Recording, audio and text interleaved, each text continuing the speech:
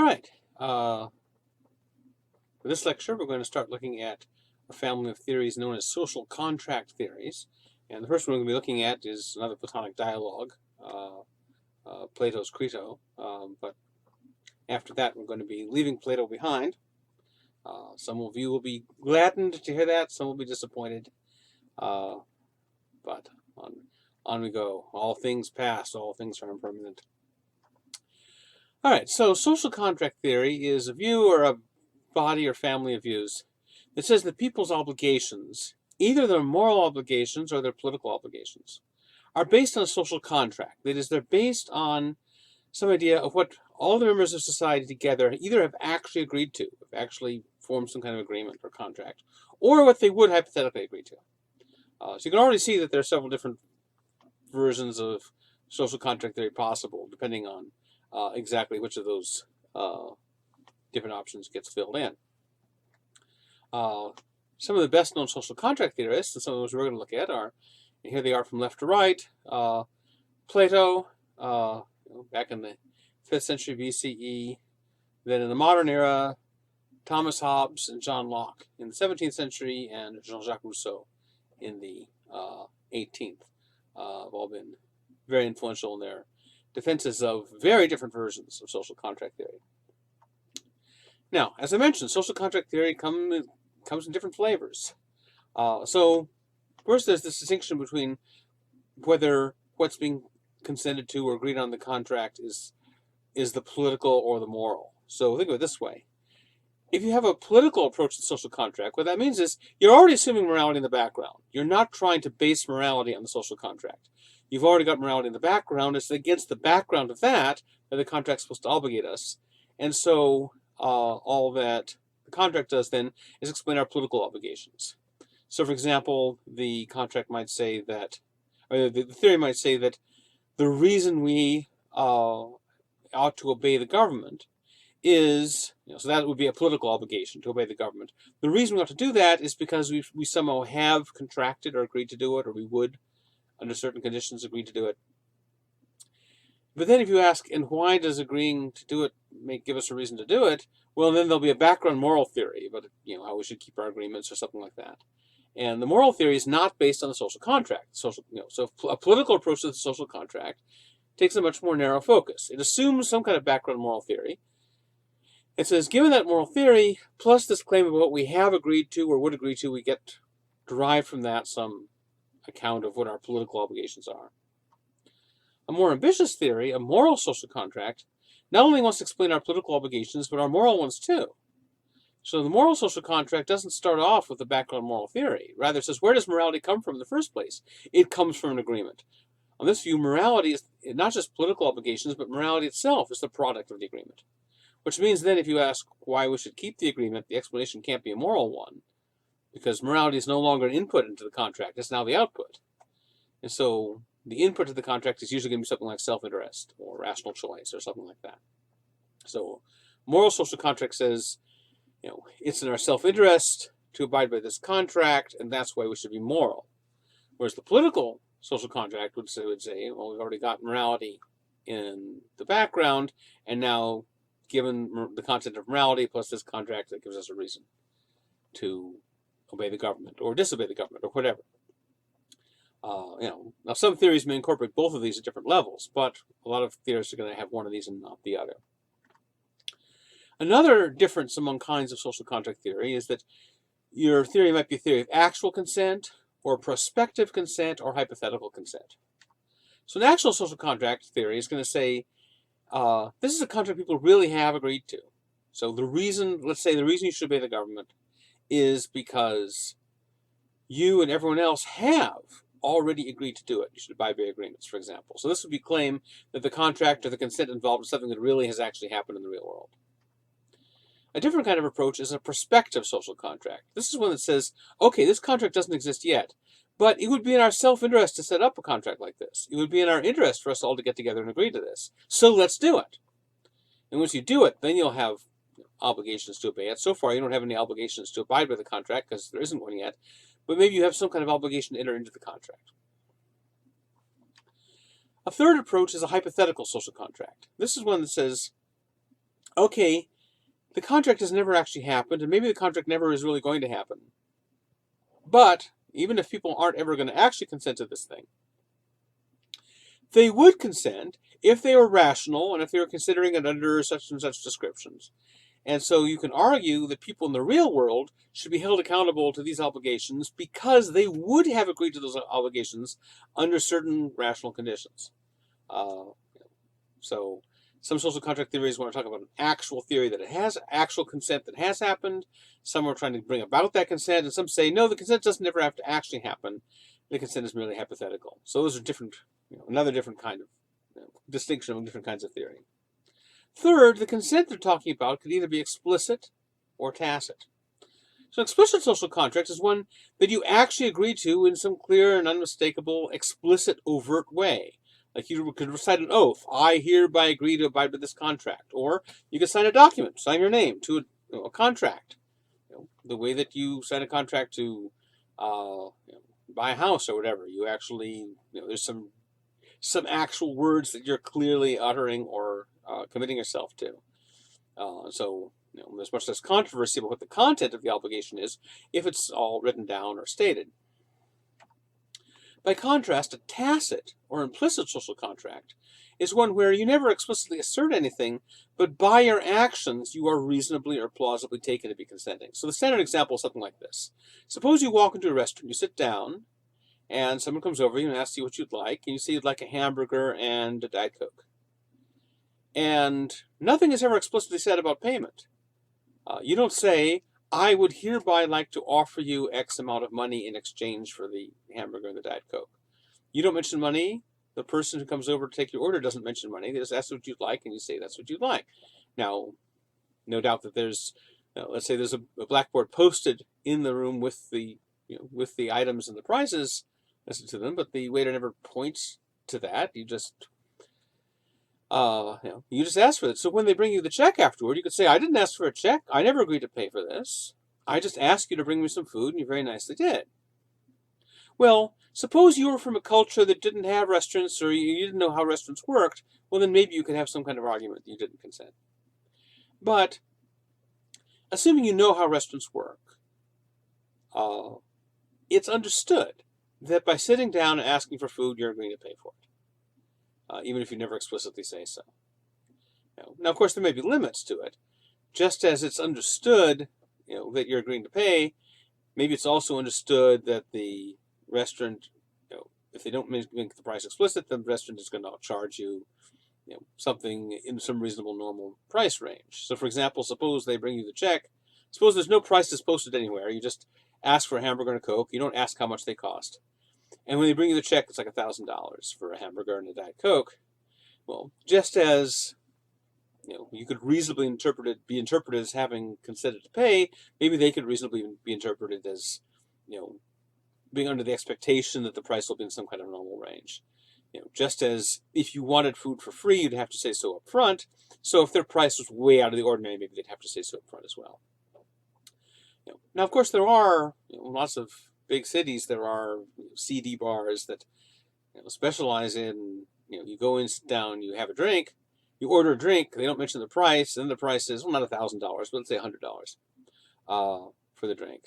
And, some big burly person comes over to the table and explains that you're going to pay this. And, so generally you do. Is it legal?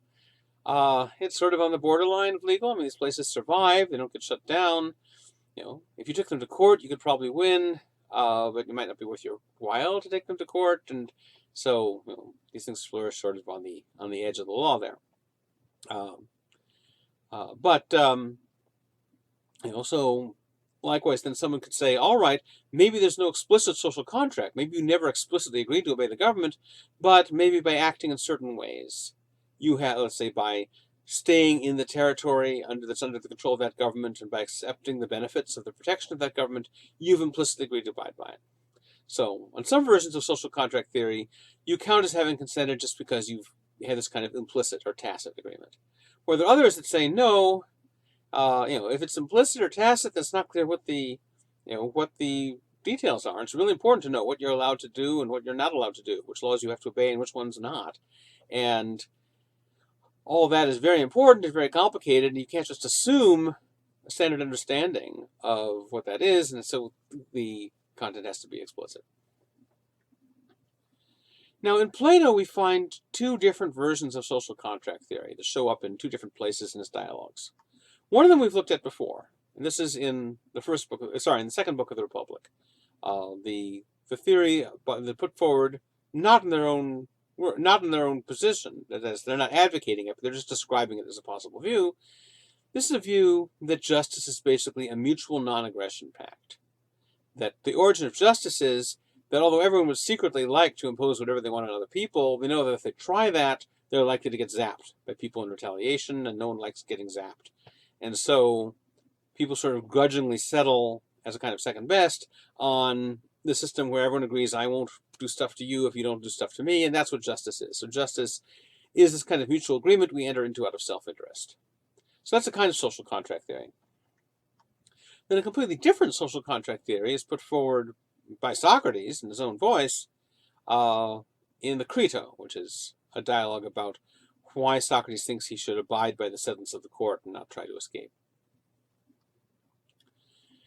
Now, the consent in both of these seems to be actual consent. In other words, the idea seems to be that in the Glaucon and Adeimantus story, I'll just call it Glaucon for short, in the Glaucon story, it seems as though everyone really is agreeing. It's not that they would agree, but everyone really has agreed, essentially, to operate according to these rules.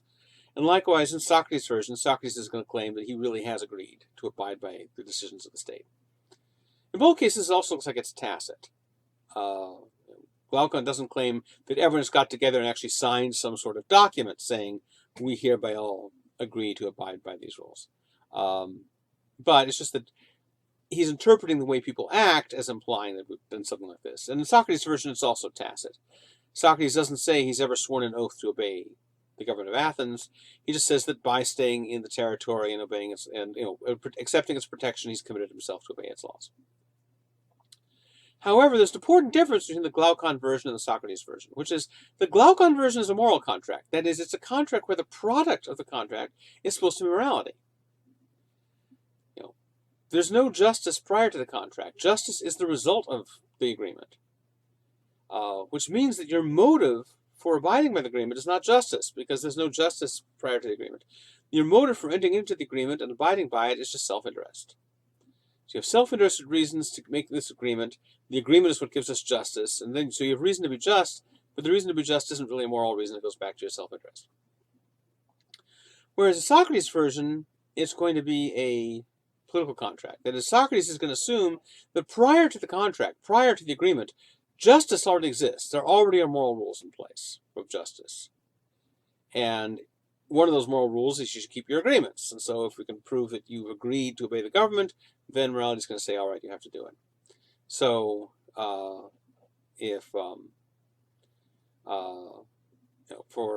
Glaucon, justice is the output of the contract. And the only input is self-interest. For Socrates, justice is an input, as is self-interest, but for Socrates, of course, justice and self-interest are sort of two sides of the same coin. So it's justice in general that's the input for Socrates, and the output is a particular claim about obeying the state. All right, so here's the context of the Crito. Socrates is sitting in jail awaiting execution. Usually, execution happened pretty quickly after the trial, but in Socrates' case, they were having this periodic festival celebrating Athens' liberation from Crete long, long ago, back in the days of Theseus. And they weren't allowed to have any executions during that period. They're waiting for the ceremonial ship to come back. There's a really interesting philosophical story about the ceremonial ship, but it's not relevant here. All right, so Crito, his friend, comes to him and says, look, I've got this plan where I can bribe the guards and I can break you out of jail and you can go into exile rather than being executed. And actually, this wasn't that unusual. Often, in fact, sometimes when a prisoner was condemned, before sending them to jail, they just give them a day or two free on the understanding that they might just decide to escape to exile, and it was sort of winked at. When Socrates surprises Crito by saying, I'm not going to escape. I'm going to stay here and accept the sentence. Even though Socrates thinks the sentence is unjust, Socrates makes clear he does not think the jury was justified. Socrates thinks he was innocent. He was not corrupting the youth. He was benefiting them. And so from Socrates' point of view, he does not deserve death.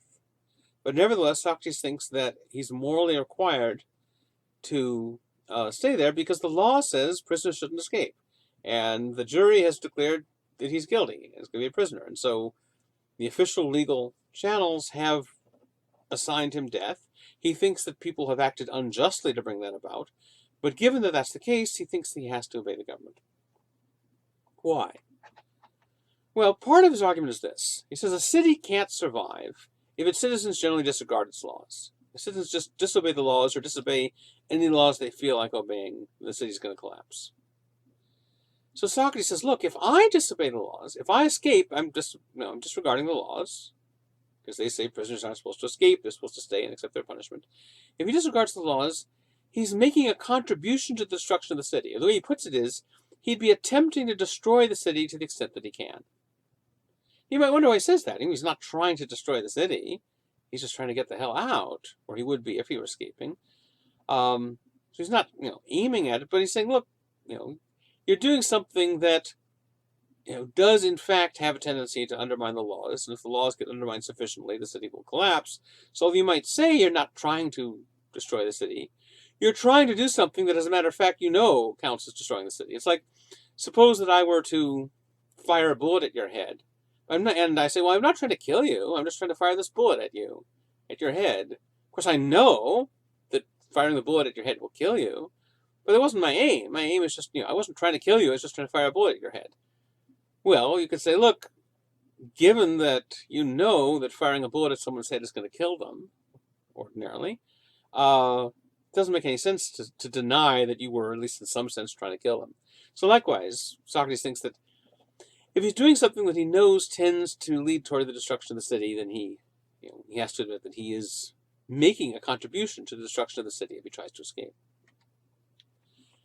Now, again, you might wonder, are you really making a contribution to the destruction of the city if you're one person disobeying one law? Obviously, a city can survive if just one or two people disobey one or two laws. I mean, obviously, most societies there's a lot more law breaking than that. It's not as though by Socrates escaping, he's going to set off some kind of cascade of universal disobedience. But then that's not what Socrates is saying. Socrates is not saying, if I escape, that'll cause people to imitate me, and they will start breaking the law, and that'll cause more people to, pretty soon, like hitting a chain of dominoes, they create all this chaos. That's not what he's saying. Well, rather what he's saying is that if he escapes, he's doing the kind of thing that would destroy the city if everybody did it. After all, we often use arguments like, when we try to persuade someone they're doing something wrong, we say things like, how would you like it if everybody did that? So we often talk as though something is wrong if there'd be bad results if everybody did it. Now, there's controversy as to when that argument works, in what context, and when it doesn't. But that seems to be his point. That, if he escapes, then he's in essence treating it as okay to set aside the law for his own personal interest. And so how could he then object if everyone were to set aside the laws for their own personal interest, which would just lead to the society collapsing? So that's why he puts it, at least in your translation that I gave you, is he's trying to destroy the city to the extent that he can. Other translations say he's trying to destroy the city so far as it's up to him, or so far as it's up to his power. All right. Another worry you might have is, okay, so we talk about, what if everybody did that, there'd be bad results? So what do you mean by that? Because one and the same action can fall under many different categories. So,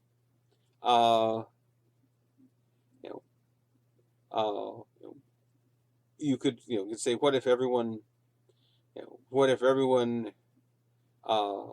tried to have dinner? What if everyone tried to have a hamburger for dinner? What if everyone tried to have the same hamburger, that hamburger for dinner?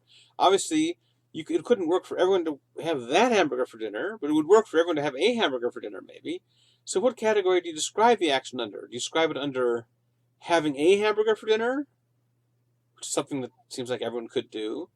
Or do you describe it as having that hamburger for dinner, which is not something everyone could do? So likewise then, if we talk about what would happen if everyone did the thing Socrates is doing. What's the thing Socrates is doing if he escapes? Disobeying a legal command is the category Socrates invokes. If everyone were to do what he's doing, namely disobeying a legal command, if that were to happen generally, society would collapse. But you might say, why is that the category? Because after all, it's not just disobeying a legal command that Socrates is doing, it's disobeying an unjust legal command. Since Socrates thinks he's being sentenced unjustly. Now, it seems true to say that if everyone disobeyed all legal commands, society would collapse. But is it true that society would collapse if everyone disobeyed unjust commands? Imagine a society in which everyone disobeys all the unjust laws, but they obey all the just ones. So if there's a law that forbids murder, then they will obey it. If there's a law that commands you to murder your neighbor, then they'll disobey it. So they disobey all the unjust laws, they obey all the just ones. Would that lead to social chaos? It's not so obvious. Now, of course, someone could say, well, the problem with a rule like just disobey the unjust commands while obeying the just ones, the problem with that is, how do you decide which commands are just and which ones are unjust? Well, someone could bring that objection, but Socrates can't. That can't be Socrates' objection. Because Socrates thinks that right and wrong are matters of objective fact. There's an objective fact about what's right and what's wrong. And moreover, he thinks that we can have rational justification for believing, even though he often claims he doesn't know it, because he doesn't have an absolute proof of it, he often claims that he's rationally justified in believing that certain things are right and other things are wrong, because the views he thinks are mistaken are ones he can always show to contradict themselves in the end. And the views he thinks are right so far have never contradicted themselves. So at least you can be justified in believing that you've got the correct objective count about what's right and wrong. When people say things like, who's to say what's right and wrong, they're implying either that morality is subjective, it's just a matter of personal opinion, or if it's objective, it's unknowable, some kind of moral skepticism. There's no way to know what's right and what's wrong. But Socrates is not a subjectivist. He's not a moral skeptic. He thinks there really are objective facts about morality. He thinks we can figure out what they are. So Socrates is not in a position to say, oh, there's no way to decide what's right and what's wrong. After all, if that were true, then there'd be no way to decide. I mean, that couldn't be an argument for obeying the government, because then there'd be no way to decide whether it's right or wrong to obey the government either. All right, well, suppose Socrates is right, despite these worries he might have. Suppose he's right, that if he escapes, then he'd be making a contribution to the destruction of the city. Well, then that's just the end of the argument. If he escapes, he's contributing to the destruction of the city, shouldn't do that, therefore he shouldn't escape. Is that the argument? Well, if that were his argument, then the dialogue would be a lot shorter, because Socrates doesn't think that just by saying that, he's made his case. For one thing, we haven't yet shown that it's wrong for Socrates to contribute to the destruction of the city. But after all, Crito thinks, look, if you escape, you're just, maybe that's going to be contributing to the destruction of the city if you do that. But that's just legitimate self-defense. If you try to kill me, I'm justified in killing you in self-defense, you might think. I'm not doing anything wrong. You're doing something wrong if you attack me unprovoked. If you do attack me and I defend myself, you might think I'm not doing anything wrong. So even if Socrates is contributing to the destruction of the city by escaping, you might think he's justified in doing that, given that the city is unjustly attacking him. So Socrates has to deal with that objection. Now, Socrates invokes in response the following principle. You should never do injustice to anyone, even in response to injustice done by them to you. However, this principle by itself is not going to be his whole argument. And the reason is, this principle doesn't forbid retaliation in self-defense. It doesn't say, you should never use force against anyone, even if they use force against you. It doesn't say you should never attack anyone, even if they attack you. It says you should never do injustice to anyone, even if they do injustice to you. So that doesn't forbid retaliation unless we have reason to think that retaliating against injustice is unjust. And you might not think that. You might think that, although if you attack me, if you initiate aggression against me, that's unjust. If I respond, or I retaliate in response to your aggression, that's not unjust. And so therefore, I'm not meeting injustice with injustice, I'm meeting injustice with justice. in any case, we know that Socrates is not a pacifist. He's not someone who is against all retaliatory force. One piece of evidence for this is we've seen him endorse the institution of punishment. In the Gorgias, he talks about how when you're punishing a criminal, you're actually benefiting them because you're purging their soul of injustice. You're preventing them from engaging in further injustice. So punishment is a kind of retaliation for injustice, and Socrates in the Gorgias seems to think that's a good thing. Moreover, in the Euthyphro, Socrates seems to endorse the institution of punishment too. At one point, he's asking the question, does anyone think that the criminal should not be punished? He says no. People, if you're in trial, you try to argue that you're not the criminal, that you're not guilty, but they never try to argue, yes, I'm guilty, but don't punish me. Socrates says, well, everyone agrees that guilty people should be punished. Now, as a matter of fact, not everyone agrees to that, but anyway, Socrates does. So, since Socrates in both of those dialogues seems to think the institution of punishment is okay, he doesn't seem to be someone who's against using force in response to force. Moreover, we know he fought in the Peloponnesian War, the big war between Athens and Sparta. So when the Spartan troops come in, he's going to fight them off. So he's willing to retaliate against the Spartans. So Socrates is not someone who says you should never retaliate against someone who uses force against you. That's not his position. He says you should never retaliate unjustly against anyone, even if they were unjust to you. But he doesn't hold that all retaliation is unjust. So that's not the end of his argument. He needs to say more, and he is going to say more, to show why, in this case, he shouldn't retaliate against the city. Now, the phrase that Socrates uses, you should never do injustice to anyone, has been translated various ways. Sometimes it's translated as you should never wrong anyone. Sometimes it's translated as you should never injure anyone. And that can be a misleading translation, because the word injure is ambiguous in English. The older meaning of injure, that's often still used in legal contexts, is to injure someone is to inflict injustice on them. The word injury and injustice is cognate with injustice. Injury literally means an injustice. So that's the original meaning. So originally, if I injure you, that means that I've violated your legal rights. But nowadays, we often use the word injure to mean harm. If I go to the doctor and I say, look, I injured my foot, I don't mean that I've done an injustice to my foot. I don't mean I've violated my foot's rights. I just mean that I've harmed my foot, presumably accidentally. And so people sometimes, when this line is translated, you should never injure anyone, people sometimes think Socrates is saying you should never harm anyone. But if you look at the Greek, the word in Greek doesn't mean harm. It means to do an injustice. So what Socrates is saying is you should never do an injustice to anyone. And that's consistent with thinking it's okay to harm people, because you might think that if someone attacks you unjustly, you have a right to harm them in self-defense.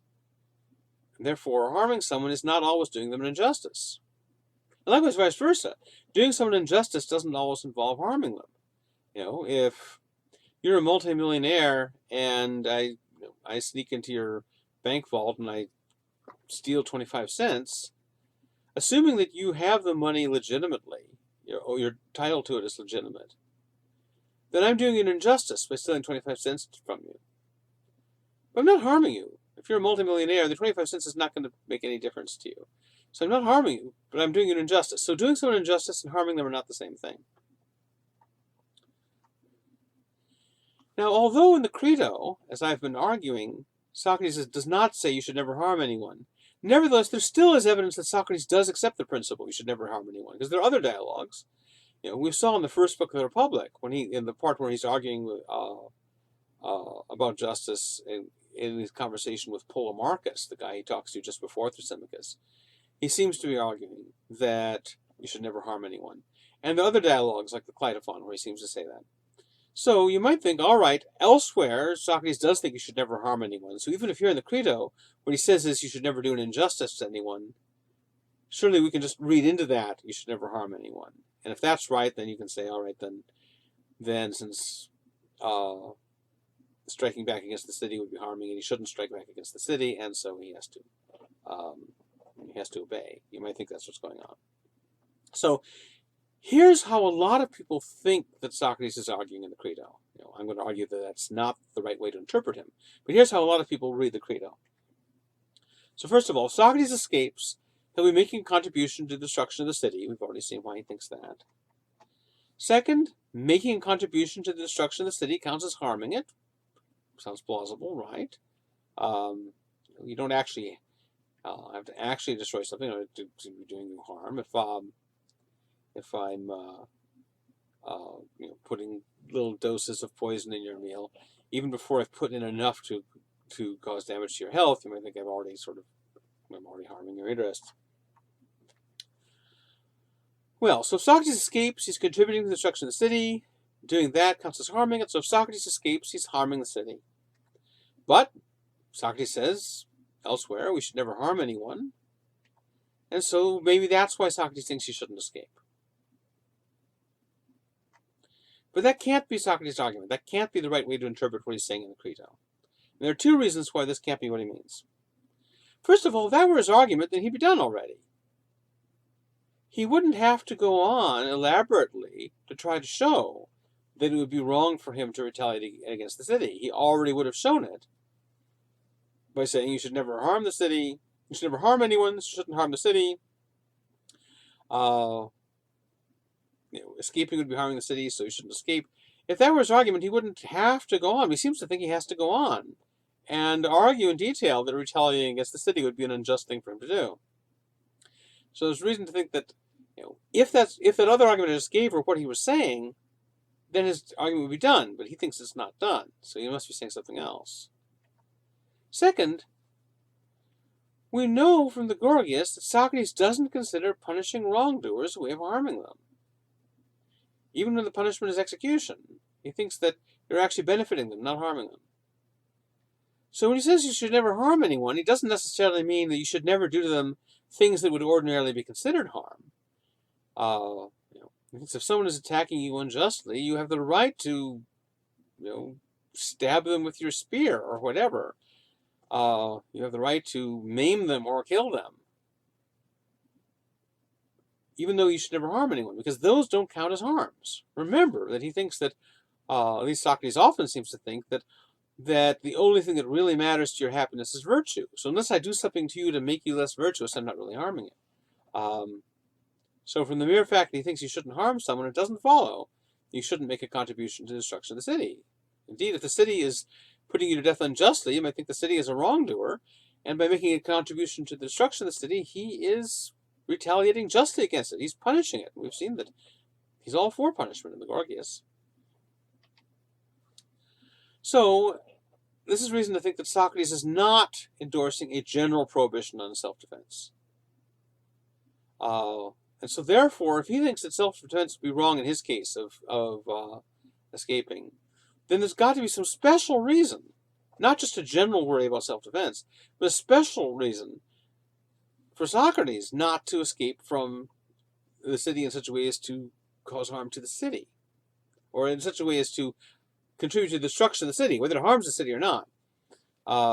He thinks that, the idea is not that retaliation is always wrong, but it would be wrong for Socrates to retaliate against the city. So there must be a special relationship between Socrates and the city that explains why it's wrong for Socrates to retaliate against the city when the city attacks him, whereas when the Spartan troops come pouring across the border, it's not wrong for him to retaliate against them. So his relationship to the government of Athens has to be different from his relationship to, let's say, the Spartan army, such that it's wrong for him to retaliate against the Athenian state, but it's not wrong for him to retaliate against the Spartans. Or just a mugger comes up and tries to rob Socrates. It seems like Socrates is not committed to thinking it would be wrong for him to resist. Socrates doesn't seem to think you have to turn the other cheek. He might, who knows? He doesn't seem to think you have to. In fact, Socrates does go on to offer just the kind of argument we're looking for.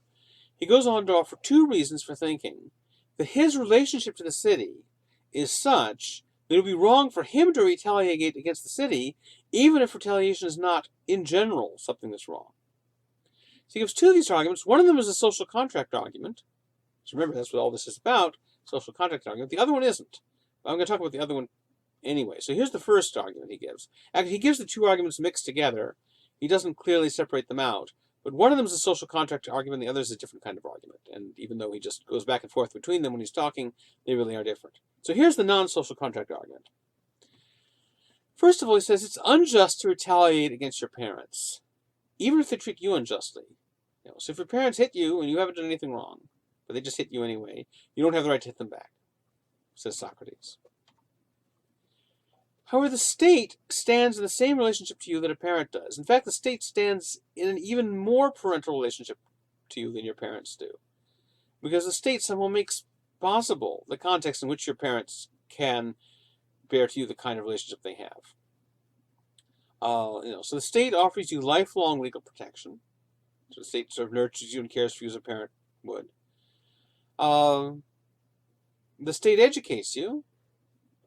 You owe gratitude to your parents for educating you. But why do your parents educate you? Well, because it's a law in Athens that parents have to educate their children. So in educating you, your parents were following a law. And so there's a sense in which the law is a deeper explanation of your education than your parents were. So if you should be grateful to your parents for educating you, you should be even more grateful to the laws of Athens, because those are the laws under which your parents had to educate you. Likewise, you should be grateful to your parents for giving birth to you, bringing you to existence. But according to Socrates, the Athenian state is even more responsible for your birth than your parents are, because it's under the marriage laws of Athens that your parents were married and gave rise to you. And so, if you owe gratitude to your parents for giving birth to you, well, their giving birth to you was done under the auspices of Athenian marriage law. And so Athenian marriage law is what made possible your parents giving rise to you. And so therefore you owe gratitude even more to the Athenian law, the Athenian state, for your existence than you do to your parents. So whatever obligations you have to your parents, you have them even more to the state. And since for the first premise, you shouldn't retaliate against your parents even in response to unjust treatment, so it's even more unjust for you to retaliate against your native state. So even if your native state treats you unjustly, you shouldn't retaliate against them, because you shouldn't retaliate against unjust treatment by your parents, and the state is even more like your parents than your parents are. So that's the first argument. That's not a social contract argument, nothing but agreement in there, which is a kind of social status argument, you might say. Now, you might be skeptical of the first premise. Remember, the first premise is it's unjust to retaliate against your parents even if they treat you unjustly. You might be skeptical about that. You might think, is it really wrong to strike back against your parent no matter what they're doing to you? What if your parent is trying to kill you? They're trying to murder you. Is it really wrong for you to use force in self-defense? Seems like most people nowadays wouldn't think so. Now, ancient Greeks probably had a higher and more elevated sense of parental authority than we do today.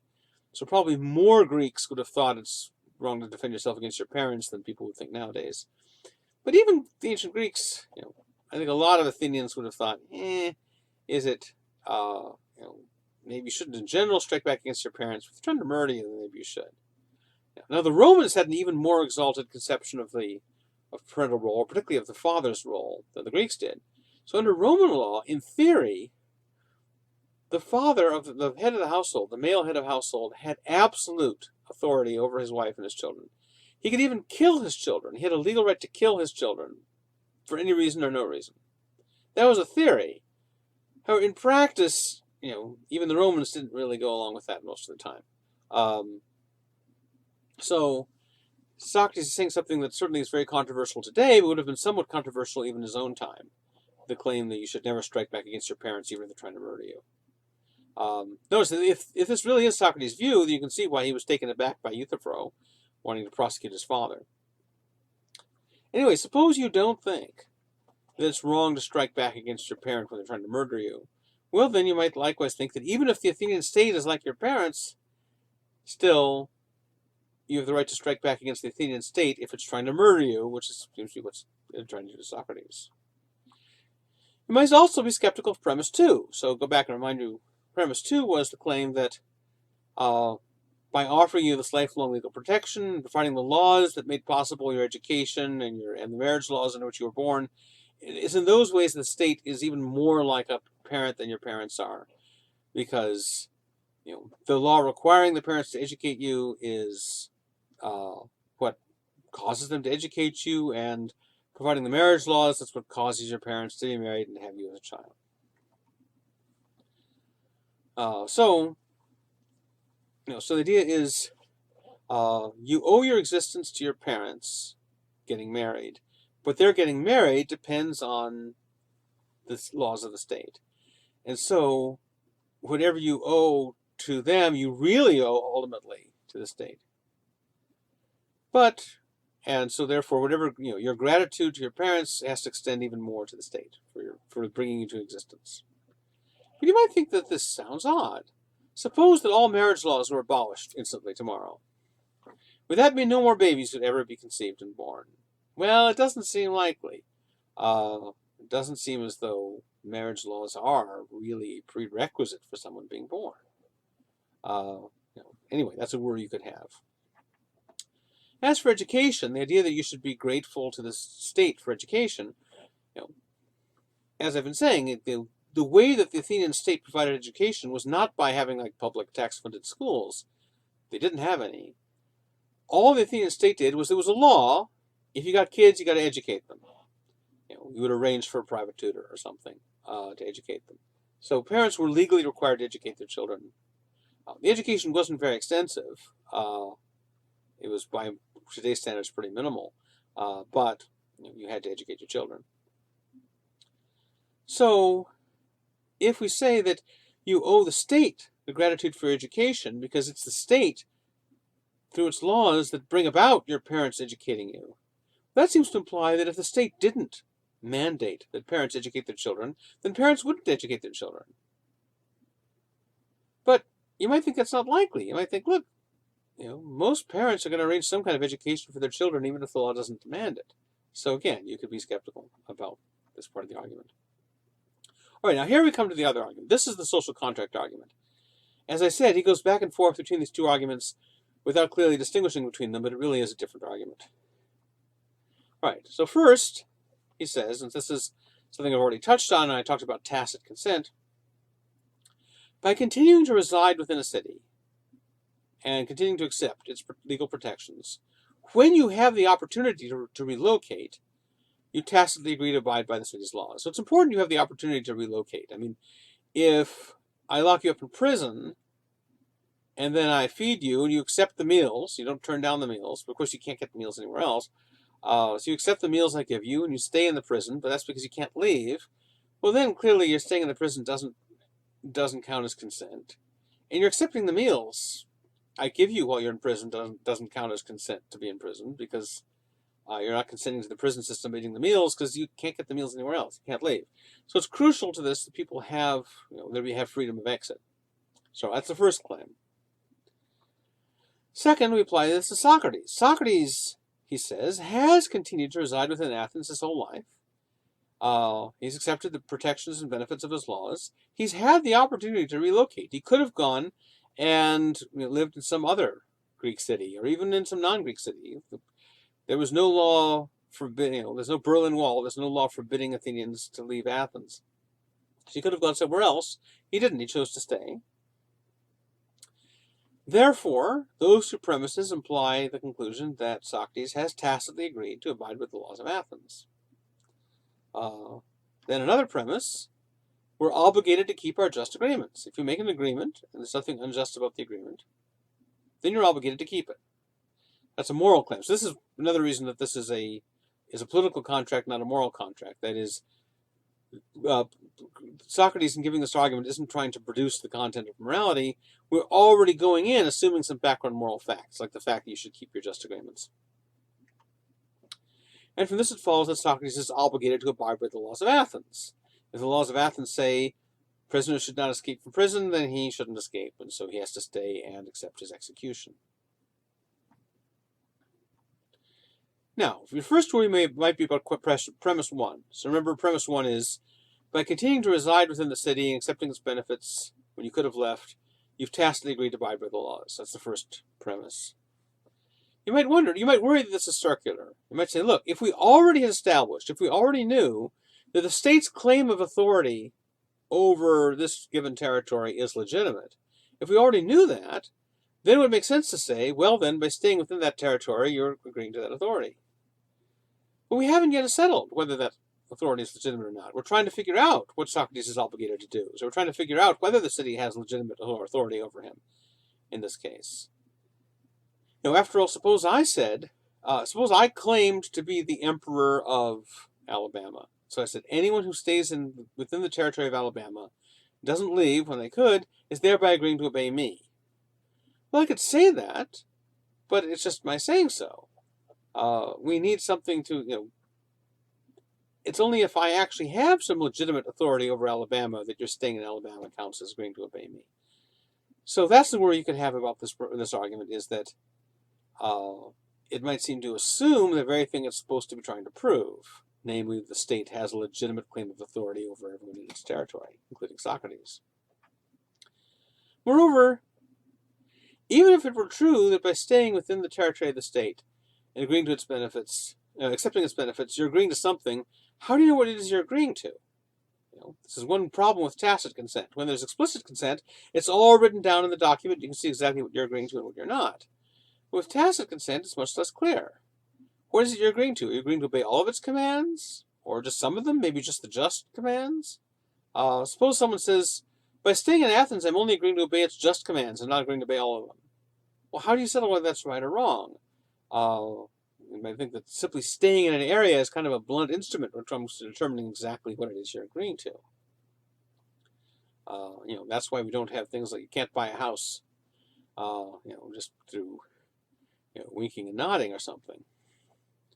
Moreover, whenever we say that someone owes you something because they've accepted some benefit from you, usually we don't think that what they owe you is obedience. Usually we think that they owe you some money. So for example, suppose I enjoy watching PBS, and I get it for free, and so I'm benefiting from it. So you might think, all right, if I'm benefiting from it, I'm obligated to pay something for it. You might or might not think that, but suppose you do. Suppose you think that because I'm enjoying the benefits of this PBS station, when they have their funding drives, I am obligated to go and donate some money. All right, suppose you think that. Still, you're probably not going to think that I'm obligated to start taking orders from PBS and start obeying their commands in my everyday life. No, merely benefiting from something they provide doesn't give me any obligation of obedience. So likewise, if I'm benefiting from the state, maybe that means I have to pay them something, or maybe I have to pay them taxes. But it doesn't seem like in general I have to obey them without some further argument. And particularly it doesn't seem to be that I have to let myself be killed. Suppose PBS decided to kill me.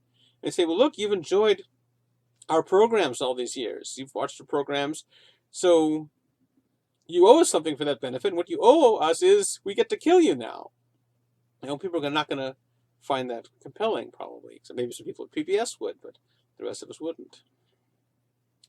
We might also have a worry about premise 2. So going back, remember, premise 2 is that Socrates has, in fact, continued to reside with Athens and accept its protection, despite having the opportunity to relocate. Is that really true? That is, did he have an adequate opportunity to relocate? Remember that Athens was the most intellectually tolerant city in the ancient world. There was no other place we know of where you could get away with as much questioning and critical discussion as you could in Athens. Obviously, Athenian tolerance had its limits. Otherwise, Socrates wouldn't have gotten zapped. But probably Socrates would have gotten zapped even more quickly if he'd gone somewhere else. So if every other place he could go is even less tolerant than Athens, is it really true that he has a legitimate option of leaving? It's like, suppose you're a slave and you could say, well, you're a slave on my plantation, but you're free to leave, but everywhere else around is another plantation that would also enslave you. So it seems like, all right, you just get to choose, you want to be enslaved here or somewhere else. You might think you don't really count as consenting to be a slave here if the only reason you're staying here is that there's nowhere else to escape to that's any better. So you might think that Socrates is exaggerating the extent to which he's really made a free choice to stay in Athens. You also might wonder whether the conclusion really follows from steps 3 and 4. So let's go back and see what those were. 3 says Socrates has tacitly agreed to abide by the laws of Athens. 4 says we're obligated to keep our just agreements, therefore Socrates is obligated to abide with the laws of Athens. Well, suppose that word just weren't there.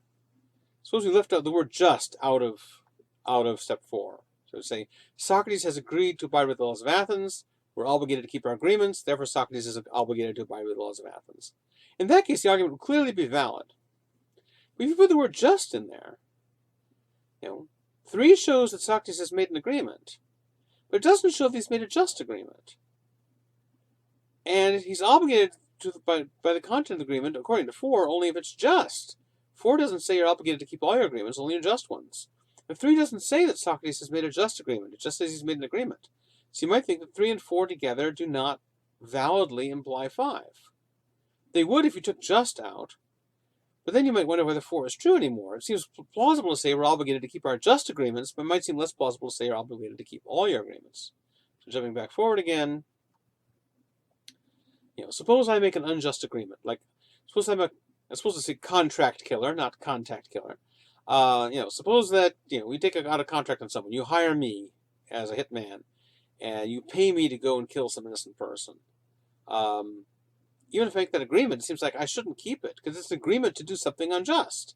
So I shouldn't keep that agreement. I should break it. I'm morally obligated not to keep that contract. And that seems fine by Socrates. Socrates is not saying you have to obey all your contracts. He says you have to obey all your just contracts. So that opens the possibility that some agreements could be unjust. You're not obligated to abide by those. So in order to know whether Socrates is obligated to obey all the commands, even the unjust ones, we have to know, is agreeing to obey unjust commands a just agreement? You can see why it might be just to agree to obey all the just commands. But if you also have to agree to obey all the unjust ones, you might wonder, is that a just agreement? Can you justly agree to obey the state even when one of the commands is unjust? Because if not, then his argument's not going to go through. So that is going to be the topic of the next lecture.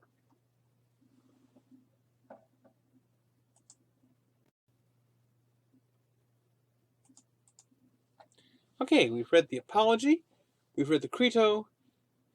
Now we need to worry about an apparent inconsistency between the two dialogues.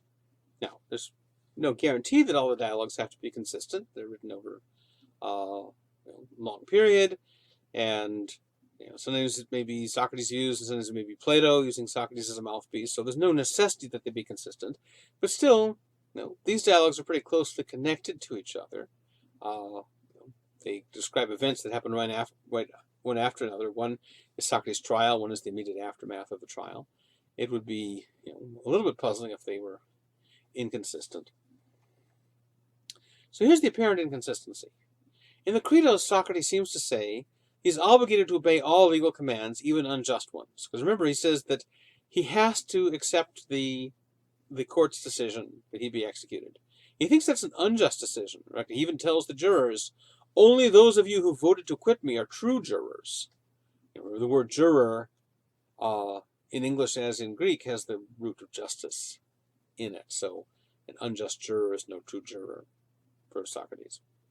So he thinks that his sentence is unjust, but he thinks he's legally required, he's morally required, not just legally, he's morally required to abide by that sentence because he thinks that justice, partly because he thinks that he owes his existence to the state and he shouldn't strike back against it, and partly because he thinks that by residing within the state, he has agreed to abide by its laws, even the unjust ones. So that's what seems to be happening in the Crito. But in the Apology, remember, Socrates seems friendlier to disobedience.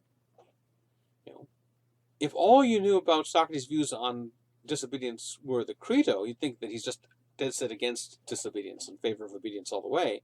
If all you knew about it was the Apology, you'd think the opposite, that he's in favor of disobedience. Because he says that he's entitled to disobey certain legal commands.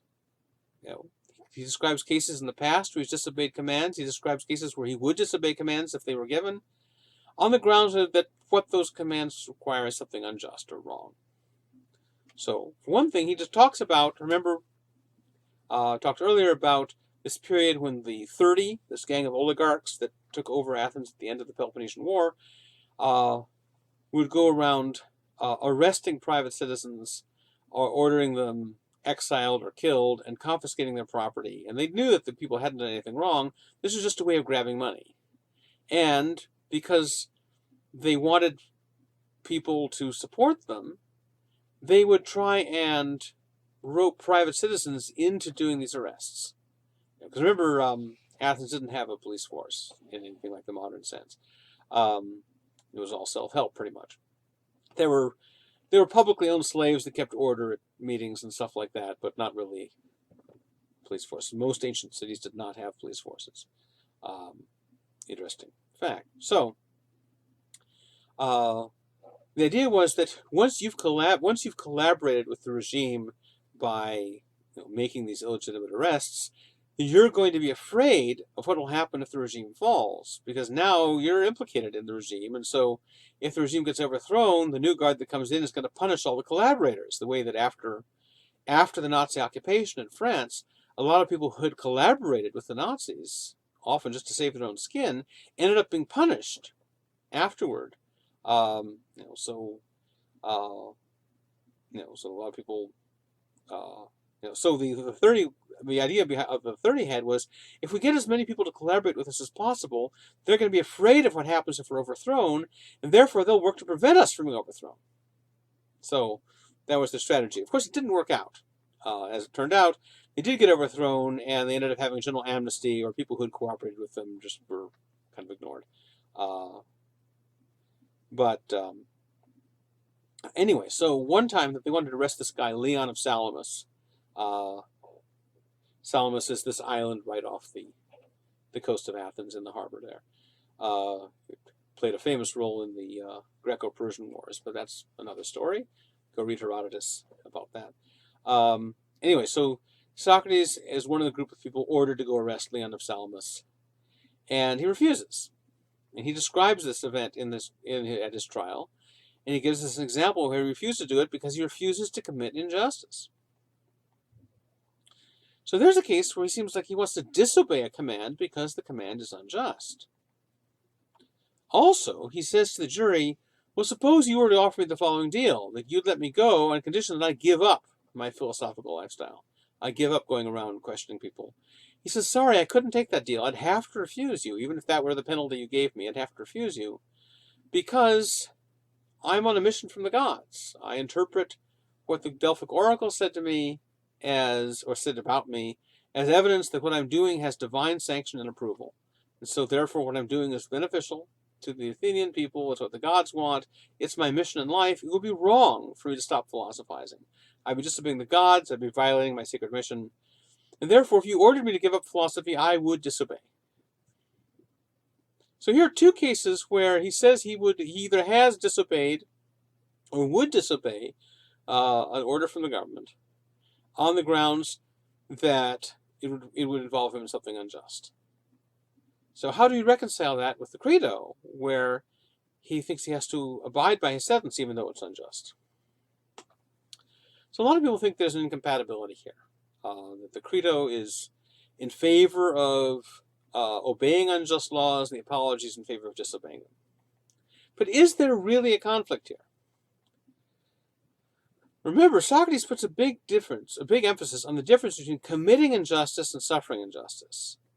Committing injustice is something you should never do. Suffering injustice, in many cases, you have to do it, but you should never commit injustice. So those are two very importantly different things for him. And that's going to be relevant to the difference between these dialogues, because there are also going to be two different kinds of unjust commands. So some unjust commands are commands to commit injustice. They're commands where in order to obey it, you have to do something unjust. So, for example, suppose I command you to kill an innocent person.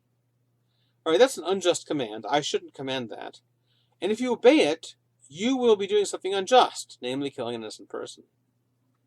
But there's another kind of unjust command, which is commands to suffer injustice. If someone commands you to submit to something unjust, well, they're still doing something unjust in giving that command, but you might not be doing anything unjust in accepting it. For example, suppose I command you to shave your head. I say, you have to shave your head. I don't give you any choice. It would be wrong. It would be unjust for me to command you to shave your head, because it's none of my business whether you shave your head or not. Your head is your domain, not mine. So if I give you that command, I'd be doing something wrong. But it wouldn't be wrong for you to obey that command if you so choose. At least, assuming you're not a member of a religion that thinks it's immoral to shave your head. There are such religions, but suppose you're not a member of that religion. So there's nothing wrong, with you shaving your head. You could do it or not.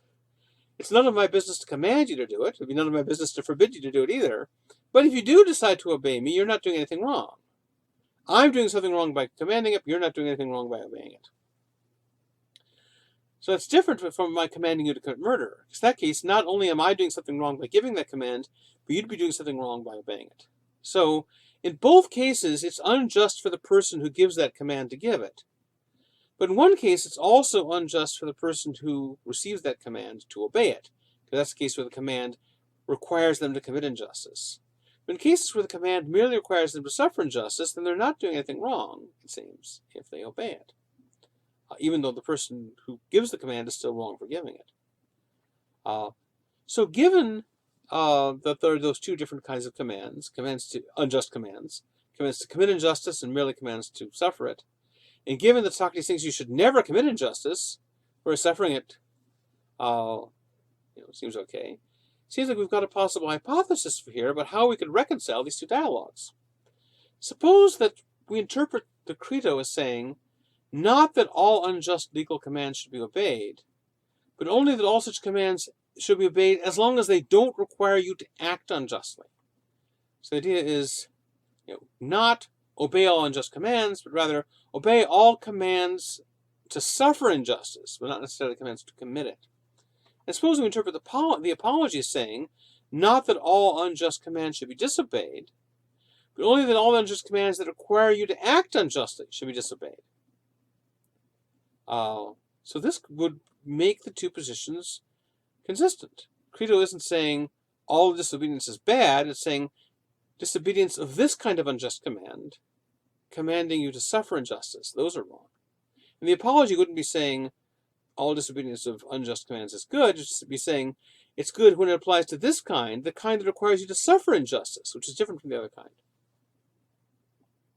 Sorry, the ones that require you to act unjust, those are the ones that require you to act unjustly are the ones you can disobey, according to the apology. So in this view, both dialogues will be presenting the same position. Unjust commands can be disobeyed if they require you to commit injustice, but you can't disobey them if all they're doing is requiring you to suffer injustice. Suppose that he's holding that view in both dialogues, and that would reconcile them. So let's look at the dialogues and see if we can find any support, any evidence supporting this suggested interpretation. All right, well, what kind of commands does Socrates say he disobeys in the apology? He says he did disobey the order to arrest Leon of Salamis. Well, if he'd obeyed that, he would have been committing an injustice, not just suffering one. He would have been committing injustice against Leon by arresting him and turning him over to be exiled or killed. Likewise, when he says he'd be doing something wrong, giving up philosophy, it seems like that would be an injustice either against the gods, because the gods commanded him to philosophize, as he interprets it. So if he disobeys them, he's doing something unjust to the gods. Or he might say, since the gods have assigned him to the people of Athens as an aid to them, Socrates thinks he's benefiting the Athenians by questioning them and thus trying to wake them up to philosophy, to the search for wisdom. So that's sort of his job. He's the caretaker in charge of the Athenians. And therefore you might think he'd be doing something unjust to the Athenians if he were to quit that job. Those are both cases then in which if he obeyed the command, he would have to do something wrong to other people. And so the examples he gives don't support a general prohibition on obeying unjust orders. They only support a prohibition on obeying unjust orders that require him to commit injustice. Moreover, in the apology, he also tells the jurors, I'm obligated to obey any orders from my superiors, whether they're divine or human. So it's not just divine superiors that he's required to obey, it's human ones too. Now he doesn't say what he means by a human superior. You might think what he means is anyone who's superior to him in wisdom or virtue. And that's what your translation seems to assume, because it translates it as obligated to obey people who are better than you. But it's also possible to interpret this meaning by human superiors, that means people with legal authority over you. And even if they happen to not be so great in wisdom or virtue. So that is a possible interpretation, and if that's what he means, that would be consistent with the other dialogue.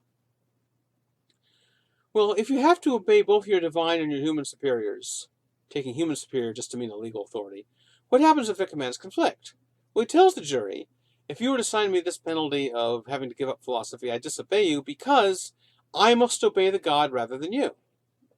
So it seems pretty clear that in case of a conflict between a human and a divine superior, you have to obey the divine. But when they don't conflict, you should try to obey both. Now, if you commit injustice, it seems plausible that you're disobeying a divine superior if you assume that the gods command you to behave justly.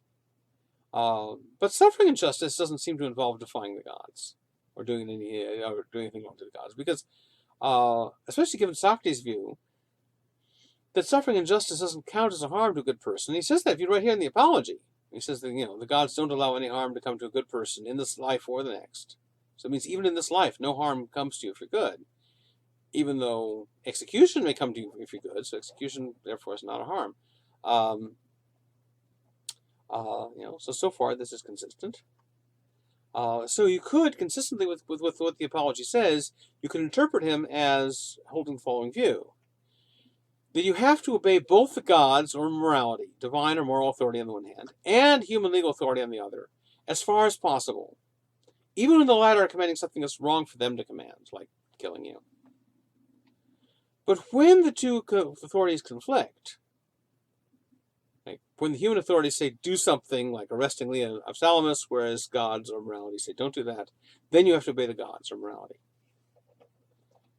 This position is consistent with, it's not necessarily entailed by what the Apology says, but this is consistent with everything in the Apology.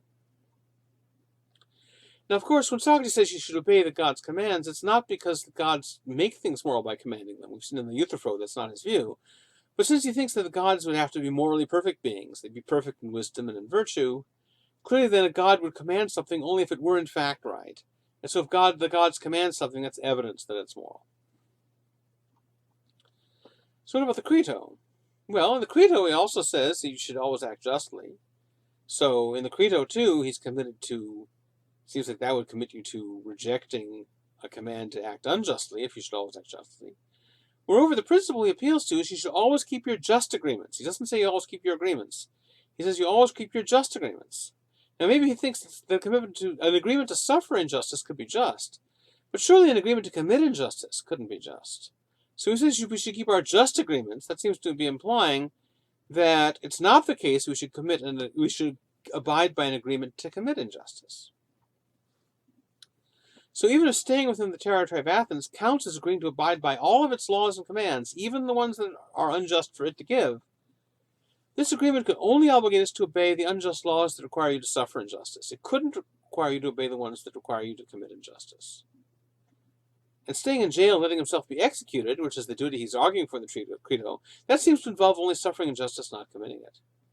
So it looks like what he says what he says in the Crito seems to be consistent with the suggested interpretation I gave of the Apology. So even in the apparently pro-disobedience Apology, there's a way of interpreting Socrates where he's only recommending disobedience to a subset of unjust commands, namely the ones that require you to commit injustice. He never says explicitly in the Apology that it's okay to disobey unjust laws that require you to suffer injustice.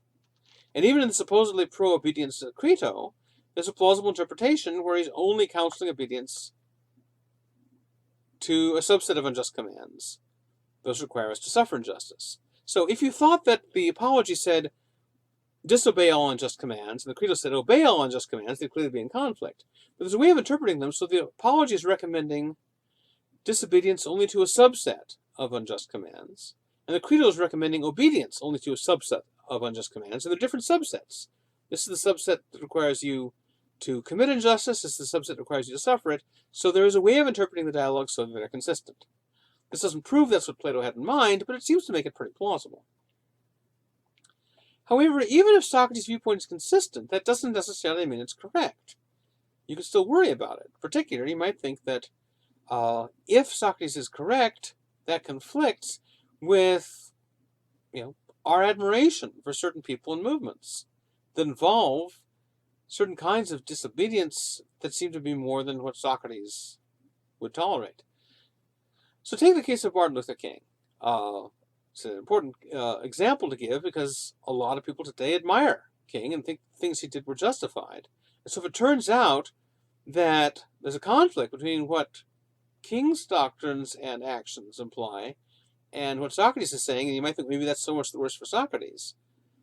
Maybe if just as if you this crossword puzzle case, you have to choose between two different things, and you're more committed to one than the other one has to go.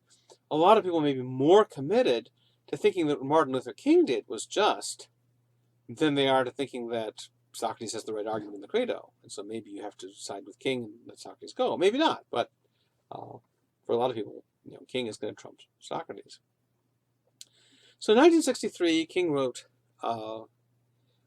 this famous letter from a Birmingham jail. He wrote it from a Birmingham jail, just up the way from here.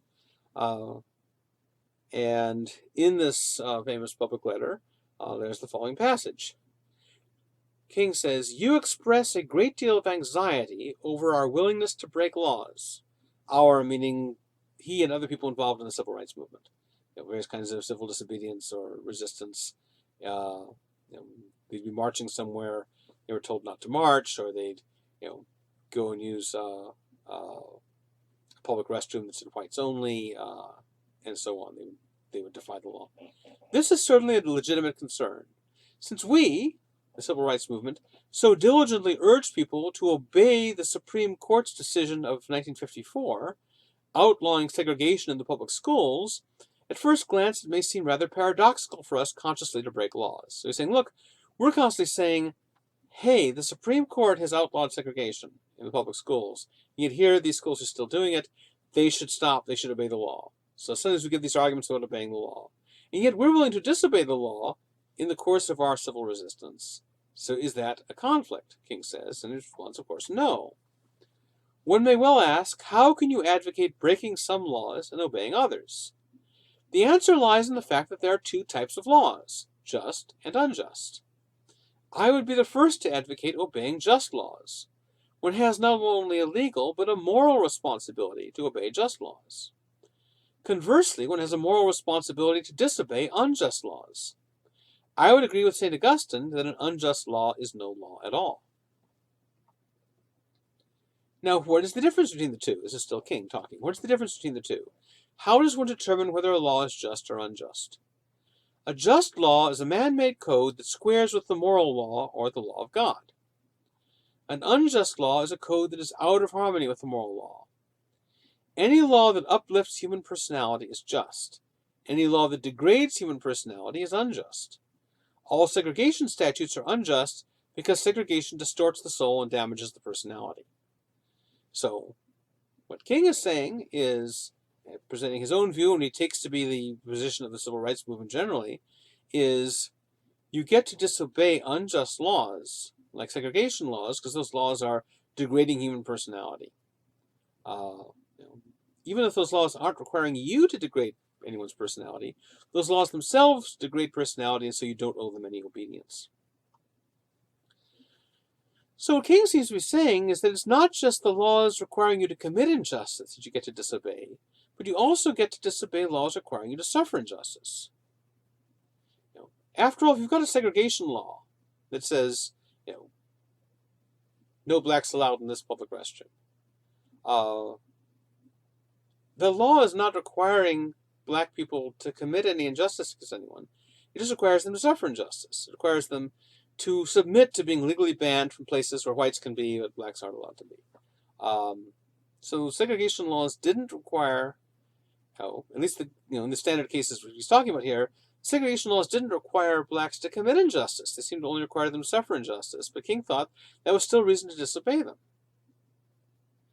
So King seems to have a broader scope of what you can disobey than Socrates does. Likewise, take the case of Rosa Parks. So in 1955 in Montgomery, there are the buses where blacks are required to sit in the colored section in the back of the bus. Rosa Parks sits down in the front of the bus, which was against the law. Nowadays we think usually of Rosa Parks as a hero, as someone we admire. she defied an unjust law. But the unjust law wasn't requiring her to suffer injustice, to commit injustice, only to suffer it. If she had obeyed the law and gone and sat in the back of the bus, it seems like she wouldn't have been doing anything unjust to anyone. She would just have been submitting to injustice herself. So therefore, Rosa Parks seems to be disobeying the kind of unjust law that Socrates said says you should obey. A law that doesn't require her to do anything wrong to people, just to let something wrong be done to her. So would Socrates disapprove of civil rights leaders like Martin Luther King and Rosa Parks? Do we have to choose between being a fan of the civil rights movement and being a fan of Socrates on this point? Obviously, you could think Socrates is wrong on this point and be a fan of him on other points. Now, someone could say, well, sure, segregation laws don't just require people to suffer injustice, they require people to commit injustice too. Namely, segregation laws required white people to commit injustice. So, take the Montgomery Bus Company, those involved in the famous boycotts and the ones connected with Rosa Parks. The Montgomery Bus Company was owned by white people. They didn't voluntarily choose to segregate. It wasn't the bus company's choice to have blacks be forced to sit in the back of the bus. That was the law. And the bus company was against that law. They petitioned the government saying, please repeal this law. Now, it looks like they didn't do this out of the goodness of their hearts. They didn't do this out of a sense of social justice. They did it because they lost money when blacks would boycott the buses as long as this policy was in place. They were losing money. And so they said, come on, we don't want to keep losing money. But whatever their motive was, the Montgomery Bus Company was, at least at that time, who knows what their position may have been earlier, but at that time they were against this law, but the law was imposed on them. So this law required them to do something unjust, namely to segregate. So maybe by Socrates' standards, the white people who owned the Montgomery Bus Company could morally have refused to enforce those rules. But you might still think that even though this is the laws are requiring white people to commit injustice, they're only requiring black people to suffer it. And so maybe whites get to disobey the rule, but blacks don't by Socrates' standards, which sounds a little odd. It sounds like, all right, so if you're a white bus owner, you get to defy the law, but if you're a black bus rider, you don't. That position doesn't sound all that attractive to us. Now, here's a reply you could make on behalf of Socrates. You could say, well, look, the segregation laws that Martin Luther King and Rosa Parks were resisting, they weren't just resisting them because those laws were requiring them to suffer injustice as individuals. Rather, they're resisting those laws because the laws were treating all blacks unjustly. And actually treating all whites unjustly too, because it forced whites to enforce segregation. That's obviously not the most objectionable feature of the segregation laws, but you could say it's on the list. Anyway, but at least primarily inflicting it on all the other black people. Rosa Parks wasn't sitting in the front of the bus because she objected just to a personal injustice done to her. I mean, no doubt she did, but she was doing it as a protest against injustice to all black people. She was doing it as part of a movement. Her goal in sitting in the front of the bus was not, I want to get to sit here. At least that wasn't the only goal. It was, I want to contribute to the cause of allowing black people in general to sit in the front of the bus. Now, you might think that, therefore, this does open the door to Socrates endorsing what they did. Because you might think, just as Socrates thinks he has a mission to help the people of Athens by leading them to philosophy, so Martin Luther King and Rosa Parks might think that they have a mission to help the black community generally by fighting segregation. And so therefore, if they obeyed the segregation laws, they wouldn't just be suffering injustice, they'd be committing it, because they would be thereby failing to try and overturn segregation, and thus be failing to try and benefit the black community generally. That's a way of interpreting what they were doing that might make Socrates approve of it. There's another possible argument you could give to try and suggest that Socrates wouldn't have to disapprove of the civil rights movement. You could say, well, look, it's part of Socrates' argument that he all his life has benefited from the protection of Athenian law, and so now he owes something back. You could say that, in America before the civil rights movement, African Americans did not at least fully benefit legal protection. They didn't get much in the way of legal protection, particularly in the areas where segregation was strongest. Given that they had suffered so much from racist government policies, you might say that they didn't receive anything like the degree of benefits, either in police protection or education or any of these things, compared to what Heights did. And so therefore, they're not the same position Socrates was. Socrates had received benefits of Athenian citizenship all his life, and so now he thinks he owes something back. You might think that blacks in pre-1960s America, particularly in the South, did not receive much in the way of legal governmental protection. So maybe they don't owe as much back. Because Socrates didn't get much government interference with what he was doing until the end of his life.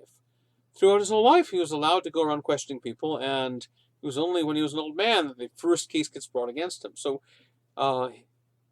Socrates enjoyed the protection of Athenian law for a long time, until the end, in the way the blacks didn't. So you might think that this means that Socrates' argument for his obedience is not really an argument for King and Parks' obedience. And so that would mean that Socrates' argument wouldn't necessarily require him to disapprove of their actions. Even though this would mean that he'd have to disagree with King's stated reasons, because King's stated reason for breaking laws is not that the laws require him to commit injustice, just that the laws are unjust. So there'd still be a disagreement with Socrates and King at the theoretical level, but Socrates wouldn't necessarily be required to disapprove of what King does in practice. So there's a way of reconciling at least what they approve of, if not their reasons for approving of it. But there's a more difficult case for Socrates. I think it's going to be even harder for him to handle than the case of the Civil Rights Movement. So, famous incident, there's a movie about it, that's the poster. I think it was a good movie. I saw it so long ago that I don't really remember if it was a good movie or not. Though obviously it has two good actors in it. Anyway, so famous incident in World War II. There's this Nazi death camp, Sobibor, where in October 1943 there's an uprising. And hundreds of the prisoners, mostly Jewish prisoners, from various parts of Europe, but a lot of them were from Germany, which is going to be important. Even though Sobibor itself was in Poland, because the Nazis were occupying Poland, but they brought Jews from all over Europe there. So a lot of them were German, and that'll be part of the argument. So hundreds of these Jewish inmates rebelled. They overpowered their guards, and they grabbed a bunch of weapons, and they tried to escape. They ran for the fence, got their way through the fence. There were other guards shooting at them, but they were shooting back, and so forth. Now, most of the people who tried to escape were killed or recaptured. There was hundreds and hundreds of people who were killed or captured. But still about 50 of them did manage to escape into the woods.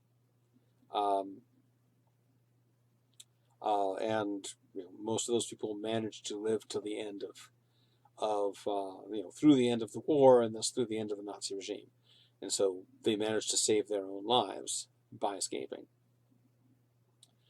Now, as with Martin Luther King and Rosa Parks, so with the escapees from Sobibor, we generally admire these people. We think that this was a great thing to do, that they escaped. Hooray for them.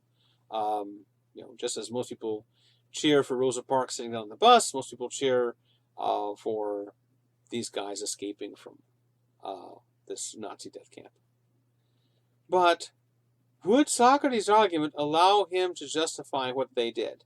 I've argued that there's a way of reading his argument and a way of reading the civil rights movement such that King and Parks might be justified according to Socrates' argument. It's a little bit tricky, but maybe there's a way of reading that. But can Socrates justify the Sobibor escapees? I think that might be harder. Part of the argument for saying that Socrates could justify King and Parks is that they seem to have been aiming not just at their own freedom from injustice, freedom from suffering injustice, but trying to free the black community generally from injustice. And so, if you think that they had or felt an obligation to do that, then you might think it would be unjust for them not to do that. And so, therefore, if they obeyed the segregation statutes, they wouldn't just be suffering injustice; they'd be committing it. But it doesn't seem to be the case with the Sobibor escapees. That is, the Sobibor escapees were not trying to free all the Jews under the Nazis. They would have liked to do that, no doubt, but this wasn't a way of doing that. This was just a way of getting their own freedom. which is fine. We usually think we don't usually think that you're only allowed to escape from a death camp if you're trying to if you're trying to save all the Jews everywhere. You just think you're allowed to escape from a death camp because you're in a goddamn death camp. But the command for them to escape the command for them not to escape doesn't seem to be a command that requires them to commit injustice. And so it's going to be harder for Socrates to justify their escaping. Moreover, unlike the case of the blacks, where I said the blacks have been denied, especially blacks in the South where segregation was at its highest and most legally enforced, blacks have been denied full civil rights all their lives. And so you could say that they didn't really get protection from the state. But you might think that's not the case with Jews in Germany. Of course, the Jews under the Nazi regime had no civil rights. But the Nazi regime was fairly recent. A lot of these Jews had lived most of their lives under previous regimes, including famously the Weimar Republic. And the Weimar Republic was much more tolerant. It's not that there was no racism or no prejudice or no problems in the Weimar Republic. Certainly there were. But not only was the Weimar Republic far more tolerant than the Nazis, it was much better to be a Jew in the Weimar Republic than to be a black person in the American South before the 60s. They had far more legal protection. Not perfect, but then Socrates couldn't really claim he had perfect legal protection either. But given that they had a fair bit of legal protection throughout their lives by comparison with the blacks in America, you could say that they can't have the same exemption from the argument that King and Parks get. Also, they weren't forbidden to leave. Once the Nazis came in power and started rounding the Jews up, obviously they weren't allowed to leave. But during the pre-Nazi period, Jews were free to leave. And during sort of part of the early part of the Nazi period, they were allowed to leave. And so they had an opportunity to leave. So someone could say, well, by Socrates' argument, German Jews who voluntarily chose to stay within Germany throughout their lives, who accepted the protections of the state, which were real protections prior to the Nazis, thereby tacitly agreed to obey the German government. Now, of course, the German government they agreed to obey originally was the Weimar Republic government, which was a much nicer government than the Nazis. It's a pretty low bar, but actually it was quite a lot nicer than the Nazis. Moreover, you could say, look, the agreement that the Jews entered into, if you think there was such an agreement, wasn't obey the government until some political party you don't like comes to power. It was obey the government, period. At least you might think that. Part of the problem with tacit agreements is that you can't read the fine print because there isn't any, so there's dispute about what you're agreeing to. But you might think that just an agreement to obey the German government. Now, when the Nazi Party takes over, it doesn't seize power in a coup. It comes to power through. It wasn't voted in exactly, but it was. It came to power through traditional legal mechanisms. Hitler gets appointed as chancellor, but this was being appointed to that position was part of the German legal framework.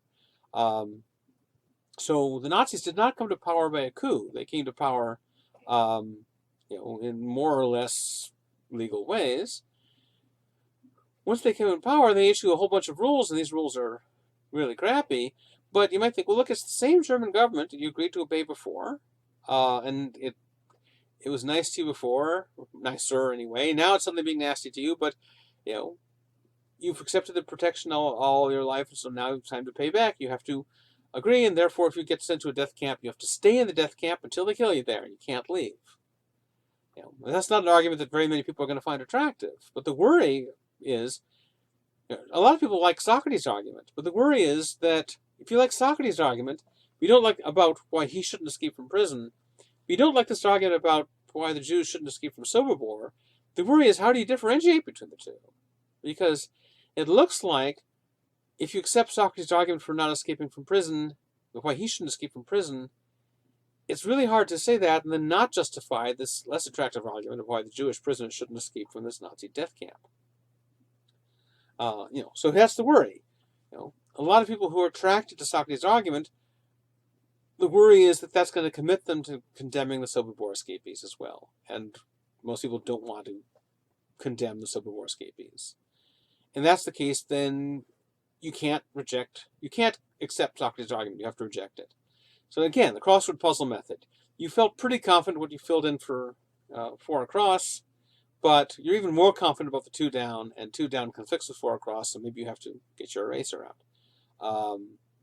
That's not the only possible reaction here, but that is a reaction a lot of people might have. But of course, if you do want to reject Socrates' argument, you can't just say, oh, I reject that argument. You have to figure out where it goes wrong, because you've got an argument isn't just asserting something. An argument is giving reasons for it. It's saying you should believe this because of these reasons. So if you don't want to believe this, you've got to find something wrong with the reasons. Remember, if the argument is valid and the premises are true, then the conclusion is guaranteed to be true. So if you want to reject the conclusion, that commits you to saying that either the argument has at least one false premise, or the argument has at least one invalid inference, or both. And so therefore, if you think the conclusion is wrong, that means you have to think the argument is not sound. It goes wrong somewhere, so then you have a responsibility to figure out where it goes wrong. Now we know which step King would reject, namely Socrates' assumption that an agreement to obey unjust commands counts as unjust only if those are commands to commit injustice. Whereas King thinks that agreeing to obey commands to suffer injustice is also an unjust agreement, and therefore it's not a binding agreement. At least based on what King says in Letter from Birmingham Jail, that seems to be the position he's taking. So what that seems to imply is that by what King says, according to what he says, the principle that Socrates invokes, namely it's being wrong to break a just agreement, does not require Rosa Parks to obey or the Sobibor escapees to obey, because if Rosa Parks were to agree to go to the back of the bus, she'd be agreeing to an unjust command. And if the Sobibor escapees agree to stay in Sobibor and be exterminated by the Nazis, they're agreeing to an unjust command. And by King's lights, agreeing to obey an unjust command is not a just agreement. And so likewise then, for King, it looks like what King would be committed to saying is that Socrates agreeing to stay in jail and be executed is not a just agreement, because since he's been condemned unjustly, he doesn't have any obligation to abide by that decision. At least that looks like what King is committed to saying about Socrates, given what King says in the Letter from Birmingham Jail. However, so suppose you do follow King and you want to reject Socrates' view that unjust legal commands have to be obeyed so long as they don't require us to commit injustice. Well, it doesn't necessarily commit you to the opposite view. So the view that you have to obey all unjust commands, if you reject that, you don't necessarily have to go to the view that you can disobey all unjust commands. You might. That's a possible view. You might say, well, look, an unjust command has no authority, and so I can disobey all of them. If Socrates is saying, obey all of them, or obey all of them so long as they don't make you commit injustice, you could say, I'm going to disobey all of them, including the ones that require me to suffer injustice. But you might favor some intermediate position. You might think, look, it's too strong to say that you have to obey all unjust commands that only require you to suffer injustice, because that's going to mean that you have to condemn the Sobibor escapees. You don't want to do that. So the portion of unjust commands it's okay to disobey has got to be bigger than just that subset that require you to commit injustice. But you might still think that, there are lots of commands, even though they're unjust, maybe you still ought to obey them anyway. Maybe not all of them. Maybe not the really bad ones, but there's some more moderate ones you might think that maybe you should obey even if they are unjust. And so you might think that the set of unjust commands you should disobey, or that you can disobey, maybe it's greater than what Socrates thinks, but you might think it's lesser than smaller than what King thinks. But if so, if you want an intermediate position, then you're going to have some principled reason for favoring that intermediate set. Why is it that? Once you agree that you don't have to obey all commands requiring you to suffer injustice, then you have to explain, why do you have to obey any? Why can't all unjust commands just be rejected? Maybe there's a reason, but then you have to look for that reason. You have to find some argument for your intermediate position, if an intermediate position is what you want.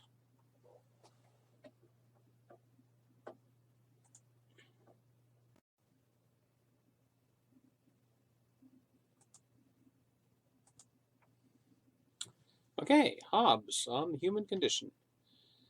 So, Thomas Hobbes, writing in England in the 17th century, is one of the most important of the social contract theorists. And remember our distinction before about different kinds of social contract theories. So there are actual ones, according to which the claim is that some contract has actually been made. There are prospective ones where a contract is being recommended. The idea is, here's what we ought to consent to. And there are hypothetical contracts, contracts that say this is the best system, or this system is justified or obligated to do this because you would rationally consent under the appropriate conditions. Well, scholars don't really agree as to which of these three things Hobbes is doing. However, there's a little bit more agreement on the next issue, which is, remember, the distinction between moral and political contracts, where a political contract takes a background moral theory as a starting point and then simply tries to make consent the basis for our political obligations. So that's what Socrates does. Socrates doesn't think that the contract he's talking about creates justice. On the contrary, justice is already in the background to explain why we ought to keep our contracts. All the contract does is to explain why there should be any political obligations we have. Whereas Glaucon's version of the social contract was supposed to explain the existence of justice itself. And so that was like a moral contract, a contract where the content of morality is being determined. Hobbes, in this respect, seems more like Glaucon than like Socrates. That is, it looks like, there's some controversy about this, but it looks like his contract is not just explaining political obligation, although it certainly is doing that, but it's also supposed to be explaining morality, why we have any moral reason to be concerned with other people. Now, Hobbes is very much influenced by Plato, but the part of Plato that influences him, the part of the dialogues he's influenced by, is not the part where Socrates is talking. It's the part where the other side is talking. The people that Socrates is arguing against, the adversaries, the opponents. So Polus and Callicles and the Gorgias. I didn't give you the part of the Gorgias that had Callicles in it, but Callicles is kind of like Thrasymachus.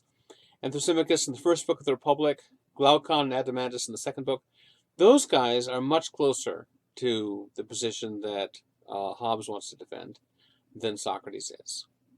So, Socrates' point of view, broadly speaking, had been the dominant one for 2,000 years. And now Hobbes is sort of resurrecting the other side. And he calls his book Leviathan. The term Leviathan comes from the Bible. It's a term for some kind of enormous and powerful sea monster. People disagree as to whether it's actually to be identified with any particular thing. Some people have suggested a whale. Some people have suggested, less dramatically, a crocodile. Or whether it's just some other fabulous beast. Anyway, in the book of Job in particular, that's not the only place Leviathan is talked about, but that's sort of the main place. In the book of Job, when God is having this, giving this tirade to Job, one of the things he does is he talks about Leviathan and how Leviathan is a supreme and unopposable power on earth. Now, he's has no power compared to God. God could just simply pluck him out of the sea with a fish hook, but Job couldn't. There's no way that Job could possibly prevail in any contest with Leviathan. And one reason that Hobbes picks this title is because this is Hobbes' analogy for what he wants government to be like. Government should be a supreme and unopposable power on the earth, subject to nothing but God. No other power can possibly oppose it. So he wants this to be this like a super juggernaut power. Now, Hobbes wrote his book Leviathan during the English Civil War, which took place in the 1640s. It was a conflict between the forces of the king on the one hand and the forces of the parliament on the other, although the forces defending the parliament were actually subdivided into various rival groups at odds with each other as well. This is a civil war in which the forces defending the parliament managed to overthrow the king, in fact, execute him. They put in Oliver Cromwell, not as king, but as protector of the realm. And then later on, he gets kicked out, and they restore the Stuart monarchy. Hobbes spent most of his time in France during this period to escape from all this. Hobbes was very much against the Civil War. He thought it was a disastrous thing. And for him, this confirmed one of his central ideas, which is life without government would mean the breakdown of all social order. It would mean complete and total chaos. All social order depends on government. And so when the government is being overthrown or threatened, as it is in his day in England, he sees this as a source of endless horror and nightmare. Hobbes is a defender of the idea of absolute monarchy. In other words, he doesn't just favor monarchy, which almost everyone did in his day, but absolute monarchy. That is, the king should have total and unopposed power. No balancing of power between the king and the parliament, but just complete and total power. A single decision maker in the government should decide everything. And this meant that the king could decree anything. People had no rights of any kind against the king. They could hope for the king's benevolence, but in terms of rights, no one had any rights but the king. The king could kill anyone he wanted, take anything. There's no legal restriction on it. And this was not the traditional idea of monarchy. Traditionally in Europe, monarchs had been hemmed in by all kinds of traditional restrictions and counterposing bodies and so forth. So absolute monarchy was really, to some extent, an innovation in the 17th century. You'd gone back a few centuries earlier and talked about absolute monarchy. Most monarchists would have been horrified. No, of course the monarch isn't absolute. But Hobbes thought it should be. Now, a lot of defenders of absolute monarchy held the view of the divine right of kings. This is the view that some families have been picked out by God and given a special right to rule over other people. And therefore, there's something special about these people. They've been favored by God. That's not Hobbes' view. Hobbes does not think there's anything special about the royal family. It doesn't matter who it is that's in that position. What matters is you have someone in the position.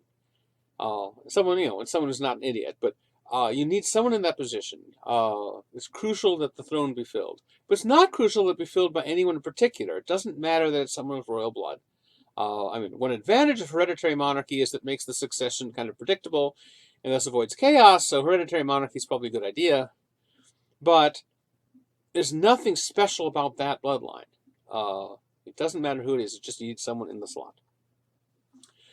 Which puts him at odds with the other monarchists, the other defenders of absolute monarchy in his day. So, as I mentioned that the forces defending Parliament overthrow the Stuart monarchy and they put Cromwell in power. Hobbes was against doing that. He's against overthrowing the government. It's very dangerous for reasons we'll see. Once it's happened, Hobbes says, all right, well, we had a revolution, that sucked, but it's over now.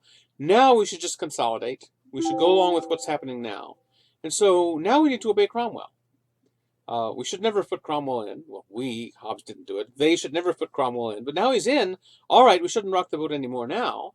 We should now obey Cromwell. We don't want to have another rebellion to kick him out, because rebellion is the danger. Whereas defenders of the divine right of kings thought, no, we need to kick Cromwell out because Cromwell is the wrong bloodline. Cromwell doesn't come from royal blood. We need to restore someone from the main dynasty, the Stuarts. Obviously Hobbes was not in favor with the opponents of absolute monarchy, but he often wasn't in favor with the defenders of it either. Now, morally, Hobbes' starting point is he wants to rebel against what has been the dominant tradition for the previous 2,000 years. Running from Socrates, through Plato and Aristotle, through the Stoics, through Cicero. Then, when Christianity and Islam come along, those religions also incorporate this doctrine of classical eudaimonism. So in the West, you get St. Augustine and Thomas Aquinas and all these guys, and they are incorporating into Christianity this doctrine that gets developed by Socrates and Plato and Aristotle and so on. And then in other parts of the world, Jews and Muslims are doing something similar. So this has become really the standard orthodoxy, the classical eudaimonist view. And Hobbes is against it. Hobbes is overthrowing it. Now, Hobbes, of course, is living in an era where lots of traditional beliefs are being overthrown. Around the same time that Hobbes is doing what he's doing, Galileo is, in Italy, overthrowing Aristotelian science, which had become the dogma, although it had not been a dogma for 2,000 years, despite what your physics textbook would tell you, but it had been for several centuries. So what are some of Hobbes' beefs with eudaimonism? Well, remember, for one thing, the classical eudaimonists argue that we're rational beings, and there's a particular goal that's the most rational goal for us as human beings to pursue, which is going to be happiness as they understand it, objective flourishing as a human being. So they favor some goals as more rational than others. Hobbes doesn't think it makes sense to talk about a goal being rational. this is an intermediate goal on the way to some further goal, but for a final goal to be rational, he thinks that can't be. Reason's job is it can help us find the means to our ends. If I want to get up to the 7th floor, reason can tell me about the stairs or about the elevator and can suggest the most efficient means for me to reach my ends. But reason can't tell me what ends I should follow, unless those ends are in turn means to some further end. But if you're looking for some end that's just valued for its own sake, reason has nothing to say about that. Our ultimate ends are determined by our passions, by our appetites, not by reason. You can defend one means as being more reasonable than another. If I want to get from here to New Orleans, I could drive a car to New Orleans, or I could try to flap my arms and fly there. And reason can tell me that one of those is an efficient way of getting there, and the other way is not so good. So once you've got a goal, reason can evaluate the means to that goal. But reason, according to Hobbes, cannot evaluate the goal itself, because that's just determined by our passions. If you want to know why you should do something, the answer is always going to be because this is the best way of achieving that other thing. But when it comes to the ultimate end, there's no argument for or against anything. So no goals are any better or worse, any more rational or irrational than any others.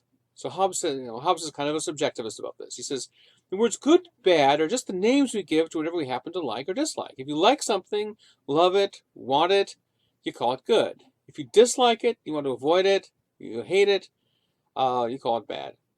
And that's all there is. There's no objective good or bad for Hobbes. Also, the whole idea of there being an ultimate end of the kind the Eudemonists believed in, that is, one that incorporated all the goods. There's the ultimate end in the sense of just a final good that you value for its own sake and not something further. Hobbes is fine with that.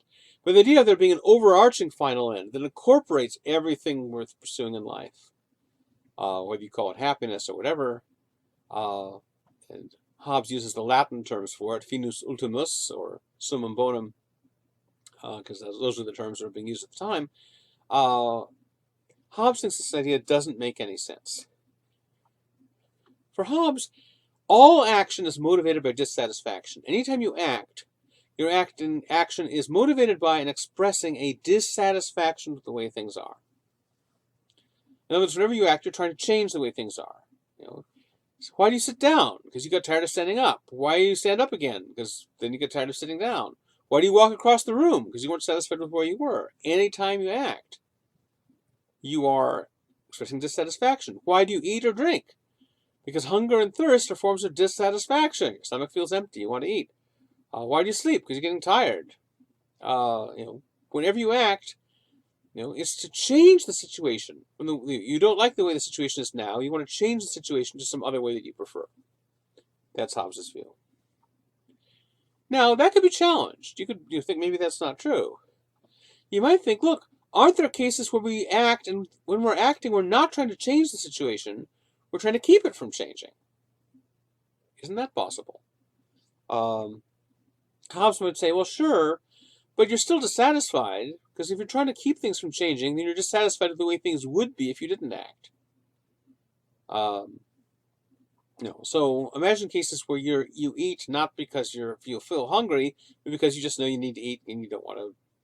If you don't eat anything, you'll die eventually. So you eat in order not to die. In that case, you're not trying to change things. You want to keep things the way they are. That is, you want to keep being alive.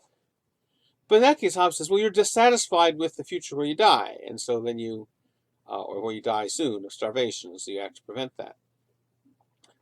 But still, if the situation you're dissatisfied with is a situation that doesn't happen, because you prevent it from happening by your action, then you never are actually in that dissatisfying situation, and so there's a sense in which you're not ever dissatisfied. So it seems like maybe there's a way that you could act without being dissatisfied, because it doesn't seem like that would explain all our actions, but at least maybe sometimes. Still, suppose Hobbes is right, that all action involves dissatisfaction. What does he think follows from this? Well, it's going to follow that eudaimonism is no good, he thinks. So, first premise, all action is motivated by dissatisfaction. You might quarrel with that, but you can see why he believes it. Second, a dissatisfied person has unachieved ends. If you'd achieved all your ends, you'd be satisfied, right? You might think, well, maybe if you achieved all your ends, then you'd be bored.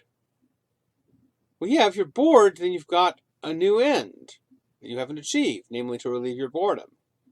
So if you really have all your ends achieved, if you don't have any unachieved ends, any unsatisfied desires right now, then you're not dissatisfied. Okay, from those two premises, it follows that you can only act if you have unachieved ends. Incidentally, there's a famous philosophical paradox about how God can act, because if God is omnipotent, it seems like he could get anything he wants, and so he has no unachieved ends. If he has no achieved ends, then then how can he engage in any further action? Although you might think, well, maybe sometimes one of your ends is to keep on doing actions from time to time. If you have the concept of constitutive means, maybe you can get around some of these things. All right, so remember that the ultimate end in the Aristotelian sense or the classical eudaemonist sense is supposed to encompass all our lesser ends. Because if there were any final end that were outside of it, then there'd be something better than the final end. There'd be something better than the ultimate good, namely the ultimate good plus this thing. And if nothing's better than this, then anything that's valuable for its own sake has to be part of it.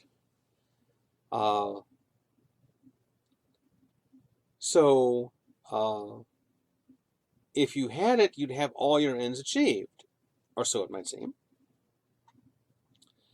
And then from 4 plus 3, it follows that anyone who possesses the ultimate end will not act.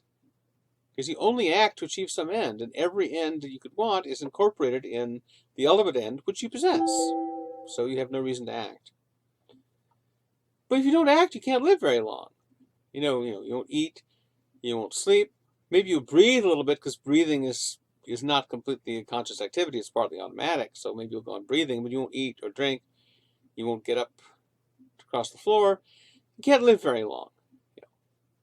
A life without any action is going to be life without, a life that is going to be very, very short. But that means that it can't be the kind of thing the classical eudaimonists talk about, which is a life lived in possession of the ultimate end. You're supposed to live a happy life. Living a happy life is not supposed to be, lying in a corner not eating or drinking until you die. That's not what it's supposed to be. It's a life doing stuff, but it's a life where living that life is supposed to be the possession of the ultimate end. Now, maybe this shows that Hobbes isn't understanding eudaimonism correctly. Maybe this isn't what the eudaimonists mean. But if so, then it's up to them to explain, why not. At least given Hobbes' understanding of classical eudaimonism seems to be the upshot here. Which is going to mean that Aristotle's idea that the ultimate end could be a life of rational activity is going to be incoherent from Hobbes' point of view. You only engage in activity if you're dissatisfied. You're only dissatisfied if you don't have the ultimate end. So how could having the ultimate end be a matter of engaging in activity and doing so over a complete lifespan? A further problem with eudaimonism for Hobbes is remember that for the eudaimonists, morality is going to be part of our happiness. That's why you can't achieve. That's why for the eudaimonists, there can't be any conflict between morality and self-interest, because virtue is part of your happiness. So you cannot achieve your happiness in a way that disregards virtue. But for Hobbes, our ends are just determined by whatever our passions or appetites are, and there's no rational constraint on what the content of your passions and appetites might be, and so there's no guarantee that your ends are going to be consistent with any particular system of morality. It might be that the final ends you have, the ultimate desires you have, are incompatible with morality and virtue. And further, that means there's going to be no guarantee that my ends will be compatible with yours. The eudaimonists believed in a rational harmony of interests, because they thought, look, my happiness requires me to be virtuous. Virtue requires me to respect your interests, and so therefore I cannot achieve my interests by running roughshod over yours. But once virtue is no longer an essential part of my self-interest, then it becomes possible that the best way to achieve my self-interests might be by running roughshod over yours, and the best way for you to achieve your self-interest might be by running roughshod over my interests. And in that case, well, then this eudaimonist vision of a rational harmony of interests turns out to be a hopeless idea.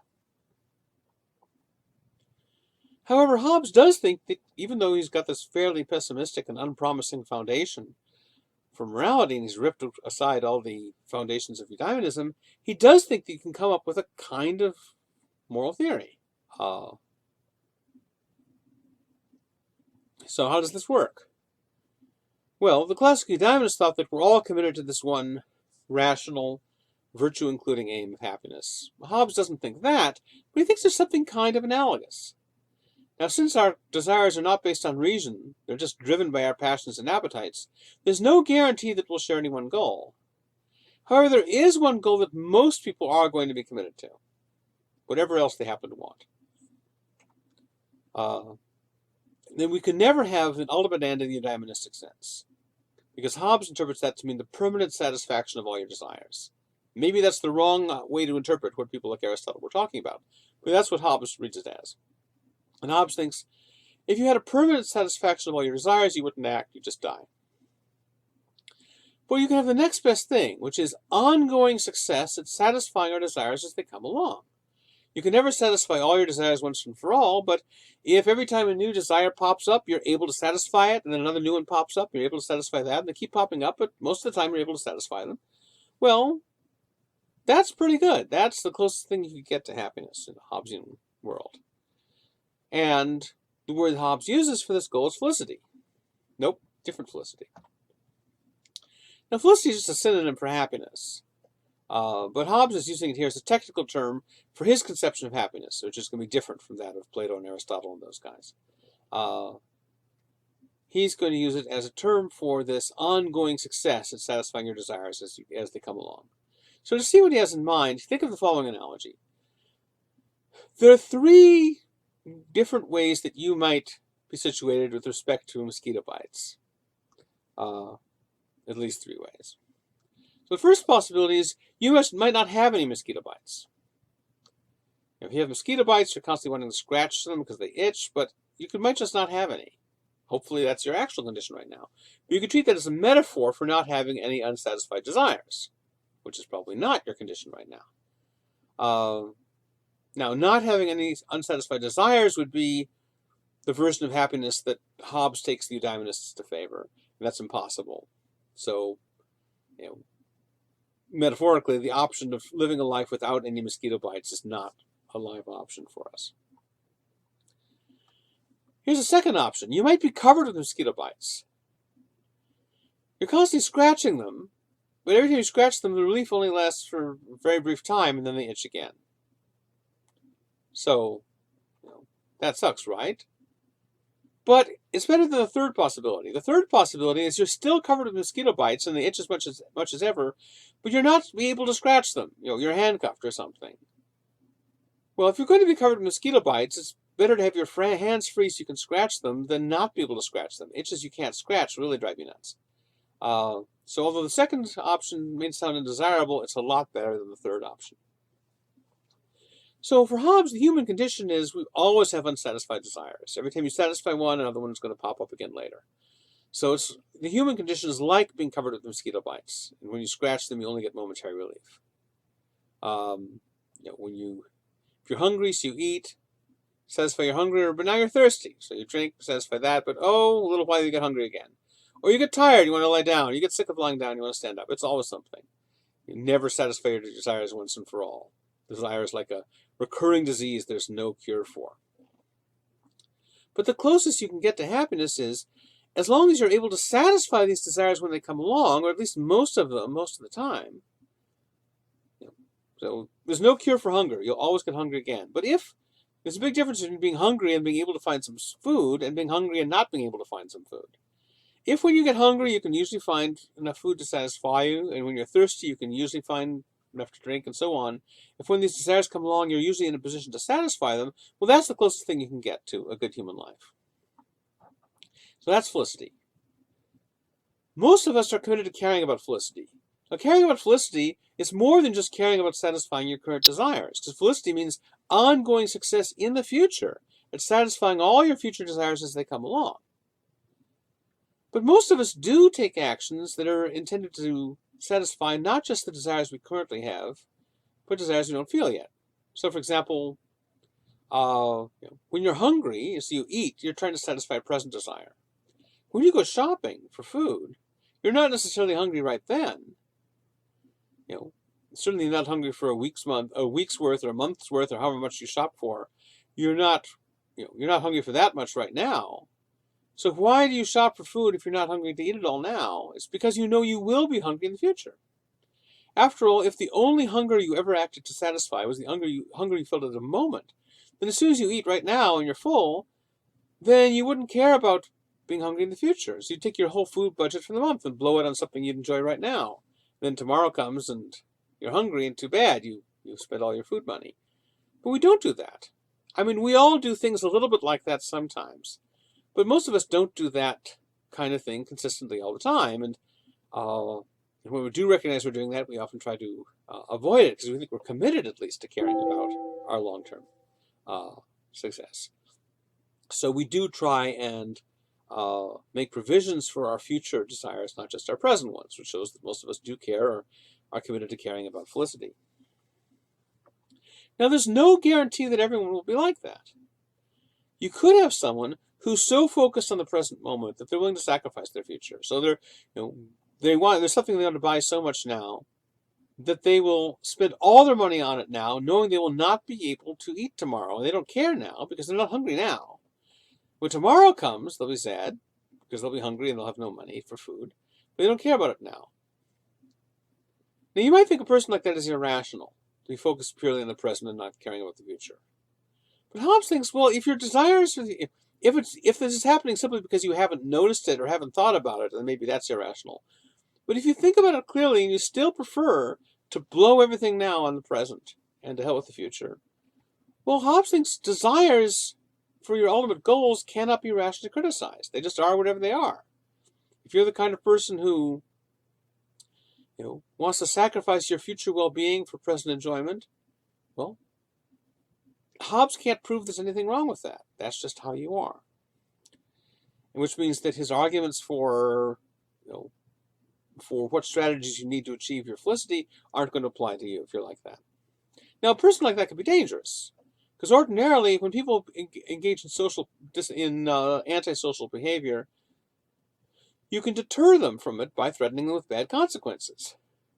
But if someone is focused solely on the present and not the future, they're not going to care about the bad consequences. And so a person like that could be dangerous. And if so, you might just have to shoot them, because you can't refute them. But they're not irrational. However, most of us are not like that most of the time, even if everyone's a little bit like that sometimes. Most of us, most of the time, do care about our felicity or can be convinced that we're committed to caring about it. Which means that we can be open to advice about what are the best ways to achieve felicity. Now, the content of felicity can be different from one person to another, because felicity is just ongoing success in satisfying your desires, and that description doesn't tell us what the desires are. So you and I might have very different desires. And so felicity for me would be pursuing my desires. Felicity for you would be pursuing your desires. And you might desire very different things from what I desire. So as we go around pursuing our felicity, we're going to look like we're doing very different things. However, there are some strategies, Hobbes thinks, that are going to apply to pretty much everyone, regardless of the content of their desires. And Hobbes' terminology for these strategies is the laws of nature. By the laws of nature, he means the strategies it makes sense for us to follow in order to achieve our felicity. Some general strategies that will apply regardless of the particular content of what we want. These are just general strategies for ongoing success at getting what we want. Now, he's borrowing the term laws of nature from the classical eudaimonists. They used it too. But by the laws of nature, they meant moral principles that were inherent in human well-being. These are moral principles that would be constitutive parts of the human good. Whereas for Hobbes, they're obviously merely instrumental. For Hobbes makes them merely strategies, like Glaucon. Whereas the classical eudaimonists, like Socrates and Aristotle, thought virtue was part of the human good. The reason they're called laws of nature is you can figure out their content by examining human nature. These aren't laws that were created by any human authority. They're just inherent in nature itself.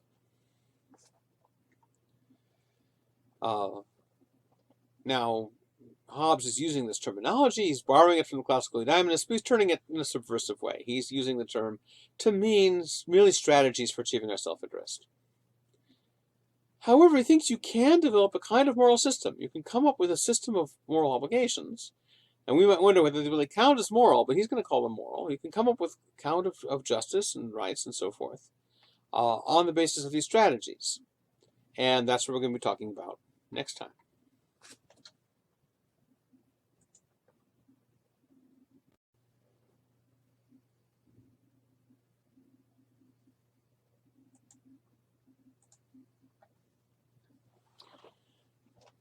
Okay, third lecture on Hobbes. Now we come to Hobbes' theory of the state, Hobbes' theory of government to the rescue. Okay, so remember the situation. The state of nature is like a Tarantino standoff. Everyone's pointing guns at everyone else. We all wish we could put our guns away. But everyone's afraid to make the first move to do it. Maybe they've understood Hobbes' reply to the fool, so they realize that it's unwise for them to exploit others' cooperation, but they don't know whether other people are fools or not. So they still have reason to fear that other people will exploit their cooperation. So everyone's afraid to make the first move toward cooperation. We all want to cooperate, or most of us do maybe. But everyone's afraid to make the first move to do it. And so we're just stuck in this dangerous situation. But now suppose that over the hill comes a guy in a tank. He pulls up this big tank, points the big gun at us, and says, "All you people, put your guns away now." Ordinarily, someone coming over the hill in a tank and threatening you is not in your self-interest. In this case, it seems to be. Now, of course, if the guy in the tank threatened only me, told me to put my guns away, but didn't tell the rest of you to put your guns away, then that would not be a benefit to me. But if the guy in the tank threatens all of us, makes all of us put our guns away, then paradoxically, he may have benefited us. I mean, whether he has or not depends on what he does next. But in one sense, he may have benefited us because he's made us no longer dangerous to each other. Because I now have a reason to think the others will put their guns away. Not because of me, but because of this guy. Because this guy, our guns are no good against his tank. So he's not threatened by us. He's perfectly safe. And so the kind of strategic thinking that goes on among us doesn't go on between us and him. We have good reason to all put our guns away, and so now we're all safer from each other anyway. Now, that doesn't necessarily mean we're better off, because it depends what the intentions of the guy in the tank are. Because now we're safe from each other. We've all put our guns away, but are we safe from the guy in the tank? Oh, no. Suppose he's some psycho killer. He just wants to blow us all away. Then his arrival was not good for us. However, Hobbes thinks that the average government ruler is not going to be a psycho killer. Some of them are. And that sucks when they are. But he thinks that most rulers are going to be fairly reliable. Not because they're such nice people.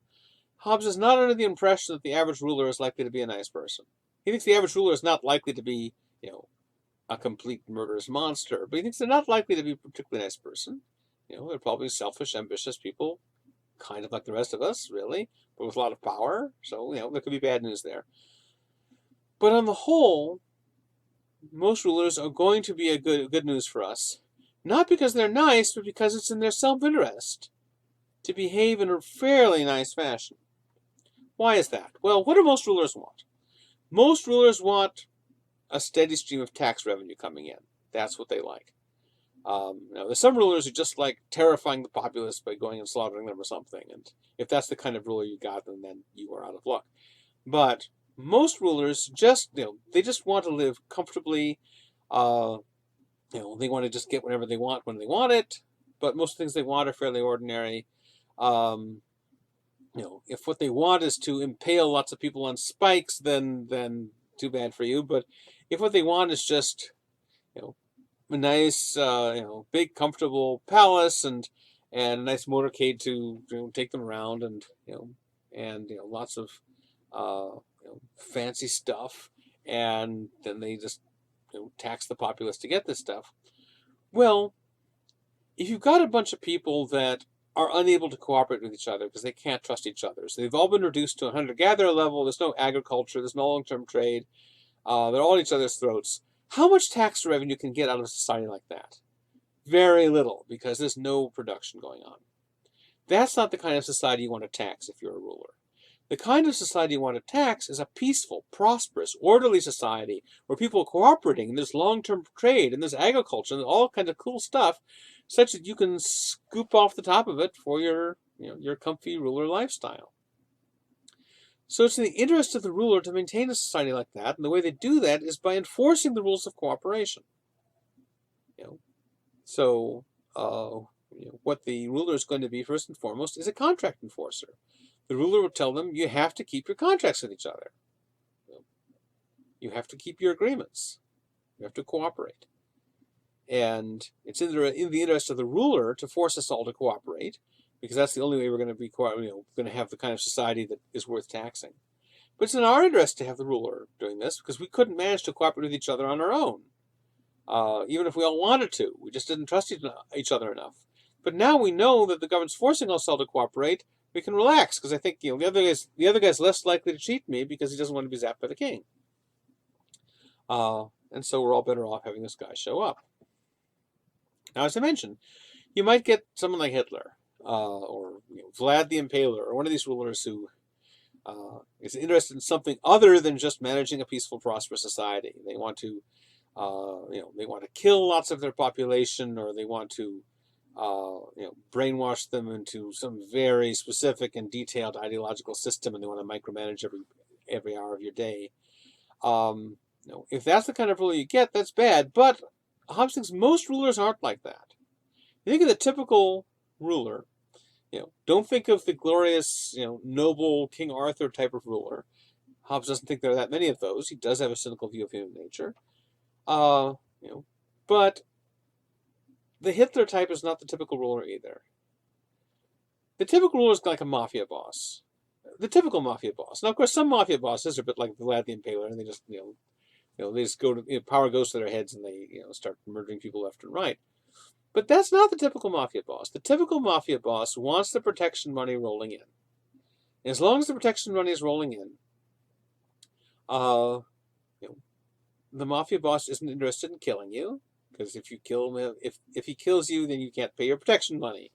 So as long as you are paying your protection money, he's not going to kill you. The mafia boss doesn't want to micromanage your personal life. The boss doesn't care what you do in the privacy of your home that much.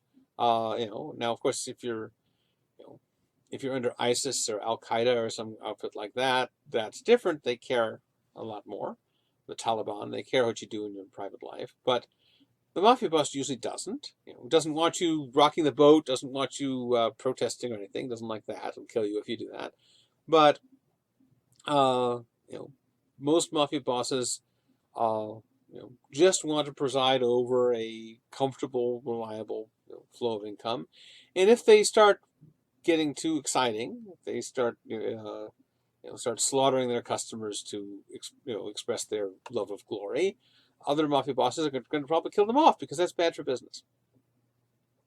So think of, or if you want to think of a dictator, don't think of Hitler or Stalin or Kim Jong-un. Think of sort of more of a typical third world military dictator, some general who seized power in a coup, and he doesn't care about details of your personal life the way that that Kim Jong-un does, and doesn't want to kill lots and lots of people just out of some fanatical hatred the way Hitler does. He just wants order, stability. He wants this nice fancy mansion. He wants the money rolling in. That's the typical ruler, and Hobbes thinks that's pretty good. Way better than ours all pointing guns at each other, or no one's going to be in a position to manufacture guns, all pointing sharp sticks at each other in the state of nature. However, that doesn't mean that the rational ruler is going to let you do whatever you want. The rational ruler is probably not going to be interested in micromanaging every detail of your life, assuming that he's not in the grip of some ideology. But it doesn't necessarily mean that the ruler is going to say you can have all the free speech or free press or freedom of religion that you might like. In fact, Hobbes thinks it's dangerous to have different religions tolerated in the same state, because they tend to get into conflict with each other. Each one wants to be the dominant religion. Each one wants to seize power. So Hobbes thinks it's perfectly fine for the king to choose what's the official religion of the state's going to be? And if you prefer a different religion, well, too bad for you. Now, one of the chief causes of rebellion in Hobbes' day, Hobbes is living during the period of the wars of religion, because there was a general assumption that some religion was going to be the dominant power, and so all the religions fought to see which one it would be, and each one fought to have itself imposed on everybody. And when the government imposes one religion, people of a different religion will try to rebel. Hobbes thinks that's a mistake. You should not try to rebel. Because remember how awful the state of nature is. Remember how fragile human cooperation is. You shouldn't, if you've got anything at all half decent in the way of a government, then you shouldn't do anything to resist it or overthrow it. That's really dangerous. It could land you back in the state of nature. You shouldn't fuss about your rights. Religious freedom, freedom of speech and press, those aren't that important. You just, as long as you're living a comfortable life and no one is slaughtering you, you should be so grateful. You're living a prosperous, comfortable life, a peaceful life. You shouldn't care about being able to defend your views on politics and religion and so forth. The king may allow you some freedom in that area if it doesn't impact on his rule, and you should be glad if he does. But the king doesn't want to encourage points of view that might undermine his regime, and so the king is going to ban some thinking, and you should be fine with that. Now, how does the social contract work? Well, again, it's all, as I said before, it's vague in Hobbes as to whether Hobbes thinks that this ever actually happens historically, or whether he's recommending we do it, or recommend that we think of ourselves as having done it, or arguing that government is justified because we would do it in this case. It's not clear, but the basic idea is that in the state of nature, since contracts cannot be binding unless there's a government to enforce them, the only contract that's binding in the state of nature is the contract to set up government. So the idea behind the social contract is we all get together and we say, all right, let's set up a government and then we'll obey it from now on. And that contract is binding because it creates the conditions of its own enforcement. When we all get together and set up the government, then now there's a government. And our reason for setting it up was to get other people to cooperate with us. But once we've set it up, then we now have a new reason to obey it, namely to avoid it punishing us. And so the contract that gets us out of the state of nature, the one that sets up the government, also gives us our motivation for abiding by it, and thus creates justice. That's when justice begins. The moment justice begins is when there's a contract that creates the conditions for its own enforcement. Now, there's some versions of social contract theory where the contract is a contract between the government and the people. Something like the people agree to obey the government in exchange for the government agreeing to provide certain freedoms to the people, or whatever. Socrates' version of social contract theory in the Crito is kind of like that. That's not Hobbes' version. The Hobbesian social contract is not between the people and the government. Rather, it's a contract among all the people to set up the government and then obey it. The government itself is not a party to the contract. And this is another reason that Hobbes picks Leviathan as a symbol for the government. Because one of the things that, when God is asking Job, do you have the kind of power I have? Could you get a fish hook and pull Leviathan out of the sea by yourself? Could you get the Leviathan to speak softly to you? Could you try to make a covenant with Leviathan? The obvious implication being that would be impossible. Leviathan, the sea monster in the Bible, is so disproportionately powerful relative to Job that it would be impossible to have any kind of contract with them. The Leviathan would have no reason to abide by any contract with Job, because Job has no power of enforcement over it. So that's the way that Hobbes is thinking about this. So the government, the ruler, has no contractual duties toward his subjects. Therefore, it's not, if the government decides to kill you or enslave you or do something to you, it's not unjust. The king is above the law. He can do whatever he likes. Now, if the king is rational and cares about his felicity and understands the conditions for his long-term felicity, he's probably not going to do all those awful things. But The ruler is not part of the contract. The contract is just among the people. Now, there's a famous puzzle about Hobbes' story here. Hobbes tells us that social cooperation is something that's almost impossible to achieve, at least widespread social cooperation, large-scale social cooperation. It's almost impossible to achieve without government. But in that case, how do people manage to set up a government in the first place? Because it seems like setting up a government is the kind of task that requires cooperation. So how, if people have to cooperate in order to set up a government, but you can't cooperate unless there's a government already in place, it seems like a circle. Now, the way Hobbes often makes it sound is it's like it's instantaneous. We all agree to set up a government, and boom, by agreeing to it, we've created it, and thus it now enforces our agreement. But in the real world, you can't set up a government instantaneously. It's going to be a slow process. And so, during the period between your first starting to set up the government and you're actually having achieved one, during that period, what motivates the people building the government to cooperate? Given that they don't have a government yet, so they're still in a state of nature. And yet a lot of different people are going to have to cooperate to set up a government. So how do we make sense of this? Well, Hobbes does not offer us an explicit answer to this question, but people who've read Hobbes have suggested an answer that he could plausibly give. So remember that Hobbes thinks it's really difficult to get people to cooperate if they're strangers. Hobbes thinks that among friends, and particularly among family groups, it's easier.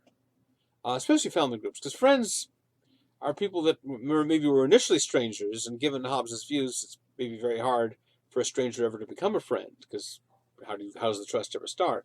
But within family groups, you sort of start from the beginning with affection toward them.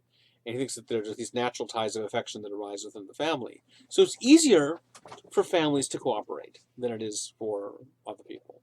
Doesn't mean they always will. Again, Hobbes is cynical enough. He certainly thinks that many times people will stab their family members in the back to gain some advantage. And certainly you can see plenty of cases like this in history. But nevertheless, on the whole, there's going to be more cooperation within a family group than between people who are not a part of the same family. Well, how could this help make government possible? Well, suppose you've got an extended family group, not just mom and pop and 2.5 kids, but some extended. I don't know if it's as big as a clan, but or a tribe, but some extended, fairly large extended family group, some band of family-related people. And suppose that this group is able to cooperate with each other well enough that they can go and conquer another group. So here's big family group A goes and conquers big family group B. Slightly smaller maybe, but well, now together you've got like a miniature version of a state. A and B together are a new society. A is the government, B is the ruled. And if that works well, then this group can go around and they can conquer a third group, C. And then ABC can go around and conquer a fourth group, D. And so it can gradually get larger. There's a possible story about how government can arise in a Hobbesian world. Of course, this is not a story about government arising through a social contract. It's not that story. So there's still a question about how to reconcile with everything Hobbes is talking about. But this is a way in which you could possibly get government started, even if creating government requires cooperation and wide-scale cooperation requires government. All right. Well, suppose that we've gotten this government. What kind of government is the best kind to have? I mean, Hobbes thinks pretty much any government's better than none, and if you happen to have one, even if it's not the perfect government, you should support it rather than trying to rebel against it. But still, some governments are better than others. What should the best one be like? Well, remember that Hobbes thinks people have trouble cooperating unless there's some ruler over them. This isn't just true of the people under the government, it's true of the people in the government, too. The people who form the government are a bunch of people cooperating. And they could have unresolved disputes, too. And so, therefore, they're going to have trouble cooperating unless there's some authority over them. And this is a reason for narrowing the scope of authority higher and higher as we go up until finally we reach just one person. Hobbes thinks that the most efficient form of government is one where there's a single person at the top. Because suppose you had a group of 2 or 3 people at the top. Then what happens if they disagree? Or have trouble trusting each other? What happens then? You need some decision where one of them is the decision maker. And that's why he favors absolute monarchy. He thinks the more the decision-making power is concentrated in fewer and fewer hands, the less scope there is for failure of cooperation. And ideally, if the top person doesn't have any problems cooperating with himself, and so that's why Hobbes thinks absolute monarchy is the best system. Now, many other political theorists think the opposite. Many political theorists, including the ones behind the United States Constitution, believe that you should have divided power, as you should have different branches of the government with different powers. And you don't unite all decision-making power in one hand. And the theory behind this is they're worried that if you concentrate too much power in any one part of the government, then the people in that branch will have an incentive to abuse their power. And you want to prevent that by having other ones that check and balance them. So if one part of the government starts stepping out of line, another part will come along and zap it. So this is part of the theory of the U.S. Constitution. So the first division of power in the Constitution is between the federal government and the states. I wrote the state there, and that's a mistake. Should be states, plural. So there are some things that are the purview of the federal government. There's some things that are the purview of the states. You divide power between them. Within the federal government, you've got power divided between the legislative, executive, and judicial branches. 3 different branches, no one of them dominant. Moreover, the legislative branch gets divided further. It gets divided between the House and the Senate. Now, originally, the House and the Senate were chosen very differently. The House was elected directly by the people, whereas the Senate was chosen by state legislatures.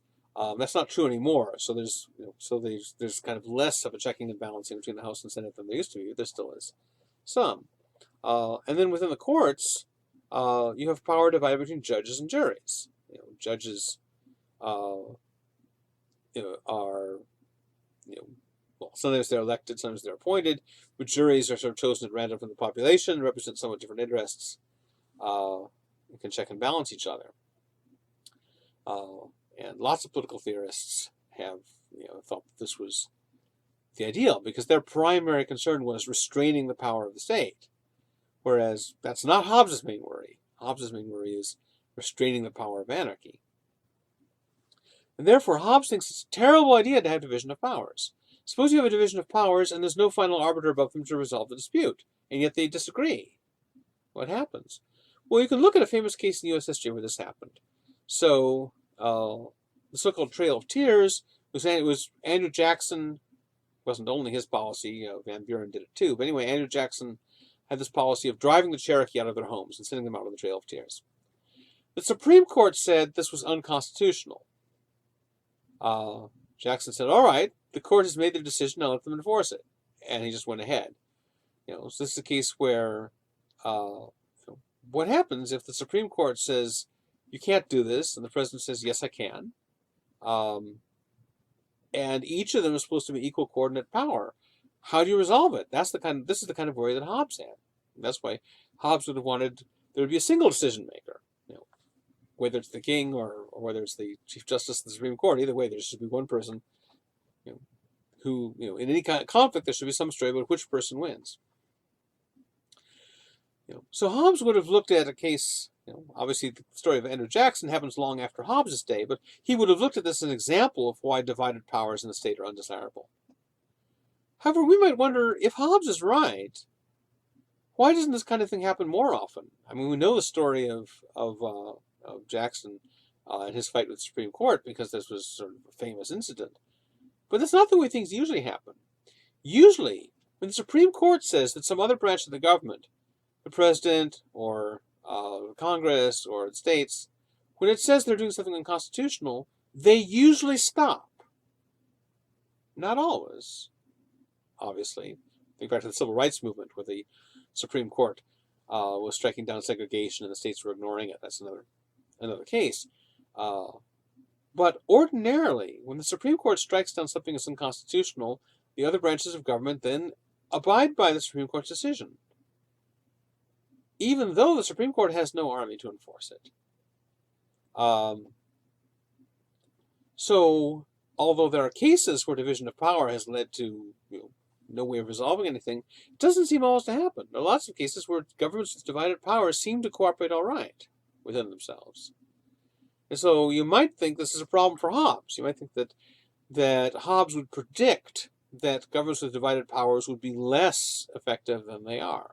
They're not always all that effective, maybe, but you think that Hobbes should have predicted that they'd be even worse, and they don't seem to be. There's another puzzle that you might raise about Hobbes' theory, which is, all right, so how the absolute monarch is supposed to be the supreme power enforcing cooperation in all the lower ranks. But how does that work? Now imagine the monarch were literally Superman, like the picture I had at the end of the last lecture. Well, that would make sense. Someone with the power of Superman could literally be the king of a whole country and maintain power by his own personal might, because he's got super speed, so he can be go everywhere. He's got supervision, so he can see everything. Super strong enough that he could defeat a whole army.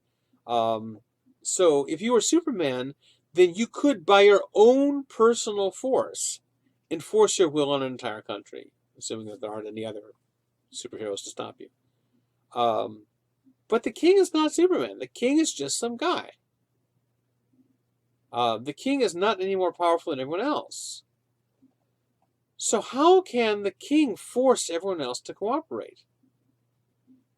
People have been, if the people have been forced to cooperate by this rank of people, but they're smaller than this group, and they're being made to cooperate with the king, but the king couldn't force them all to do it. This connects to a famous paradox that was raised by in the 16th century, so a bit before Hobbes' day, by the French philosopher Etienne de la Boétie. And if you know any French, you might think it should be pronounced La Boétie, and it is pronounced that way nowadays, but in his day and in his region, it was pronounced La Boétie. Anyway, so the 16th century philosopher La Boétie wrote a book called The Discourse of Voluntary Servitude, in which he explored the question of how rulers maintain power. And he said, look, you might think that rulers maintain power by force. But he says, how is that possible? Rulers are outnumbered by those they rule. The people who are ruled are this vast, huge group of millions of people. The rulers are just one person or a few people at the top. They have a small number of people or one guy couldn't possibly force millions of people to obey just by force. And so he drew the conclusion that rulers cannot maintain power by force alone. And his conclusion then was that all governmental power depends on the acquiescence of the people. The people generally have to acquiesce in it. They may not be happy about it, but they, if enough people resisted, the government wouldn't be able to survive. And so the reason people obey the government is not fear of the rulers all by themselves, because those rulers are just a tiny number of people. They fear the other people. They fear the wider group, but the other people would enforce the king's commands. Why? Because in some sense, enough people have to be going along with it, whether for ideological reasons or for confusion or whatever way. Now, the moral that La Boétie was pushing is, you can overthrow the government without having a violent revolution. You don't have to seize power and kick the king out and seize the palace. If you want to overthrow the government, just stop obeying. Just ignore the government. An oppressive government is the kind of problem that will go away if you ignore it. But of course not if one or two people ignore it. If one or two people try to ignore an oppressive government, they will soon be brought to heel. But if the majority of people were to ignore an oppressive government, just ignore it, not go and storm the gates and and execute the rulers, but just treat them as treat the king as just some guy. So the king comes and issues a proclamation. Just treat it the way people would treat it if I went on the street corner, holding a sign and making some proclamation. If you just treat the king like some guy, he in effect becomes some guy. So La Boétie developed a theory of revolution as mass disobedience, not seizing power, but just withdrawing consent and ignoring the ruler. Now, obviously, La Boétie's goals are very different from Hobbes. La Boétie was interested in overthrowing oppressive regimes. Hobbes thinks overthrowing oppressive regimes is disastrously bad and wrong. So they would have been on opposite sides of a lot of issues. But what La Boétie is saying does raise a puzzle for Hobbes, because Hobbes thinks that cooperation among people depends on the power of the state. But if Lobwetti is right, it's the other way around. The power of the state depends on cooperation among the people. The state couldn't have any power unless people went along with it and submitted to it and enforced it, and so on. So if Lobwetti is right, how do we make sense of Hobbes's claim that cooperation among the people depends on the power of the state? So in connection with this, the original edition of the Leviathan on the first page had a picture, and although the drawing is not by Hobbes, Hobbes commissioned the drawing and he gave instructions to the illustrators what kind of drawing he wanted. So this is a good representation of what he wanted there. The line at the top in Latin is a quote from Job. It says Job 41:24, although the numbering of the books of the Bible is different in different editions, and so that wouldn't be the one you'd find if you looked in, say, a King James version. But anyway, the Latin says, "There is no power on earth that can compare to it," it being the Leviathan. And then we have a picture of the government, or the ruler, here as this vast, powerful guy looming over the landscapes. You see the landscape of Britain there, and there's the king. In one hand he has a sword, in the other hand he has a scepter. He's clearly in charge of the situation. If you look closely at his body, you'll see his body is composed of lots of smaller human bodies. And if you can't see too well in this picture, take a look at this one. Here's just a close-up. All those human bodies, you're seeing them from the back in the center or from the sides on his arms because they're all looking up to the head. So the idea is that the king is, the king's power is composed of all these people obeying him. Well, this is the picture that Hobbes wanted for Leviathan. But you might wonder whether this picture really helps his case. How would you react to this picture if you were a fan of Lobwetti? You'd say, yeah, the state is made of people. It's like Soylent Green. The power of the state, those arms holding up the sword and so forth, those are made of people obeying. So the power of the state depends on all these people going along with it. It's not, the power of the state is not something external to society that's constraining it. It arises from society. And so how can you really treat the ruler as the cause of social cooperation when the ruler's power depends on social cooperation? Instead, from Lobwetti's perspective, the ruler is more like a parasite on social cooperation. Here's another puzzle we might have about Hobbes.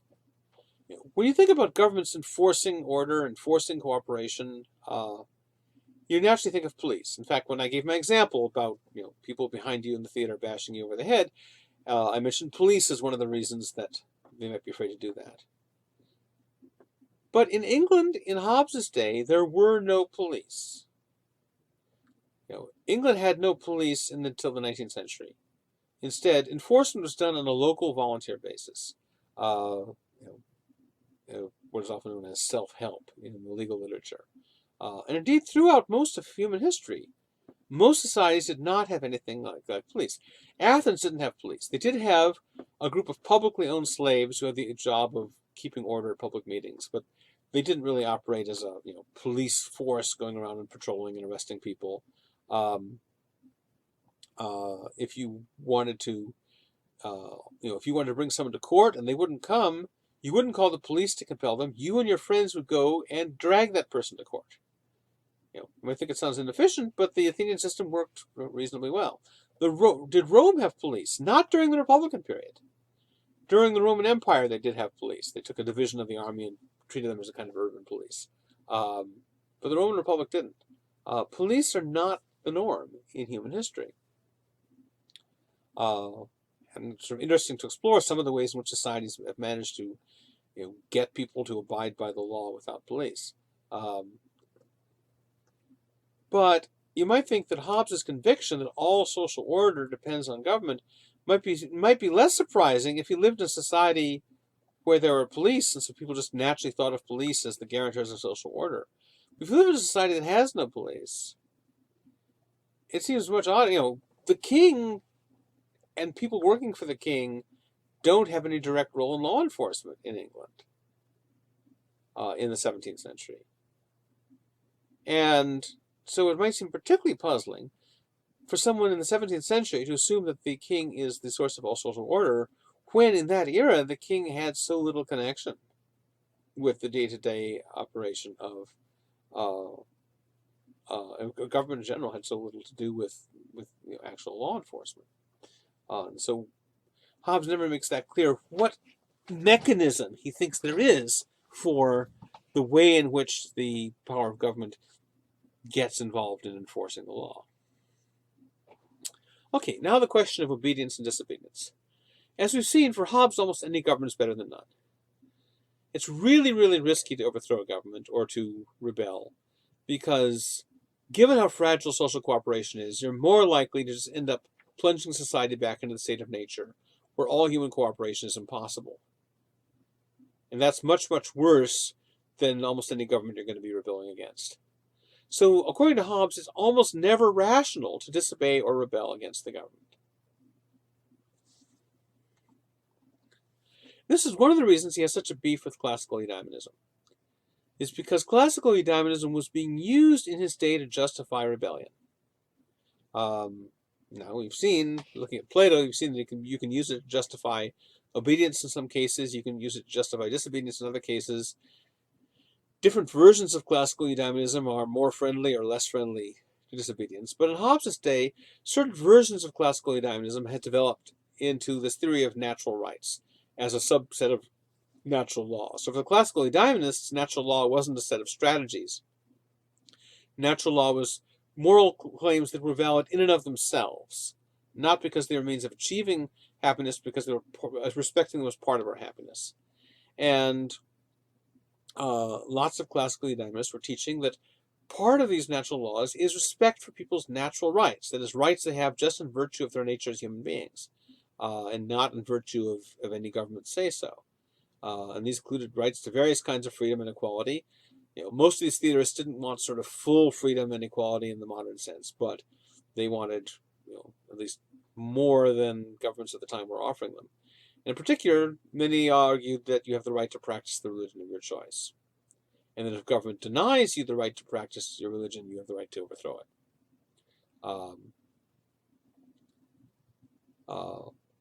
Hobbes completely rejects that idea. In fact, this is one of the reasons Hobbes wants to ban classical eudaimonism. He thinks that these books should not be, people, or at least ordinary people, shouldn't be allowed to read them. You certainly shouldn't be allowed to discuss or promote them. So Hobbes is in favor of censorship.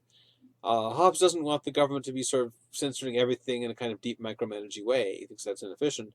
But if there are doctrines whose natural upshot seems to be that it's okay to rebel against the government, it's okay to ban those. The government should ban them.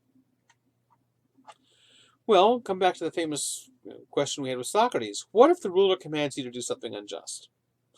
Should you do it or not? Well, Hobbes thinks this isn't really possible because nothing counts as unjust if the ruler commands it.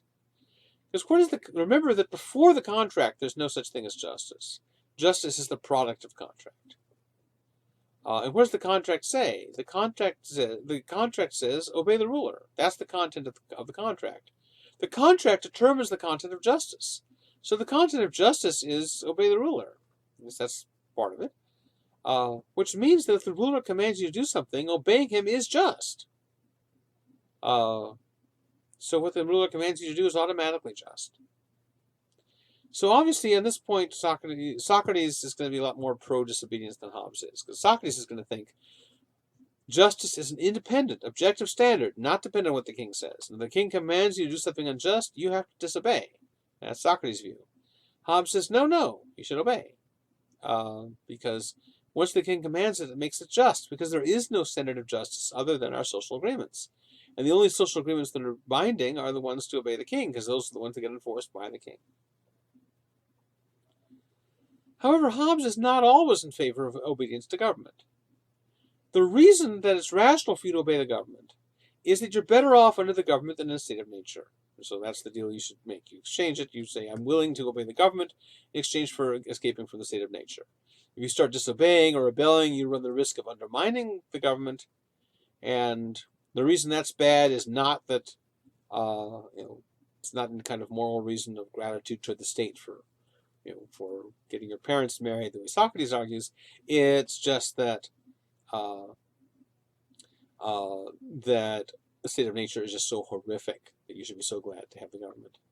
However, if the government decides to kill you or imprison you, then it's no longer the case that you're better off with the government than you would be under anarchy. So the condition that makes it rational to obey the government disappears if the government comes to zap you. If the zapping you is just, oh, you don't get to practice your religion, Hobbes says, oh, don't fuss about that. But if they're going to kill you or they're going to lock you up or put you to forced labor or anything like that, well, now they're no longer an improvement over the state of nature. And that means you no longer have to obey them. If the government tries to kill or imprison you, you're justified in disobeying, you're justified in trying to escape, or for that matter, you're justified in trying to rebel and overthrow the government. Because the government is no longer an improvement over the state of nature for you. Now, of course, back before the government was trying to kill you or imprison you, it was in your interest to make the government as powerful as possible to enforce cooperation. And if that succeeded, you're probably not going to succeed in rebelling against the government now. However, it is okay for you to try now, once once the government is no longer protecting you. So this is a point where Hobbes is actually going to be more friendly to disobedience than Socrates is. Because, remember, Socrates doesn't think he should escape if the government tries to kill or imprison him. So here's what I think Hobbes would say to Socrates. Hobbes would say, look, when you went around, going around asking all your questions, undermining traditional order, you shouldn't have done that. Because you were undermining faith in traditional institutions. That means undermining the Athenian government. And I, Hobbes, am not a fan of the Athenian government. It's a democracy. I favor absolute monarchy. The Athenian government is far too democratic, far too unstable. But it's better than anarchy. And so you shouldn't have tried to, go around causing so much trouble and potentially undermining its foundations. And as for your claim that you have a moral duty to defy the authorities if they order you not to philosophize, because you've been given a divine mission to promote philosophy. Well, people defying the authority because they claim they've got some kind of divine mission is precisely what's causing all these civil wars. Back where I am in the 17th century, it's dangerous for people to get the idea that they can put their private religious opinions ahead of the judgment of the state. This is a kind of religious fanaticism that leads to piles of dead bodies. We don't want it. For the sake of public order, people should subordinate their private religious convictions to the judgment of the state. And that means if the state says stop philosophizing, and the Delphic Oracle says philosophize, the state wins, the Delphic Oracle should be ignored in this case. However, now that the state has locked you up and is going to execute you, it's no longer the case that you're better off with the state than without it. So if your friend Crito comes and offers to bribe the guards and help you to escape to Thessaly or anywhere, you should go. You should escape as fast as you can. And if you say, oh, you made a contract with the state not to disobey them, contracts are rationally binding only when it's in your self-interest to obey them, because the state makes it in your self-interest by punishing you if you disobey them. But in this case, if the government is commanding you to let yourself be executed, in this case, the government is punishing you for obeying them, because if you obey them, you'll stay and be executed, and that's the punishment. The whole point of punishment is that it's supposed to make disobeying more disadvantageous to you than obeying. But if obeying gets you killed, and disobeying gets you, relaxing with Crito's rich friends in Thessaly, then this is a case where you're punished for obeying. You have no reason to abide by the contract now. It's not in your self-interest. Of course, the reason that Socrates would not accept this argument from Hobbes is that they do not have the same conception of self-interest. Hobbes thinks that self-interest is just a matter of satisfying your long-term ability to get whatever you want, and what you get, and there's no rational constraint on what you might happen to want. Whereas Socrates thinks that we are rationally obligated, rationally committed to thinking of our self-interest in such a way that it includes justice within it as part of it. So justice for Socrates is not going to be some sort of strategy for achieving our self-interest. Justice for Socrates is going to be part of our self-interest. So that disagreement between Socrates and Hobbes is going to make it so they're going to disagree about pretty much everything else. But it's important to see this isn't just a brute disagreement. It's not like, oh, Hobbes and Socrates are different personality types with different views. Keep in mind that Socrates has arguments that you, given what you currently believe, are really committed to accepting what Socrates thinks. And Hobbes has arguments that you, given what you currently believe, are committed to what he thinks. So really, they're not just battling with each other, they're both making a case to you, because they both try to start from very widely held assumptions. They don't start from idiosyncratic assumptions about their own position. They try to convince you that if you think about it, you'll come to their view rather than the other person's view.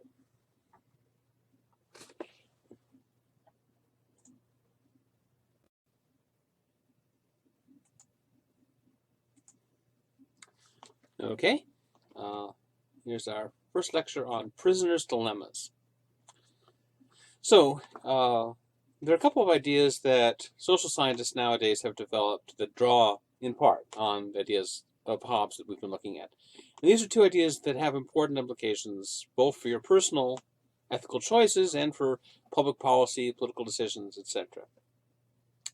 One of these is the prisoner's dilemma, and the other one is the public goods argument. They're closely related. In fact, you could argue that the public goods argument is really a version of the prisoner's dilemma. Anyway, we can look at prisoner's dilemmas in this lecture and the next one, and then we'll look at the public goods issue in the lecture after that. Okay, so a prisoner's dilemma, and I sometimes going to call it PD for short. A prisoner's dilemma refers to any situation in which the following is the case. You have to decide whether or not to cooperate with someone. You have a choice between cooperating and defecting. Defecting is the technical term here for just not cooperating, doing the opposite of cooperating. So you have to decide whether to cooperate with this other person or defect. And they have to decide whether or not to cooperate with you or defect. And each of you has the following preference ranking. That is, each of you has the following list in order of which options you most prefer less, and prefer least. So, if I'm in a prisoner's dilemma, and I'm trying to decide whether to cooperate with the other person or not, well, my favorite option is that I defect and they cooperate. So they cooperate, they do something nice for me, I defect, I don't do anything for them. That's my favorite option if I'm in a prisoner's dilemma. My second favorite option, if I'm in a prisoner's dilemma, is we both cooperate. They do their side of the bargain, I do mine. My third favorite option is we both defect. They don't do their thing that they promised to do, I don't do mine. And then my least favorite option is that I cooperate and they defect. So to understand this, let's take a concrete example. So suppose you offer me $50 to mow your lawn. Well then, if I'm in a prisoner's dilemma, or those cases where I'm in a prisoner's dilemma are cases where I'm thinking as follows.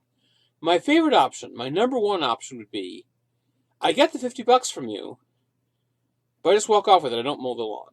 So I get the benefit from you, but I do not provide a benefit in return. That's what I prefer most. Again, the claim isn't people always prefer that most. The claim is, if you're in a prisoner's dilemma, that's what you prefer most. In other words, it's part of the definition of a prisoner's dilemma that people have these particular preferences.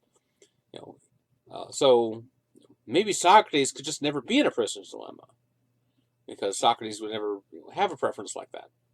The claim isn't that people will always have these preferences. It's just that whenever they do, whenever people have a certain set of preferences in a cooperation situation, something interesting happens. So when I'm in a prisoner's dilemma, my first option, what I'd most like, is I get the money, but I don't mow your lawn.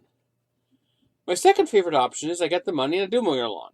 In other words, if the only way I can get the money is to mow your lawn, well, I'll do it. I'd rather get the money without having to mow your lawn. As long as I have to mow your lawn to get the money, well, I'm willing to do it. My third favorite option is I don't get the money and I don't mow your lawn. So in other words, I do prefer the money to having, it's worth it to me to expend the effort to get the money. And my least favorite option is that I do mow your lawn, but I still don't get the money. You stiff me instead of my stiffing you. And if we're in a prisoner's dilemma, then you have the corresponding motivations. So your favorite option is you don't pay me the money, but I mow your lawn anyway. Your second favorite option is you do pay me the money and I do mow your lawn. Your third favorite option is you don't pay me the money and I don't mow your lawn. And your least favorite option is you do pay me, but I don't mow your lawn. So in other words, each of us would like to get a benefit without having to give a benefit in return. But if the only way we can get the benefit is to give one in return, we're willing to do that. And what we want least is to give a benefit without getting anything in return. Now notice, if you look at these options, notice that my second and third favorite options are the same as yours. What I want second most is that we both cooperate. And what I want third most is we both defect. And you're the same way. What you want second most is we both cooperate. What you want third most is we both defect. However, my number one option is your number four. My favorite option is that you benefit me and I don't benefit you. And unsurprisingly, that's your least favorite option. Likewise, my least favorite option is I benefit you and you don't benefit me. And of course, that's your top option. That's going to be important in explaining why there's a certain paradox that's going to result here. Okay, that first line is what I just said, but I thought I'd say it over the previous slide so you could see the options as I was saying it. The second paragraph is also something I just said. So people who talk about prisoners' dilemmas are not assuming that people always reason this way. They're just saying when they reason this way, there's an interesting paradox that happens. However, one reason that social scientists are so interested in talking about prisoners' dilemmas is they suspect that people often do reason this way in situations. So it's not a purely theoretical thing. It's something that they think actually you would find cases of happening. So the big question is, suppose you find yourself in a PD, a prisoner's dilemma situation, the kind I described. What's the rational thing to do?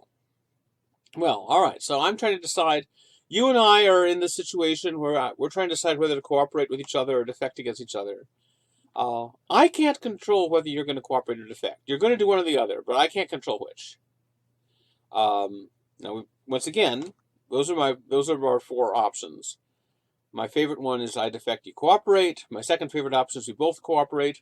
My third favorite option is we both defect. My least favorite option is I cooperate and you defect. Well, suppose you're going to cooperate. In that case, 1 and 2 are the only options available to me. 3 and 4 are not live options for me if you're going to cooperate, because 3 and 4 are both cases where you defect. So if you're going to cooperate, you've closed 3 and 4 off to me. If you're going to cooperate, I don't know whether you're going to cooperate, but if in fact you do cooperate, then my choice is only going to be between 1 and 2. If you're going to cooperate, then defecting will get me number 1, and cooperating will get me number 2. Which is why I've highlighted those two there. Those are the options I'm choosing between. Well, of course, I'd rather have my first choice than my second. So if you're going to cooperate, it'd be rational for me to defect, getting my number 1 choice, as opposed to cooperating, getting my number 2 choice. So if you're going to cooperate, then the rational thing for me to do is defect. Because if you're going to cooperate, my choice is between 1 and 2. I prefer 1 to 2. So if you're going to cooperate, I should rationally defect, if I'm concerned with my rational self-interest. So runs the argument. On the other hand, suppose you're going to defect. Well, then I can't choose between 1 and 2 then. My choice between cooperation and defection is not a choice between 1 and 2, because 1 and 2 are both options where you cooperate. And if you're not going to cooperate, then you've closed 1 and 2 off to me. Instead, my choice turns out, I may not know that's what I'm doing, but in fact my choice turns out to be between 3 and 4. If you're going to defect, then defecting will get me my number 3 choice, cooperating will get me my number 4 choice. So once again, if you're going to defect, it's rational for me to defect, because that'll get me my number 3 choice instead of my number 4. So notice that whatever I do, whatever you do, it's more rational for me to defect. If you're going to cooperate, it's rational for me to defect. If you're going to defect, it's rational for me to defect. So I decide to defect. If you reason the same way, you will also defect. And so we'll both end up in slot number 3. We'll end up both defecting. So it seems like the rational thing for us to do in this situation, if we're just concerned about our own self-interest, is we both defect. But that's kind of a puzzle there. You might think, well, great, we're rational, we're self-interested, this is what we've done, we've ended up there. But notice if we'd both cooperated, we would have been better off. If we'd both cooperated, we would have gotten our second favorite choice. Instead, by both defecting, we've gotten our third favorite choice. So rational self-interest has made us both worse off than we would have been if we'd been more altruistic. That's what's paradoxical. It's paradoxical that following your rational self-interest seems to make you worse off than you would be if you'd done something else. How's this possible?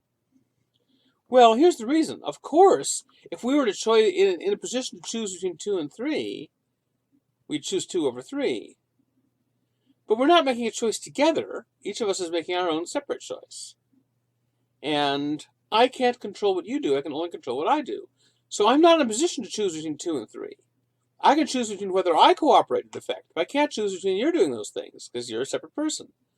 So I'm never in a position to choose between your cooperation and your defection.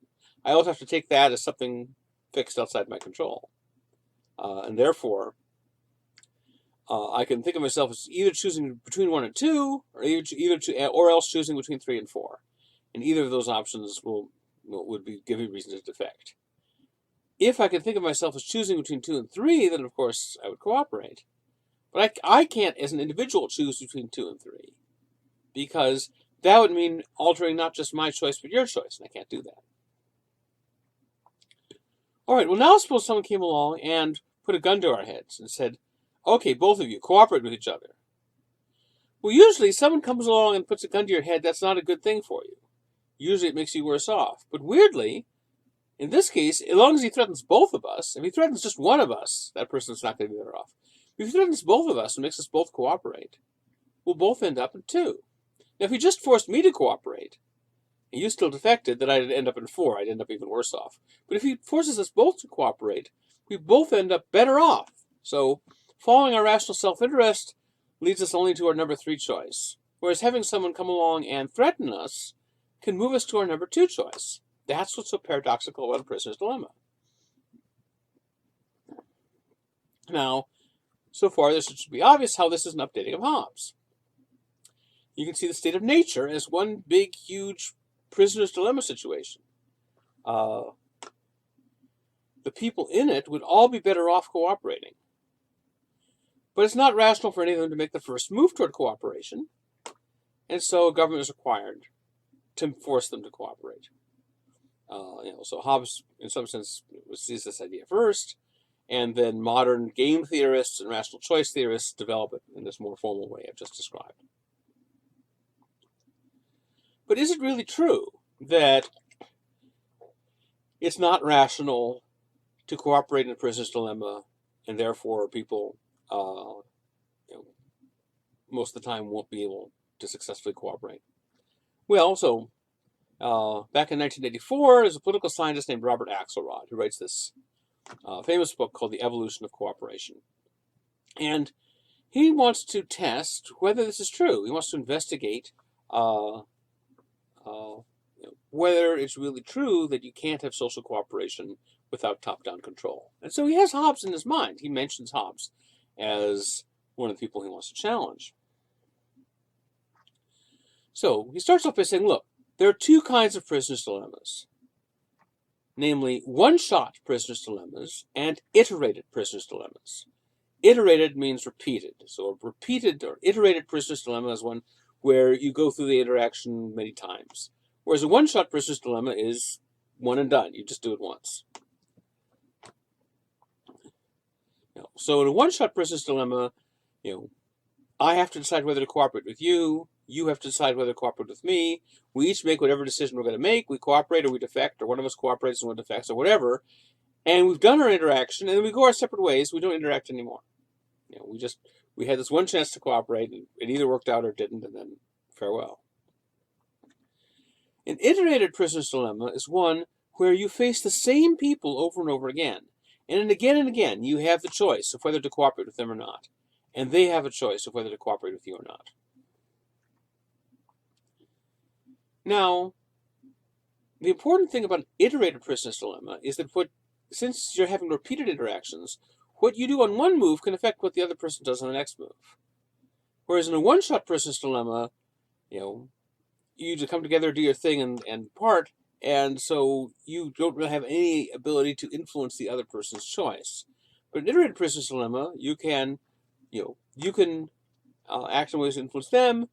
And then you can subsequently respond to what they do. They can respond to what you do. You might be able to reward them when they cooperate, punish them when they don't cooperate, and this focus on reputation, that is, on people being influenced by what they know about your reputation as someone who tends to cooperate or to defect or whatever. This can suddenly matter.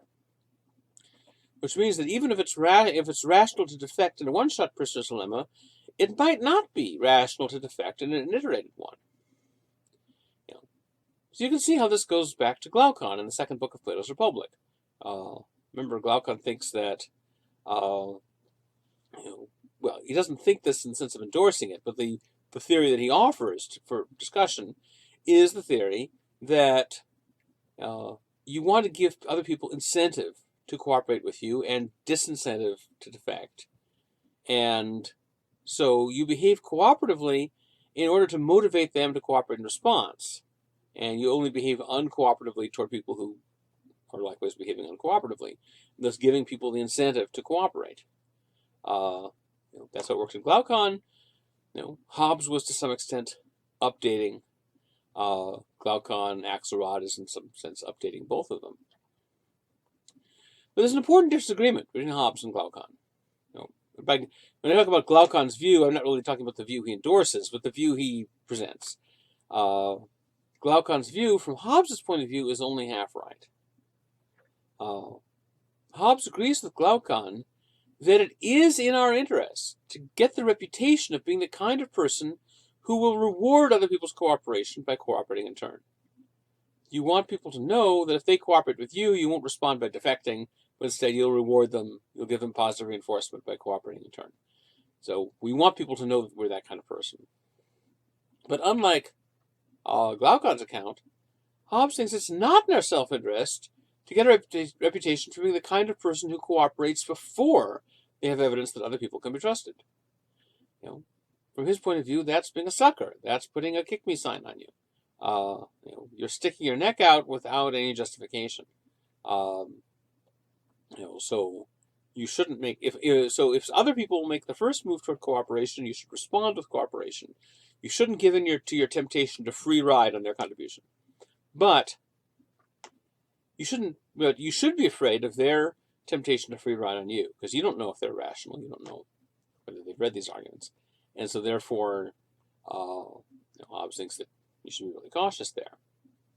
And of course, that disagreement between Glaucon and Hobbes is what creates the whole issue in Hobbes, that even if everyone wants to cooperate, it's not rational for anyone to make the first move. That's why they have to be forced. Whereas Glaucon doesn't think they have to be forced to cooperate, except insofar as wanting to avoid motivating other people to defect against them counts as that. But he doesn't seem to think he needs some sort of special, separate, outside governmental force to come along and make people cooperate. So who's right?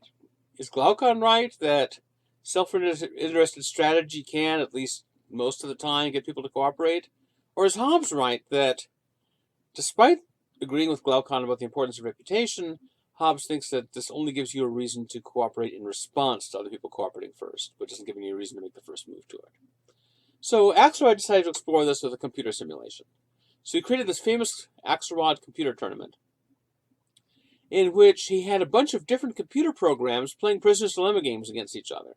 Each one uses a different strategy. So, there are some that use the strategy of always cooperating. There are some that use the strategy of always defecting.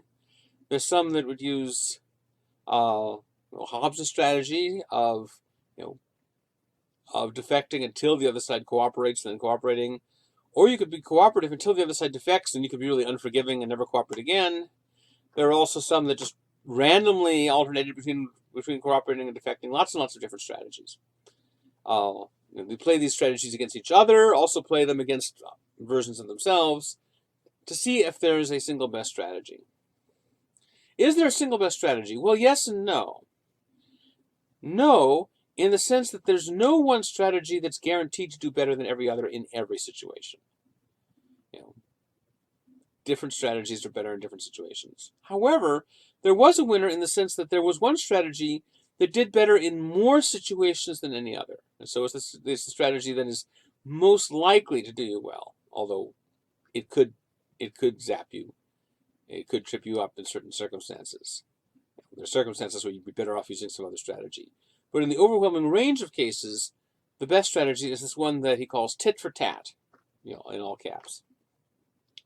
And the strategy is a very simple one. It has just two rules.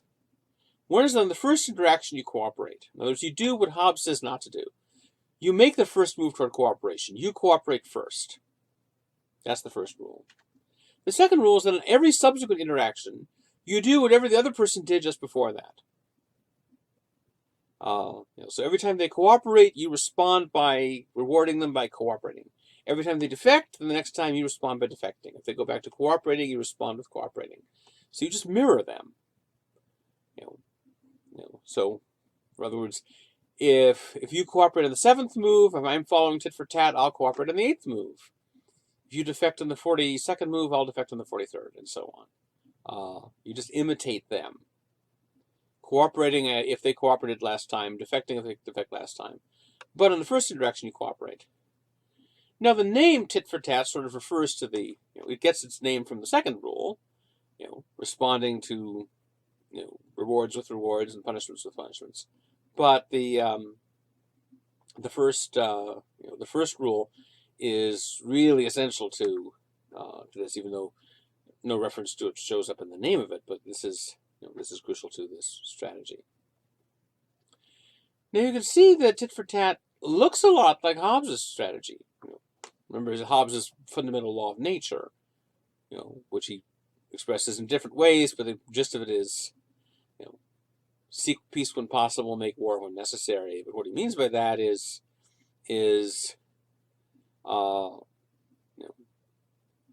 cooperate when you first have evidence that others are going to be cooperative, but otherwise defect. So, tit for tat, as we've just seen, says, in the first interaction you cooperate, from then on you mirror the other party. Whereas the Hobbesian rule, the basic law of nature, says, on the first interaction you defect, and then on each subsequent interaction you do whatever they did last time, you mirror the other party. So tit for tat and the Hobbesian rule both agree that you should reward cooperation with cooperation and defection with defection. So if they did something nice last time, you should respond with something nice this time. They both agree about that. They both agree in a kind of general reciprocity. The difference is what to do on the first move. Because on the first move, they haven't done anything with respect to you yet, and so there's nothing to reward or punish yet. They haven't done anything good to reinforce positively. They haven't done anything bad to try and disincentivize.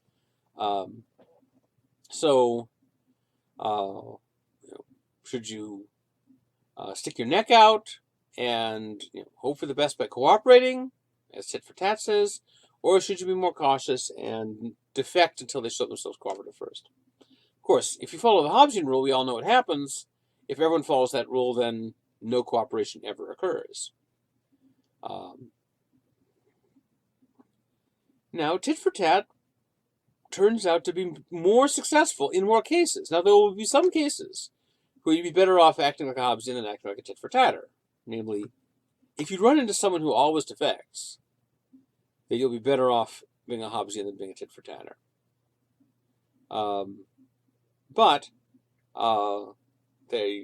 Tit for tat did better in more situations against more other strategies than the Hobbesian rule did. So here's some examples. Suppose two Hobbesians meet, two people following the Hobbesian rule. Well, what happens to the first move is the first Hobbesian will defect, because it's the first move, and they always defect in the first move. And the second Hobbesian will also defect. Then the first Hobbesian will look at the second Hobbesian and say, oh, you defected last time, I'm going to defect again. The second Hobbesian says the same thing. So each one mirrors what the other one did last time, so they both defect again. Then each one looks and says, oh, you defected again, so I will defect once more. And so they defect again. And so on, forever. Two Hobbesians will never be able to cooperate if they follow their strict rule, because each one is waiting each one is willing to respond with cooperation if the other one cooperates first. But unless one of them cooperates first, it ain't going to happen. Now, if two tit-for-tatters meet, we have a happier ending. So on the first move, they both cooperate. Then each one looks to see what the other one did last time, notices the other one cooperated, and so responds by reinforcing that with more cooperation. And so they'll go on again forever. Says two Hobbesians cannot cooperate with each other. Two tit-for-tatters can cooperate with each other perfectly. But what happens if a tit-for-tatter meets a Hobbesian? Well, things aren't going to go as nicely as when the tit-for-tatter meets another tit-for-tatter. However, things are going to go better than if it's a Hobbesian meeting a Hobbesian. On the first move, the Hobbesian defects, because Hobbesians think you should always defect to the first move. The tit-for-tatter cooperates on the first move, because that's what tit-for-tatters do. And the Hobbesian looks and says, ooh, you cooperated last time. Wow, I'm surprised, but all right, I will respond with cooperation. And the tit-for-tatter looks and says, ooh, you defected last time. I'm going to penalize that. And so the tit-for-tatter defects this time. Now the Hobbesian looks and says, ooh, you defected this time. I should have known. Defects again. And the tit-for-tatter says, oh, you cooperated last time. I'll reinforce that by cooperating. So you can see they're just going to alternate back and forth forever. Again, assuming that they reason in these very robotic ways. Now, of course, these computer games were much more simplistic and abstract than real people would be. These computer games don't distinguish between different kinds of defection, different levels of it. You might think that you should be more forgiving of some defections and less forgiving of others, rather than just having some general rule of always forgive or never forgive, and so on. So in real life, hopefully, especially if these guys talk to each other about what they're doing and why, hopefully they would figure it out. But even if they couldn't, even if they reasoned in this robotic way, a tit-for-tatter can get cooperation out of a Hobbesian half the time. Whereas a Hobbesian can never get any cooperation out of another Hobbesian. All right, that next line is what I already said. Axelrod later came up with the idea that maybe an even better rule than tit-for-tat would be tit-for-two-tats. What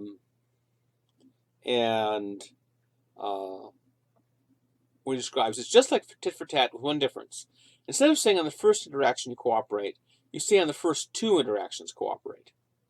You're giving them even more of a chance to cooperate. Now, Hobbes would be tearing his hair out over this. It's bad enough that you expose your neck to be cut once, but exposing it to be cut twice, from Hobbes' view, that would be crazy. But Axelrod suggests that in a lot of cases, it's going to be more successful. So remember that if a tit-for-tatter meets a Hobbesian, the tit-for-tatter can only get cooperation out of the Hobbesian half the time. A tit-for-two-tatter is going to do better with the Hobbesian. So when they meet, on the first move, the Hobbesian defects, because they always defect on the first move. And the tit-for-two-tatter cooperates on the first two moves, so they cooperate on the first move. And then the Hobbesian says, oh, you cooperated last time. They reward that with cooperation.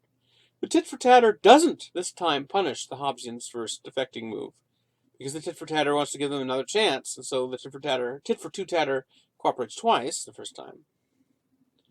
And so the Hobbesian then rewards that cooperation with cooperation, and now, the first two moves are over, and now the tit-for-two-tatter is going down to reciprocity, but the last thing the Hobbesian did was cooperate, so they cooperate again. And so, apart from that one brief awkwardness when the Hobbesian defected the first time, from then on, they can get along great. So a tit-for-two-tatter can get almost continuous cooperation out of a Hobbesian. Now, why do tit-for-tat or tit-for-two-tats or any moves like that? Why are strategies like that so successful? Well, here are 4 reasons Axelrod suggests.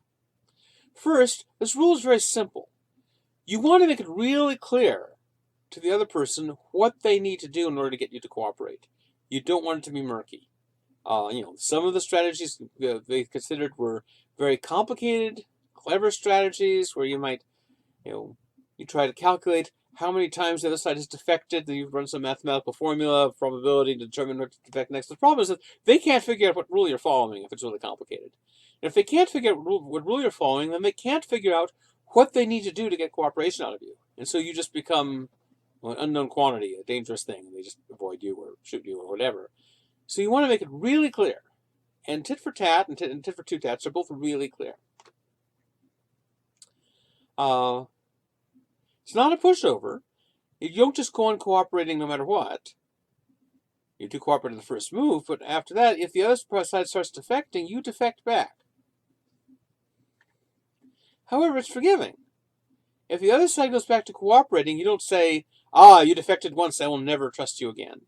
Because if you do that, then they have no incentive ever to cooperate with you again. You want to lure them back to cooperating. And so show them that if they cooperate again, you're going to let bygones be bygones and you'll cooperate again. That manages to get more cooperation out of them.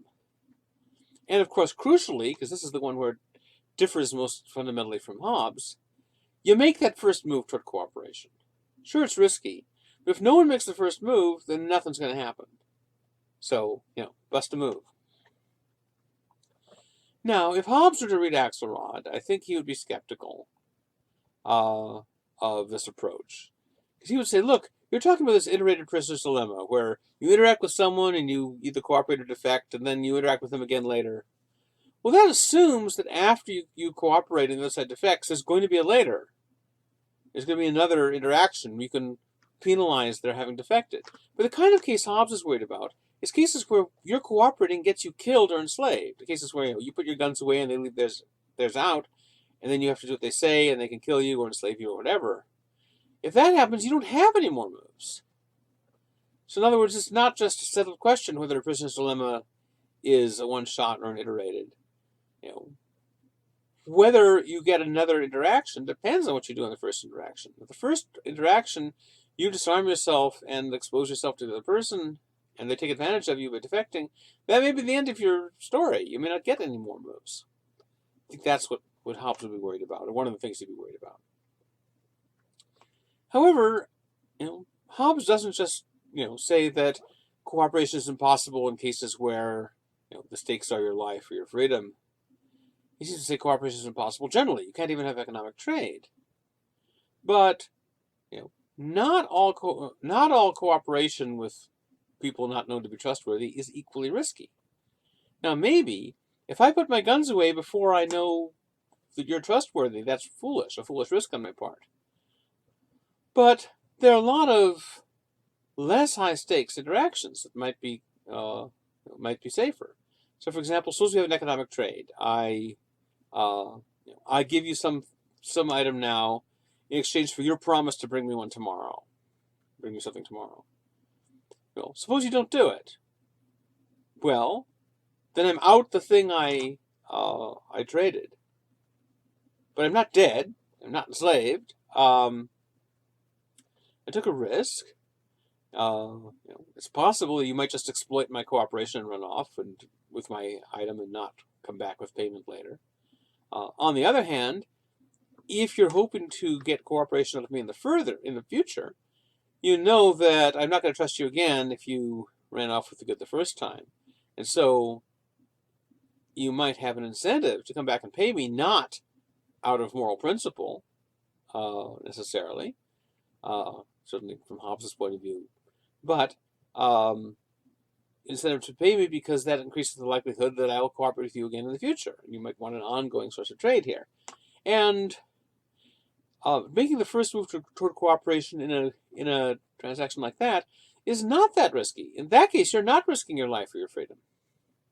And so one thing that someone could say to Hobbes is, well, look, couldn't people start with the more safe interactions, the lower risk interactions? Like, I give you some item of moderate value in exchange for you're giving me an item of moderate value tomorrow. And if you don't do it, I can't trust you. If you do it, maybe we can build a relationship of trust on that, and then maybe we can gradually amp up to higher risk things until eventually, I can actually meet you without holding a gun on you. So So there are various different strategies people have suggested of either defending Hobbes or attacking him. But anyway, those are just some examples of some of the moves that people can make.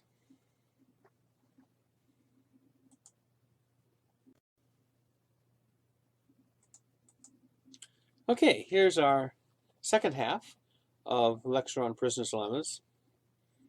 Second half of the lecture, or the second lecture on it. I don't know how you individuate these things. Anyway, continuing our discussion of prisoner's dilemmas. So, last time we saw Axelrod ran this computer simulation where he had different computer programs in prisoner's dilemmas against each other, trying out different strategies. And it turned out that the best strategy overall, that is the one that was the best in the greatest number of situations, so it wasn't best in every possible situation, but the one that on the whole gave you the best probability of success, where success means, maximizing the amount of cooperation you get from the other person and minimizing the amount of defection you get from them. The best strategy generally was this tit-for-tat strategy, which said that on the first interaction, you make that first move toward cooperation, you stick your neck out. Hobbes is screaming, no, no, but you do it anyway because Hobbes is not the boss of you. And then each subsequent interaction, from then on, you mirror the other person. Every time they cooperate, then on the next move, you reward that cooperation by cooperating in return. If they defect, then you punish that defection by defecting, and so on. But Axelrod doesn't want to let his thesis depend solely on running computer simulations, because you could always worry computer simulations are never perfectly accurate to real life. As you could say, well, how from the fact that it works in the computer simulation doesn't prove it's going to work in real life. So you need some real life examples.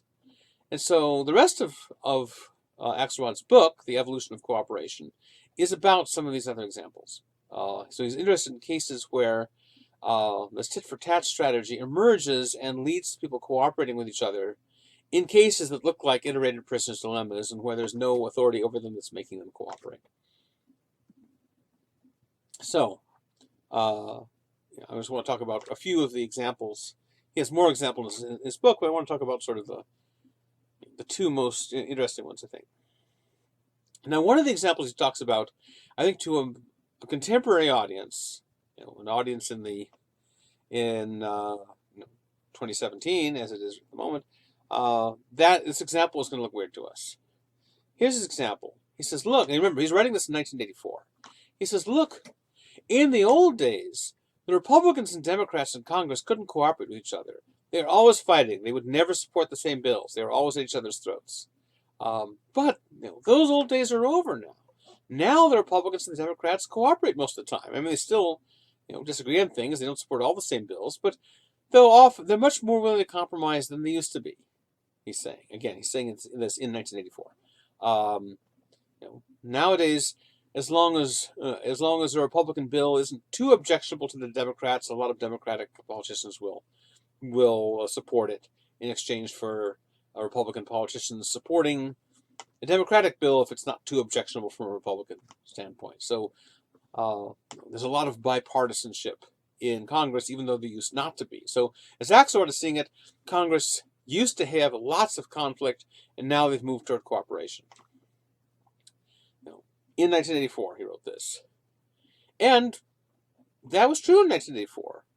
Not that all was harmony between the parties in 1984, but if you compare 1984 with running back through the history of Congress, well, of course, if you run back far enough, I mean, there was a time, go back to the period just before the Civil War, and you get members of one party physically assaulting members of the other party on the floor of the Congress, which is even today in the rather fraught atmosphere is not too common. So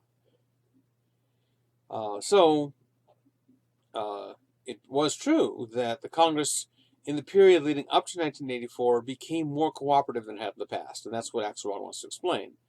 Now, from our point of view, the two parties in Congress seem to have become less cooperative than they were at the time Axelrod wrote this. And so, interesting question, what he could say about that. But Let's talk about the case that he's talking about, because he couldn't see the future, so he's looking at the case that existed in his day, where you had a period of Congress becoming more cooperative over time. And so, what's Axelrod's explanation for how this happened? Well, the Republicans and the Democrats in Congress are in a prisoner's dilemma in relationship to each other. They're in a PD situation. Again, assuming that each one is motivated solely by by wanting to advance either themselves politically or their own party's agenda. Well, sometimes the only way your party can get something passed is if some members of the other party vote for it. And so you would like to encourage members of the opposite party to vote for your bills, but of course you're not crazy about voting for the other party's bills. But of course you realize if you're going to motivate members of the other party to support your bills, at least maybe you can get some of the more moderate members of the opposing party to support at least some of your own party's more moderate bills, and vice versa. But of course, you're a lot keener on having them support your bills than you are on supporting theirs. But you also recognize that you're going to have a hard time getting them to support yours unless you support theirs in return. So, what are your preference rankings here? Well, my favorite option, if I'm the politician, is I would like. Suppose that I'm a member of one party, you're a senator or a representative from the opposite party. My favorite option is that you support one of my bills, but I don't support any of your bills. I'd like that. It's hard to get, but I would like it. My second favorite option is that we each support one of the other's bills. My third favorite option is that neither of us supports any of the other's bills, and my least favorite option is that I support one of your bills, but you don't support any of mine. Now, if this were a one-shot prisoner's dilemma, then we'd end up both defecting, presumably. I wouldn't have any reason to trust you. Even if you say you're going to support one of my bills, I don't believe it, and so I don't support yours, and vice versa. But it's an iterated prisoner's dilemma, and so if I get the reputation of someone who follows tit for tat, I can get you to cooperate with me. And that's just what I said, isn't it? And so Axelrod thinks that there's this practice called log rolling. You roll my log, I'll roll yours. I don't know why it's called that, but the idea is, members of one party will vote for some bills of the other party's bills in exchange for the other one doing the same for them, and it's to their mutual advantage to cooperate in these cases. They're not going to support all the same bills because they do have different agendas, but in cases where the disagreement isn't so deep, they have a motivation to compromise in order to get some of their bills passed. And so Axelrod says this is the logic of tit for tat explains why increasingly the members of Congress came to see cooperation as being in their interest. All right, so we can explain then how things came about to the point where Axelrod was writing. But could Axelrod's account explain what seems to be an opposite movement since then? Since nowadays it seems as though the two parties in Congress cooperate much less than they did in those days. It's not that they don't cooperate at all. People sometimes say, the two parties in Congress don't cooperate at all. That's not quite true. They cooperate in some minor stuff, but much more minor than there used to be. There's much less bipartisanship than there used to be. So what causes that? We've got an explanation of why bipartisanship increased. Is there any analogous explanation of why bipartisanship decreases? Well, I don't know what Axelrod would say about this, but I have a suggestion. All right, so you can advance your goals more easily if other people cooperate with you, but sometimes you have to choose which of two groups to cooperate with. And not only do the Republicans and Democrats in Congress have to cooperate with each other, or at least face the possibility of cooperating with each other or defecting against each other, but also they have to face the possibility of whether they're going to cooperate with their constituents or defect against them. And sometimes those are conflicting goals. Sometimes if you're, you might have a reason to cooperate with the other's party and support one of their bills because you want them to support one of yours, and that's in your interest. But you might also have reason not to because your constituents might be against you supporting the other party's bills. I mean, we've all seen TV ads in which they say, well, so and so says he's a liberal, but look, he voted with the conservatives and blah blah blah. Or so and so says she's a conservative, but look, she voted with the liberals and blah blah blah. So obviously sometimes you can get in trouble with your constituents if you cooperate with the other side too much. Even though you may not have been cooperating with the other side out of ideological affinity with them, although you may have. I mean, it's complicated, but you may not have been. You may have been just doing it as a strategy for getting more cooperation out of them. So suppose you made a campaign promise as a politician saying, I will never cooperate with the opposite party on this awful policy of theirs, such and such. Well, if you break that promise, you're defecting against your constituents. If they're playing tit for tat with you, they may defect against you by not reelecting you. So, you're playing prisoner's dilemmas with two groups at the same time. And sometimes the only way to cooperate with one group is to defect against the other. If you can manage to cooperate with both of them at the same time, great, then you're happy and you got reelected and reelected and reelected forever. And some politicians are good at managing to, keep other members of Congress happy and keep their constituents happy at the same time. A Teflon candidate is one who, even when they break their promises to their constituents, they manage to look as if they haven't done it, or somehow the constituents think that, convince themselves that it didn't really happen or something. If you've got the kind of personality that can pull that off, good for you. Well, strategically good for you. Whether it's morally good for you is another question. Now, in different areas, the electorate may be more or less ideologically polarized. In other words, sometimes Republican voters really, really, really hate the Democrats and don't want any cooperation with them, and sometimes they're more laid back about it. And likewise, in reverse with the Democrats hating the Republicans. The more ideologically polarized the electorate is, the more that they're going to dislike you as their representative cooperating with the other party. Because they got a strong ideological opposition to everything the other party is doing. The more they're opposed to it, the more they're going to defect against you for your cooperation with the other party. And the harder they make it for you, then the higher the cost becomes for you of cooperating with the other party. Now, it seems to be generally thought, I don't know how to prove this. This is what people say in the media, but people say all kinds of things in the media. I don't know if tests really support this, but the common claim is, and it certainly seems plausible enough, that the electorate is more ideologically polarized today. That people feel more strongly, Republicans feel more strongly against Democrats, and Democrats feel more strongly against Republicans. Now, it's also true that the number of independents who aren't happy with either side is larger today. I don't know whether that counts as polarization or the opposite, but at least in terms of the two major parties, people who support those two parties seem to be more hostile to each other than they were in 1984. At least that's the claim.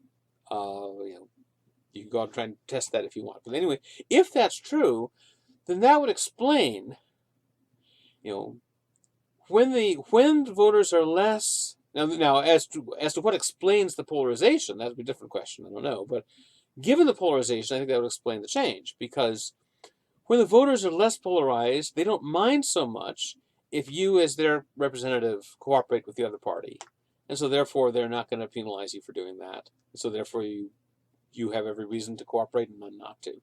But if you're not going to get reelected, because if cooperating with the other party gets you defeated in the next election, then you're going to be less inclined to do it, and so that could explain why there's less cooperation between the parties in Congress now. So anyway, I don't know if that's the true story, but it's a story that you could tell that's consistent with Axelrod. So if Axelrod's account can explain why cooperation increased, you can see how, assuming a shift in polarization of the electorate, it could also explain why it decreases. Here's a quite different example. So World War I was famously characterized by trench warfare. Actually, you've just seen the Wonder Woman movie. You've seen some of that in practice, but although she does something that no one else in the war was in a position to do, because she's Wonder Woman. But you would have these cases where the two armies would be facing each other, and they'd be dug down in a trench here. The other side would be dug into a trench in the ground on the other side, and they'd be shooting at each other. Sometimes there'd be some movement where one side would be able to make an advance, and they'd dig a new trench here, and the other side would have to retreat and dig a new trench farther back. In between, of course, is no man's land, the area that they're shooting across. Sometimes there was very little progress. They might just be stuck in these muddy trenches in the same place for weeks, just shooting at each other. This was a feature of World War I. It was much, it was much less the case in World War II, probably because in World War II aerial warfare is more fully developed, and so you could just come along and bomb these guys, and so it wasn't effective. I don't know. I'm not an expert in military strategy, so I couldn't tell you why trench warfare went out of favor in World War II, but it was a big feature of World War I. So. You've got these two armies, they're shooting at each other, they're trying to kill each other, they're at war, plus they don't even speak the same language, plus the other party is way over there on the opposite side of no man's land. This really seems like an unpromising context for the emergence of cooperation, right? Well, on the other hand, here are some things that push them forward toward cooperation. The people on each side do not want to be shot, and so that gives them, a reason to try and extract cooperation from the other side.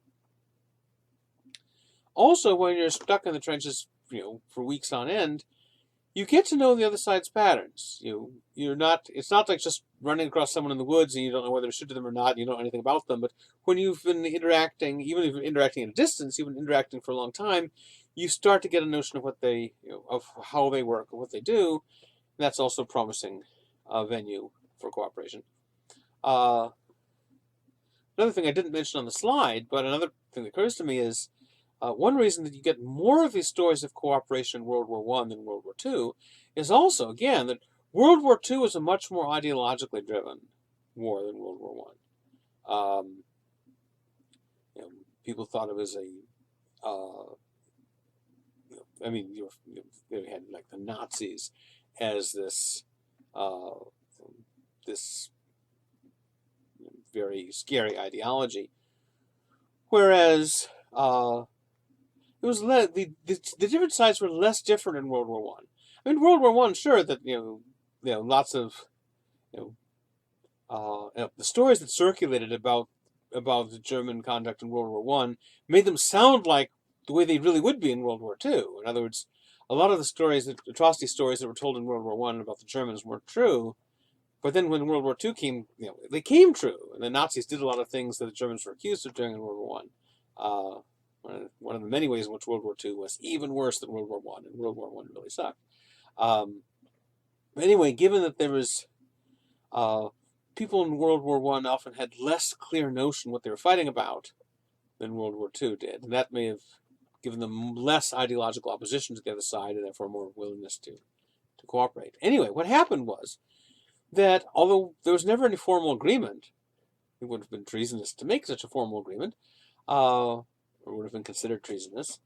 What happened is that when you have these two armies facing each other in the trenches, each one starts just beginning to observe certain times of day where they don't shoot at the other side. It's like, from 2 o'clock to 4 o'clock, we just don't shoot at them. Which means that the other side could stand up in the trenches. Because when you're in the trench warfare, you had to crouch down all the time. You couldn't stand up. Because if you stand up, you become a target, and they shoot you. So you can't stand up to get any fresh air or to stretch your limbs. It was really nightmarish. It's much, much better to be able to stand up. And, of course, the first person who stood up during one of these periods, was taking a risk. But, of course, you're already on the battlefield, so, it's not as though you're exactly risk-free anyway. So someone says, hey, they haven't been shooting during this period. Let me stand up and see. You stand up, they don't shoot you. You think, hey. And so then, you do the same thing. You observe certain periods of day, you don't shoot at them. There's no explicit agreement.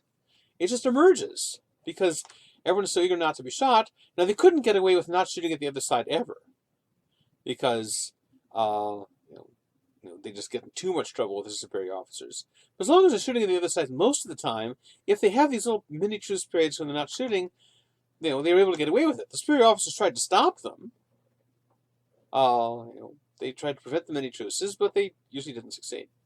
So here's a case where not only cooperation emerges, not only is there no power over them forcing them to cooperate, but in fact the powers over them are trying to force them not to cooperate, or they cooperate anyway. And Axelrod gives us one anecdote where during the safe period, when the Germans aren't supposed to be shooting, British officer stands up in the trench and some bullets come by from the other side. They're shooting at us during the safe period. How rude. And at this point, on the other side, on the German side, one of the soldiers actually stands up, which is risky because the British were pretty mad at them now. Might have shot him. He stands up on the side and he actually shouts an apology. He says, "I'm sorry, we didn't intend that. That we didn't do that. That's the Prussian artillery." And Axelrod argues that the artillery had different incentives because it was harder to retaliate against them than against the infantry. And so therefore, they didn't have as much motivation to engage in tit-for-tat behavior. The fact that they were Prussian might also be relevant to some sort of a cultural tradition of military duty, which might make them less inclined to go along with the cooperation. Anyway, so Axelrod gives this as an example of cooperation breaking out in what seems like a very unpromising venue. He gives other examples too. I just picked those because those are sort of the two most striking ones, I think. So what's the moral of all this? Well, one of them is Hobbes is wrong in thinking that government control is necessary. Government control is necessary for cooperation. It's just not.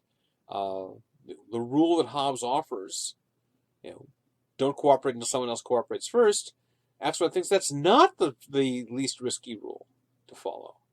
In fact, it's a risky rule to follow because you end up prolonging the conflict and thus prolonging the chance of getting shot. The safest rule, although it will not always work, nothing always works, but the safest rule to follow in general is you make the first move toward cooperation.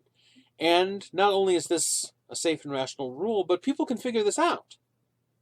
People can discover this in practice. People can discover for themselves that they can manage to cooperate with each other by following something like a tit-for-tat procedure.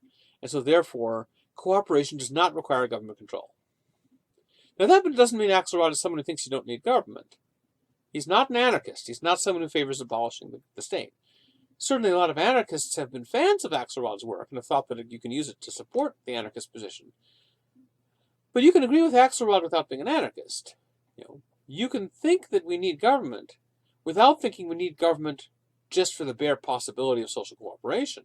You might think you can get a fair bit of social cooperation without government, but you can get even more, even better, with government. It's like, think of it this way. Suppose someone thought it was impossible to eat food that wasn't cooked. And you could prove them wrong. You could find a bunch of raw food that's perfectly safe and healthy to eat, and you can eat it. However, it might still be the case that that you'd have even better meals if you could also cook some of it. So the fact that you can survive not eating any cooked food does not mean that you should be against cooking food. You might think that you'd have possibly more nutritious, but certainly tastier meals if some of the food you could cook. So likewise, you could think that you can get a fair bit of cooperation without government, and still think that you need government for more. The argument Axelrod gives here doesn't tell us whether we need government for more cooperation or not, and if so, how much. All that Axelrod is arguing, as far as this goes, is Hobbes is wrong to think that you couldn't get any significant amount of cooperation at all, or cooperation with strangers. That's Hobbes' real worry, is you can't cooperate with strangers without government. And that's what Axelrod thinks is wrong. And if Hobbes is wrong in thinking that you can have hardly any social cooperation with government, then several more things he thinks become harder for him to defend. One is that the claim of the state of nature would be a war of all against all. If Axelrod is right, then Hobbes is wrong to think that. So it's not true that anarchy is total chaos. That doesn't mean that anarchy is better than government. It might or might not be. You need more data. But at least it's not total chaos, or needn't be. It might be for some particular reason, but it's not just inherently that it would have to be. Likewise, the claim that almost any government is better than none. Because that depends on the first claim. It's because life without government is so horrific in Hobbes' view that pretty much any government is better than none. If the state of nature is not as horrific as Hobbes says, even if it's bad, if it's not as horrific as Hobbes says, then it's possible that not just any government is better than none. Maybe a good government would be better than anarchy, but maybe a sufficiently bad government would be even worse. And therefore, that's going to be a problem for Hobbes' claim you should never rebel against government, or hardly ever. Because Hobbes' argument is, when you rebel against government, you create the danger of plunging society back into the state of nature. He says that's the worst possible thing, you shouldn't do it. But if some governments could be worse than the state of nature, then telling them you shouldn't rebel against that government because it might plunge you into the state of nature is not going to be that impressive an argument. Now, Somalia is an interesting case, because people often talk about Somalia because Somalia's had this period of statelessness,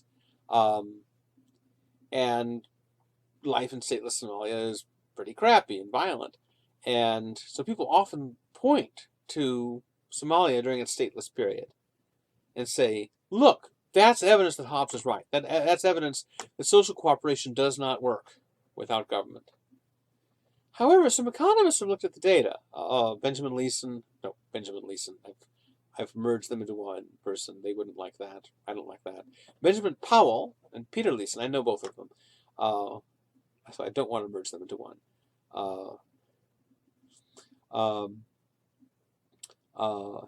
They've done some research, published some papers on this, looking at the data of what Somalia is like during a stateless period, what it was like during the earlier period when it had a state, what its neighbors are like. And here's a surprising conclusion they reached. First of all, even though life in stateless Somalia has been really chaotic and violent, it was significantly better during its stateless period than it was during the previous period when it had a state.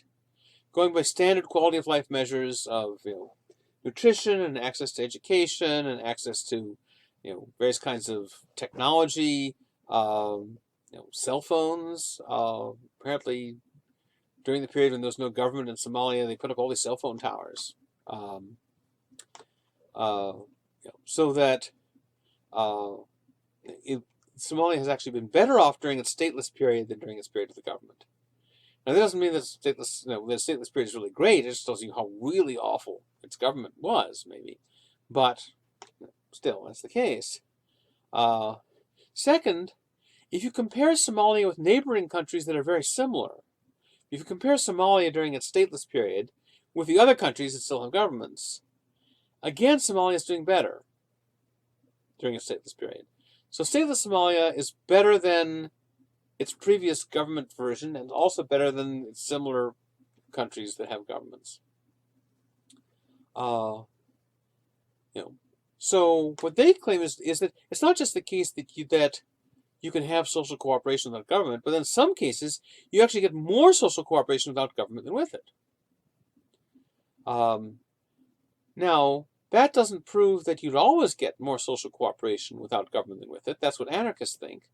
And Powell and Leeson are both sympathetic to anarchism.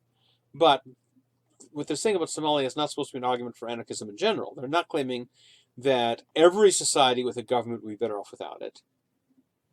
But they're saying that in parts of the world where governments tend to be really, really corrupt, which is what the Somali government had been like and what the governments of neighboring countries in that area are like, if the government's really corrupt, actually you get more social cooperation without government than with it. So they're going to point to Somalia as a test case of where it's not the case that every government is better than none. And again, even though the government of Somalia was really crappy, it wasn't like the worst possible. They weren't. It wasn't like Nazi Germany or something. They were just mass exterminating people. So it was a crappy government, but not a super, super, super crappy. Just a quite crappy government. And Somalia did better when they didn't have it. So that's sort of a political conclusion or economic conclusion. There's also a conclusion Axelrod suggests about the nature of a society's morality. Most ethical systems in most societies look more or less like tit for tat. They're not precisely. Tit for tat is very simplistic. It doesn't distinguish between different kinds or levels of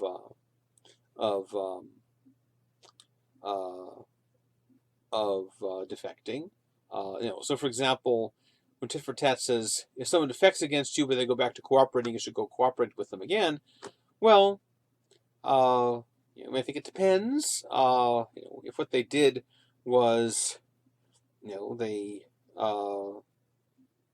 they didn't fix your roof when they said they would, maybe you should give them another chance. If what they did was kill your kid, maybe you're not going to give them another chance. Tit for tat is too simplistic to really deal with those differences. So, we have to say broad similarity to tit for tat. So, and a lot of cultures have ethical systems that might be fairly different from each other. Some would demand higher levels of retaliation.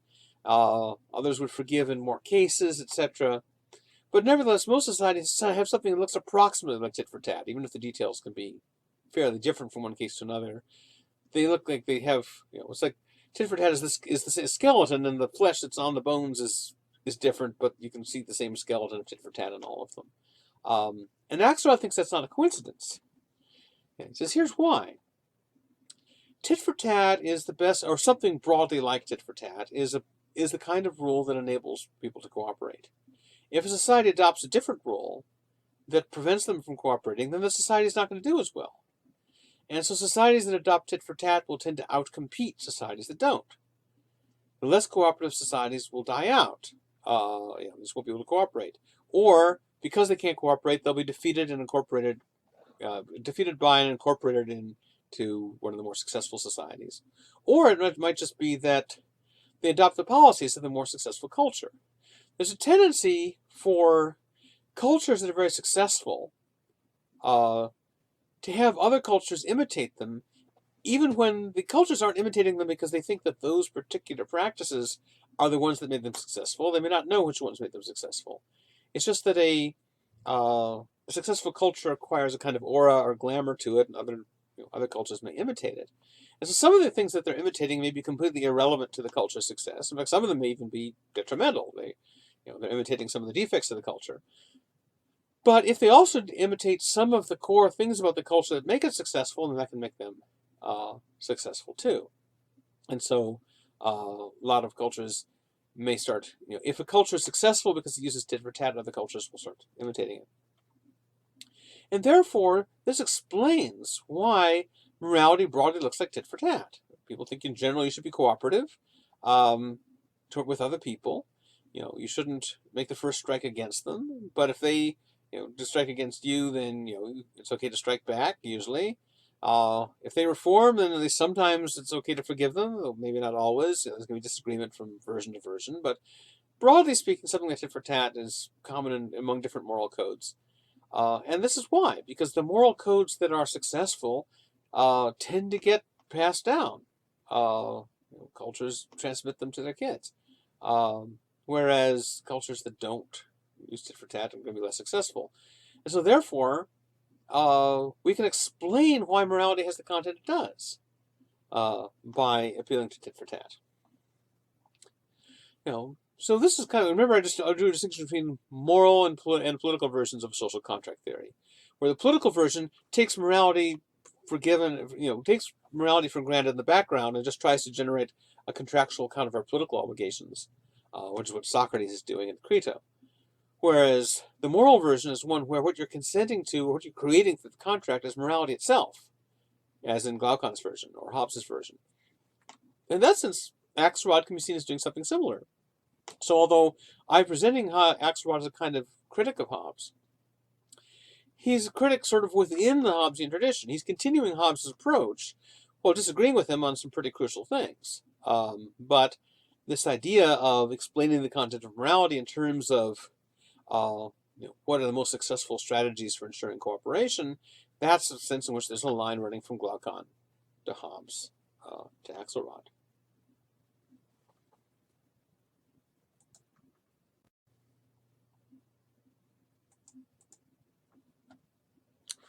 Okay, so now we're coming to the public goods problem.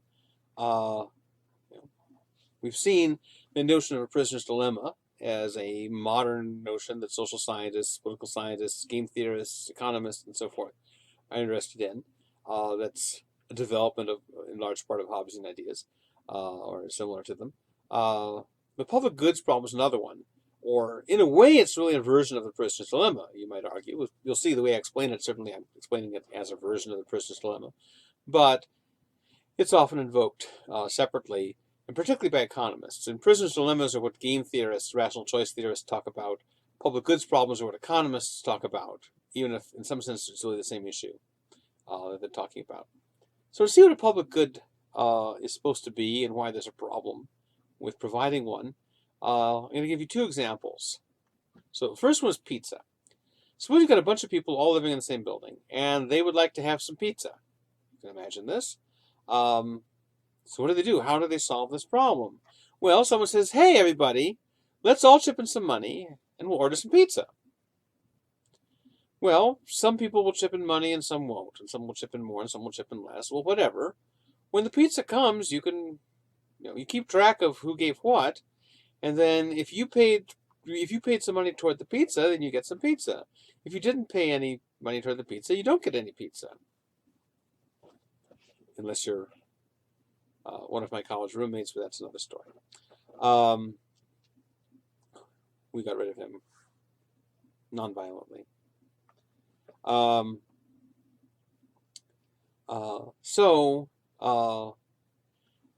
It's a crucial fact about the pizza that you can exclude from getting any of the pizza the people who didn't pay toward it. And that's important because that gives them an incentive to pay. If they knew that they were going to get pizza whether they paid or not, then a lot of them might not be willing to pay. I think, yeah, I'll just, of course, the amount of pizza the king would be smaller in that case, but still they might just take their chances.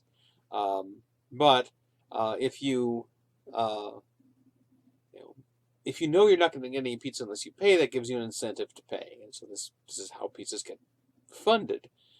So this makes pizza a private good. A private good is one where it's possible to exclude from getting the good the people who didn't contribute to producing it. So if you didn't pay for the pizza, then you just don't get a slice of pizza. So private goods don't pose this problem. They may pose other problems, but they don't pose this one. But suppose that instead of trying to all get pizza, what the people in the building all want to do is to keep the lights on. They don't want the lights turned off. Well, this would be kind of a different problem. Now, assume there's just one utility bill for the whole building. So it's not the case. It's not like an apartment building, which apartment has its own power bill. Assume that there's one power bill for the whole building, so that you can't. It's not the case that some people could get power and some others can't. Either the whole building gets lit up or the whole building goes dark. So you might suggest once again, hey guys, let's all chip in some money and pay the power bill. And maybe once again, some people will chip in money and some won't. But there's a difference with the pizza. When the pizza comes, you can just give pizza to the people who paid. But when the lights are on, there's no way you can exclude the people who didn't pay. I mean, maybe you could kick them out of the building, but assume you're not in a position to do that. So as long as they get to stay in the building, there's no way of excluding the ones who didn't pay. If the lights are on, they're on for everybody. And if they're off, they're off for everybody. You can't create a special cone of darkness over the people who didn't pay the power bill, and then a cone of light over the people who paid. That would be the efficient way of doing it, but you can't. So that makes the lights a public good. A public good is one where, if it's produced, there's no way to exclude from receiving the good the people who didn't contribute to it. And this gives us an incentive problem that wasn't there in the case of the pizza. Now, here's a crucial assumption. Assume the number of the people in the building is large enough and each individual contribution is small enough that it's not going to be likely your contribution that makes the difference. If you're talking about a small enough group of people, it might be that one person's contribution would make the difference to whether the bill gets paid or not, in which case then you might have an incentive to pay. But assume that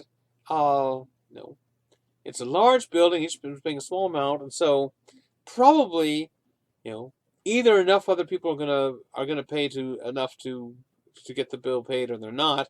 And either way, your amount's not going to make the difference. Assume that, because that assumption is what has to be the case in the public good. If that's not the case, it changes the rules.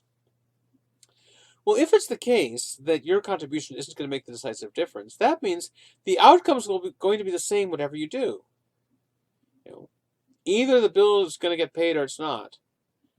But if the bill is going to get paid, it's going to get paid whether you contribute your small amount or not. If it's not going to get paid, it's not going to get paid, again, whether you contribute a small amount or not. Well, given that fact, that the power bill being paid doesn't turn on whether you personally contribute or not, and given further the fact that if the bill does get paid, you will get the benefit of it whether you yourself are one of the ones who paid. Given those two facts, you are now in a prisoner's dilemma situation relative to everyone else in the building. And likewise, assume they are also not relative to you. I mean, it's not a prisoner's dilemma unless everyone is in the same relationship to each other. So when I'm describing your motivations, I don't just mean you personally, but everyone in the group, or at least enough people in the group are going to have similar motivations if we have a public good problem here. So what are your preferences as you look at the situation? Well, what's your favorite option? Your favorite option is that everyone else will contribute enough money to pay the bill. And so you don't contribute anything. So you get the power bill paid. You get to enjoy the lights on without paying. That would be your favorite option. You free ride on other people's contributions. Your second favorite option is that everyone else pays enough money to get the lights on, and you pay your bit too. If you'd prefer, the lights being on you're not having to pay, but if the only way you could get the lights on is if you pay, well, you're willing to pay. You prefer light to darkness. You're a good Zoroastrian. Your third favorite option is that the other people don't contribute enough money to keep the lights on, and you don't either. You don't contribute anything either. Your least favorite option is that you do pay your part, but the others don't. And so you're out the money, but you're still in the dark. That would be your least favorite option. Well, so again, just as in the prisoner's dilemma, you're going to reason either the others are going to contribute enough money to keep the lights on, or they're not going to. You don't know which. You can't control which, but it's going to be one or the other. Again, assuming that your contribution is not what makes the crucial difference, they're just going to do whatever they're going to do. If the others are going to contribute enough money to pay the power bill and keep the lights on, then you would not need to pay anything, because you're going to get the benefit whether you pay or not.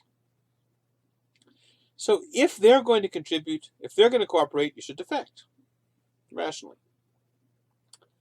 On the other hand, if the others aren't going to contribute enough, then it really would be a bad idea for you to contribute, because you'd just be losing your money without getting the result of the lights being on. So if they're going to pay, then you have no reason to. And if they're not going to pay, you really have no reason to. So whatever they do, it seems like you shouldn't pay. So you rationally decide, in your self-interest, you decide not to contribute any money toward keeping the lights on.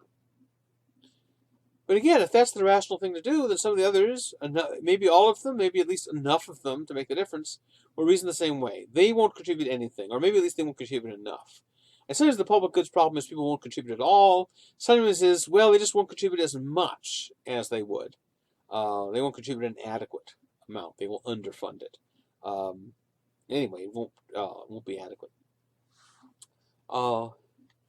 And so, if everyone is reasoning the same way, or almost everyone, then no one's going to give enough money, and so the lights are going to go out.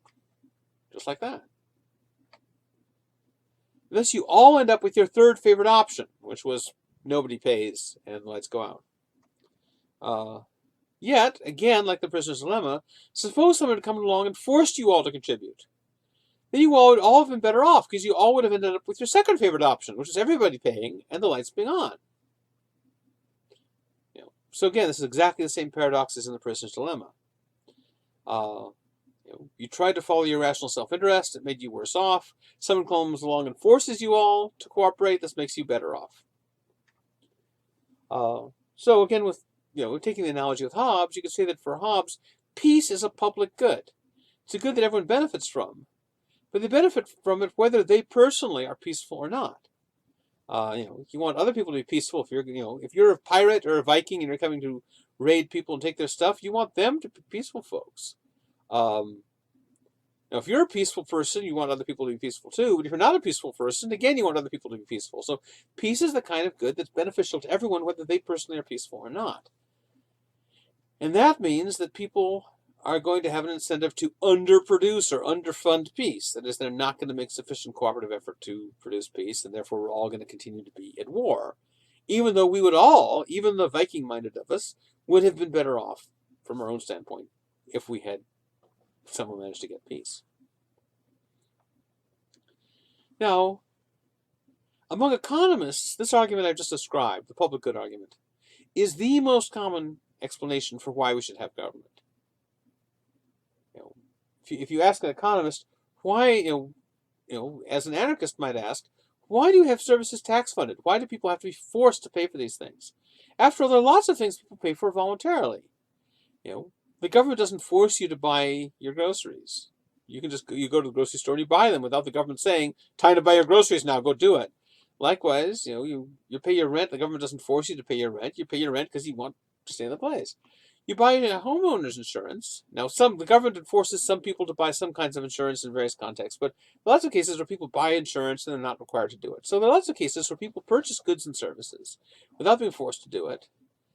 Why couldn't they do it the same way with the things the government provides? Courts, national defense, public highways, these are goods and services the government provides and pays for by taxes, that is, by forcing people to pay for them. Why not just people voluntarily sign up? Why wouldn't you sign up for national defense as a kind of insurance against invasion, the way you sign up for insuring your home against burglary or fire or whatever? And the difference for many economists is that in this case, some of these goods are public goods and some aren't. So national defense is an example that's often pointed to as one of a public good, meaning that it's one where you can't exclude from the enjoyment of the good the people who didn't pay. So the idea is, if you provide national defense, it benefits everyone in the nation, not just the people who contributed to it. The people who didn't contribute to it, if you imagine people paying voluntarily for national defense, those who didn't pay are still going to get protected by it so long as their neighbors paid. And so therefore, you can't exclude people from enjoying it, and therefore people won't have adequate incentive to contribute to it unless you force them to, and therefore national defense has to be tax funded. Now, there's a bit of a puzzle about this argument, because people often talk about national defense being a public good, and that's probably too strong, at least when you're talking about a large nation. So there's some small countries. Up here I've got a map of Liechtenstein that's a tiny country of about 60 square miles. It's squeezed in between Switzerland and Austria there. San Marino is another very small country. It's about 60 square miles. There are even smaller countries. I mentioned here Monaco and Vatican City, which are both cities that are less than 1 square mile in total area. Now, it's pretty plausible that national defense is a public good there. That is, there's no way to defend with a tiny country like that, there's no plausible way to defend part of it without defending all of it. However, when people talk about national defense being a public good, they're often talking about really large countries like, the United States. But is national defense really a public good in the United States? Is it really true that you couldn't protect any one part of the United States without protecting all of it? Well, look, this country is thousands of miles across.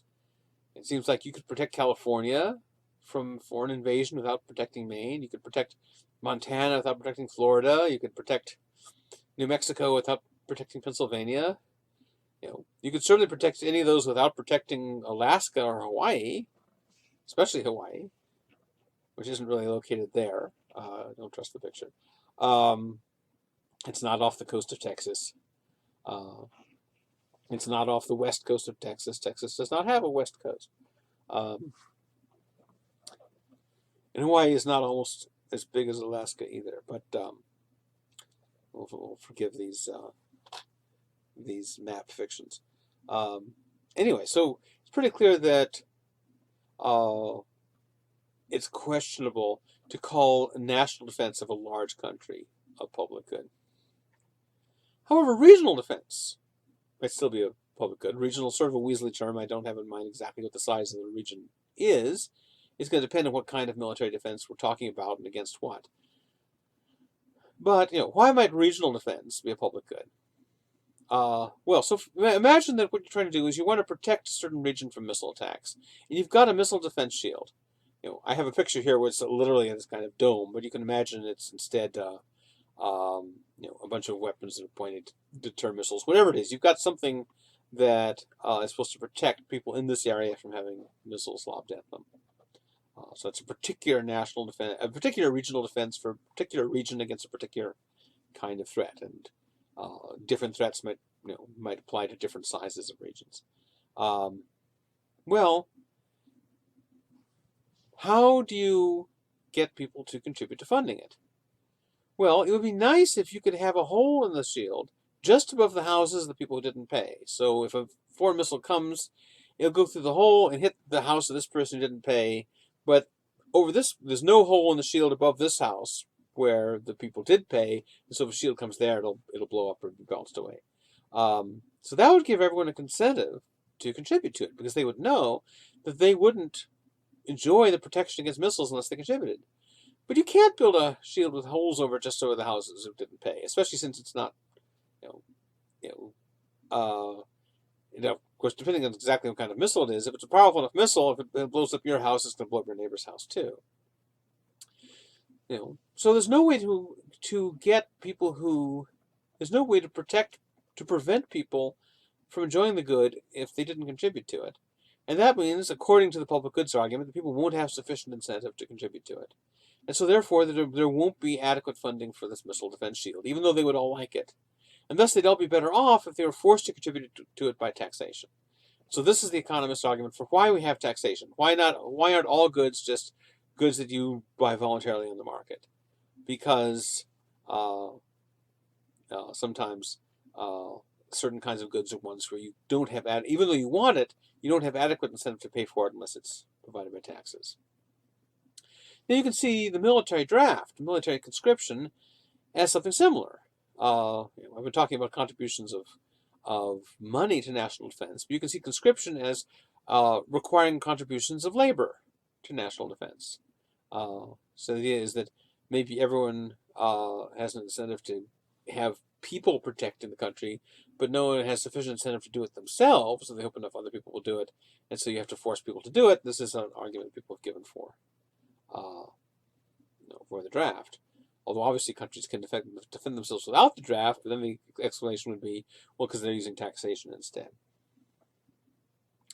Another issue that the public goods problem has been invoked to explain is voter turnout. So political scientists and pundits and people like this are constantly wondering, why is voter turnout so low? Why don't more people vote?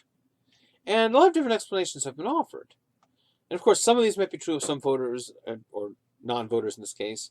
Others might be true of others. So one theory is the people who don't vote, the reason they don't vote is they don't care about the issues. They're apathetic. They don't know about it, and they're not energized by it. Which probably is the correct explanation about some people who don't vote. Another explanation is maybe these people who don't vote do care about the issues, but they don't like any of the options on the ballot. They might, really, really wish there were a certain kind of candidate, but they don't get that candidate. They get Tweedledum and Tweedledee when they wanted King Arthur. So it might be they just, it's not that they wouldn't vote if there were a good enough candidate or a good enough issue to vote for, it's just that the existing options just don't excite them. However, there is a third possibility. Probably more than three, and both of those might be true about some voters, but there's a third possibility that might be true about still others, which is even if you do care about the issues, and even if you do strongly prefer one candidate to another, you still might not be motivated to vote for that candidate because of the public goods problem, because getting your preferred candidate elected is a public good in the following sense. Suppose there's a candidate you prefer. This is the candidate you'd like to see elected. You really want them. You don't just mildly prefer them to the other one, but you really think this would be a good candidate. Still might have a reason not to vote, because you're now in a prisoner's dilemma situation in relation to all the other supporters of your candidate. And so, On the one hand, you're tempted to free ride on their voting. On the other hand, you're worried that they'll free ride on yours. So once again, what's your favorite option? Your favorite option is the other supporters are going to turn out in sufficient numbers at the polls to get your candidate elected, so you don't have to. Voting is a pain. You have to take time off from work. You have to go to the polling place.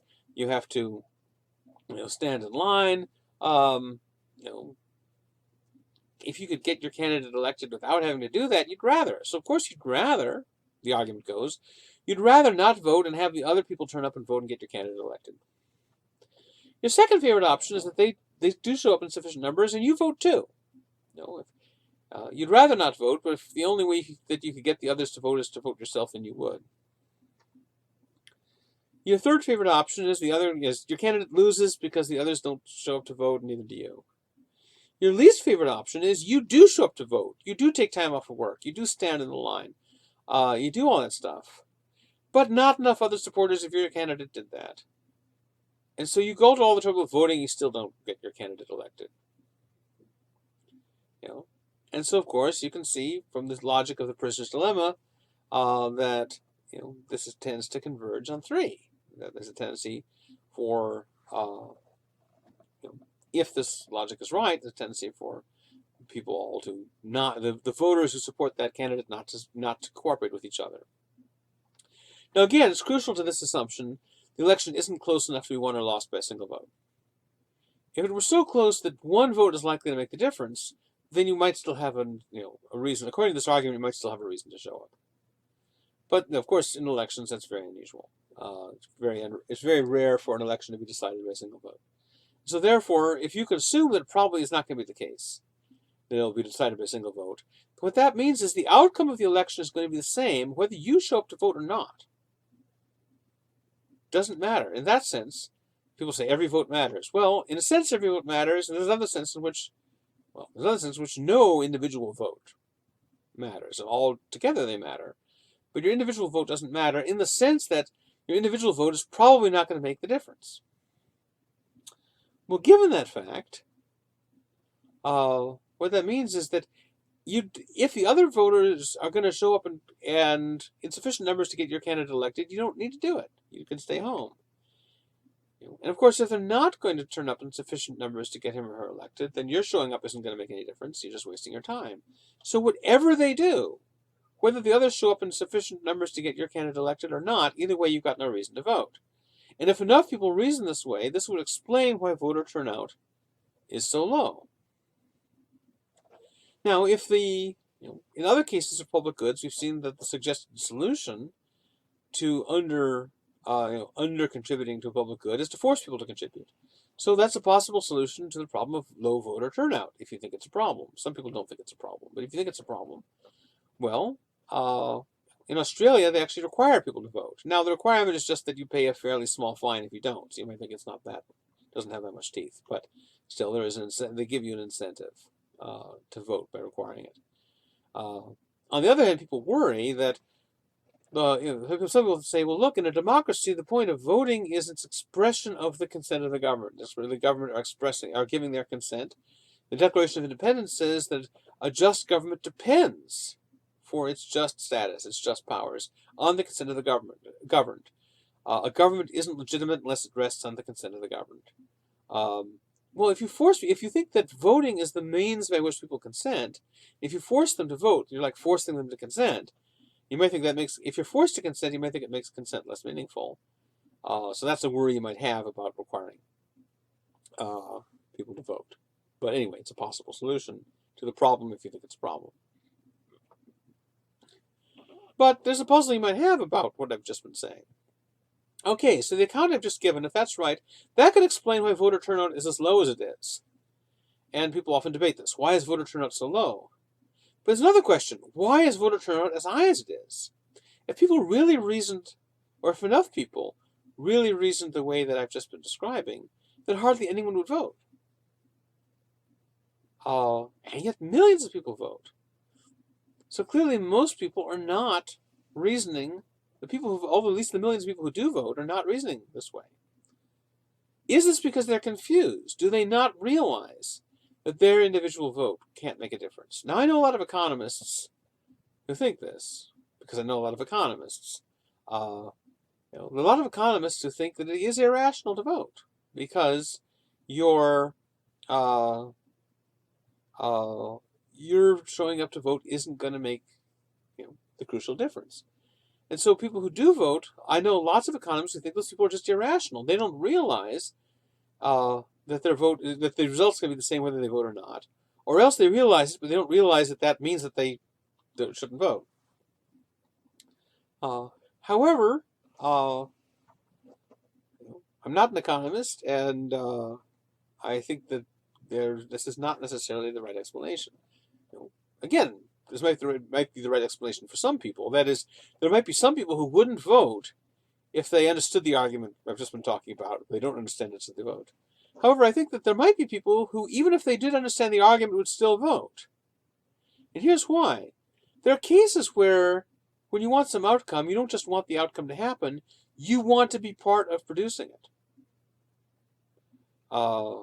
Particularly when the outcome is something you think is really good. You take a certain pride in being able to say that you helped bring it about. And so if there's a candidate you're really excited by, or conversely, the candidate you want to defeat is one you think is really bad, then you might not just want your candidate to win, you might want to be part of the causal process of getting that candidate to win. And that's why you vote. In some cases, it might be. You don't just vote because you think that the candidate can't win unless you vote. That would be unwise to think that. But you might think that if the candidate wins, you want to be part of the story of having brought that candidate to power. Now, someone could object, wait a second. If the result would have been the same whether you voted or not, then how can you be part of the causal process of bringing about the person's victory? Ordinarily, if you think that you're part of a causal process that brings some result about, we think, well, you must have been necessary to the process. But it turns out that no individual voter is necessary to the process. If you're not necessary to the process of getting this person elected, because they would have been elected, or they would have been elected anyway, even if you hadn't voted, how can you claim that you made a causal contribution to it? Well, here's an argument. First premise. For each person who votes for the winning candidate, it's true of that person that if they hadn't voted, the candidate would have won. Oh, I made a mistake on this slide. That's unfortunate because the argument is complicated enough and I've already made a mistake on it. What the first premise should say is, it's true of each person who votes for the winning candidate that if she hadn't voted, the candidate would still have won. That's what the first premise should say. Second premise, the first conclusion. Therefore, if it's true that you count as being part of the process of getting a candidate elected, only if that candidate couldn't have won without you, then none of the people who voted for the winning candidate was part of the process of getting the candidate elected. In other words, if your standard for what counts as being part of the causal process of getting someone elected is that the person couldn't have been elected without you, then no one who voted for the winning candidate was part of the process of getting them elected, because it's true of any individual person who voted for them that if that person hadn't voted for them, they still would have won. However, it seems that's not the case. It's not the case that none of the people who voted was part of the process of getting them elected, because although no individual one of them was crucial, all of them together were. So if you just imagine them all away, the person doesn't get elected. And so therefore, it doesn't make sense to say that you count as being part of a process of getting someone elected only if they couldn't have won without you. And so that's fairly complicated, but here's the idea. If you really think that you don't count as having made a contribution to someone's being elected unless they couldn't have won without you, then you have to think that no one made any contribution to their being elected. Because if any individual, they would have won without that person, assuming everyone else did the same thing. But that's crazy. It's crazy to say that none of these people made a contribution to their being elected, given that all of them together are who got them elected. But I've made this argument even more confusing than it was by miswording the first premise, and I should be punished for that. But I'll punish myself later. There are other cases where it looks like public goods can be produced without governmental coercion. Now, this is kind of a controversial case. So it used to be in standard economics textbooks, you'd see one of the examples of a public good that could only be produced by tax funding to be a lighthouse. And here's the logic. Every ship that passes by benefits from having the lighthouse there, because the lighthouse shows them where the harbor is. You're going to go into it, shows where the rocks are. You want to not go into them. So all the ships benefit from the lighthouse, and they benefit from it whether they pay or not. Because there's no way to send a beam of darkness just out to the ships who haven't paid and a beam of light out to the ships who paid. The light shines for everyone. The light shines on the just and on the unjust. And that means that you won't have sufficient incentive to pay for the lighthouse. And so the traditional assumption was that even if everyone wants the lighthouse, they won't have sufficient incentive to pay for it unless they're forced to, and therefore lighthouses have to be tax funded and government funded. Then this example started disappearing from economics textbooks because an economist named Ronald Coase did some historical research and discovered, apparently, that lots of lighthouses had been privately funded. Now, there's a big scholarly literature about his article, disputing with each other about exactly what he did and didn't show. And in particular, there's a dispute about whether the lighthouses he describes really were privately funded, or whether they were partly government funded, or maybe some were and some weren't. So as a historical example, this is kind of messy. If you're interested in it, I can give you citations on the various articles on one side or the other of this. But anyway, he describes a mechanism by which lighthouses could overcome the public goods problem. He described it as a way in which they actually had. It's not clear whether that's true or not. But it does seem to describe a way in which lighthouses could be funded without government funding. And so we can look at this interesting example, even if it's unclear whether this historically happened or not. All right, so even though a lighthouse is a public good, a harbor is a private good. That is, you can't restrict ships from getting the light from the lighthouse, but you can say, no, you can't come and unload in our harbor. You can exclude them from the harbor. Now, a lighthouse is useful for having a harbor because it tells the ships how to find the entrance to the harbor. So you could see running a lighthouse as part of the operating expenses of the harbor. Now, maybe you can't fund the lighthouse all by itself as a public good, but since the harbor is a private good, you can fund the harbor through harbor fees. And so then you collect harbor fees from the ships that want to unload their cargo or their passengers in your harbor, and use a portion of the fees to pay for the lighthouse. Suddenly, boom, what looked impossible now becomes quite easy.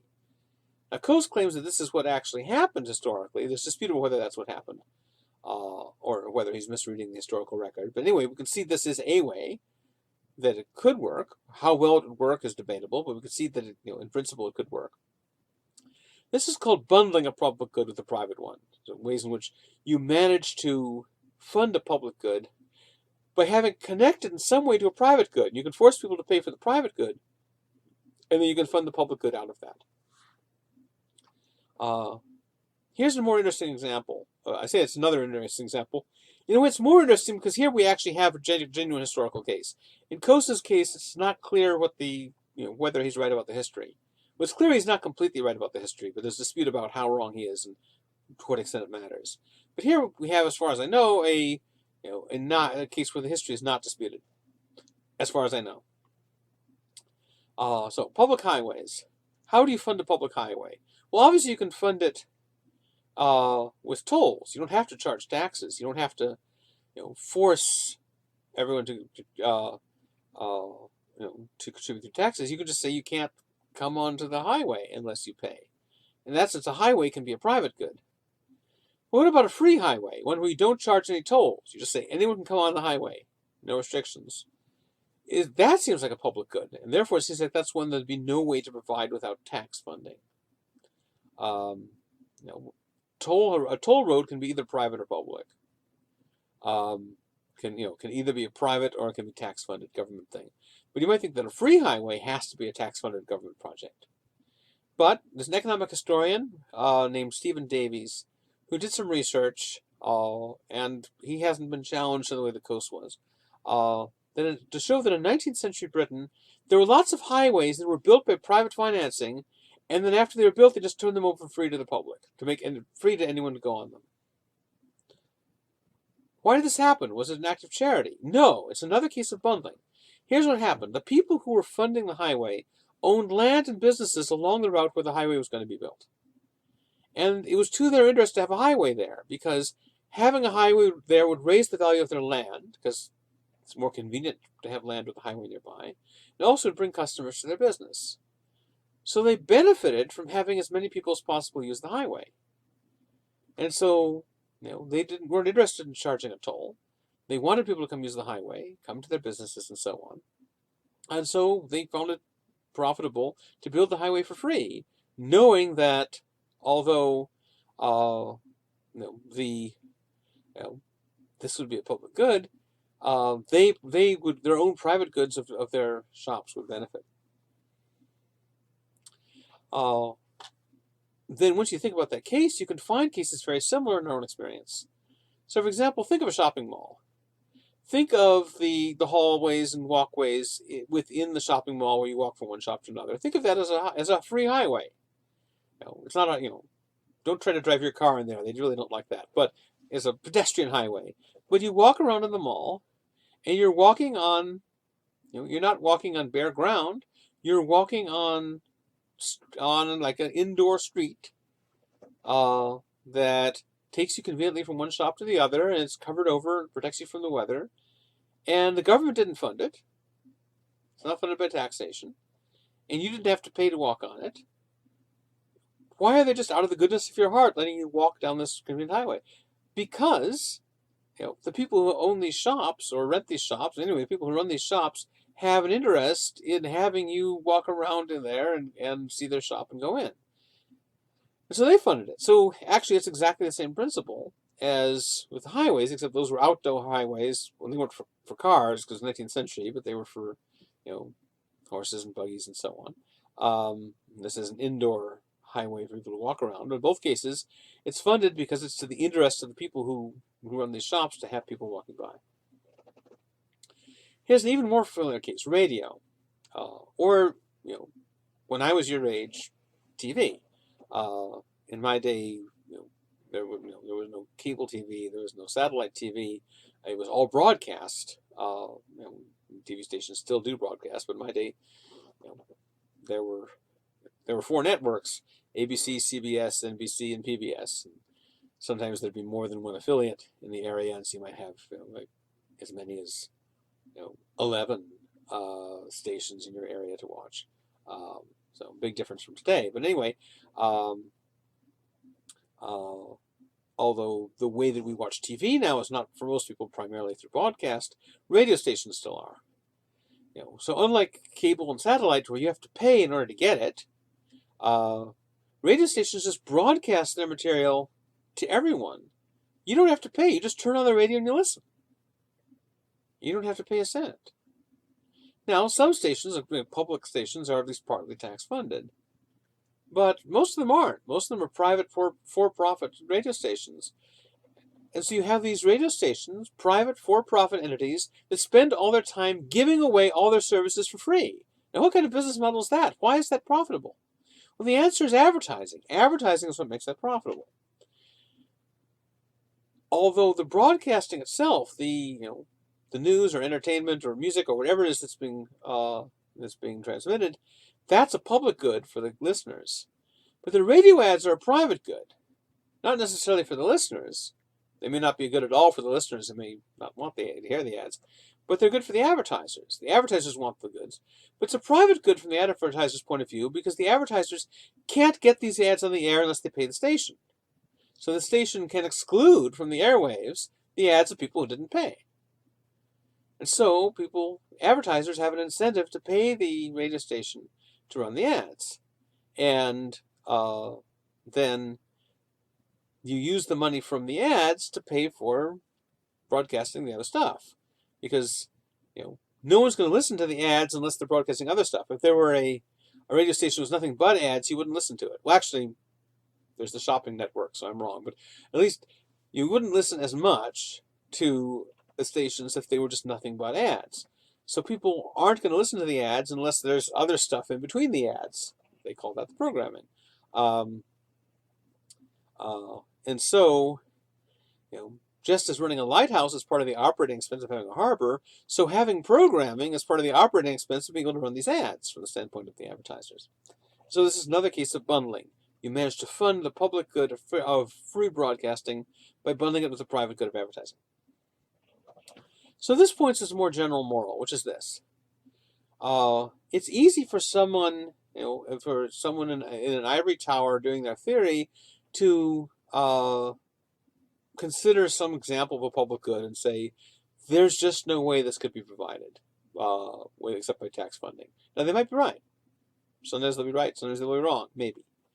Some people think they're always wrong, but maybe some people think they're always right, but maybe it's in between. But if you're an entrepreneur and you stand to make a profit, if you can figure out some way to fund this public good by voluntary payments rather than by taxes, if you can figure out how to do that, you are going to make money from it. And so you have an incentive to figure it out. And the more incentive you have to figure it out, the likely you are to figure it out, if there's a way. And if there's no way, then the incentive isn't going to help. You just bash your head against the problem. But if there's a way to fund it, you're more likely to find it if you stand to make a profit from finding it.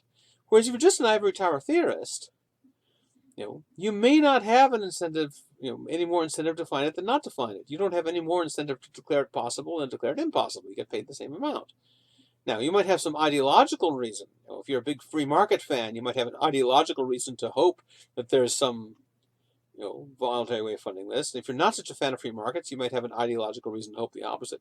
But either way, it's probably not going to affect your paycheck. But if you are an entrepreneur, you have more incentive. And so therefore, in cases where an ivory tower researcher is going to say this can't be done, and you'll see an entrepreneur actually going out and doing it, and that's why.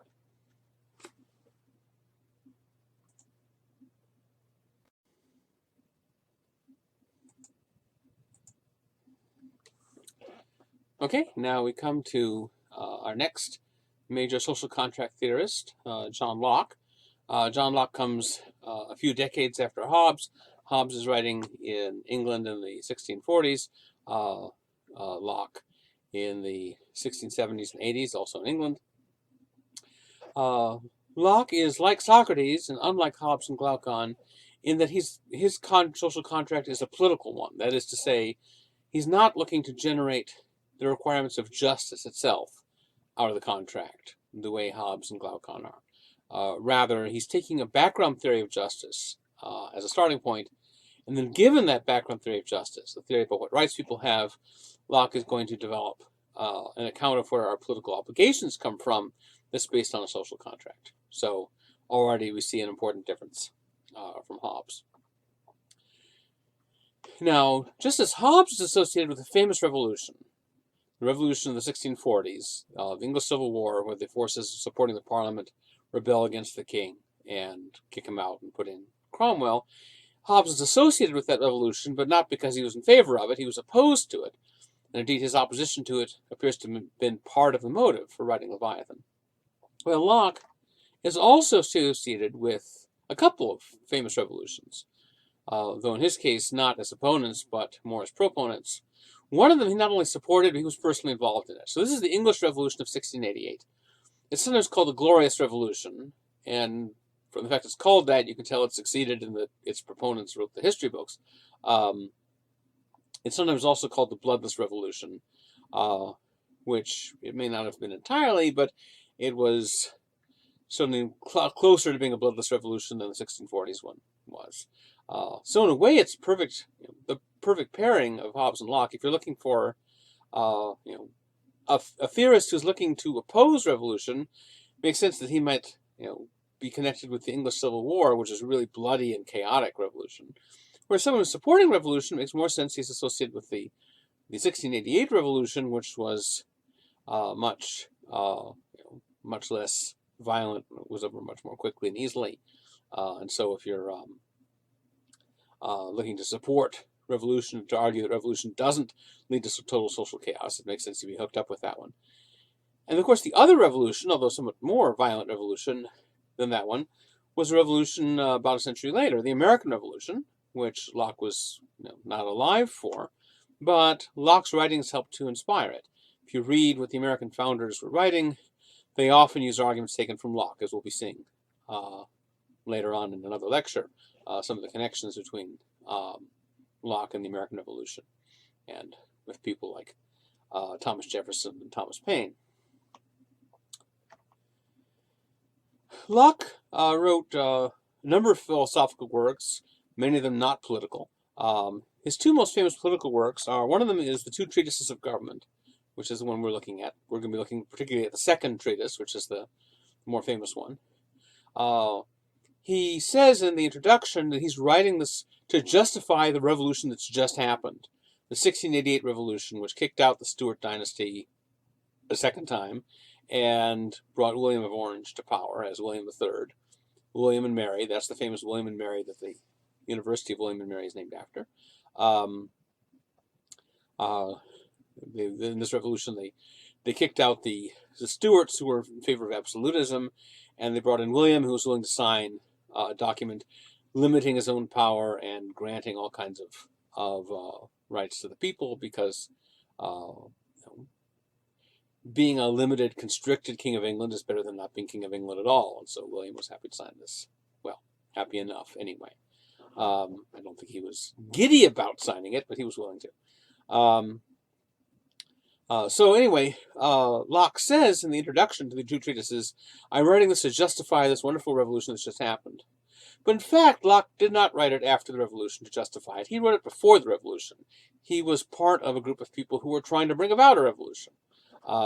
He didn't publish this book officially until after the revolution, but it was circulating privately, and he was advocating the revolution.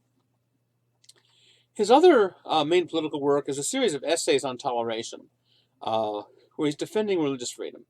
And here he takes, again, a position opposite to that of Hobbes.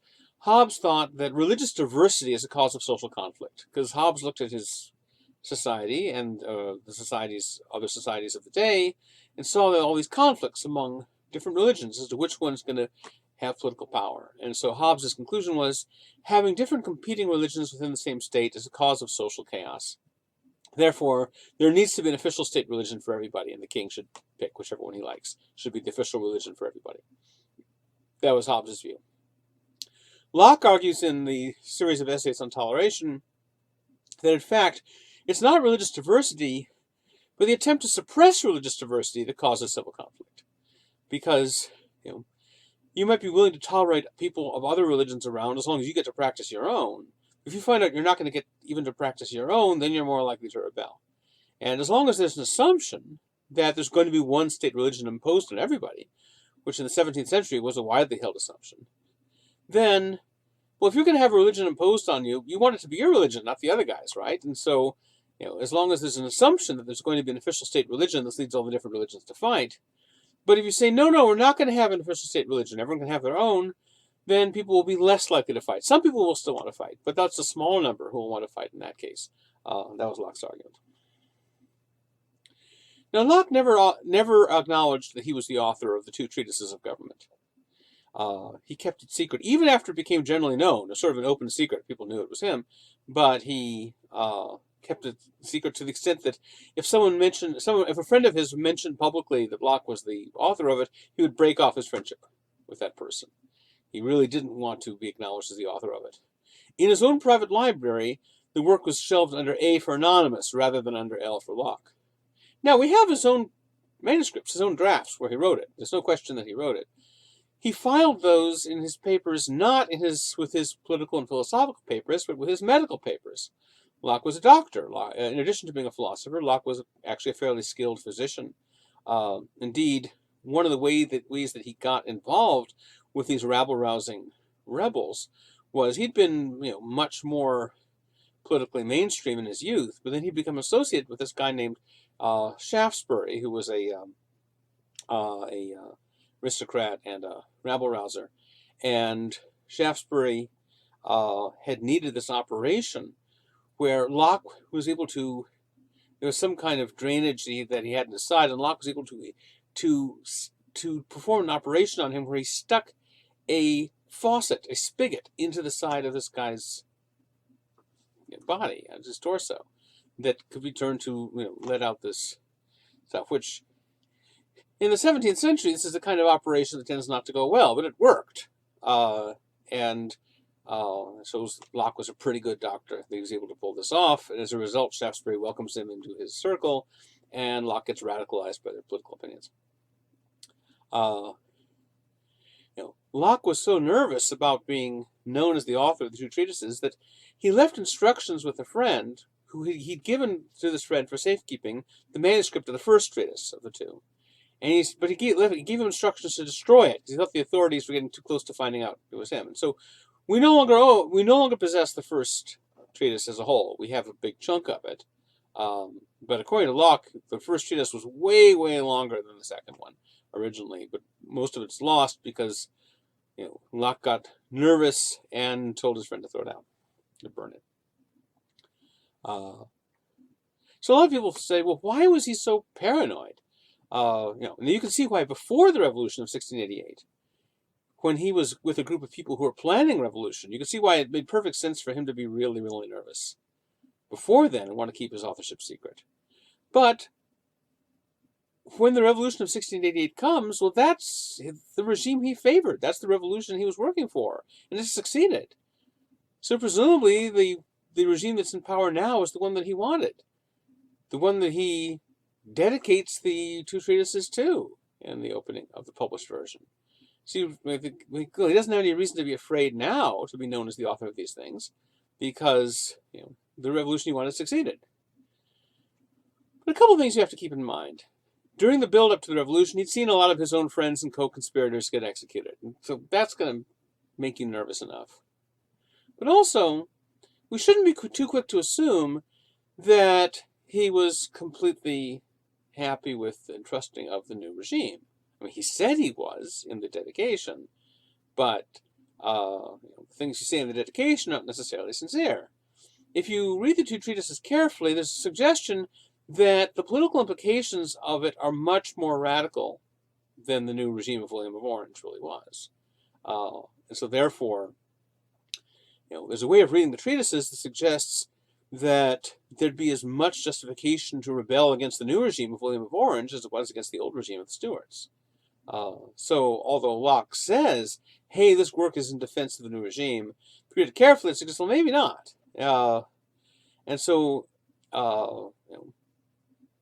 William of Orange was no idiot. He might have very well thought that that the two treatises were as much a danger to his rule as they had been to his predecessors. And so Locke might have had good reason to be nervous. We shouldn't assume that he was just, paranoid for no good reason. Okay, so the goal of the two treatises is pretty much the opposite of Hobbes's goal. Hobbes's book, the goal is to justify absolute monarchy and to condemn rebellion. The goal of the two treatises is to justify rebellion against absolute monarchy and to condemn absolute monarchy, so taking opposite positions. However, there are still some similarities in approach. You can see ways in which Locke has been influenced by Hobbes. They both start off describing a state of nature, a state without government. They both describe ways in which this would be defective, and they offer as a solution to those defects a social contract, where the social contract is one to set up a government and then obey that government, and we'll then have obligations to obey it after we've set it up. So there's a sense in which they're working in the same tradition, but they're really at opposite ends of that tradition. Hobbes is one of the people that Locke is targeting in the two treatises, one of the people he wants to refute. But another person that he spends even more attention on is Robert Filmer. And that's because in Locke's day, Filmer was considered a more important defender of absolute monarchy than Hobbes. Filmer was the guy you needed to refute. Hobbes was important to refute too, but Filmer was thought to be the more serious contender. Nowadays, it's the other way around. Nowadays, we all read Hobbes, and hardly anyone reads Filmer. Nowadays, we just think of Filmer as much less interesting or important than Hobbes. But in Locke's day, it was the other way around. So in Locke's day, Locke actually had to pay more attention to Filmer than to Hobbes, although he certainly pays some attention to Hobbes. Okay, so Robert Filmer is a defender of absolute monarchy, just as Hobbes was, but on different grounds. Filmer is a defender of the divine right of kings.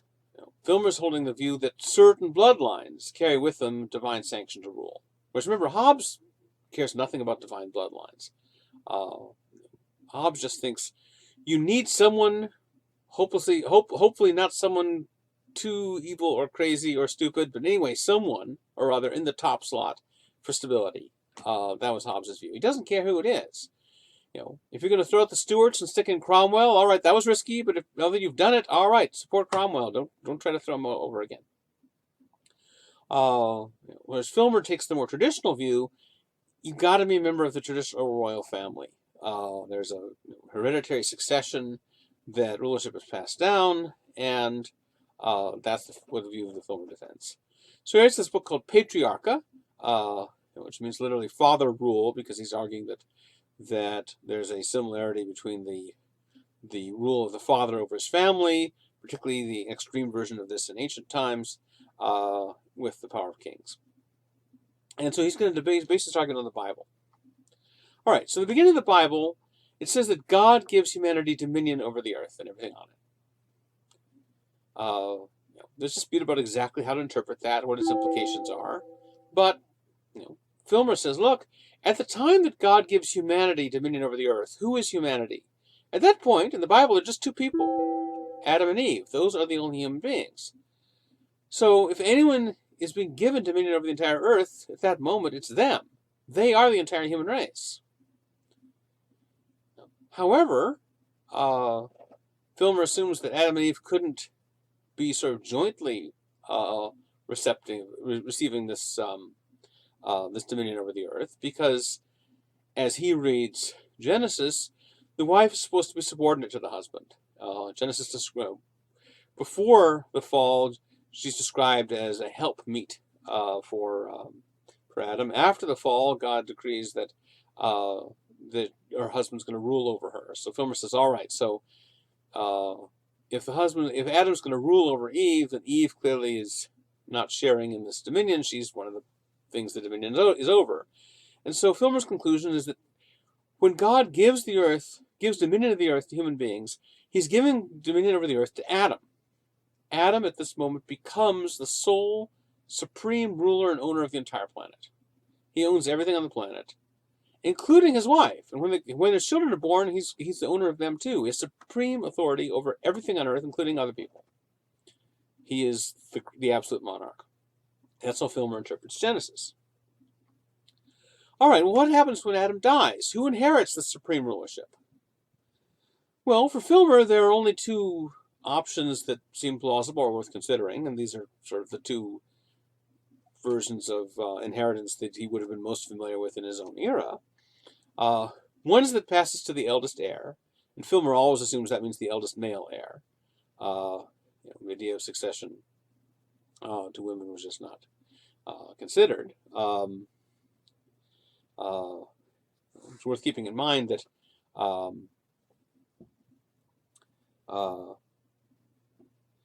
there had been a lot of controversy when Queen Elizabeth I became queen, because traditionally queens were just the wives of the kings in England, and for a queen to exercise rule in her own stead as an heir was shocking to a lot of people.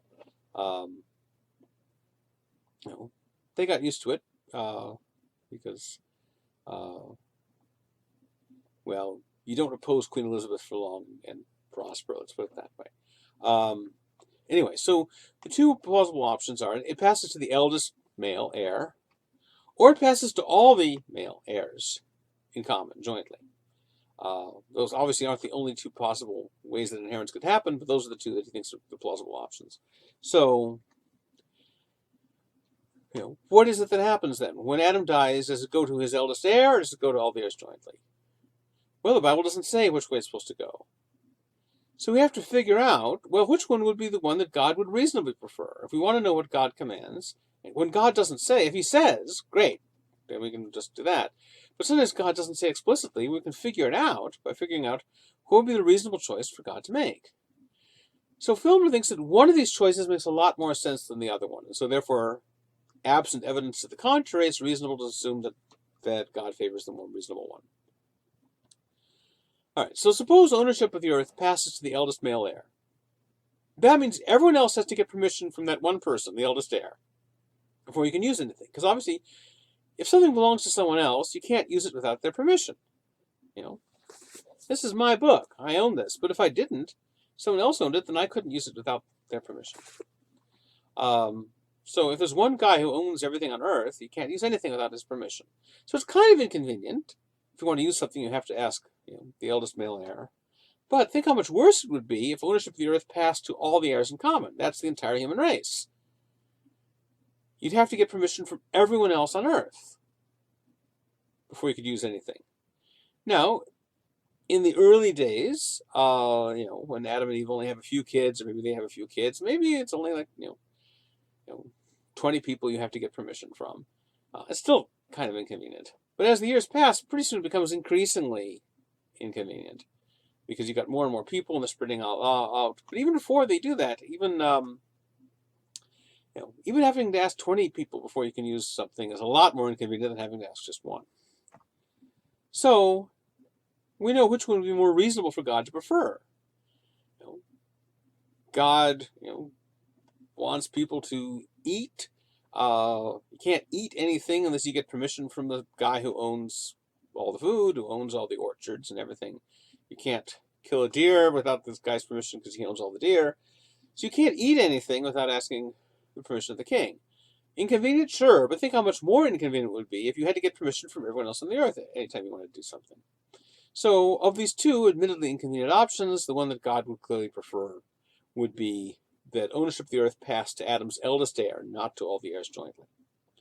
And so therefore, when Adam dies, whoever his eldest heir was at that time, he might worry that it was Cain, but maybe Cain was disinherited at this point. It would have been someone else. Whoever the eldest heir was would then become supreme ruler of the entire planet and everybody and everything on it. So when God grants to mankind dominion over the earth, according to Filmer, what is happening is God is establishing a hereditary absolute monarchy. Adam is an absolute monarch. His authority as absolute monarch is going to be inherited by his eldest heir, and by that guy's eldest heir, and by that guy's eldest heir, and so on forever. However, there's a problem with this view, as Filmer recognizes, which is, eventually, not only is getting permission from everyone on Earth going to be impractical, but getting permission even from just one guy is going to be impractical. Because the human race is expanding in numbers. Pretty soon they have to expand in territory. They're no longer all just in one little valley somewhere. They're spreading out all over the Earth. Dozens of people, hundreds of people, thousands of people, hundreds of thousands of people. And they can't all survive on the land that's there. The land just won't support that many people. They have to go farther and farther away. And as that happens, and they don't have modern telecommunications, how do you get permission from the king, who may be 200 miles away in a valley way over there before you can do something? Clearly, you're going to have to subdivide the supreme ruler's territory. Humanity can't survive if the whole planet goes on being the property of just one guy. You've got to find a way of subdividing the supreme ruler's territory. But of course, you can't do that without the supreme ruler's permission. Luckily, most supreme rulers aren't completely nuts, and so they're willing to subdivide their property rather than let most of the human race die off. So what happens according to Filmer is it's reasonable to suppose that at some point the supreme ruler said, look, I'm going to take a big chunk of my territory and give it to you, one of my subjects. Just transfers title over part of his domain to this other guy, and thus makes him a hereditary absolute monarch of that portion. So now there are going to be more than one absolute monarch on the earth. And over time, these guys will subdivide their territory even further. And Filmer says, look, we can actually find evidence of this in the Bible. So in the Bible, there's this passage where Abraham and his nephew Lot are living together in the same area, and each of them has lots of followers. And they're constantly coming into conflict with each other, the followers. Not Abraham and Lot, apparently, but their followers come in conflict. Because, again, it's a lot of people concentrated in a small area. And there just isn't enough, So we're picturing a lot of them are shepherds. We're picturing that, the two groups want to have their flocks grazing in the same area, and there isn't enough, grass there for them both to graze on. But if they go farther away and spread out, Well, if Abraham is the leader of the whole group, everyone has to get their permission from him to do anything, and so it's hard to do. You get farther and farther apart. So Abraham says, "Look, why don't we split up?" He says to Lot, it's a big area out here. Why don't you and your followers go and take one area? I'll take the other, and I'll give you a pick. If you want to go over there, I'll stay here. If you want to go here, then I'll go over there. So he gives Lot, which way do you want to go? And Lot looks out at the plain of the Jordan River, which is where Sodom and Gomorrah are, and says, that looks pretty good. Turns out that's not actually going to be a great choice for him, it turns out later on, but given what he knew at the time, seemed like a good idea. So he says, all right, I'm going to go to Jordan, to the Jordan area. And Abraham and his followers head the other direction, they stay back in Canaan. All right, so as Filmer interprets this passage, Abraham was the legitimate owner of both Canaan and Jordan. Now, as the Bible does not say this, but this is how Filmer reads it. He says, look, the reasonable way to interpret this is Abraham was a member of this line of eldest heirs running back to Adam. So he was a legitimate owner of both those areas. In fact, he might have been a legitimate owner of a lot more. We don't know how big the territory was that Abraham would have been a legitimate owner of. Of course, we know that there were a lot of people who didn't recognize his rule, but you can be a legitimate ruler even if other people don't recognize it. Just as Filmer reads it, Lot was recognizing Abraham's authority, even if maybe the people in Sodom and Gomorrah, for example, did not. And so on Filmer's interpretation, what Abraham was proposing to Lot was to subdivide the territory. Abraham would keep some territory his own, but he would break off part of his territory and give it under authority to Lot, and then Lot would be the ruler. So on this interpretation, Lot ends up being the ruler of Jordan as a result of this. Thus, Lot is the ruler over Sodom and Gomorrah, although if you've read the rest of Genesis, the way that the residents of Sodom and Gomorrah treat Lot suggests they did not recognize him as their ruler. But then they hadn't read Filmer. That was their problem. So this is Filmer's view of how it came to be that instead of just one kingdom for the entire planet, we have multiple separate kingdoms. But every single one of these rulers traces his position back to Adam by some series of transitions, or some of the transitions will be inheritance. You inherit this territory from your father because he had it, or your grandfather because he had it.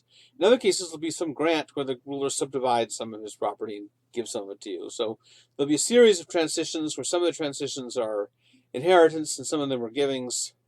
But anyway, this long chain of events all goes all the way back to Adam. And so if you're a king, if you're a legitimate monarch of some territory now, what makes you the legitimate territorial monarch is that your claim runs by this long series of transitions all the way back to God making Adam ruler of the earth. And since that was divinely authorized, your rule over this kingdom you're the king of is divinely authorized because it's a subdivided part inherited from that original position. And so therefore, you better obey your king, because your king is divinely authorized. Now, as I mentioned before, nowadays Filmer is, hardly anyone reads Filmer. As I didn't assign Filmer. Contrary to what it may seem to you, I can't assign everything. Nowadays Hobbes is the one that people read. Hobbes is the one people find philosophically interesting. But as I mentioned, in Locke's day, Filmer was the guy to beat. And so the entire first treatise, which, as I mentioned, is now partly lost because one of the few manuscripts of it ended up being burned at Locke's instructions. But the entire first treatise, which was longer than the second, which is devoted to refuting Filmer. I didn't assign the first treatise either. We're only giving you the second. So in the first treatise, Locke argues that this argument I've just described from Filmer is no good. He says, first of all, when God gives whoever he's giving it to, Adam or the whole human race or whatever, when he's giving them dominion over the earth, it doesn't say dominion over other people. It says dominion over the earth and all the plants and the animals. And Locke says, look, dominion over the earth doesn't imply that you have ownership over other people. You have ownership over, Adam had ownership over the earth and over plants and animals, but didn't have ownership over his wife or his children. Or at least there's nothing in the Bible that implies that he did.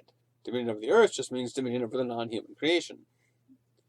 Moreover, Locke argues, even if Filmer's theory were true, and Adam did have this kind of supreme overlordship over the whole planet, and even if this did pass by succession the way he's describing, Locke says, look, we have no reason to believe that this gives any legitimacy to current-day monarchs, because in order to believe that a current-day monarch, like, for example, pick example, not exactly at random, James II, the Stuart king of England that Locke and his friends are trying to overthrow, there's no reason to think that he owes his authority to some change back to Adam. Because if you look at the actual history, you see that the way that people become king is not always by either A, inheriting it from a previous king, or B, being freely given it by a king.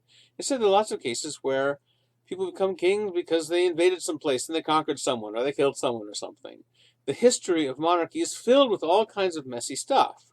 In some cases, we can see that something dubious happened. In other cases, we can't see and we don't know. We have no particular evidence that all the transitions went smoothly. I mean, if you look at the history of the English monarchy, well, it goes back to the Norman Conquest. The Norman Conquest, a bunch of the Normans, a bunch of Frenchified Vikings, come and invade England, and they kick out the existing kings and they take over. Now, of course, the Normans had a story. They had a claim about how they had a legitimate, conquerors and usurpers usually offer some kind of argument about how they had some kind of legitimate claims. If you read the history, you'll see this stuff about swearing over the bones. It's this long story about how they really had a legitimate claim. But who knows whether any of that's true or not.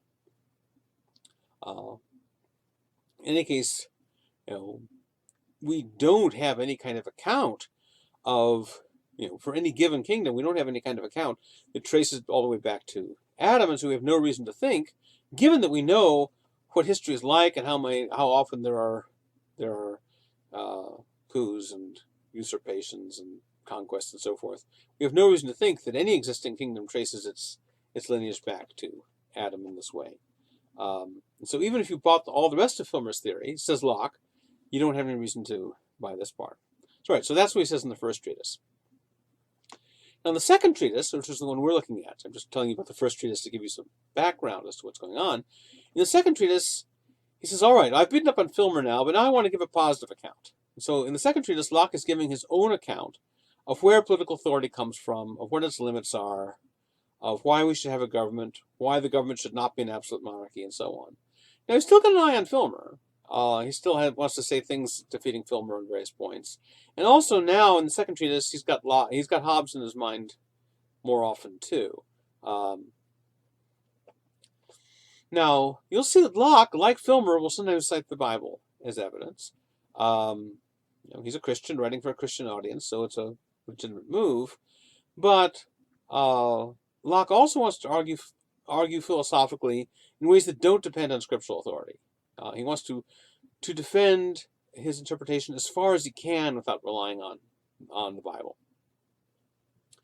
What Locke appeals to is what he calls the law of nature. Now, we see that Hobbes talks about the law of nature too, but for Hobbes, the law of nature was just a set of strategies for advancing your self-interest. That's not what Locke means. Locke is using it more in the traditional classical eudaemonist sense, although Locke isn't quite a classical eudaemonist. He's influenced by them, but he's his own thing, really. But this idea that the law of nature is a set of binding moral principles that are laws of nature in the sense that they're based on nature. They're based on human nature, meaning by looking to human nature, you can figure out what the principles are, even apart from revelation. He's got an account of what some of the content of this law of nature is. So what Locke says is, look, if you want to find out what the rules are for human life, what human beings are supposed to do, how do you figure out what we're supposed to do? You look at how we're designed. Figure out what our function is. Here, Locke is definitely influenced by Aristotle. Remember, Aristotle has this idea that we look to the human function, which for him is going to be virtuous rational activity. For Aristotle, you look at the function to figure out what the best way is for us to live. And Locke is influenced by that here. In fact, there's another one of Locke's works, the Questions on the Law of Nature, where he's developing another version of this argument. And in that one, he actually quotes the relevant passage from Aristotle in the Nicomachean Ethics. So Locke's got Aristotle on his mind. Even if he's not a strict Aristotelian by any means, there is definitely Aristotelian influence in his thought.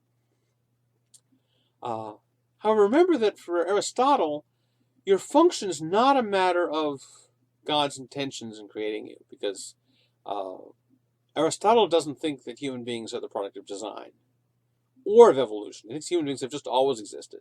So there is no origin of species, either divine or evolutionary. So Aristotle has a different account of what the function of something is. It's not a matter of how the trait arose. It's a matter of how it works within the thing itself. But Locke's a Christian. Locke believes in that human beings were created by God and designed by God. And so for him, the function of something is, the way you figure out the function of something is by looking to the intentions of the person who made it. So if you want to know what we're supposed to do, you have to look at God's intentions in making us. Now, how do you figure out what God's intentions are? Well, one thing you can do is look at the Bible. If you're a Christian and you think the Bible is an authoritative source of information about what God's intentions are, you can look there. And Locke sometimes does. He doesn't cite the Bible as often as Filmer does, but he will sometimes cite it. However, Locke wants to argue as far as he can without relying on scriptural authority. He'll fall back on it when he has to or when it's helpful, but he wants to give an independent philosophical argument. Now, in the two treatises, he does not give an argument for believing that we are created by a God. Of course, in some sense, since almost all of his audience believed this, he doesn't really need to argue for it here. Besides, this is a political treatise, and he doesn't really need to go into this theological detail here. But another one of his works, his longest work, I think it's his longest work, the Essay Concerning Human Understanding, in that work he does attempt to offer an argument for believing that we are created by a God. So I'll just have a brief look at this argument. So first of all, he says, look, when anything comes into being has to have a cause. If something has always existed, then maybe it doesn't need a cause. Some of the medieval philosophers might disagree with him about that. But if something has come into being, then there must be a cause of it. And if that cause has also come into being, there has to be a cause of that. But this chain can't go on forever. Locke doesn't believe in infinite chains of causality. We've seen there was dispute about that in ancient Greece, but he doesn't believe in an infinite chain of causality. So you have to come to a first cause. The first cause can't be something that comes into being, because if it did, it would need a further cause. So it must be eternal. So anything that comes into being is ultimately the result of some eternal cause. Well, we come into being.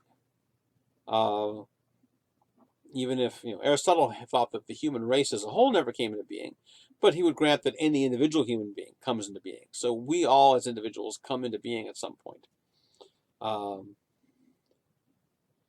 And so from those two premises, it follows that for every human being, there's a first cause that's ultimately responsible for that human being, and that first cause is something eternal.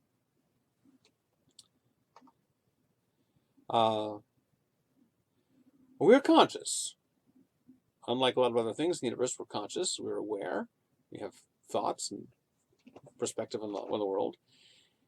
And Locke also believes that nothing conscious can arise from something unconscious. He says, look, imagine just bits of matter bouncing against each other. Maybe you could produce all kinds of interesting things with that way, but you couldn't have thought, because thought or consciousness is a whole different dimension. It's like, not only is this stuff existing, but there's a kind of internal point of view it has, and you can't get that just from material things bouncing around against each other, he thinks.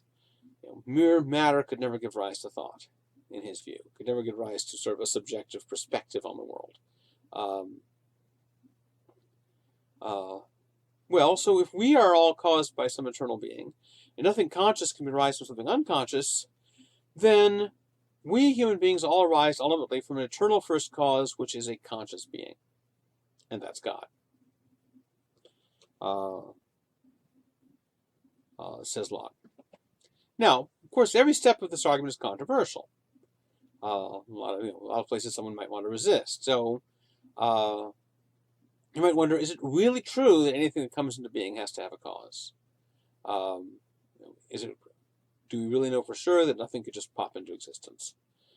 And if it does, do we really know that every chain of causation has to be finite, that we have to come to something to begin with? How do we know that things can't just go on forever, the way Aristotle thought that every human had human parents and so on infinitely? So, someone might question one.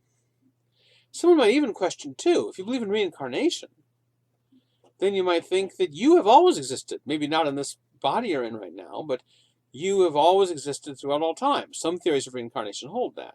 Not all. I mean, there's some theories of reincarnation according to which you start at some point, and then you get reincarnated after that. But there's some theories according to which it's gone on forever.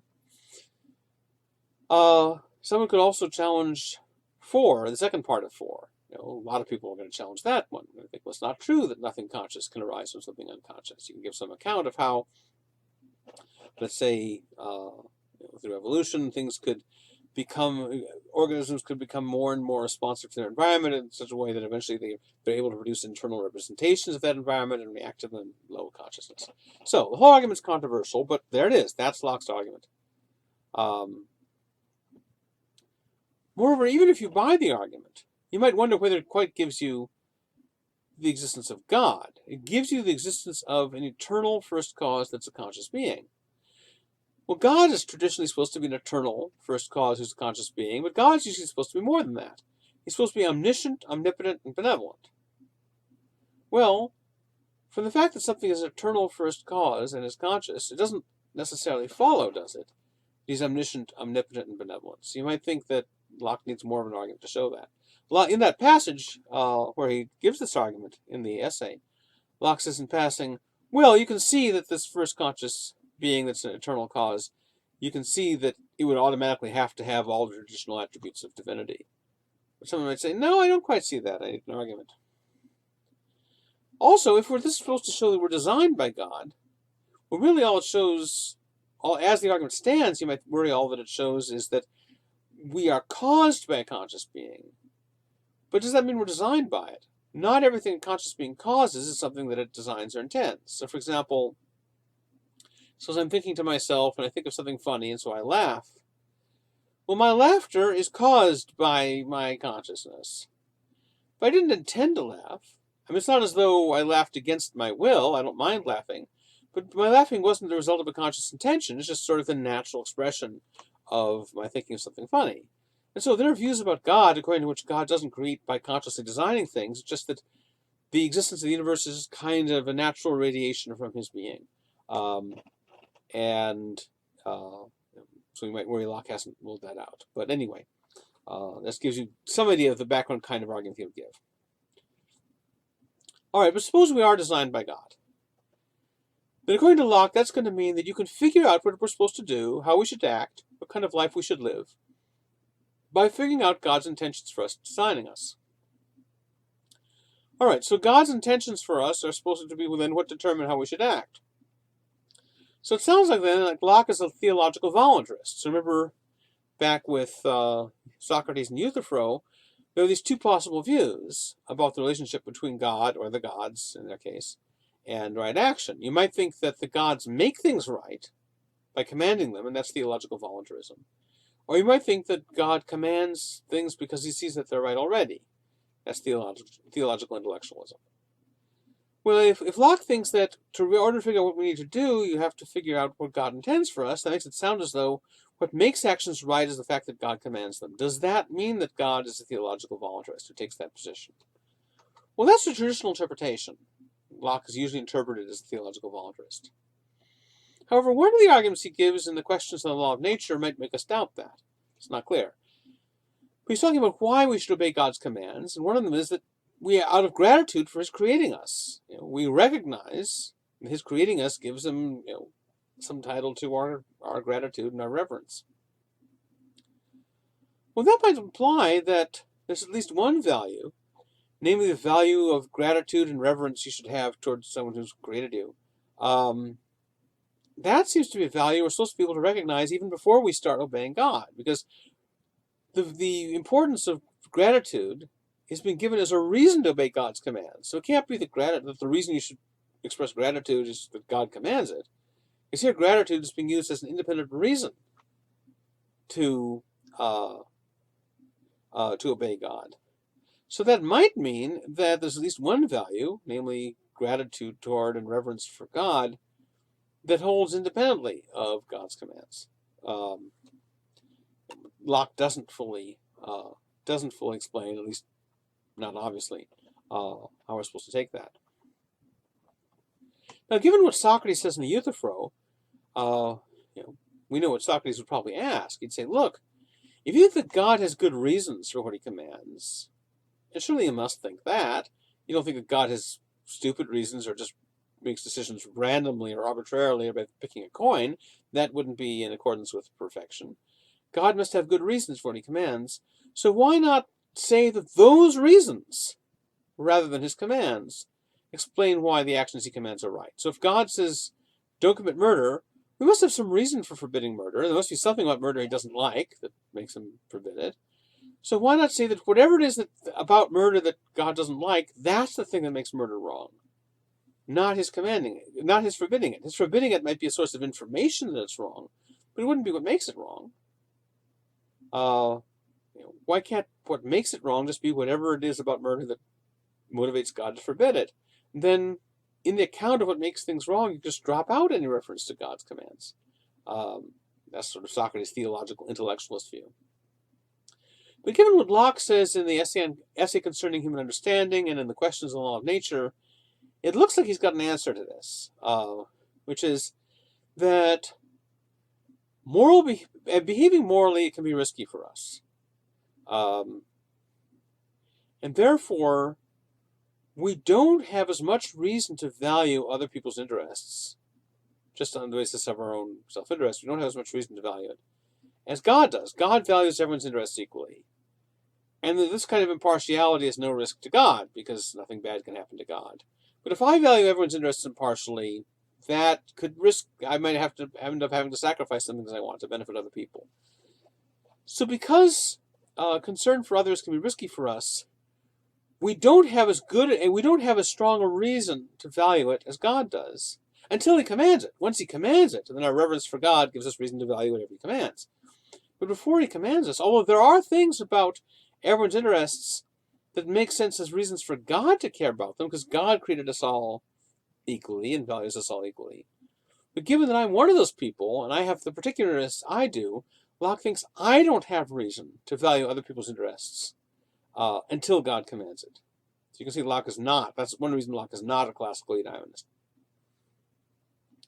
Okay, let's get back to the second treatise. We've seen just a little background on how he thinks about the existence of God and God's commands. All right, so he thinks that in order to figure out what you ought to do, you have to figure out what God's intentions were in creating it.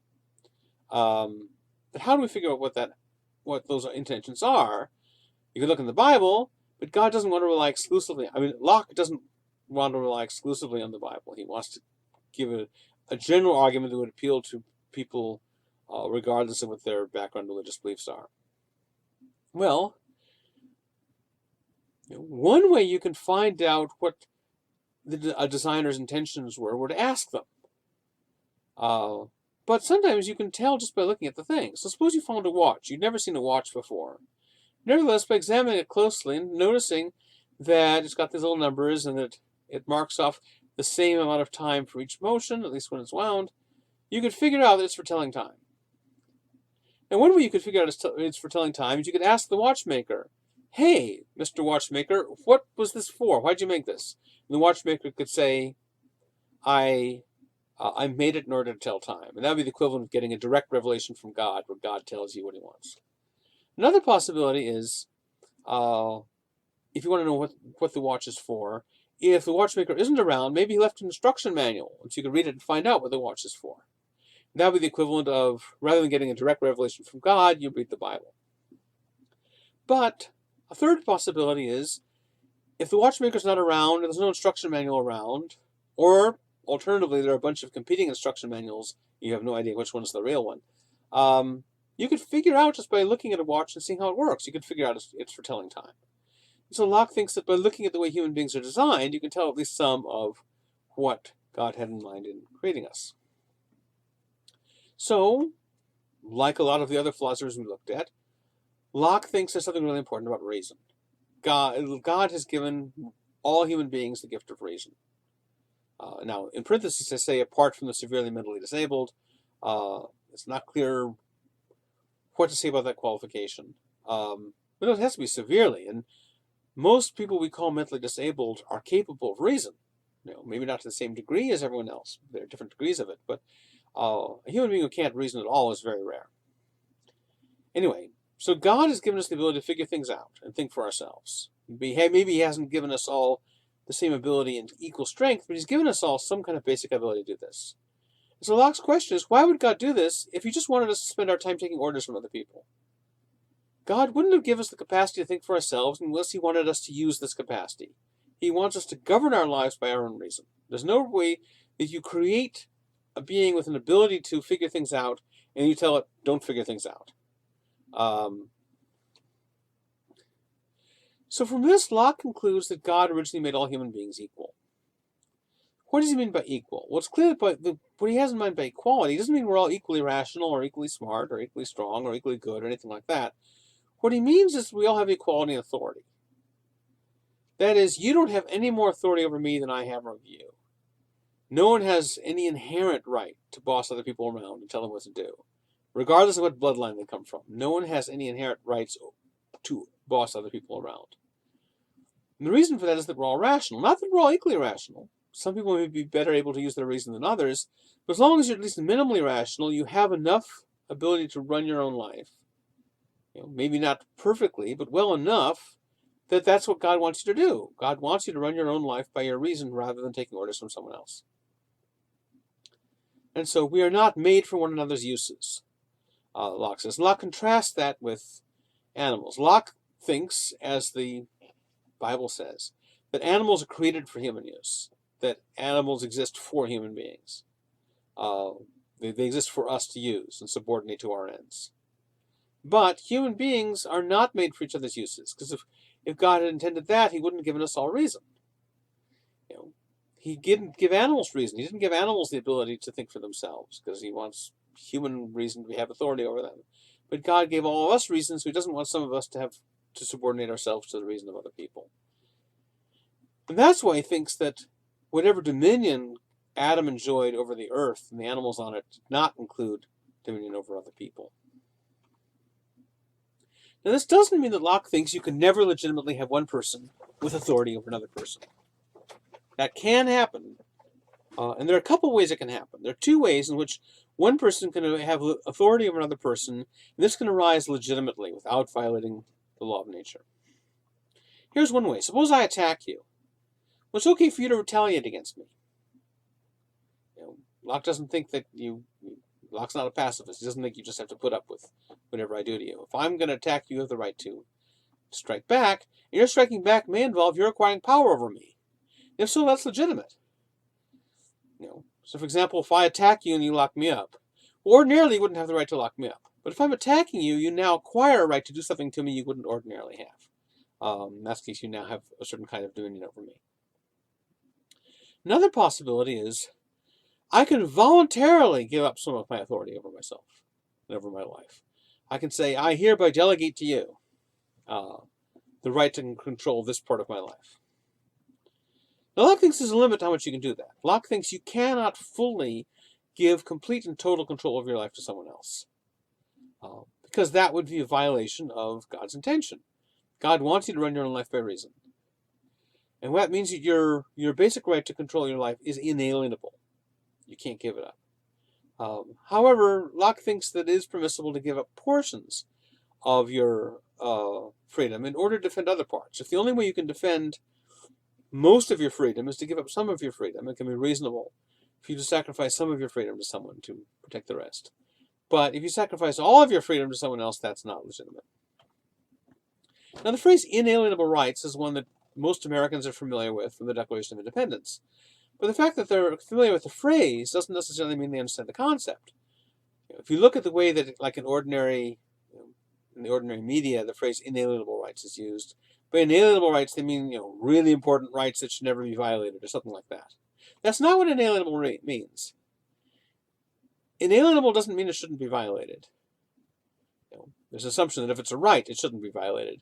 You don't need inalienable for that. An inalienable right is one you can't give up.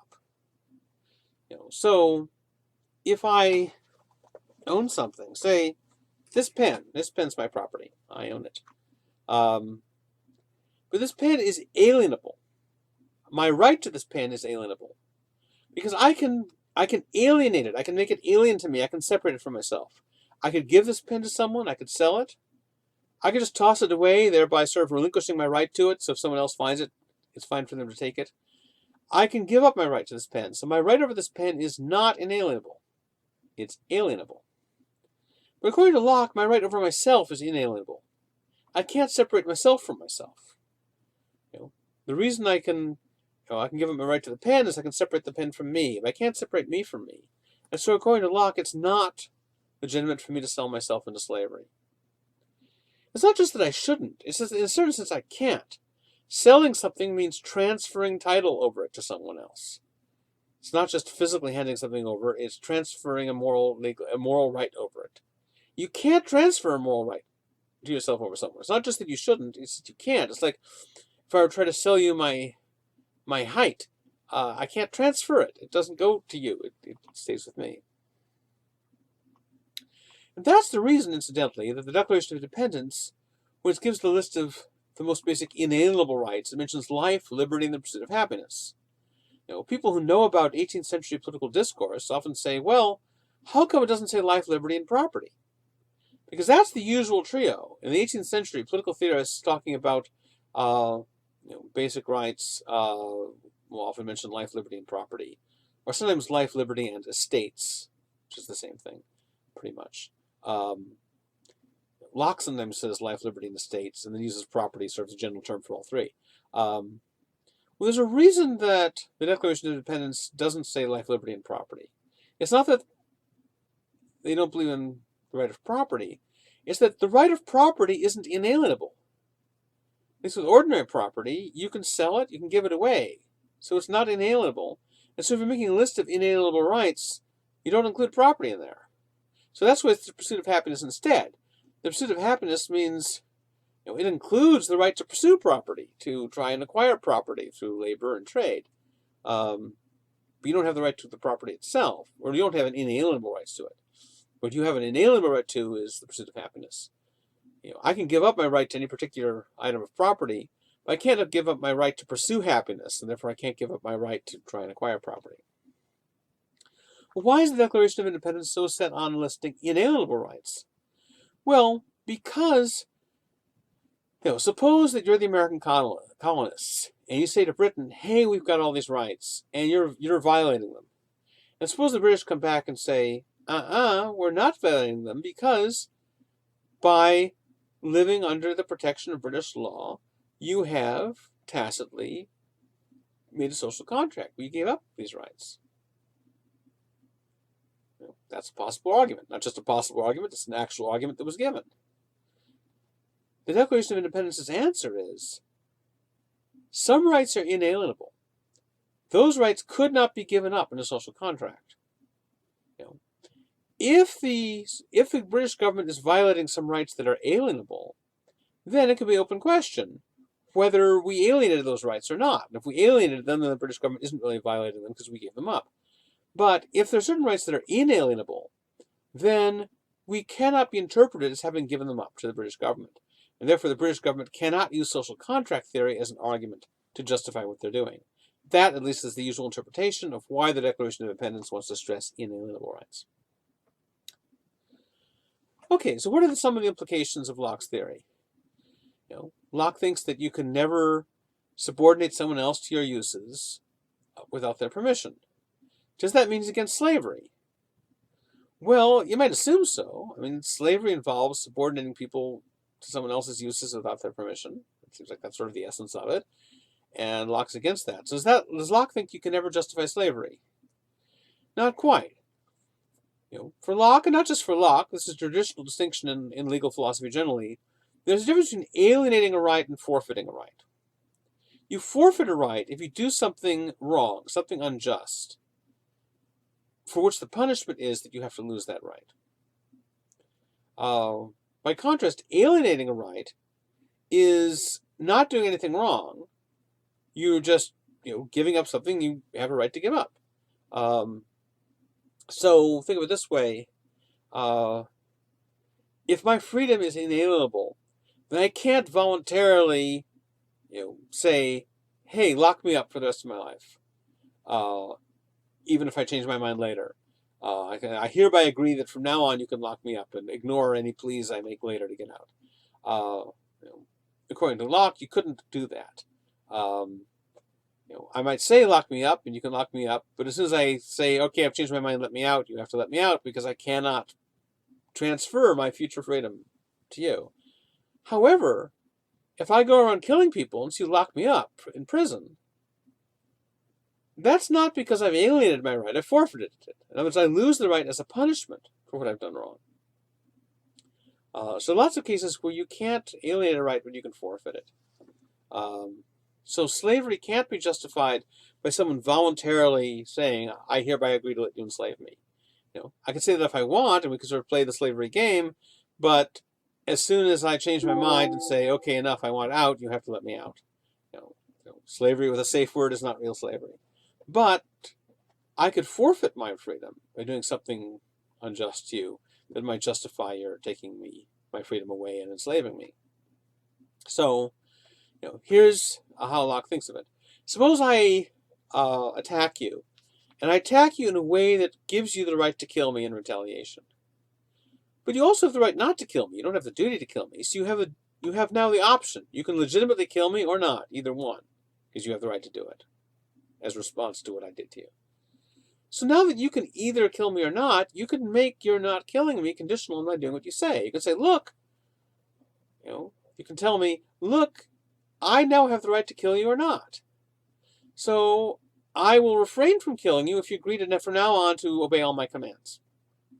And then you'd have the right, that would thus be a right to enslave me. And that's a right you could acquire if you acquire the right to kill me in retaliation for something, and you decide not to do it, decide to withhold your right to kill me as long as I do what you say. Now you might think, look, maybe if I attack you, you have the right to kill me in self-defense, if that's what you need in order to prevent my killing you. But once I've been subdued by you, you might think you don't really have the right to do more in retaliation to me than is necessary to defend yourself. In other words, you might think you don't have the right to punish me, you just have the right to defend yourself against me. And some people take that line. Some people think that punishment in general is not legitimate. You can lock someone up if that's the only way to stop them from attacking people, but you can't lock them up just to make them worse off. Again, you can kill someone and maybe if that's the only way to stop them from attacking people, but you can't kill someone just as punishment if you've got them restrained in some other way. But Locke takes for granted that the institution of punishment is a legitimate institution. So he doesn't consider that subjection. Now, Locke's theory of slavery was sometimes used by defenders of real-life slavery, of the kind that existed in Locke's day, mainly white people of European descent enslaving people from Africa. Defenders of that kind of slavery often would appeal to Locke's theory to justify it, and they give the following account. They say, all right, suppose you've got two tribes in Africa, A and B, and A is waging war unjustly against B. A is the aggressor, B is innocent. But A attacks B unjustly. But B nevertheless wins and manages to subdue tribe A. Now, if you are allowed to enslave people as punishment for their unjustly attacking you, then tribe B can now enslave the members of tribe A as punishment. That's legitimate. And so now the members of tribe B are legitimately enslaved. You've got a whole bunch of black people in Africa enslaved by other black people in Africa. Now along come the white slave traders. And they buy these slaves from the victorious tribe. And since these were people who were legitimately enslaved, then according to this theory, the owners have the right to sell them to the white slave traders, and so the white slave traders now acquire legitimate title, and so boom, you've justified the African slave trade, supposedly. But there's some problems with this argument. Even if you grant Locke's theory of slavery, and a lot of people are not going to grant it, a lot of people are going to think that slavery is not justified even as a punishment for crime. Although, interestingly, the U.S. Constitution, if you look at the 13th Amendment, which is the amendment that bans slavery, it says neither slavery nor involuntary servitude shall exist in the United States except as a penalty for crime. So enslaving people as a penalty for crime is actually legal under the U.S. Constitution. Maybe, or at least under the 13th Amendment. Someone could argue that maybe some other parts of the Constitution, like the 14th Amendment's requirement of equal protection of the laws, or even going back to cruel and unusual punishment in the Bill of Rights, we could argue that maybe those provisions would rule out slavery as a penalty for crime, but the actual anti-slavery amendment doesn't, interestingly enough. However, even if you grant Locke's theory of slavery, you can legitimately enslave people as a punishment for some kind of aggression or injustice. There can be problems with using that to justify the actual institution of slavery as it existed in Locke's day. So first of all, you got the story that, okay, it's all right for these white slave traders to buy these slaves because these slaves were people who were defeated in a just war with this other tribe. But of course, the white slave traders who bought slaves, when they bought them as opposed to capturing them themselves, when they buy these slaves, they have no idea, where these slaves came from, or whether they were, of which side of a war they were on, or whether it was a just side or an unjust side. They didn't care. They made no attempt to discover this kind of thing. And so we have no good evidence that any of these slaves really were justly enslaved according to Locke's theory. Moreover, even if it's true that if a tribe attacks you, you have the right to enslave the aggressors, a lot of people in the opposite tribe are non-combatants. Women, children, the elderly. So it seems as though you wouldn't have the right to enslave the whole tribe. You only have the right to slave the people with the spears who are attacking you, and maybe the chief would give the orders, but not just everybody. In particular, if you don't have the right to enslave the women, this is going to create a problem for perpetuating the institution. Moreover, if the reason you get to enslave these people is because they were aggressors and they're being punished, then that means that the slave owners would not get to enslave the children. If the slaves have children, the children are going to be free by right because they haven't done anything wrong. If slavery is justified only as punishment, well, punishment only goes to the people who actually did something wrong. Well, therefore, the restrictions on slavery that Locke's theory implies, he didn't talk about this explicitly, these issues he raises and then runs on, but given what's implicit in his theory, the restrictions that are implicit are ones that would not have allowed slavery as it actually existed. Because slave owners didn't want to have to go and get new slaves captured from Africa every time they wanted another slave. The whole way that the slavery system works is, you have both male and female slaves, and they have kids, and the kids are also slaves, and when they grow up, they have kids, and you get generation after generation of people enslaved. But if you weren't allowed to slave the women, if all the slaves were men, then obviously there'd only be one generation of them. Or if you're allowed to enslave both men and women, but when they have children, the children you have to set free, then again, you're not going to get generation after generation of slaves. Which means that although Locke's theory could justify some kind of slavery, it couldn't justify the kind of slavery that actually existed. So those who invoked Locke, whatever you think of Locke's theory, those who invoked it to justify actually existing slavery, were doing something that Locke's theory just wouldn't justify.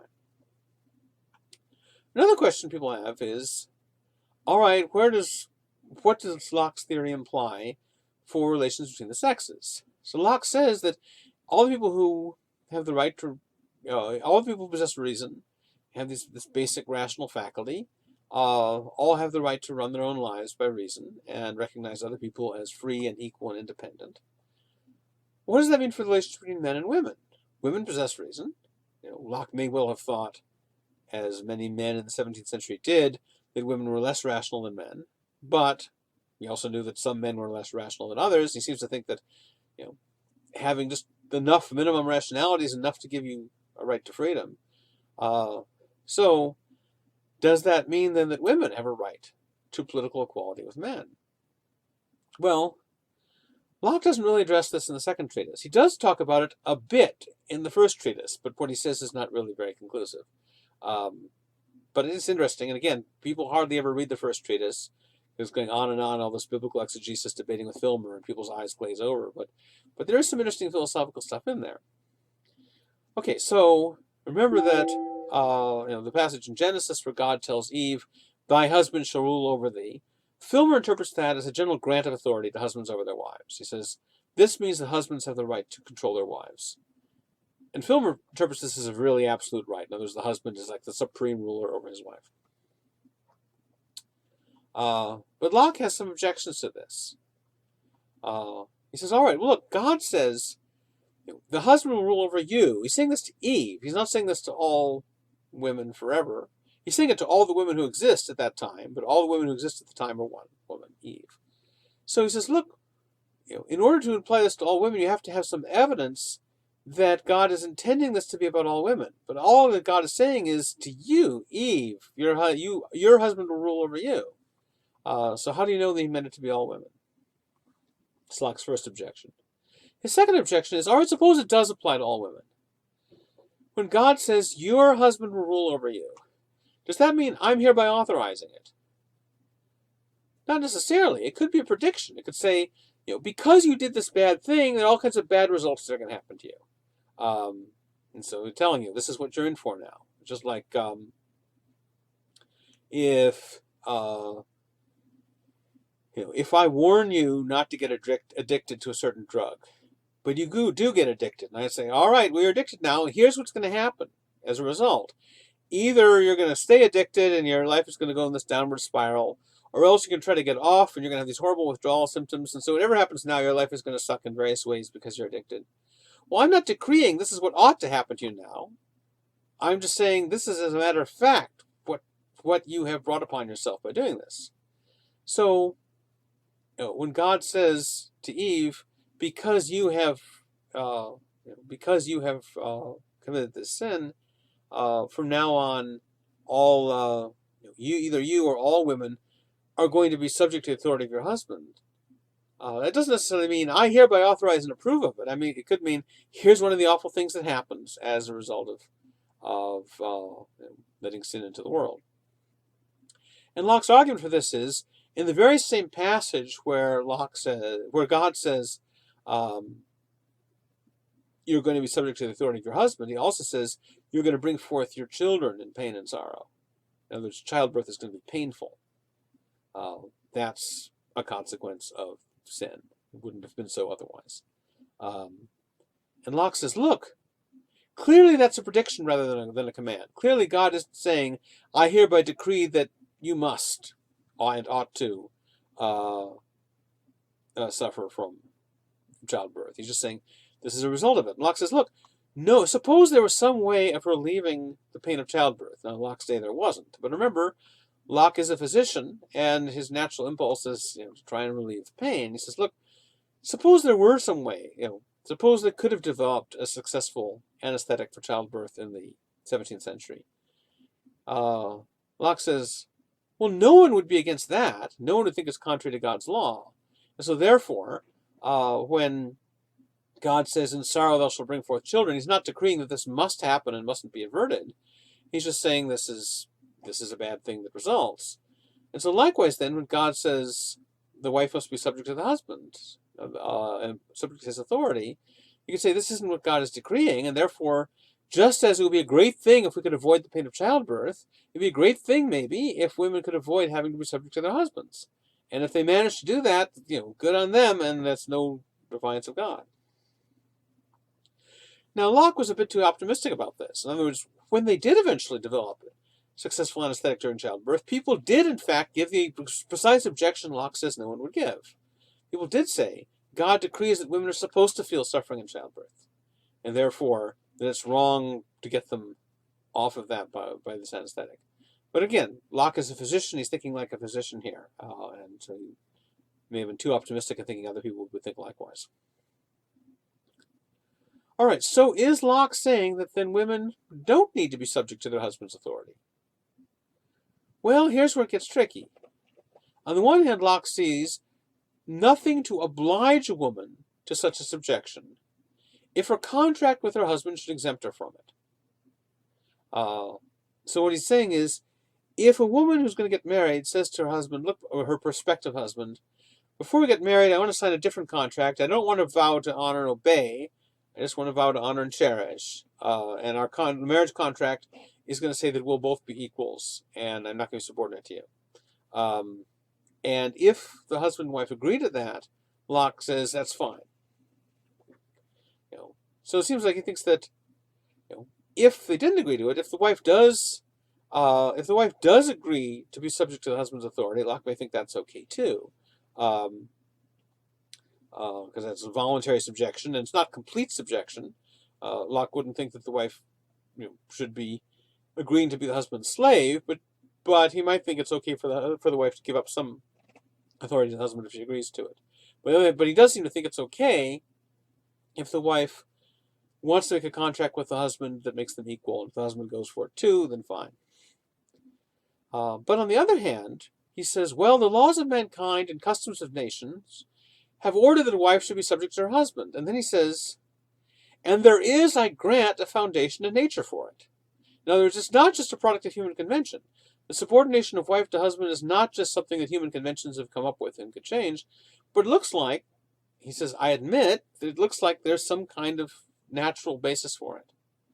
He doesn't say what it is. He doesn't say whether that natural basis should be an objection to the contract of marital equality that he was mentioning before. So, in effect, he's saying, look, we've got some good arguments against the husband's supremacy. It looks like we've got some good arguments for the husband's supremacy. And he drops it. He doesn't resolve it. Now, in his day, when there wasn't really anything in the nature of a movement for women's rights, he may have thought it just wasn't that pressing an issue. His goal in talking about this is not to decide what rights women should have. It's just a passing remark he makes when he's trying to deal with Filmer. And so Locke perhaps doesn't need to settle it, but still he does raise a problem for male supremacy. Although he also seems to say maybe there's something to be said for it as well.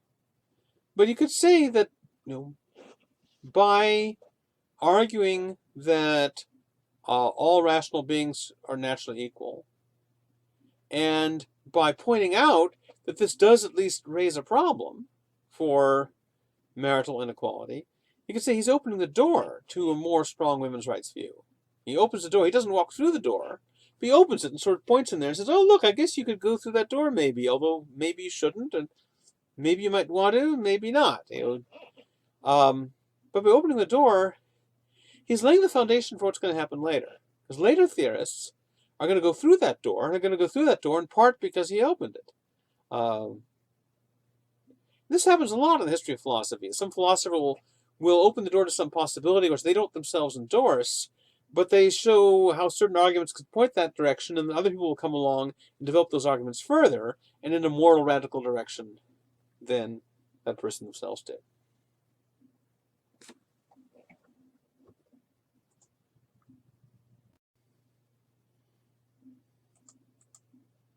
Okay, more Locke. So this time we're going to look at Locke's theory of property rights. So Locke needs to develop a theory of property rights because, again, he's got this concern to respond to Filmer. And as we saw, part of Filmer's defense of absolute monarchy turned on a theory of property rights. Remember, he thought that ownership of the earth had to pass from Adam to the eldest male heir, because the alternative of having it pass to all the heirs jointly would mean you'd have to get permission from everyone else on earth to do anything. That'd be inconvenient. It's much easier to get permission from just one person during the early period. Eventually, that becomes impractical too, but during the early period. And so therefore, things must have started off as an absolute monarchy, and therefore that's the kind of political system that God approves of. That was Filmer's argument. That's a picture of Filmer there. Doesn't look much like the other picture of Filmer I showed you last time, but these are the pictures we have. The various pictures of Locke look more like each other, so we can feel more confident about what Locke looked like than what Filmer looked like. So, since Locke wants to reject absolute monarchy, and Filmer's got a property rights-based argument for absolute monarchy, Locke needs to come up with a different theory of property rights.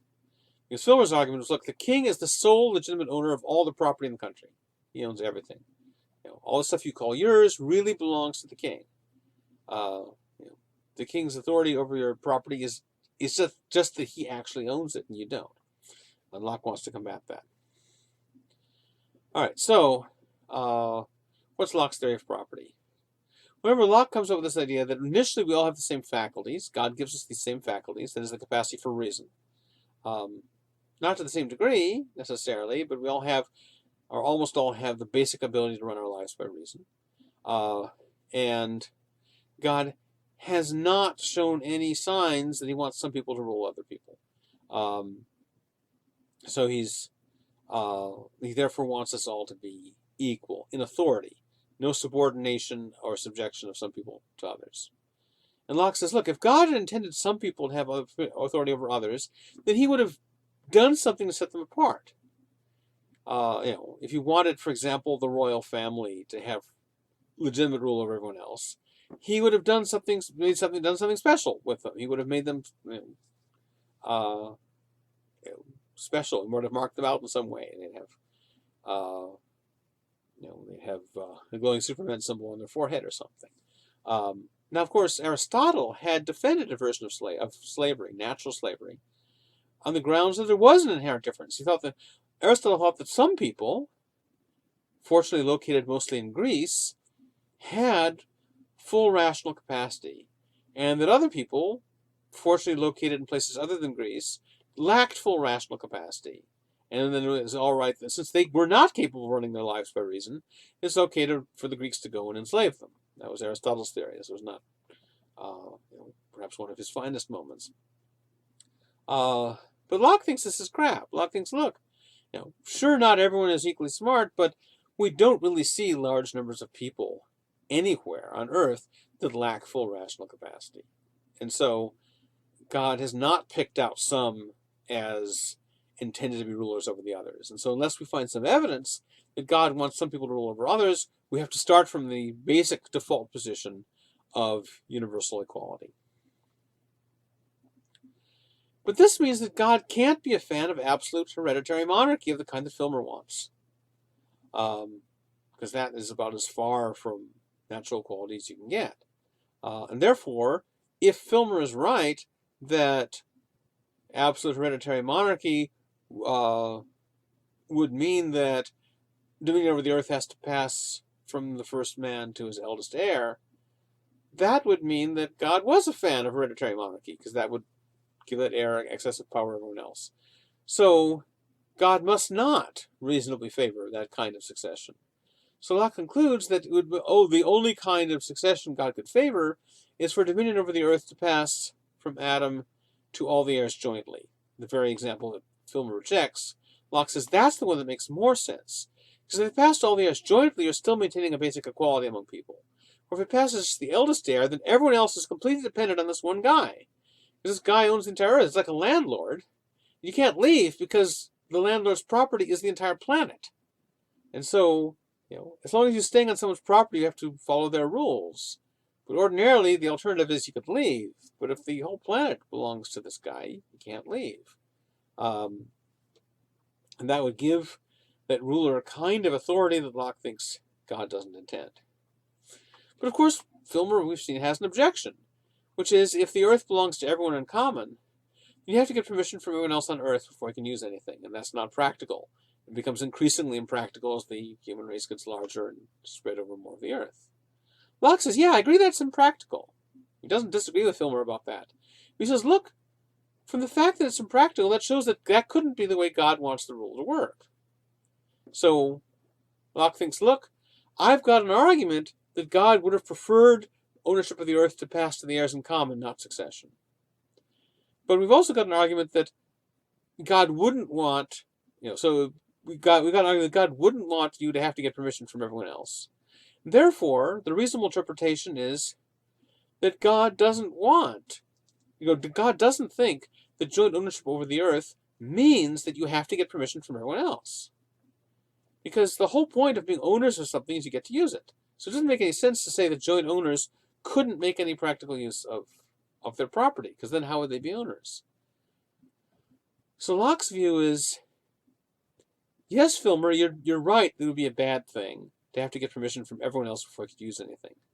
But it doesn't follow that joint ownership would be wrong, because it doesn't follow that joint ownership would involve having to get permission from everyone else. Because after all, if joint ownership implies there's some way they can use it, that's what ownership means, then it couldn't be the case that joint ownership itself forbids its use. Joint ownership can't simultaneously command the use and forbid it. So there must be some other way of interpreting it. And so what Locke concludes is that there must be some way, if God is authorizing joint ownership over the earth by all these people, there must be some way where God is intending a means by which they can withdraw assets from the commons for their own private use without having to get permission from the rest of the human race. In other words, it doesn't make sense to suppose that God agrees with Filmer that joint ownership necessarily requires getting universal permission. Because since you can't get universal permission, that would mean joint ownership would mean you can't use anything. But ownership of any kind means that people can use it. So there has to be some way, consistent with the rules of joint ownership, that people can use the stuff without getting permission. And Locke suggests this is labor. It's through the individual's own labor that they are able to withdraw things from the commons and claim them for themselves. All right, so how does this work? Well, for Locke, you start off as your own owner. You are your owner, except ultimately God owns you. But in relation to other people, as opposed to God, in relation to other people, you are a self-owner. No one else has the right to interfere with you because you have legitimate authority over yourself, second only to God. Well, if you own yourself, that means you own your body, you own your hands and your feet, your eyes, and all the parts of your body you use to labor with. And that means you own the labor too. You own the labor, you own the motions you make with your limbs. So you transform raw materials by laboring on them, or the way that Locke puts it is you're mixing your labor with them. Well, this makes it sound a little bit as though, labor is a fluid, and you've got 2 cups of flour and half a cup of baking soda, and then you add like a quart of labor and mix them together. That's a metaphor. The mixing part is. What he means is that because you own your limbs and your labor, when you labor on raw materials and transform them, you come to own those too, because you own the labor that you are using to transform these things. Now, the labor that you have to do in order to come to own something could be pretty complex. Like, for example, if there's some land in a natural state, and you come along and you sow crops, and you dig a well, and you build a house, and you fence it in, and you do all these things, you're transforming it in the way that you then come to own it. But Locke says it doesn't have to be that complex. You just pluck an apple off a tree and put it in your pocket. Again, an unowned tree, or a commonly owned tree, a tree that's out there in the natural state. No private owner of it. You come along, you pluck the apple, you put it in your pocket. That's a kind of labor. It's a minimal labor, but you have transformed the apple, and that the apple used to be in the tree, and now it's in your pocket. That's a change in the apple that makes it more useful to you. That's enough for you to own it, says Locke. Locke thinks that even among people who don't believe in private property and land, and Locke thinks that's true of the American Indians. A lot of people nowadays think that too. You often see people saying the American Indians had no conception of private property and land before the Europeans came along. That's not strictly true. It's complicated. American Indian tribes did not have precisely the same conceptions of private property and land that Europeans did. But some of them did have some aspects of private property and land. There were a lot of different American Indian tribes, and property rules differed quite a bit from one to the next. So when people make generalizations like, well, the American Indians believed X about property, there's very little that all the American Indian tribes believed about property. So some tribes did have a fair bit of private property in land, though the details of it were not quite the same as European systems. But anyway, Locke thinks that the American Indians didn't believe in private property and land. It was all common.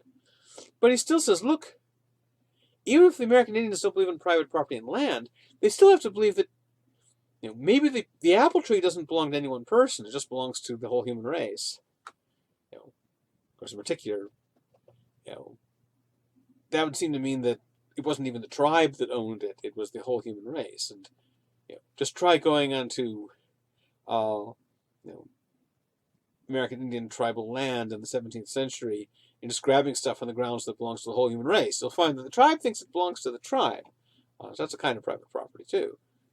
Although they also sometimes believe in private property of individuals in land, but certainly they didn't think that most of the stuff just belonged to everyone. But anyway, Locke thinks that even if the tree is owned by everyone in common, once you pluck an apple from it, well, the apple gets eaten by you, not by someone else. And you can't have a right to eat the apple yourself unless it belongs to you and not to everyone. Maybe the apple tree belongs to everyone, but you can't make any use of eating the apple unless you get some kind of exclusive claim to it. So there's this quote from Locke: "The fruit or venison which nourishes the wild Indian who knows no enclosure," enclosure means the transformation of common land into private land, "and is still a tenant in common, must be his."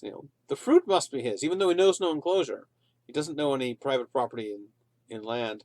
Still, the particular fruit or the particular deer meat that he's gotten a hold of for his dinner must be his, and so his, that is, a part of him, that another can no longer have any right to it before it can do him any good for the support of his life. In other words, if you didn't have any more right to eat this apple than everyone else did, if anyone else could come along and grab the apple out of your hand just as you're about to reach for it, then owning the apple couldn't do any good if it's only a common ownership. It's got to be private ownership in the moment you eat it. Now, one part of that phrase is very interesting. He says that the fruit has to be part of him, and not part of him after he eats it. Of course, after he eats it, it becomes in some sense part of him. But he means it has to be part of him in order for him to have a right to eat it in the first place. So Locke is claiming that once that the stuff you mix your labor with, even before you eat it, if that's what you're going to do with it, it already is in some sense part of you. So there's a quote from Locke: "When did the fruit, when did they begin to be his? When he digested them, or when he first picked them up?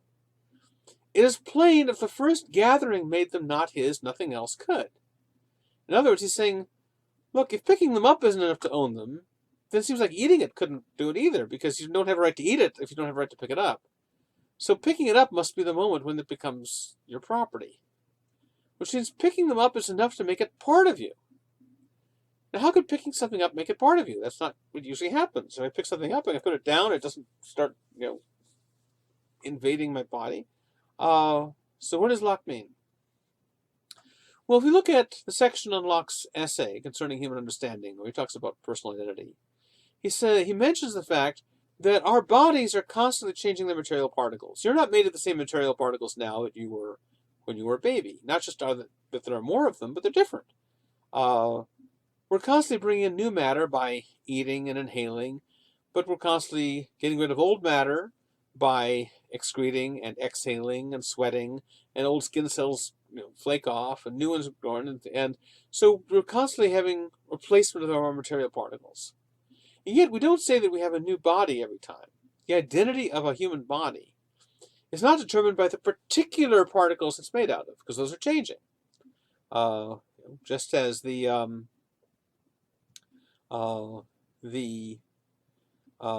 United States government has been around since the 18th century, but none of the individual people in it have. Or Auburn University has been around since the 19th century. But it's not all the same people, it's not all the same buildings, but there's this continual ongoing process. So what Locke says is that your body continues to be the same as long as it partakes of the same life, though that life be communicated to new particles of matter. In other words, even though new particles come into you and old particles leave, there's a still ongoing life process that's the same. What makes it the same life process is not a matter of having the same particles. Just as what makes having the same river, I mean, the Chattahoochee River has been around for a long time, but it's not the same water in it all the time, because the water keeps flowing onward. If you thought that nothing counted as being the same river over time unless it always had the same water, then the Chattahoochee River wouldn't last for more than an instant, because there's new water pouring in at the top and there's old water pouring out at the bottom every moment. What makes it the same river over time is the ongoing process, not the particular bits of water. And so likewise, what makes your body is not the particular particles it's made out of. It's that when, for example, you eat an apple, the material of it becomes incorporated into your life process. Well, if we apply this idea to the second treatise, there's a way of thinking about what Locke might be saying. When I put the apple in my pocket, even though I haven't eaten it yet, there's a sense in which I'm doing something that's like eating it. When I eat an apple, I'm incorporating it into my life process. When I put it in my pocket, I'm also, in a way, incorporating it into my life process. I'm transforming it into an instrument of my ongoing purposes. When it was on the tree, hanging on the tree, I couldn't do anything with it. But now it's in my pocket. I can take it out. I can eat it whenever I want. It's now sort of ready to hand. It's part of the materials I use to live my life. And so, by incorporating it into my life that way, by putting it in my pocket, I'm doing something that's like eating it. And so there's a sense in which, when I transform something through my labor, even when the transformation is as simple as picking out an apple and putting it in my pocket, there's a sense which becomes an extension of myself. It becomes a part of myself. That's a way of understanding what Locke is saying. So if you think of it this way, suppose I have an artificial arm. It's not made of flesh and blood. It's made of metal or plastic or wood or who knows what. And I can take it off and put it back on. It's detachable. But you might say it's still part of my body, because it plays the same role in my life process that the flesh and blood arm would. It functions the same way. Not precisely the same way, but broadly speaking, it plays the same role. Now, of course, you could say, well, there's a difference. You were born with your flesh and blood arm. You weren't born with this artificial arm. Well, true, but the particles that your flesh and blood arm is made of right now, you weren't born with those. Just old particles have left, new particles have come on and taken on that role. Well, if you lose your flesh and blood arm and replace it with an artificial arm, in a sense, that's taking on that role too. So your artificial arm is as much a part of you as your flesh and blood arm was before you lost it. Which means that someone has no more right to take away your artificial arm than they do to take away your flesh and blood arm. Taking away your flesh and blood arm might be more painful and harder to undo, but nevertheless, in both cases, they're taking some part of you away from you without your permission. But you might say, look, how is an external tool, like a hammer or a screwdriver, different from an artificial arm? In both cases, it's something you can temporarily attach. Look, when I grab this pen, right now this pen is temporarily attached to my hand. It's attached there in virtue of my fingers holding it rather than it being screwed in my hand or something. But right now, at this moment, the pen is like a part of me. Even when I put it down, well, suppose I could detach my flesh and blood arm and reattach it. We can't do that. We can imagine creatures who could do that. Wouldn't it still be part of them, as long as they could resume it whenever they want? So you might say that external property isn't really different in principle from parts of your body. All right, well, suppose it's true that when I transform materials through my labor, they become an extension of me. Why does that give me a property right in them? Well, here seems to be what Locke is thinking. First of all, remember, the law of nature says you can't treat other people as though they are created for your uses. You can't subordinate them. You can't appropriate them without their permission. Well, if when you transform something through your labor, it becomes an extension of you, that means someone can't appropriate the products of your labor without appropriating you, in part. But remember that you're forbidden to appropriate other people. That means you're forbidden to appropriate the products of other people's labor. So people's property rights are an extension of, people's property rights to external stuff are an extension of their property right in themselves. That seems to be Locke's theory. However, there are restrictions on what you can appropriate from the commons. Remember, these raw materials don't start out unowned, in Locke's view. They start out commonly owned. Because Locke agrees with Filmer that God gave the earth to the human race. It's just that Locke thinks the human race is everyone, not just one guy.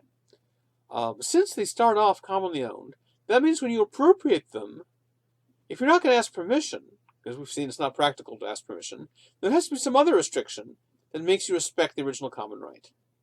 And what he says is you can't do it in a way that reduces the total wealth of humankind. So all this stuff is for us jointly to use, but we can't use it jointly. We have to use it individually. You can't get permission. It's not practical, so you just have to take something. But because it all starts off jointly, you have to take it in a way that respects other people's original claim to it, which means you can't just destroy it. You can't just get rid of it. So one thing that means is when you appropriate items from the commons, you have to leave enough in this good for others. So for example, they're different. There's dispute about exactly how to interpret this, but here's one way of interpreting it. Suppose you're out in the desert, and there's only one source of water for hundreds of miles around, and so I might just come along and put a fence around it and claim it and say, "Yeah, this is mine now," and I can charge $200 a cup for water. Well, one way of interpreting this might be that that's not permitted. That in appropriating that crucial resource, I'm doing something wrong. That I have to give other people more access to it. Again, there's dispute as to whether that's exactly what Locke means, but that's a possible way of reading what he means. In that case, I'm appropriating something from the commons in a way that didn't leave enough and is good for others. Now, you might think that the requirement to leave enough and is good for others is going to be too restrictive, because you might think, look, when you appropriate something from the commons, doesn't that always reduce the amount left available for others? But Locke says no. Locke thinks that private property is more efficient and more productive than public property, common property.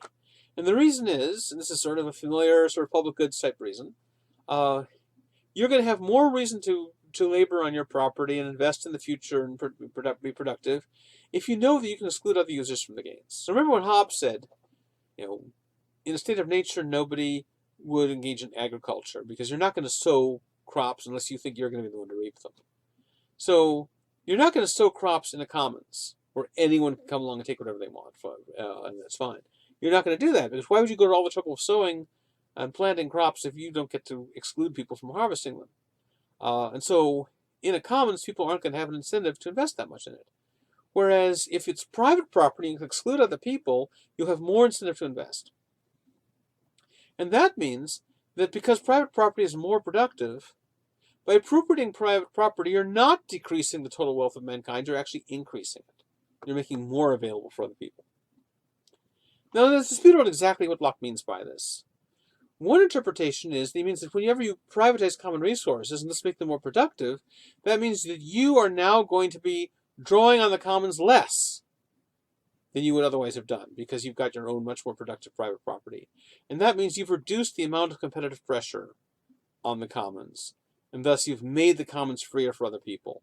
And so the reason it's okay to do this is because you're actually making the commons more available to other people than it was before. That's sort of the traditional interpretation of Locke.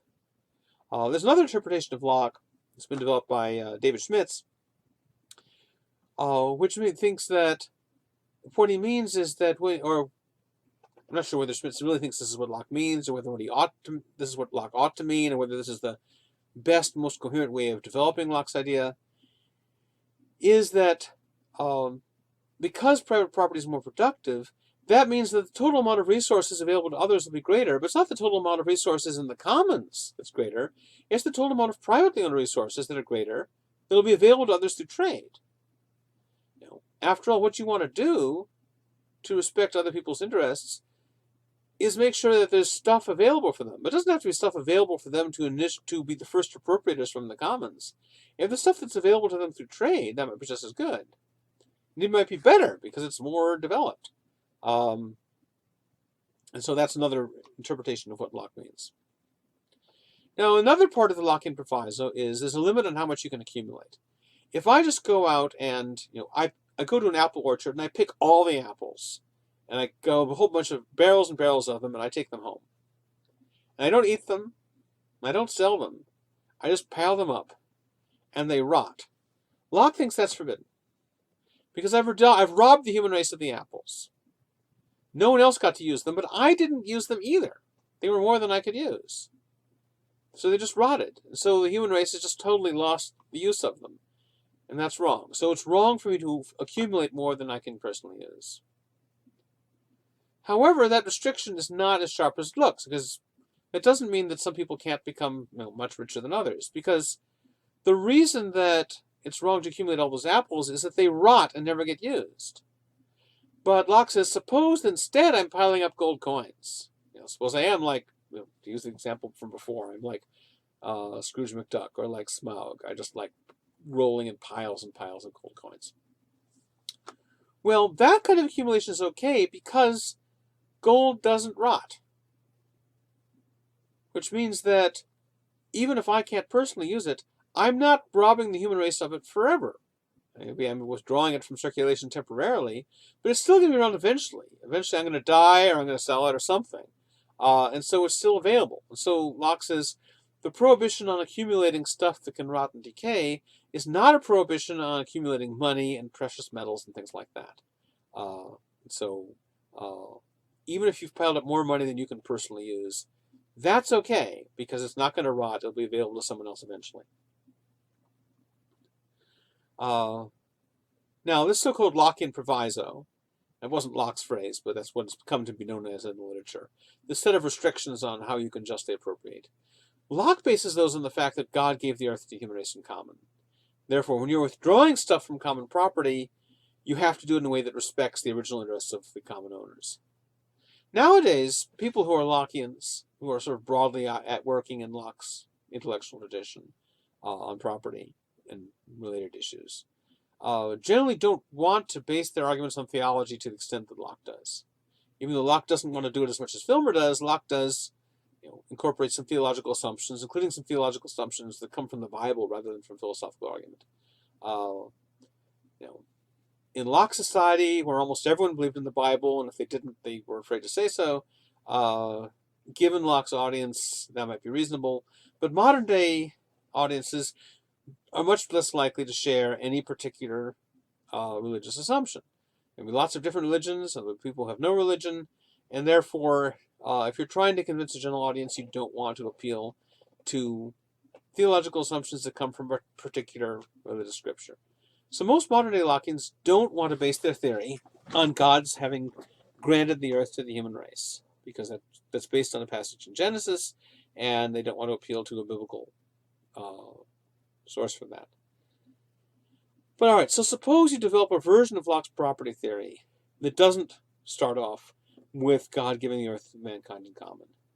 So that sounds like the earth is going to end up originally being unowned rather than commonly owned. It doesn't start off being commonly owned. It starts off just not being owned at all. It seems like that's the natural way of doing it if you leave out the part about God's grant of the earth. Well, is the proviso still going to be justified if you start off with the earth being unowned rather than commonly owned? Well, there's a dispute about this among Lockeans. Some modern-day Lockeans think the only reason you ever had for believing in the proviso was the claim that the earth was originally owned by everyone in common. And therefore, when you withdraw stuff from the commons, you have to do it in a way that respects the supposed residual common claim that the human race had to the earth. So they say, look, if you drop the theological part of the argument, so you drop the idea that the earth is originally commonly owned, it's just unowned, then you no longer have to do anything special to respect other people's interests, apart from not violating their ordinary Lockean rights. You can't enslave them or take their stuff, but you don't have to leave enough as good for others. You don't have these restrictions on accumulation, because the stuff is just unowned, and therefore if I come along and I just do something to some unowned stuff, it doesn't directly affect you. The fact I'm withdrawing it so you can't use it means it doesn't give me any special obligation to do it in a particular way that benefits you. So a lot of Lockeans think nowadays if you're not going to have a theological part of the argument, you should just drop the proviso.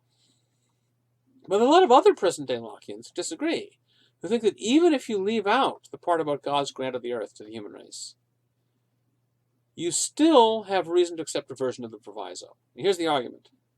Suppose there's something unowned. So right now, you have the right to go and homestead it and appropriate it if you want. You don't have a right of ownership over it yet because you haven't gone and mixed your labor with it, but you have the right to go and mix your labor with it if you want to, because no one's done it yet. Suppose I come along and I homestead it. I labor on it, I plant stuff, I put up a house, I build a well, I build a fence, all that. Now you no longer have the right to go and mix your labor with it because it's my property now. So I've changed your rights. You used to have a right to go homestead it, and you no longer do.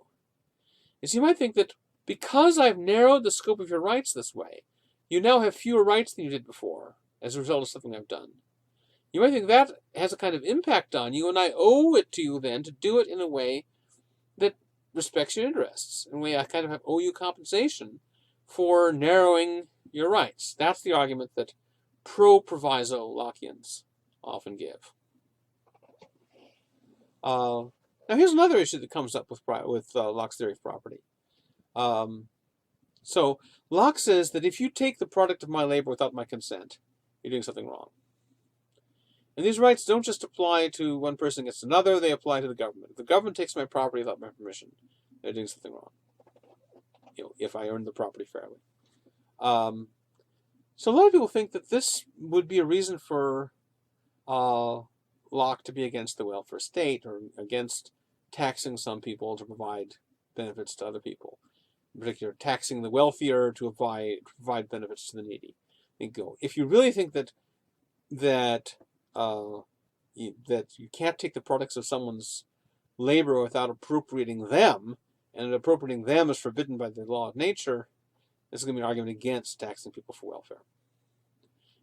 Both people who like that conclusion and people who dislike that conclusion often attribute it to Locke. So therefore, people who are fans of welfare taxes are often critical of Locke, and people who are against welfare taxes will often invoke Locke on their behalf. But Locke's position it's not so clear that Locke agrees with him about that. So remember, people are basing all these arguments on the second treatise, because the second treatise is the one that people read. It's the more popular one. People don't read the first treatise very often, but this question comes up in the first treatise. Locke asks, suppose that someone is really needy and I'm affluent, do I have the right to refuse them aid? Can I legitimately refuse them aid? Locke says, if I'm affluent and you're needy and I refuse your aid when you're really desperate, I'm doing something wrong, and here's why.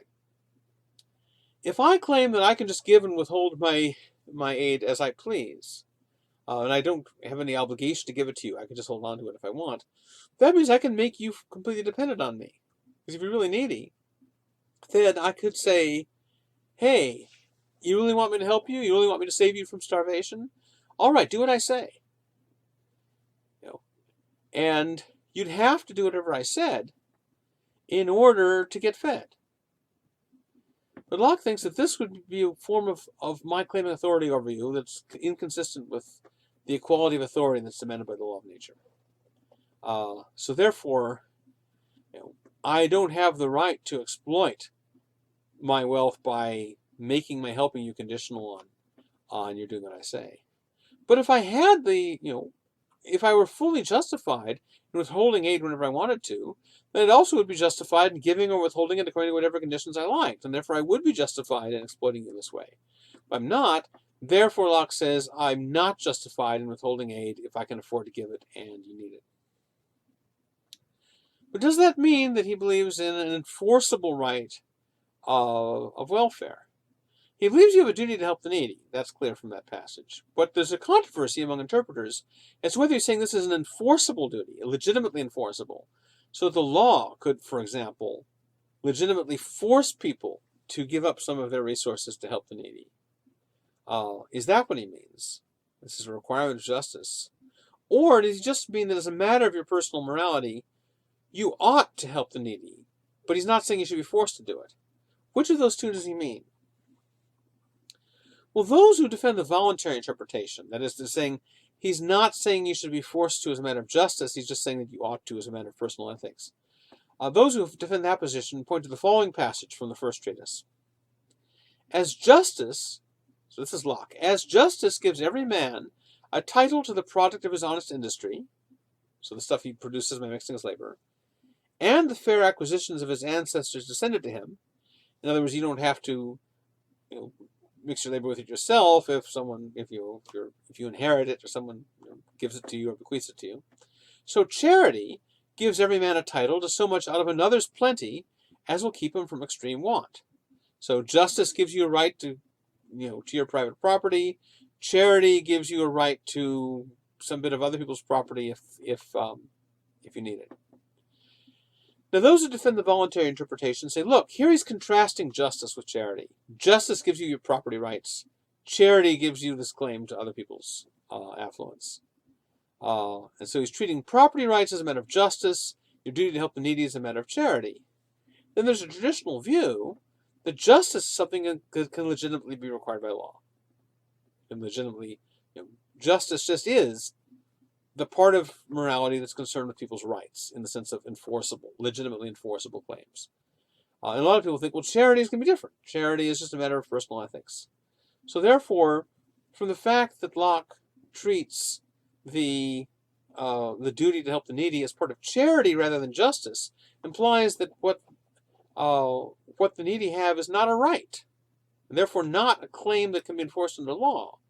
They have some kind of weaker moral claim that's not enforceable by law. That's what defenders of this passage say. What defenders of this interpretation say about this passage. Well, if you just look at this passage, that seems like a plausible interpretation, although you might worry about the word title. Say charity gives the needy a title to the surplus wealth of the affluent. Well, charity, by itself might sound kind of voluntary, but title belongs to the justice vocabulary. Title, right, legal obligation, and so forth. And so that might be a little stronger. So that's what the opposite side says is, look, charity gives the needy person a title. A title is usually understood as an enforceable property claim. Like the title to your car. So you have a title to the car is not just that people out of personal ethics ought to let you keep it. It means that you have a right to it. Moreover, those who think that Locke is defending an enforceable obligation here say, look, you can't just look at that passage all by itself. It's true that passage all by itself looks like it's contrasting justice with charity. But if you look at the context of the whole passage that this occurs in, it looks like Locke is not really contrasting justice with charity consistently. Because look at some of the other things he says. He says that God has given your needy brother a right to the surplusage of your goods, so that cannot justly be denied him. So that makes it sound as though the claim of the needy to the surplus wealth of the affluent is a matter of rights and justice, not just personal ethics. Moreover, here's this argument that, this is the way he puts the argument that, if you could legitimately withhold aid to the needy, then you could make giving the aid or withholding it conditional, and they're doing what you say, and then you could enslave them. And he's saying that's not right. And he says a man can no more justly make use of another's necessity to force him to become his vassal by withholding that relief than he that has more strength can seize upon a weaker, master him to his obedience, and with a dagger at his throat offer him death or slavery. In other words, so in one case I say, do whatever I say or I won't feed you. In the other case I say, do whatever I say or I'll stab you. Well, the second one is clearly a violation of justice. But Locke is saying that the first one, where you're just withholding aid, you can no more do that justly than you can do the second one. So there it really does look as though he thinks that these are both cases of justice. Even though he does in that one passage seem to be contrasting justice with charity, the whole context of the passage seems to suggest he really thinks it is a matter of rights and justice. Although he does have that passage where he seems to contrast justice and charity, so maybe he hadn't fully worked it out for himself. Now, people often think of Locke as a champion of capitalism. People who think of themselves as champions of capitalism often like to invoke Locke as a forerunner. People who are critical of capitalism often like to point to Locke as a problem. He's got Locke as defending private property. He defends your right to give or bequeath your private property if you want, so right of free exchange. Although he thinks you can't accumulate rotting apples, you can accumulate money, and there's no limit on how much money you can accumulate. So people see this as defense of capitalism. And of course, they're looking primarily at the second treatise here, because the second treatise is the only one that most people ever read, if they read any Locke. Now, there's a famous criticism of capitalism brought by socialists, which says, look, here's the problem with capitalism. The working class don't own the means of production. So the means of production are things like land, factories, capital equipment. Under capitalism, these are concentrated in a particular class. So the average member of the working class doesn't own enough means of production to produce goods for their own survival. Even if they own something, they don't own enough to live on themselves. Therefore, you have to work for someone else. If you want to survive and not starve, as a member of the working class, you don't own enough means of production to make yourself self-sufficient, so you have to work for wages for someone else. And this necessity to work for wages from someone else who controls the means of your survival, socialists have traditionally looked at that as a problem for capitalism, as a form of oppression and domination. Now, people usually think, well, Locke's a defender of capitalism, he wouldn't have any sympathy with that criticism. But given what he says in the first treatise, which again people don't read, it looks as though Locke might be at least in partial agreement with this socialist criticism. He says, you don't have the right to turn someone into your vassal, into your servant. You don't have the right to do that by withholding what they need to survive. So that sounds like a criticism of the capitalist wage system. Now, he's not against wage labor in general. He's not against people working for wages for other people. He says one way that you can legitimately acquire property is not by going and homesteading it yourself, but having your servants do it, because you've got a contract with them that they homestead it and they turn it over to you in exchange for wages. Locke's fine with that, so he's not against wage labor as such, as some socialists are. But he does seem to think it's problematic if people can't survive without working for someone else, and that the other person in position to make demands of labor on them. Locke does seem to think that's worrisome. Now, a more capitalist-minded Lockean is going to say, well, here Locke made a mistake, then. Locke should have distinguished between imposing a harm and failing to prevent a harm. There's a difference between my positively doing something bad to you and my simply failing to help you. This is called the difference between doing and allowing. So the difference between killing and letting die. If I go up and just shoot you, clearly that's unjust. It's a violation of your rights. But if someone else shoots you and I don't make any attempt to stop them, even if maybe I could, we tend to think that's not, maybe it's morally problematic, but it's not unjust and I haven't violated your rights. So some people are going to say, look, as long as the wealthy person has their greater wealth legitimately, they didn't get it through force or fraud, then in not helping the needy, they're simply failing to help. They're failing to prevent a harm, but they're not causing the harm.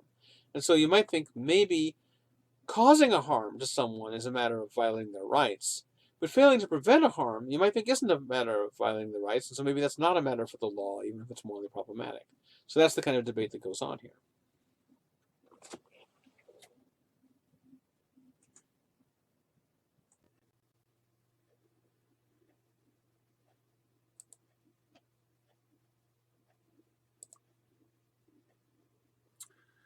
All right, here's our lecture on Locke's theory of the justification of government and also the justification of when you can rebel against government. Okay, so recall, Locke thinks that originally, in the state of nature, our original default condition, we're all equal in authority. If God had intended some of us to be rulers over others of us, he would have marked off some of us with some special status that would distinguish us from others. And Locke thinks that that didn't happen, and therefore we have to assume that God intended us all to be equal. God gave us all reason, the ability to recognize that other people also have reason and the ability to run their own lives, and that God wouldn't have created us all this way if he wanted some of us just to dominate the others. So we're not made for one another's uses. So we all start off equal in authority. But a legitimate inequality can arise in two ways. One is through justified retaliation. Someone aggresses against you, and according to him, you can subordinate or subdue them in response. And the other way this happens is the other way that inequality can legitimately arise is if you voluntarily give up some of your rights. Now, there's some rights you can't give up, some rights that are inalienable. Your basic right to run your own life, your own autonomy. You can't sell yourself into slavery or give yourself into slavery legitimately. You can't cancel someone else's obligation to respect your independence. But some of our rights are alienable. Some of them we can give up, and those ones it makes sense for us in some cases to give up. But before we give them up, then we're in the state of nature. Now, Hobbes and Locke both are a little ambiguous in the way they describe the state of nature. Sometimes they describe it as a general condition. The state of nature is just a situation that exists with a bunch of people without any common authority. But although they often talk that way, when they officially describe what it is, they really seem to think of it as a relation rather than a condition. In other words, you can't just say, I'm in the state of nature or I'm not in the state of nature. But you can be in the state of nature relative to some people and not in the state of nature relative to others. So if there's some common authority over me and you, then you and I are not in a state of nature. But if there's no common authority between me and that other person, then I'm in a state of nature relative to that person. So citizens of the same country, like citizens of the United States, assuming the United States is a legitimate authority, then citizens of the United States are not in a state of nature relative to each other. But they are in a state of nature relative to citizens of Canada, because there is no common authority over both the United States and Canada. That's the idea. That's because what gets you out of the state of nature is a social contract, but a social contract is not necessarily a social contract with everyone on Earth. It's a social contract with other people, members who are forming with you the same civil society, by which Locke means the same political community. And therefore, you'll be forming it with some people, not others. So officially, you can't just say, I'm in a state of nature or I'm not. You are in a state of nature relative to people you have not formed a social contract with. You're not in a state of nature relative to people you have formed a social contract with. But although Hobbes and Locke both say that officially, they will both often slide back into talking as though the state of nature is just a situation, that either exists or doesn't exist. Also, Locke often describes the state of nature as the same thing as a condition of no government. And that's not strictly true, according to his theory. According to his theory, you could have a government but still be in the state of nature.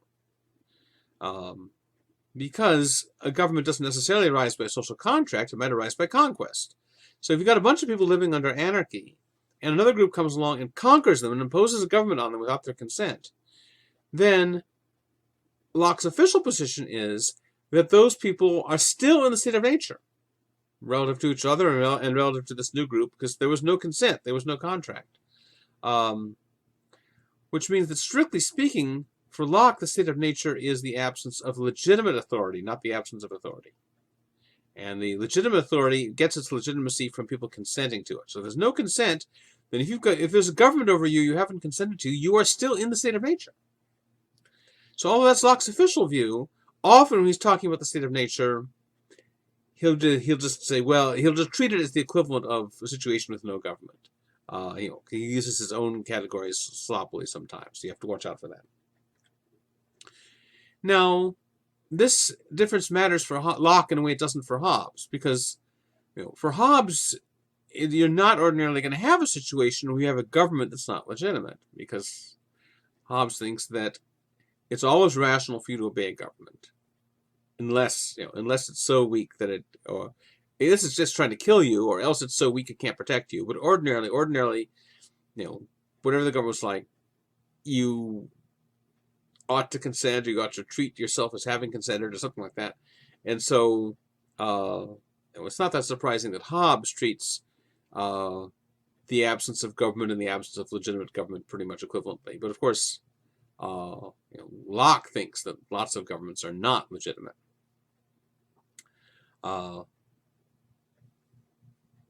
Okay. So, what's life in the state of nature going to be like? And here by the state of nature, I'm going to mean the anarchic state of nature, the state of nature where there is no government, the way Locke usually talks. How much cooperation will there be in a state of nature? Remember, Hobbes thought the answer is almost none. Maybe with your close family and friends you could cooperate. Maybe with strangers you could cooperate momentarily on things like, I hand you this and you hand me that. Simultaneously we make the trade.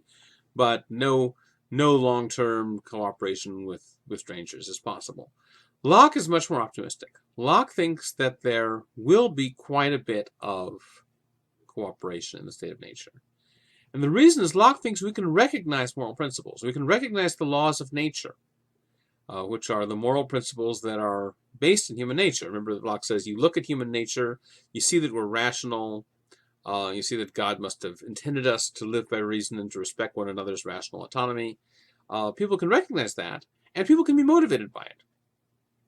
Locke thinks that most people, most of the time, can recognize this. Now, of course, there always going to be some people that are a problem. There are going to be some people that are a problem a lot, and then a lot of people will be a problem part of the time. No one, fully recognizes or fully responds to this all the time. But Locke thinks most people, most of the time, can recognize, look, I shouldn't treat other people like crap. And so, therefore, Locke thinks we're going to have a reason for cooperating that isn't a purely strategic one. For Hobbes, the only grounds we can have for cooperation are strategic.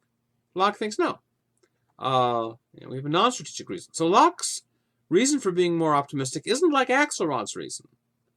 It's not that Locke is saying, look, you're right that strategic reasoning is the way to go in the state of nature, but you're wrong, Hobbes, in thinking that strategic reasoning can't lead to cooperation. In fact, it can. That's Axelrod's argument. That's not Locke's argument. Locke isn't saying, look, strategic reasoning can lead to more cooperation. Maybe he would have thought that, but that's not his argument. His argument is we have non-strategic reasons to recognize other people's autonomy and respect it. Namely, our recognition of other people having a rational agency and being morally entitled, having a God-given right to be left alone and not be treated as though they existed for our mere uses.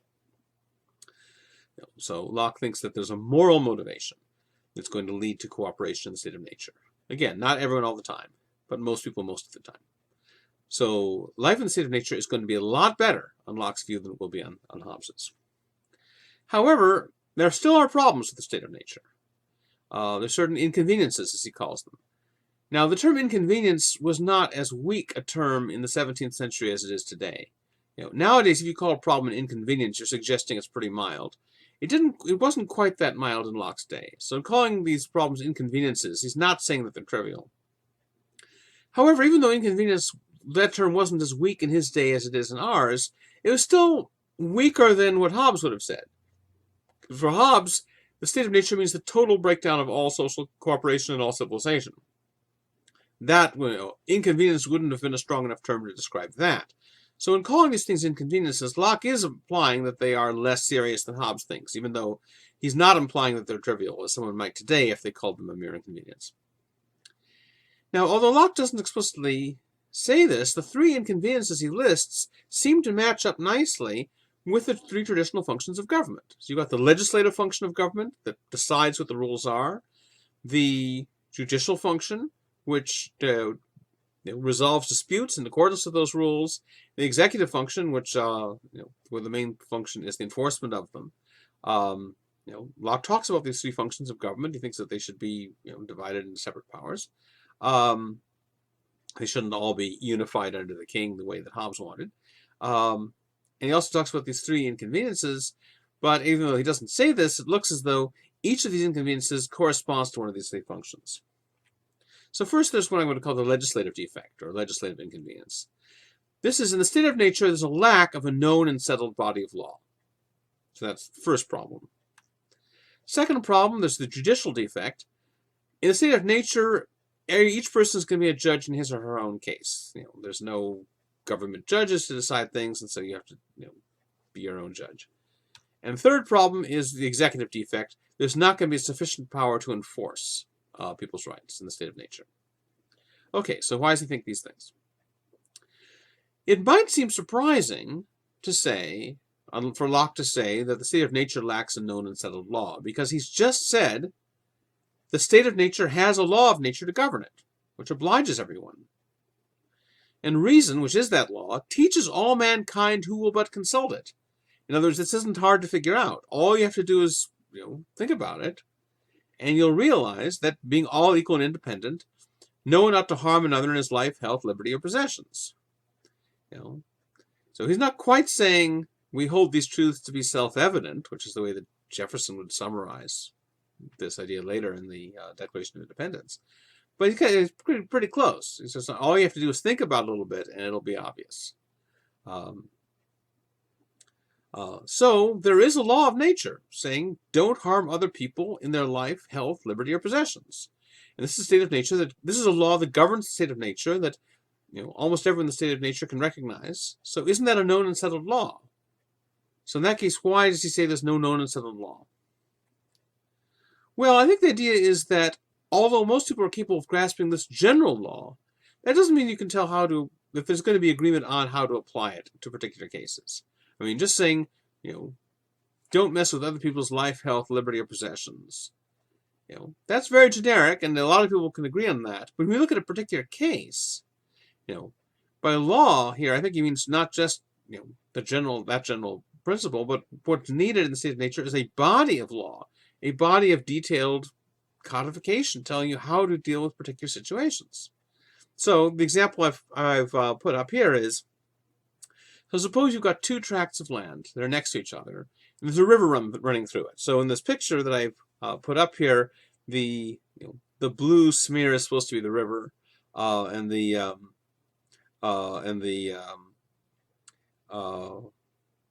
red arrows are showing the direction that the river is flowing. And so you got Mr. Purple and Mr. Green there as the two people on these two tracts of land. So the idea is the river first flows onto Mr. Purple's land, and then after that it flows onward through Mr. Green's land, and then so on downstream. So now suppose that Mr. Green, the guy downstream, makes his living by catching fish in the river. He eats some, he sells some, whatever. That's how he makes his living. That's how he keeps himself alive. He fishes in the river.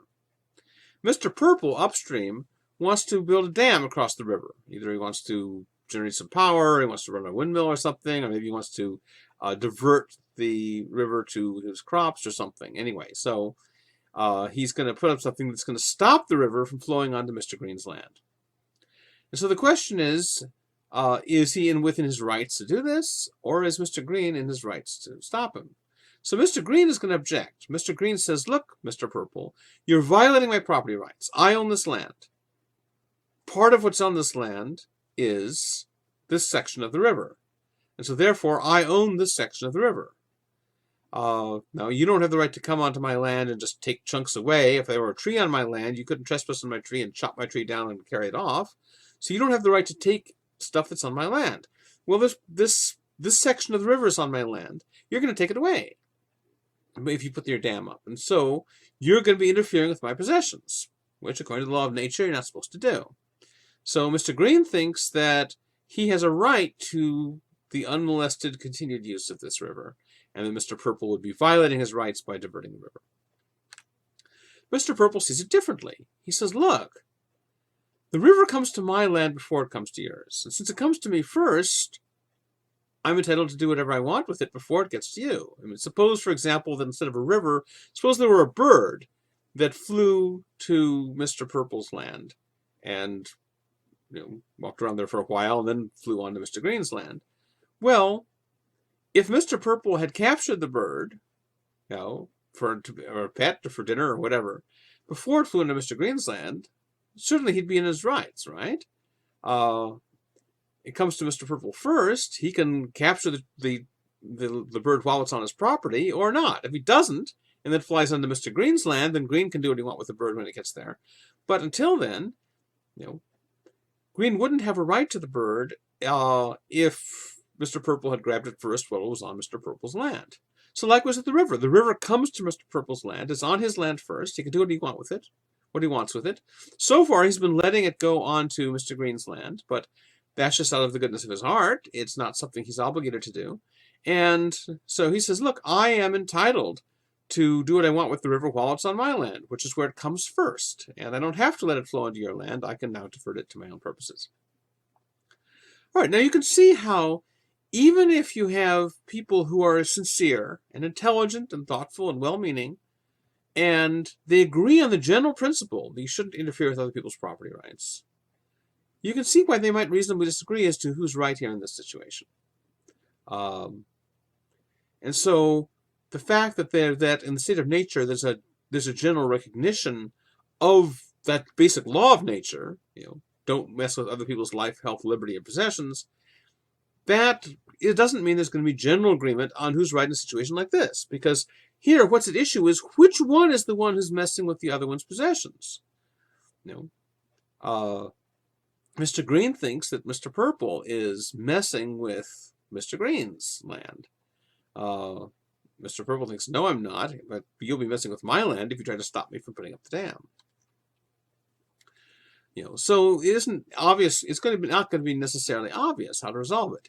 Yet it's really important that it be resolved. In fact, it's more important that it be resolved somehow or other than that it be resolved in the right way. It may very well be that if you really work through the logic of it, one of these people has a better argument than the other. Maybe one of them has a better case. Their argument's more defensible. And so if you had to resolve it, you should try to resolve it that way. But if you can't resolve it that way, it's still better to resolve it somehow, because what's most important here is people need to know what they can plan on doing. Mr. Purple needs to know, can he count on being allowed to build his dam, or can Mr. Green legitimately stop him? Mr. Green needs to know, can I count on being able to make my living from fishing, or can Mr. Purple legitimately take my river away? It's important that there be some way of settling this that is predictable, that applies to the whole society, that everyone knows how it's going to go, and they can make their plans and coordinate.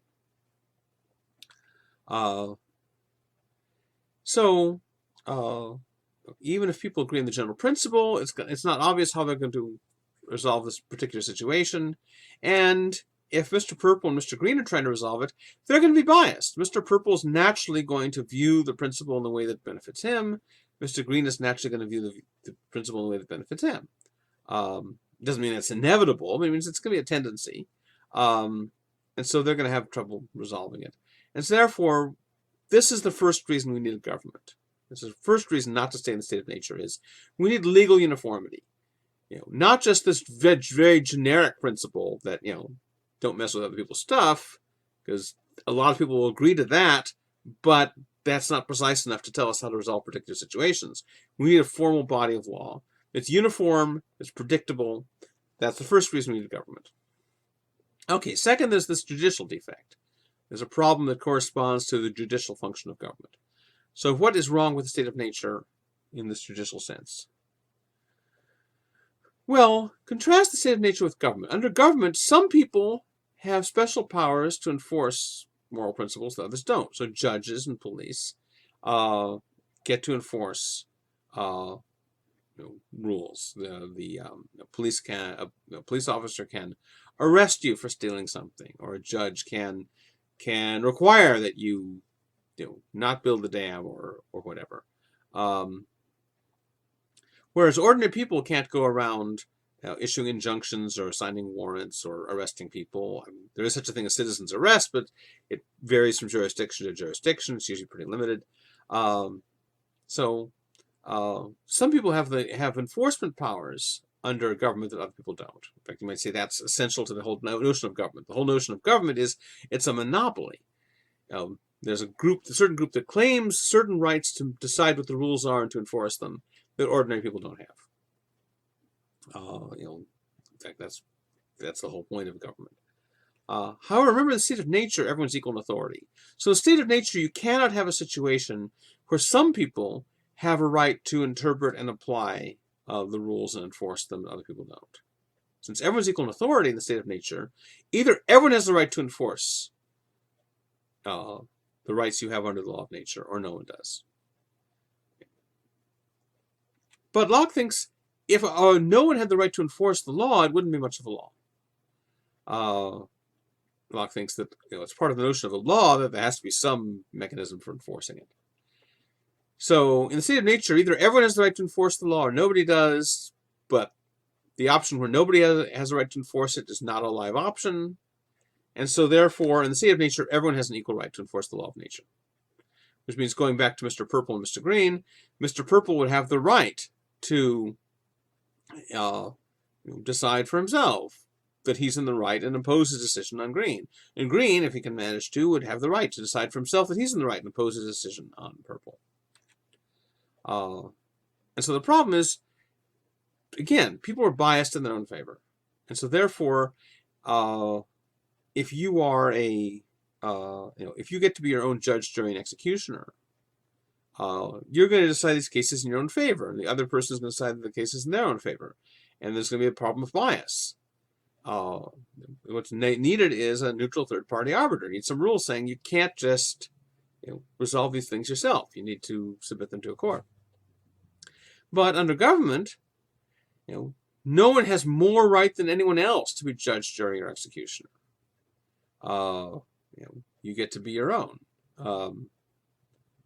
And that is what you have a right to do under the state of nature, but it's a problem with the state of nature, because this is going to lead to conflict. Now, this is not the kind of deep, thorough, society-destroying conflict that Hobbes believes. But Locke still thinks it's going to be a serious conflict. And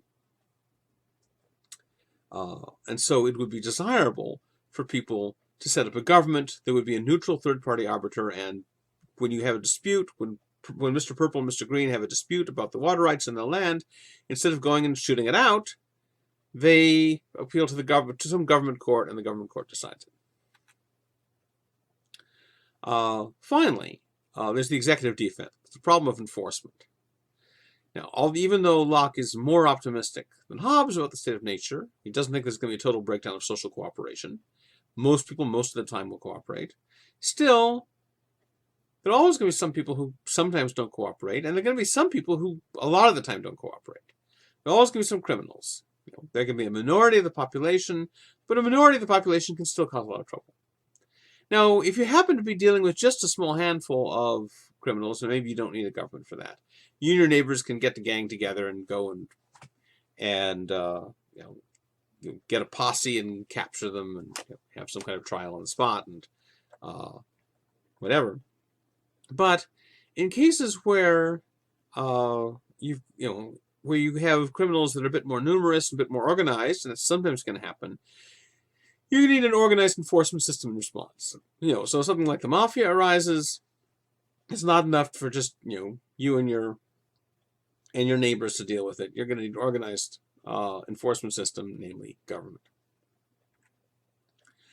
So these three problems of the state of nature, no known and settled body of law, people being judges in their own case, no adequate system of enforcement, these are reasons that it's desirable for us all to form a social contract to set up a government. Or more precisely, Locke's theory is that the social contract doesn't directly set up a government. What it does is set up what Locke calls a civil society. Now, we nowadays, by civil society, mean something very different from what Locke meant. Nowadays, the phrase civil society means the totality of non-governmental institutions in society that maintain social order.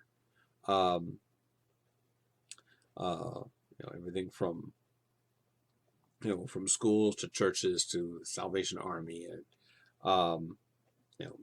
all those things. Sometimes this includes commercial stuff, sometimes it doesn't, depending on the definition. But nowadays, civil society means a bunch of non-governmental stuff. Well, Locke means it differently. By a civil society, Locke means a political community. So we form a social contract. We agree to form a political community. And then this political community then sets up a government. But if the government for some reason collapses, an asteroid hits the Houses of Parliament while the king is in there speaking, and so you wipe out the king and you wipe out the parliament and a bunch of judges all in one go. So you destroy the government. You've still got a civil society. So you're not back in state of nature. The contract establishes the civil society, and you can then set up another government. All right, so that's a little qualification, which I'm going to ignore from now on. I'm going to talk as though the social contract is to set up a government, just to streamline it. But really, Locke thinks it's sort of a two-stage process. Anyway, so those three problems of the state of nature are reasons it's desirable to form a social contract. But the fact that the state of nature has those three defects doesn't itself justify the government unless people consent.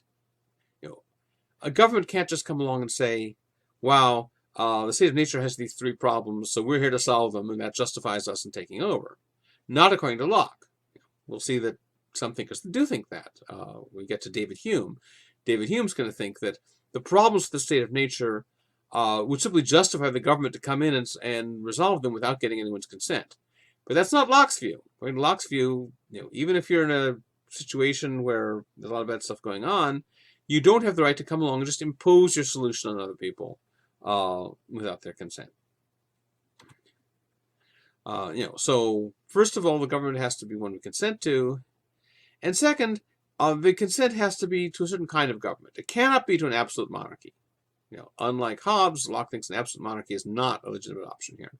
It has to be a limited government, meaning that it only has certain rights. It doesn't have total right to do whatever it wants, the way that the Hobbesian government does. It only has authority over a certain range of issues. And second, it has to be a government of divided powers. Locke, unlike Hobbes, who thinks you want to unify decision-making in the state as much as possible, Locke is worried about abuse of power by the government. And so it's important to have different branches of the government be able to check and balance each other. So that's why he wants the executive and the judicial and the legislature to be distinct. He doesn't want, for example, the judges all to just directly work for the king, because if they do, then you try to bring a lawsuit against the king. Too bad, because the judges all work for the king and answer directly to him. You don't want that. You want an independent judiciary. All right. So why is that the case? Why is it the case that we shouldn't consent or can't consent to an absolute monarchy? Well, first, if you consent to an absolute monarchy of the kind that Hobbes envisions, or Filmer envisions, that requires totally alienating all your rights. You give the government total power over all of you. But remember, we can't give up all our rights. Some of our rights are inalienable. Now, we can give up some of our rights. So, for example, the right to be a judge in your own case, the right to go around being judge, jury, and executioner by your own lights. Locke thinks that is not an inalienable right. That's an alienable right. You can give that up. And you should. You give up some of your alienable rights in order to protect the other ones that are inalienable. So if your right to liberty is too insecure when people are going around being their own judge, jury, and executioner, then you're willing to give up your alienable right to be your own judge, so long as other people are giving up theirs too, in order to protect your inalienable right of liberty. But also, there's another reason that even if you could alienate your rights in such a way as to set up an absolute monarchy, you would be foolish to do so, because the absolute monarchy has all the same defects as in the state of nature, but in some ways in an even more extreme way. So remember, one of the problems with the state of nature is that there's no known and settled law.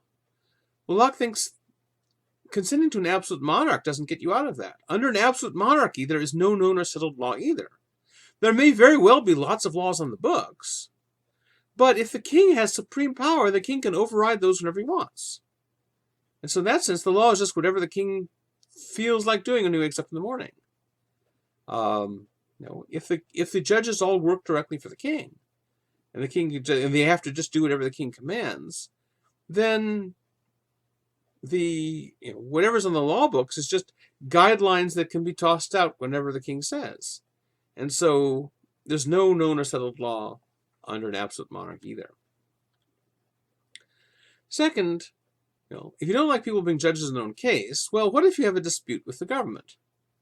Now, if you have a government of divided powers, then if you have a dispute with one part of the government, it can be settled by a different part of the government. So if you have a dispute with the king, you appeal to the judiciary. The judiciary does not work for the king. And so you've got some hope of prevailing. But under an absolute monarchy, the judges work directly for the king. And so therefore, if you try to sue the king, the judge who's going to hear the case works directly for the king. So it's just like the king sitting on the bench there to hear your case. And so the king's always going to be a judge in his own case. It's always going to decide you're wrong. So if you have a unified system of government the way that Hobbes wants, then the government any dispute you have with any part of the government will always be a dispute with the king, and the king will always be a judge in his own case. And if you think that's not desirable, then you shouldn't want that. Finally, if you were worried about lack of adequate enforcement against criminals, well, remember that a king who controls the entire army is a lot more dangerous, potentially, than just some local band of robbers. If the king is in command of the army, the king can do a lot worse to you than some band of private robbers can. And it's much harder under an absolute monarchy to protect yourself against the king than to protect yourself against some robbers. So to say we need to set up an absolute monarch to protect ourselves from some local gang of thugs is foolish, Locke thinks, because the monarch's with the kind of centralized power the monarch's going to have, he's going to be more dangerous than whatever criminal gang you're worried about. All right, so we should consent to a government as long as it's of limited and divided powers. Does the consent have to be explicit, or can it be tacit? Now, when people talk about Locke's theory, they often say Locke's view is that consent to the government can be tacit. And the reason is that he has a section where he talks about tacit consent. But the context where he talks about it is fairly limited. So he asks the question, why is it that visitors from foreign countries are bound by nations' laws when they're there? So suppose that you go to France, and suppose you're an American citizen, you go to France. While you're in France, you have to obey the French laws. You might ask why. You're not part of the French social contract. You never agreed to it. Well, it is that by visiting there, you are implicitly agreeing to abide by the laws while they're there. Again, there's a limit to it. If it turns out that one of the laws is that they get to cook you and eat you, you don't have to abide by that one, because your right not to be cooked and eaten is inalienable. But the rights that are alienable, you temporarily give up while you're there. Just like if you're visiting someone's house, their house, their rules. If you're visiting someone's house and they have a no smoking rule in their house, then you can't smoke. You have to leave if you want to smoke. So that's Locke's explanation of why visitors from foreign countries are bound by nations' law, because just by visiting there, they're tacitly agreeing to abide by the laws while they're there. But that's the only context where he talks about tacit consent. He never says that tacit consent is enough to make you a citizen, a member of the body politic, a member of the civil society. So it's one thing to explain why you're bound by certain rules temporarily while you're visiting somewhere. Another thing to explain why you're bound by these laws permanently, because Locke thinks that when you are a citizen of a state, then if you go on vacation, you're still bound by the laws of that state. And maybe there's some way you can renounce your citizenship. Until you do, you're bound by the laws of your country, even when you're not there. So for example, here's the kind of thing he has in mind. Suppose that I leave America and I go to some other country and I help them make a military attack on America, and I'm accused of treason then. And I could say, well, when I committed this so-called treason, I wasn't here in America. I was over in this other country, and so I wasn't bound by the laws when I was here. And the idea is, no, if you're a citizen, you're bound by the laws even of your country even when you're not there. But this tacit consent of just, when you're visiting, you thereby agree to abide by the laws, that's not going to explain the kind of obligations you have as a citizen. The fact that Locke mentions tacit consent only in connection with why foreign visitors are committed to obeying seems to suggest that he probably thinks that you need something more explicit to become a citizen, to become, sort of long-term bound to obey the laws of your society. But if that is his view, why doesn't he say so? Well, I have a theory. All right, so in the opening of the two treatises, in the preface, Locke says that the goal of this work is to establish the throne of our great restorer, our present King William, and to make good his title and the consent of the people. So remember, in the Revolution of 1688, which Locke participated in, they kick out the Stuart dynasty, they bring in William of Orange, and say, hey, you get to be King of England if we'll sign this Bill of Rights. And William says, okay. This is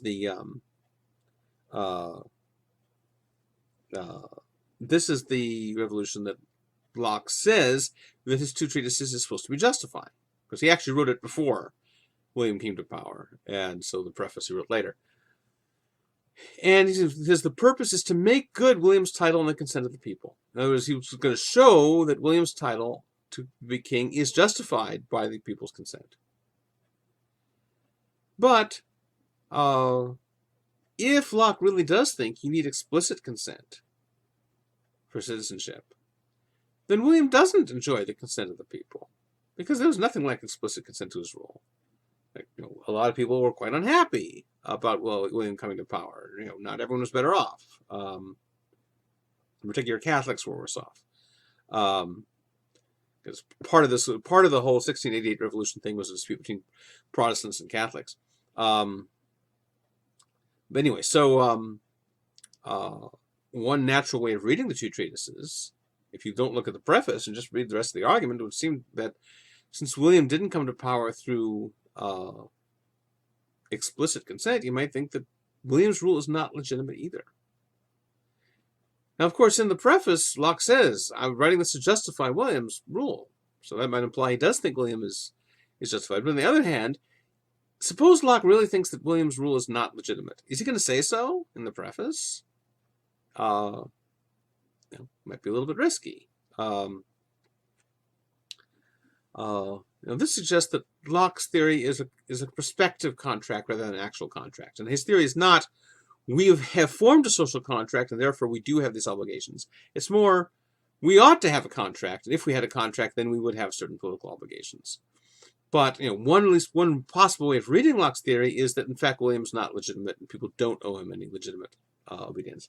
And that might explain this thing that's puzzled a lot of people, which is why Locke was so afraid to be known as the author of the two treatises. We can see why before the 1688 revolution he wouldn't want people knowing that, but afterwards people said, look, he writes this book to justify William, and William's in power now, so yeah, he's William's official court ideologist. Everything should be safe now. But the fact that he continued to deny his authorship, he filed the book in his library under A for anonymous, his own rough draft he stuck in his medical papers rather than his philosophical or political papers. This might imply that he's not really. That's a picture of King William there, by the way.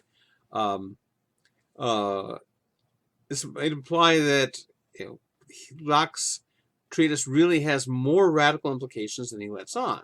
Makes it sound as though, hey, this was a reason for kicking out the Stuarts, but justifies William. But maybe the upshot is William's not really justified either. Okay, what about voting? There's a widespread view that certainly many people influenced by Locke, including a lot of the American founders, have thought that the way you base a government on the consent of the governed is by allowing them to vote, and by voting they somehow are tacitly expressing their consent to the government. But Locke's theory of voting doesn't seem to fit in with that. So Locke says that part of the social contract is that you agree to be bound by the results of voting, within certain boundaries. Again, if the majority votes to cook and eat the minority, they don't get to do that because there are limits to what rights you can give up. When it comes to rights you can give up, Locke thinks that you agree to be bound by majority rule. So the social contract doesn't get established by majority rule. The social contract has to be unanimous. Once you have a social contract, part of the content of that is, I hereby agree to be bound by the majority decisions of the parliament. So the institution of voting is something that gets established subsequent to the social contract and as a result of it. So it can't be the way that the social contract itself gets implemented. Because on Locke's view, a government's not going to be justified because a majority of people consented to it.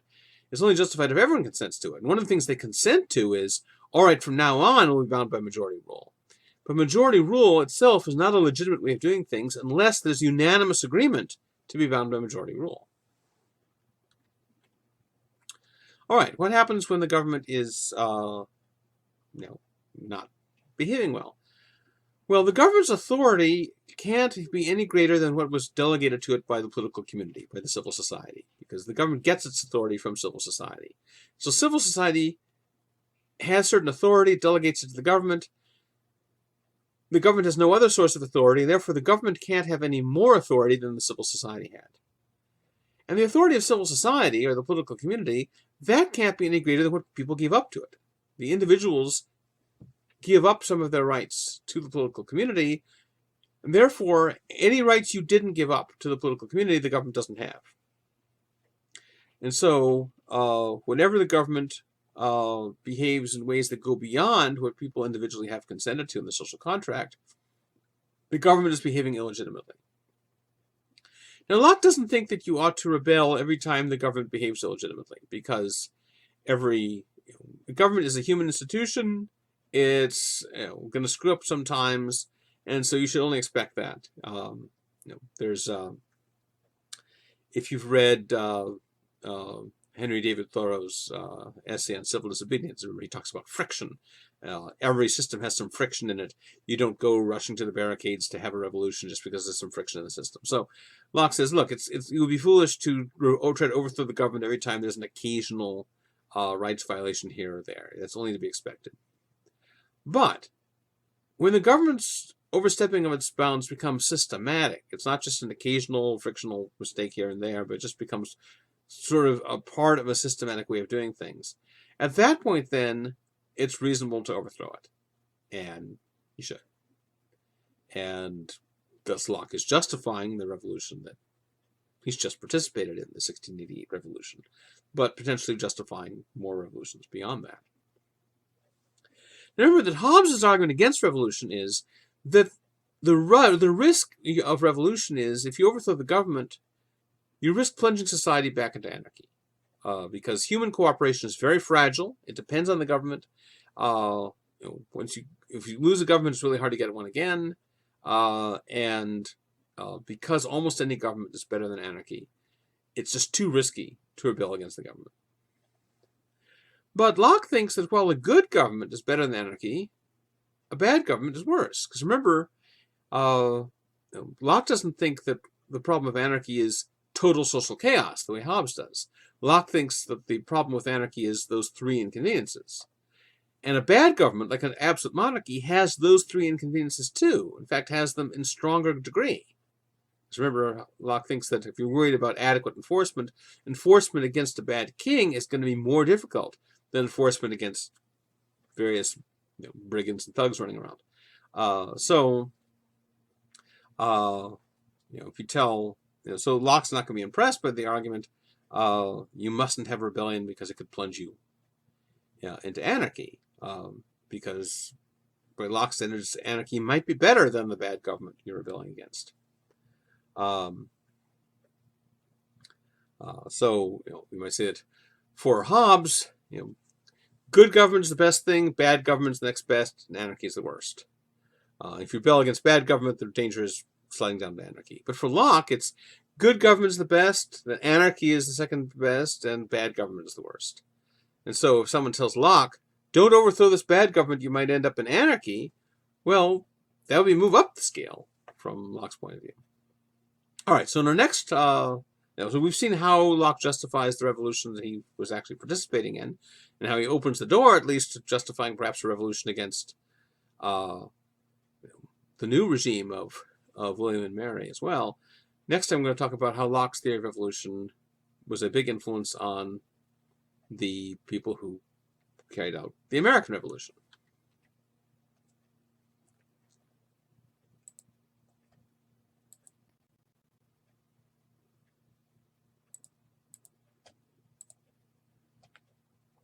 All right, Locke's legacy for America, the ways in which Locke's theory plays out in the American Revolution and subsequently in American political history.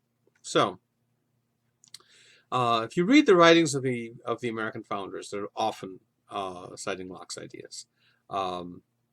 Thomas Jefferson, when he wrote the Declaration of Independence, said, here's a quote from a letter he wrote in 1825. He said that the object of the Declaration was not to find out new arguments never before thought of, but to lay out the harmonizing sentiments of the day, whether expressed in conversation, in letters, printed essays, or in the elementary books of public right.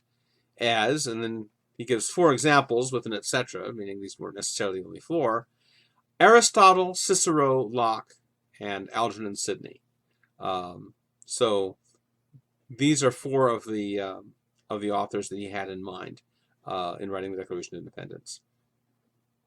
Now, I think that Locke is clearly the one of those 4 that's the most influential on the content, though Aristotle does have some arguments for limiting governmental power. So does Cicero.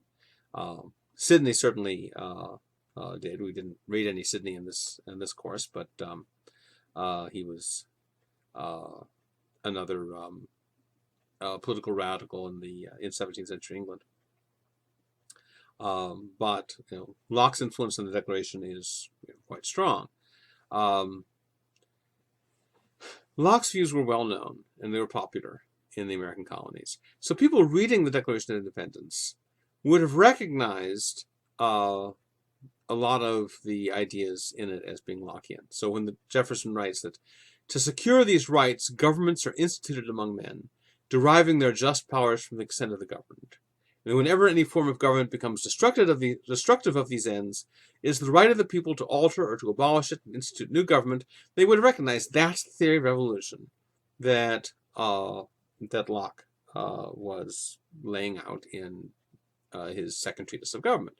Now, Locke's not the only person who said things like that. There were a bunch of English radicals who held similar views, but Locke was one of the most prominent.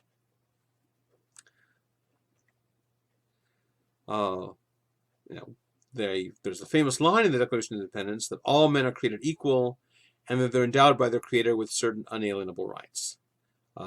Jefferson goes back and forth between using inalienable and unalienable. He's fairly lax about it, although inalienable is usually regarded nowadays as correct.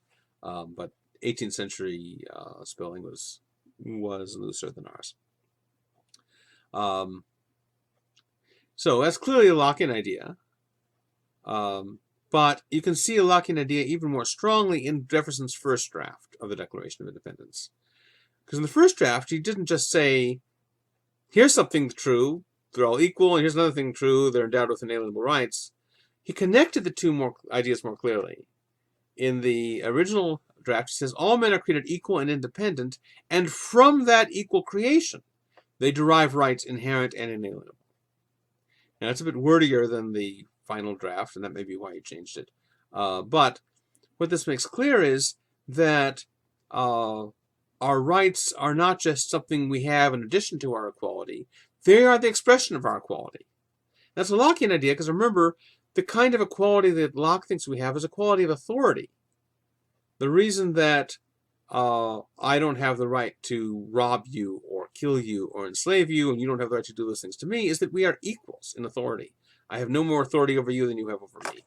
And it's that equality of authority that's the basis of these rights. That's Locke's theory, and you can see that that's the way Jefferson was thinking in the first draft, even if he streamlines it a bit in the second draft.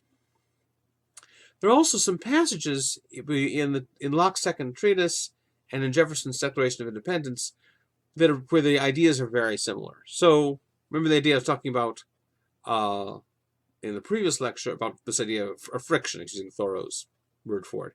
This idea that you shouldn't rebel just because the government screws up occasionally. It's a human institution. It's going to screw up occasionally. So Locke in the second treatise says, such revolutions happen not upon every little mismanagement in public affairs.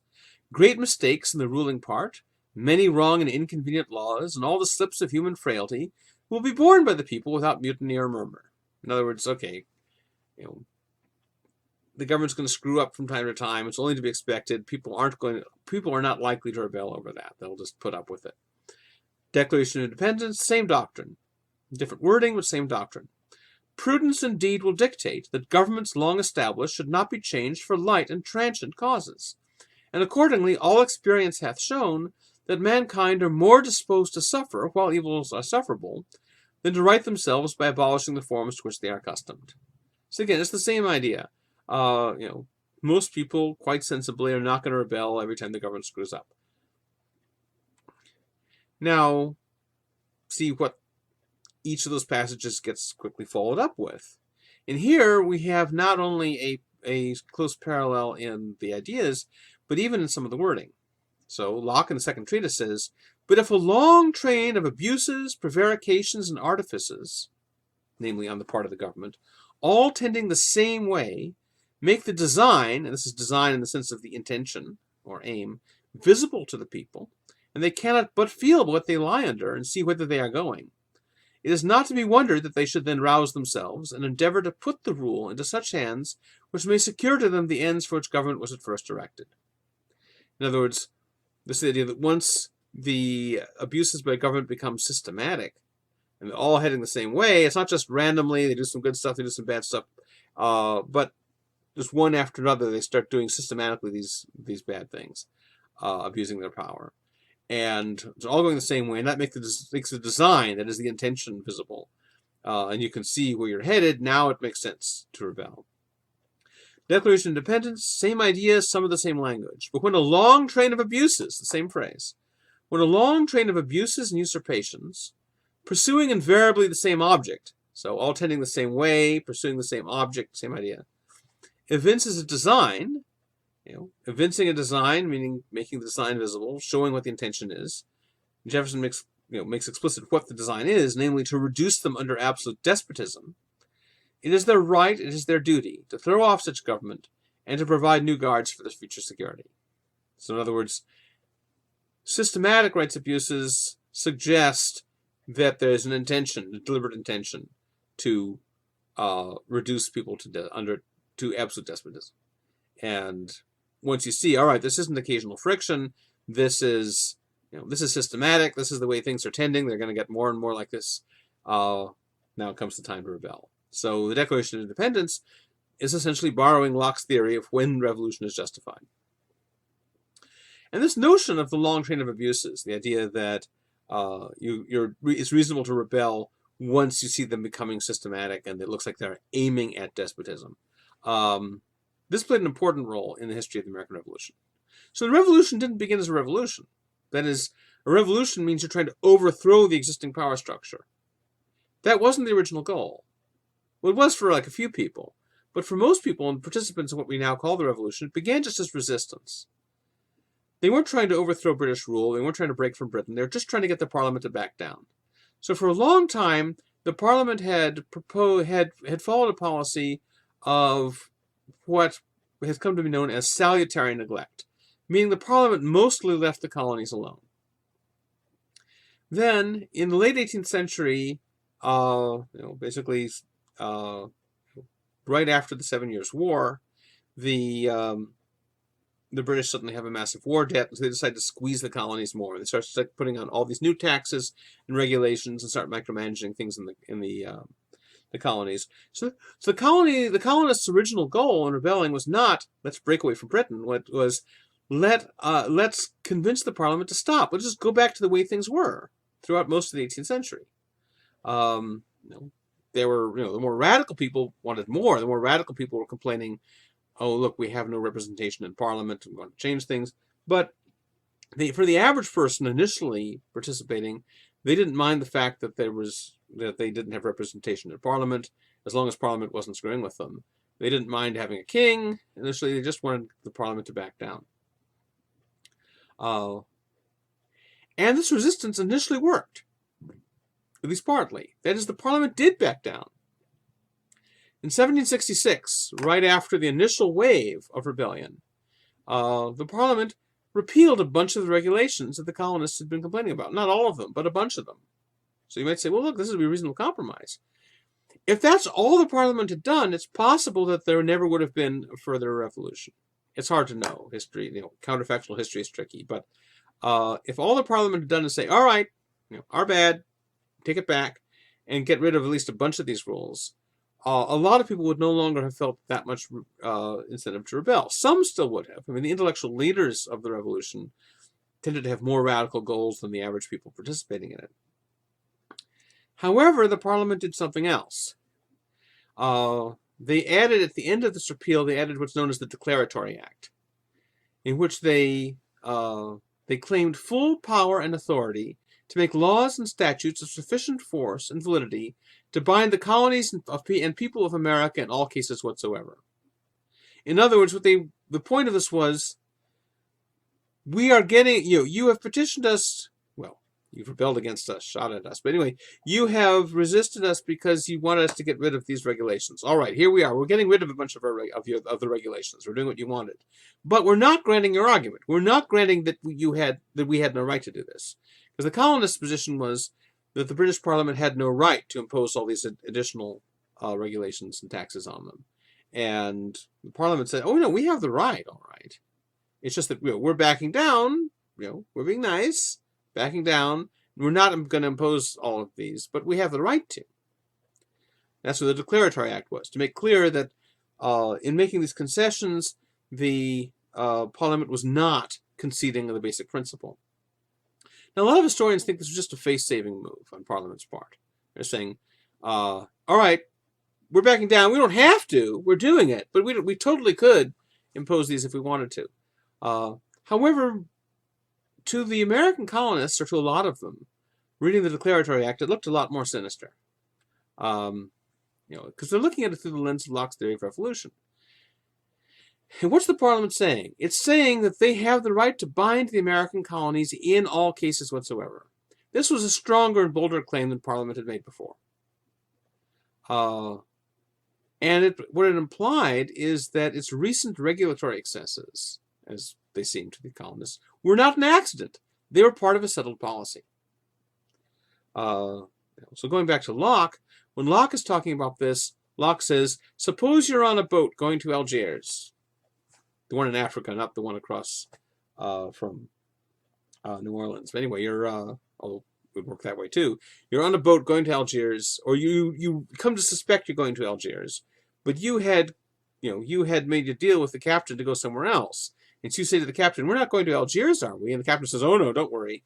But in fact, you seem to be. And every time something throws you off from Algiers, like a storm or something, they always end up going back to Algiers. Then you start to realize we're not just randomly drifting toward Algiers. This is where the captain is going.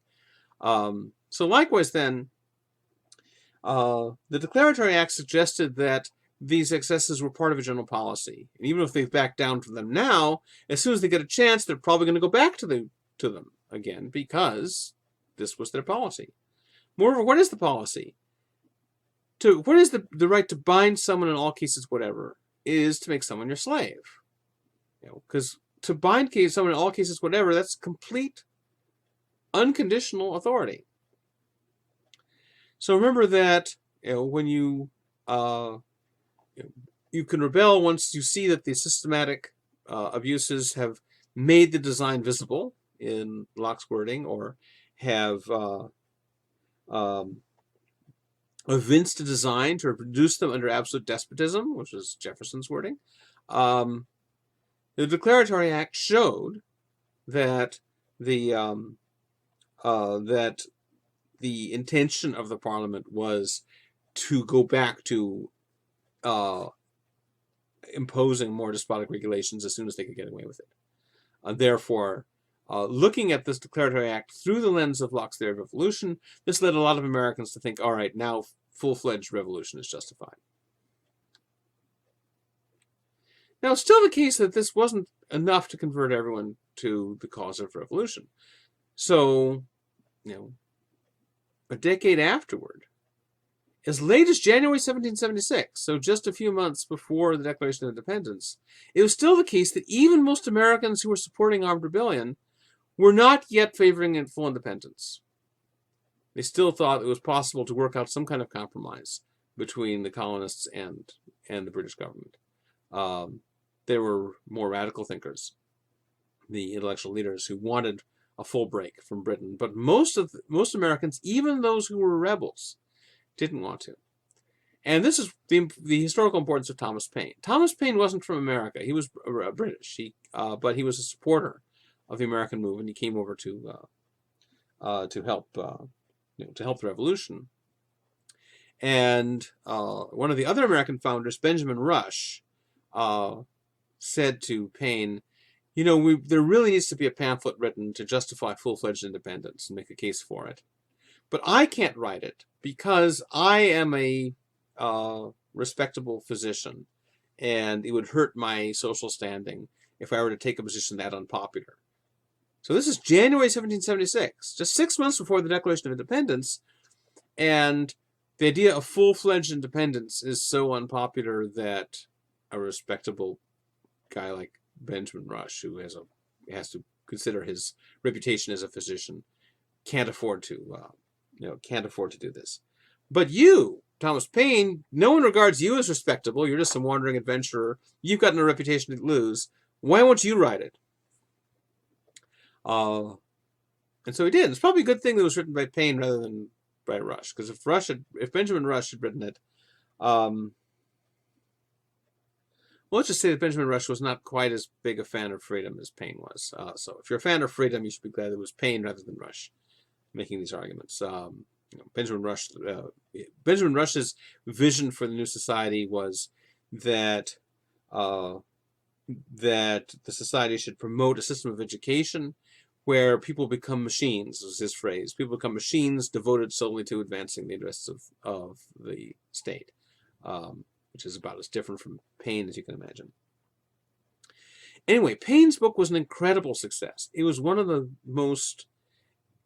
best-selling works, well, it still is one of the best-selling works in America of all time. Incredibly huge percentage of households bought it. There are a lot of households that previously had only one book in the household, the Bible, and now they had two books, the Bible and Common Sense. And Paine has been given credit for being one of the main sources for explaining why popular opinion swings around, so that by the time July 1776 comes along, the Declaration of Independence is now politically possible, where just 6 months earlier it wouldn't have been politically possible. So Paine is a really big part of explaining why the American Revolution becomes successful. Now, common sense is, broadly speaking, a Lockean theory. It starts out with state of nature. People have these rights under the law of nature. The government is set up by consent. There are some differences from Locke. Paine's version is more democratic than Locke, and Paine doesn't want a monarch at all. Locke wasn't against monarchy. He just wanted the monarch to be constitutionally restrained. He wanted power to be divided between the king and the parliament. Paine wants to get rid of monarchy entirely. So Paine's more radical than Locke in that respect. But still, the overall vision we get in Common Sense is very similar to Locke. Now, Paine himself claimed he'd never read Locke. But that doesn't mean he wasn't influenced by Locke, because you wouldn't have to actually have read Locke to be influenced by Locke. In the 18th century in America or in Britain, you're going to be having Lockean ideas coming at you from all directions. So in the newspaper editorials or in Sunday sermons, I don't know how many Sunday sermons Paine would have been hearing. He wasn't really a church-going guy, but newspaper editorials, certainly he would have been reading. And just conversation, everyday conversation, was just suffused with Lockean ideas. So we can safely say that Paine was influenced by Locke, even if it's true that he never read him. Paine wasn't as much of a scholar as Jefferson was. So Jefferson read, Aristotle and Cicero and so forth, and Paine was more of a practical applications guy. Now, there's another area where Paine seems to be influenced by Locke, and this is in his work Agrarian Justice, which is a work that Paine that no one ever reads now. But remember the Lockean proviso, the idea that because the earth was originally owned by everyone in common, this puts constraints on what we can do in the way of withdrawing private property from it. Well, Paine comes up with an even stronger version of those constraints. And if you're familiar with the ideas of, particularly Henry George, though Herbert Spencer and Joshua Ingalls held similar views, Paine is in some way prefiguring them. And so, here we see Paine developing this very Lockean view that the earth originally was the common property of everyone, and this puts constraints on what you can do in withdrawing property from the commons. But unlike Locke, Paine's view is that what you do is you have to pay rent to society. So this is a justification for a certain kind of tax. Now, Henry George went farther than this and thought this should be the only tax. That's why followers of Henry George are sometimes called single taxers, because George thought the only tax you needed, and the only one that was justified, was this tax where individual property owners have to pay the community for their land. All right, so back to common sense. Common sense starts off with a contrast between society and government. And he tells us that society is a positive good, government is a necessary evil. So by society, he basically means something more like what we mean by civil society, not what Locke meant by it. By society, he means all the voluntary interactions, the ones that would have been there even without the government. Just people interacting either through commerce and trade or through cultural exchange or whatever. All the ways we interact voluntarily without anyone forcing us. that's society. That's a positive good. That's great. Government is necessary, but it's always a bad thing because government is force. Government comes along and forces you, not to, not to attack your neighbor, which means government is necessary only because something's gone wrong. If nothing ever went wrong in society, you wouldn't need government. It's only when society fails, when there's some kind of problem, that government comes in. So you might think that something like society is like a healthy body and government is like medicine. Medicine is something you need only when the healthy body breaks down and is no longer healthy. 16 years later, Paine writes another work, The Rights of Man. This one he writes in France. In fact, he writes it in prison in France. Paine was interested in the French Revolution too, but he was more interested in the French Revolution than the French Revolution was interested in him. When he got to France to help them in their revolution, they were about to execute the king, and Paine said, "You shouldn't execute the king. Just kick him out. You kicked him out of power. Just make him a private citizen." And so he was thrown in prison for that, and he was going to be executed, except there was a change in power and regime, and he managed to not get executed. But anyway, he wrote a defense of the French Revolution while he was in this prison, being imprisoned by the French revolutionaries. So he wasn't always popular with the people he was trying to help. He was, he ended up, a lot of the other American founders weren't big fans of him either, though Jefferson was. Anyway, he goes and writes The Rights of Man, and he comes back again to the society-government contrast. But this time there's an important difference from what he said in Common Sense. His way of thinking about these things has changed over the past 16 years. He now claims in The Rights of Man that the cause of nearly all social order is society rather than government. And thus, if you were to abolish government, there'd be almost no loss of social order. There'd be a little bit. Government is necessary for some social order, but nearly all social order would continue just fine without government. So this is, just as Locke was more optimistic than Hobbes, Paine's way more optimistic than Locke. Because although Locke thinks there'd be a fair bit of social order without government, Locke still thinks there would be these three big, huge problems. Whereas Paine thinks that nearly all social order would go on just fine without government. So in Common Sense, government was a necessary evil. Whereas in The Rights of Man, he doesn't quite say it's an unnecessary evil, but it's pretty close to being an unnecessary evil. It's an almost unnecessary evil. So he's got, in the 16 years between Common Sense and Rights of Man, he's gotten more optimistic about the state of nature. So two questions we could ask. Why is Paine more optimistic about cooperation than Locke was?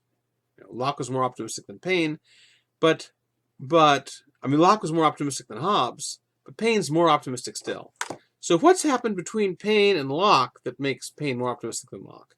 And also, what makes Paine, in writing The Rights of Man in 1792, more optimistic than he was when writing Common Sense in 1776? So we're going to look for something that's happened in between there. Well, we can find two clues in The Rights of Man as to why Paine is more optimistic. One is Paine has become a big fan of Adam Smith and Adam Smith's Wealth of Nations. Now, at the time he wrote Common Sense, Smith's book hadn't been published yet. It wasn't published until a couple months later. So one thing that's happened, between Common Sense and The Rights of Man, and also something that's happened between Locke and Paine, is the publication of Adam Smith. And we can see that Paine's a fan of Adam Smith because in attacking Edmund Burke, the main person he's attacking in The Rights of Man, he criticizes him by contrasting him with Adam Smith. He said, well, he would have understood this if he'd only been as talented as the author of The Wealth of Nations, and too bad he wasn't. So this shows that Paine has read The Wealth of Nations and he likes it. Why is that important? Well, think about what Adam Smith's ideas would add to Locke's account of cooperation. Remember that when Locke says that the reason people will cooperate in a state of nature most of the time, when Locke says this, the reason he gives is not strategic. He doesn't mention self-interest. He doesn't talk about Glaucon or Axelrod. That he doesn't talk. I mean, of course, he doesn't talk about Axelrod. I mean, he doesn't talk about Axelrod's kind of reasons. Instead, it's a moral reason. But what Adam Smith did in The Wealth of Nations is develop this idea of the invisible hand, of order arising spontaneously, people being led through the self-interest, through market incentives, to produce social results that are beneficial, even if they didn't intend them. That's one of the central ideas of The Wealth of Nations. And that's an idea that Paine seems to buy. So there's a source of cooperation. One source of cooperation is market incentive, self-interest. That's not the incentive that Locke mentioned. Locke mentioned, moral respect for other people's autonomy. That's a picture of Adam Smith there, by the way.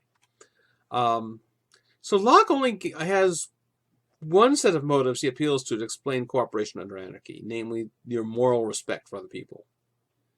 But Paine has two. He appeals to moral motives. He also appeals to self-interest. What I'm suggesting is that it's Adam Smith's influence that adds the second one. So, Paine talks about both of these. So, he talks about the mutual dependence and reciprocal interest that form a great chain of connection that unites all the parts of the civilized community. So he's saying that this is one of the things that will cause social order even without government, is this connection of interest, reciprocal mutual interest. That's the idea he's getting from Adam Smith. He also says that nature has gone further. Nature is trying to make us cooperate. One thing nature's done is make it in our self-interest to cooperate, but nature has also implanted in us systems of social affections. In other words, it has made us have a natural inclination to want to respect other people's autonomy and be concerned for their benefit. That's the Locke side. So Locke saw only one force that would lead you to cooperate in the state of nature, this moral concern. Paine sees two. There's the moral concern and there's the self-interest. So Paine sees twice as many reasons to cooperate in the state of nature as Locke does. So that may be why Paine is more optimistic. The other reason that Paine is more optimistic about the prospects for cooperation without government is one that he mentions, again in The Rights of Man, where he mentions that he was living in the American colonies during the war. And this is a period when the British governments were no longer functioning. Either they'd been kicked out or they'd been withdrawn. But the local American homegrown governments were just sort of beginning to get their act together yet. So in effect, there wasn't really any functioning government for at least a period in America during the Revolutionary War. And Paine says, well, it wasn't a big deal. As he puts it, during this interval, order and harmony were preserved as inviolate as in any country in Europe. In other words, everything went on as normal, except in the areas where there was actual fighting between the two armies. Other than that, people brought their goods to market and bought and sold, and everything went as normal. So social order prevailed in the American colonies, even though the old British governments were dead and the new ones hadn't really organized yet. That's why he concludes that government makes but a small part of civilized life, and it's instead on the principles of society and civilization, including the unceasing circulation of interest, that's the Adam Smith part, that the safety and prosperity of the individual and of the whole depends. So those are some reasons which might explain why Paine thinks that, why Paine more than Locke and also more than his past self, he's been, since writing Common Sense, he's had a chance to read Adam Smith, and also he's a chance to reflect on his own experience in the American War, and concluded that, in fact, government's claim to be the cause of social order is really overrated. Now, interestingly, Paine's archenemy, Edmund Burke, the one that he wrote The Rights of Man to Attack, said very much the same thing. So Burke was a member of the British Parliament. He was broadly sympathetic to the American Revolution, but he was much less radical than Paine, and so they diverged when it came to the French Revolution. But he gave this famous speech urging that the Parliament should try to come to some kind of compromise with the American colonists. And he mentions the fact that as a result of the war, there was no functioning government in the American colonies for a while. And he says, we, the British Parliament, were confident that the first feeling, if not the very prospect of anarchy, would instantly enforce a complete submission. In other words, we thought that the American colonists would be so freaked out by the total social chaos caused by lack of government that they'd quickly be willing to compromise with us, so that say, please come back and govern us again. The experiment was tried. A new, strange, unexpected face of things appeared. Anarchy is found tolerable. A vast province, Massachusetts is the one he has in mind, has now subsisted in a considerable degree of health and vigor for near a 12-month, that is, for near a year, without governor, without public council, without judges, without executive magistrates. And Burke goes on to say, look, before the colonists begin to realize how little they need government, we better quickly compromise with them or they'll never accept us again. Now, this may have been partly tongue-in-cheek. It's hard to know. One of Burke's early writings was a defense of anarchism, but Burke himself claimed that it was a parody. And scholars disagree as to what sense to make of it. Certainly, most of Burke's mature writings were very, very far from anarchism. Anyway, interesting figure. Actually, the same notion is also mentioned by Emerson much later when he says, "I am glad to see that the terror at disunion and anarchy is disappearing. Massachusetts, in its heroic day, had no government." In its heroic day, meaning during the American Revolution, had no government, was an anarchy. Every man stood on his own feet, was his own governor, and there was no breach of peace from Cape Cod to Mount Hoosac. So Cape Cod is the southeasternmost point of Massachusetts, and Mount Hoosac is the northwesternmost point. And so that's so it's a way of saying sort of the broadest, well, from your point of view, broadest line from one corner to the other. For the Saxon man, when he is well awake, is not a pirate but a citizen, all made of hooks and eyes, and links himself naturally to his brothers. By hooks and eyes, he means, before we had buttons, clothing was joined together with an eye was like a buttonhole. Instead of a button going through it, you'd have a hook that goes into it. So the idea that we're all made of hooks and eyes is the idea that we are all, we're made to link together. It's just our nature to link together. It's not some weird exceptional thing to link together. We just naturally link together. At least when we're well awake. In other words, when we're not under some kind of confusion. Now, we in this case is Saxons, so it's not clear whether it's some sort of racist claim that other races are not so good at cooperating. It's not clear what Emerson had in mind there. But at any rate, he thought that the American colonists, who would have been largely of Saxon background, were good at cooperating. All right, so now the question is, all right, so Paine thinks government is responsible for a really, really small portion of social order. So you might ask, how necessary is government, especially since he also thinks government is really dangerous. So if the benefits of government are fairly small, it's only a small amount of our social order that comes from government, and the danger of government is really great, one natural conclusion might be we shouldn't have government. So you might wonder, why isn't he an anarchist? Because he certainly isn't.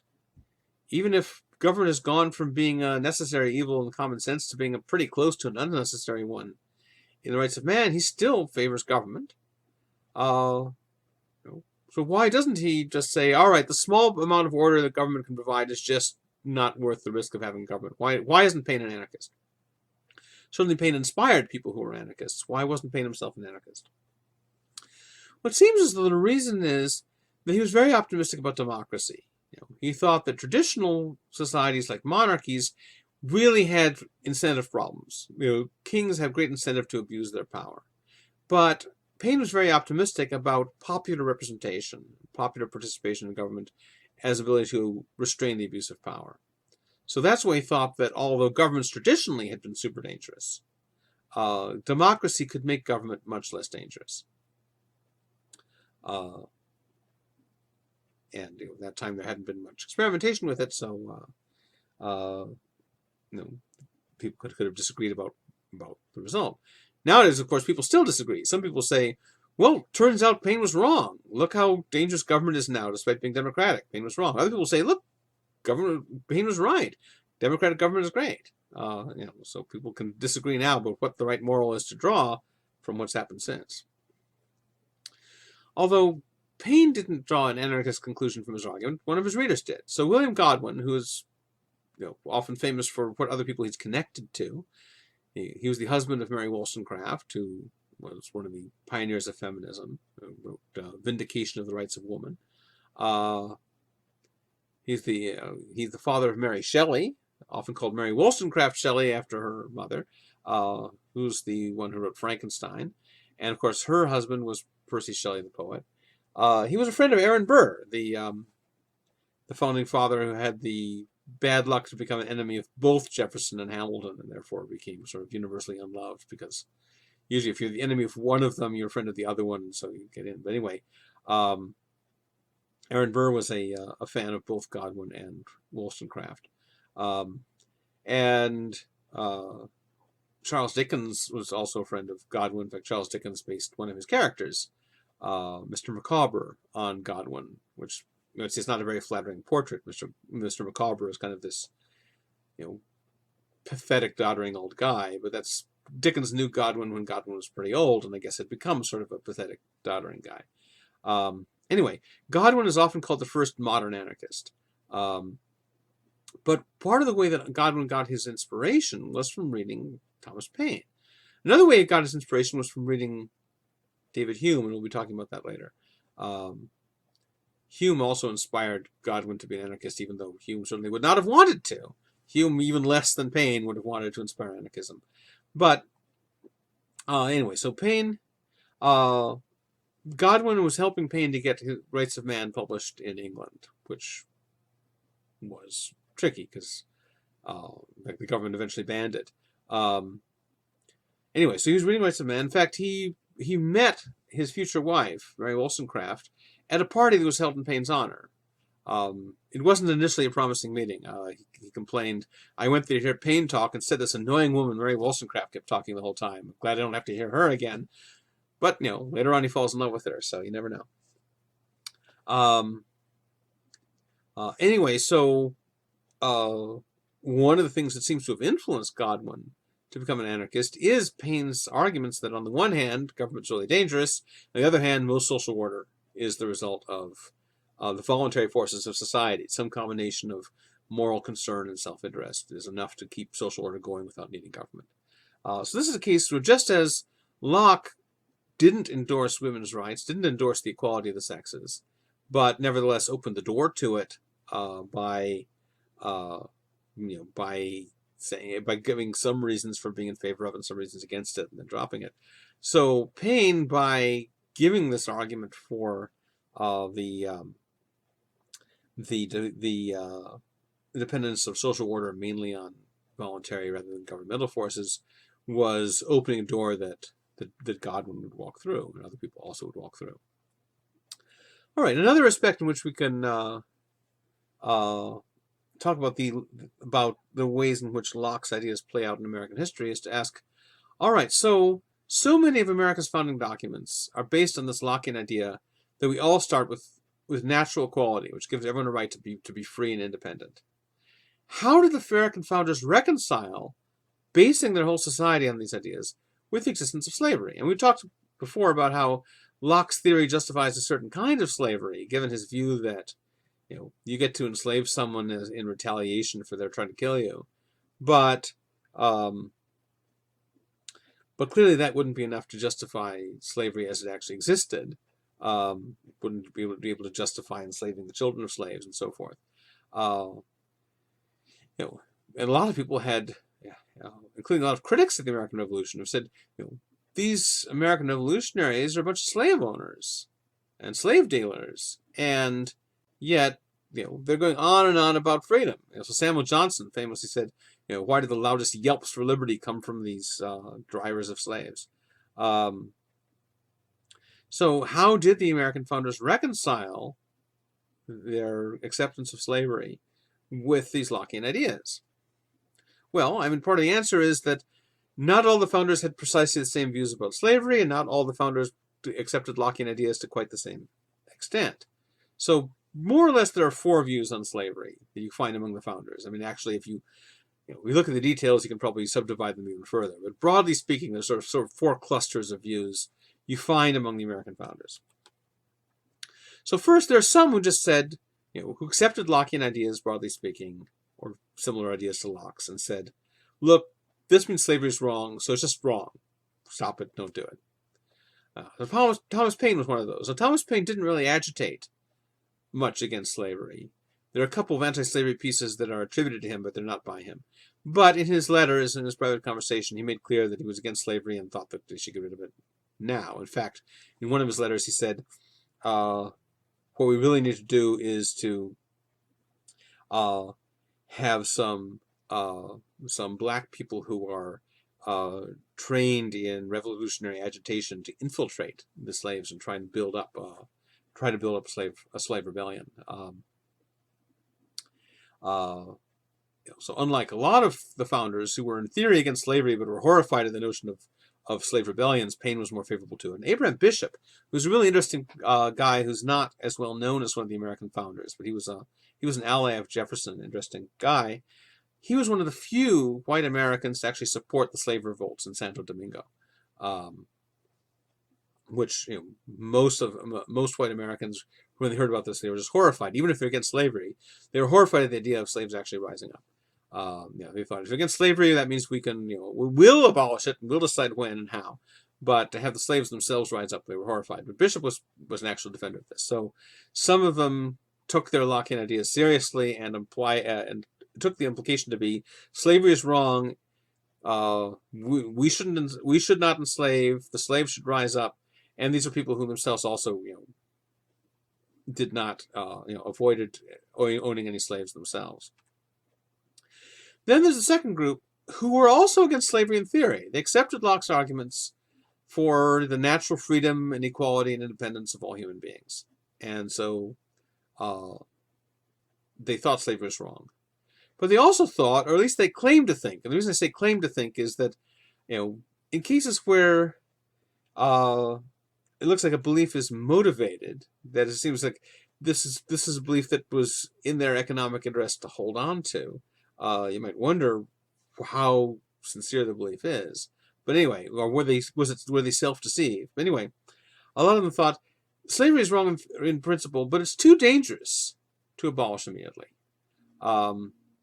And so we have to do it gradually. And some of them thought, you can't accept, once you free the slaves, you can't accept them in the position of equality with whites. You have to send them back to Africa. Others didn't think so. But anyway, they thought that they believed in phasing out slavery gradually. However, they thought that, in some sense, that they were doing something wrong. So Thomas Jefferson, we have this famous line, "I tremble for my country when I reflect that God is just," meaning, our holding on to slavery is unjust, and God's going to punish us one day for this injustice. So he didn't think that he was morally justified in holding slaves. But on the other hand, he also said, holding slaves is like grabbing a wolf by the ears. It's dangerous to have a wolf by the ears. When you let it go, it's even more dangerous. So he thought that if you freed the slaves, they would immediately sort of rise up and attack. Or at least he claimed to believe that, or convinced himself he believed that. John Adams and George Mason also thought that. The difference is that John Adams was not himself a slave owner. He bragged. He said, "I've never owned slaves." But of course, he lived in an urban center in northern state where slavery was less common. It existed. But Thomas Jefferson and George Mason were plantation owners in a culture where the slavery is much wider. So in some sense, it was much easier for Adams. It was not a great sacrifice on Adams' part not to own slaves. So it was sort of easy and cheap for him to do it. Anyway, so people like Jefferson, Adams, and Mason were in favor of a gradual phasing out of slavery. Jefferson, in the first draft of the Declaration of Independence, he had a passage denouncing slavery. And he has as a list of one of the complaints against Britain. He says, all these terrible things that the King of England has imposed on us, and one of them is he's imposed this horrible institution of slavery on us. Which seems a bit disingenuous. It's not as though It's not as though American slave owners resisted this, and it's not as though they immediately got rid of slavery as soon as uh, uh, they were free. Anyway, but however implausible or disingenuous the argument may have been, at least the Declaration of Independence did originally include an anti-slavery passage. But the rest of the Continental Congress, not enough of them would go along with it, because not all of them were as opposed to slavery in principle as Jefferson was. But although Jefferson did try to insert this anti-slavery passage, Jefferson didn't do that much during his lifetime to combat slavery. And of course, he didn't free his own slaves either. Now, George Mason is another interesting case. So famous American founder from Virginia. That's where George Mason University comes from. He was, like Jefferson, against slavery in principle. Indeed, he in the Virginia Declaration of Rights, he wrote some language that originally was more anti-slavery than the rest of the council go along with. But he didn't free his own slaves and didn't make much effort to ban slavery. He did support laws to ban the importation of slaves. And some people said, aha, this is an anti-slavery move. But if you're trying to ban the importation of slaves, so not trying to ban slavery domestically, the worry is it looks more like that it might be motivated by protectionism. After all, you can demand, if you are a slave owner, you can demand more money for the slaves that you're breeding on your plantation if foreign people aren't allowed to bring in new slaves. So it looks more like protectionist legislation than like anti-slavery. So,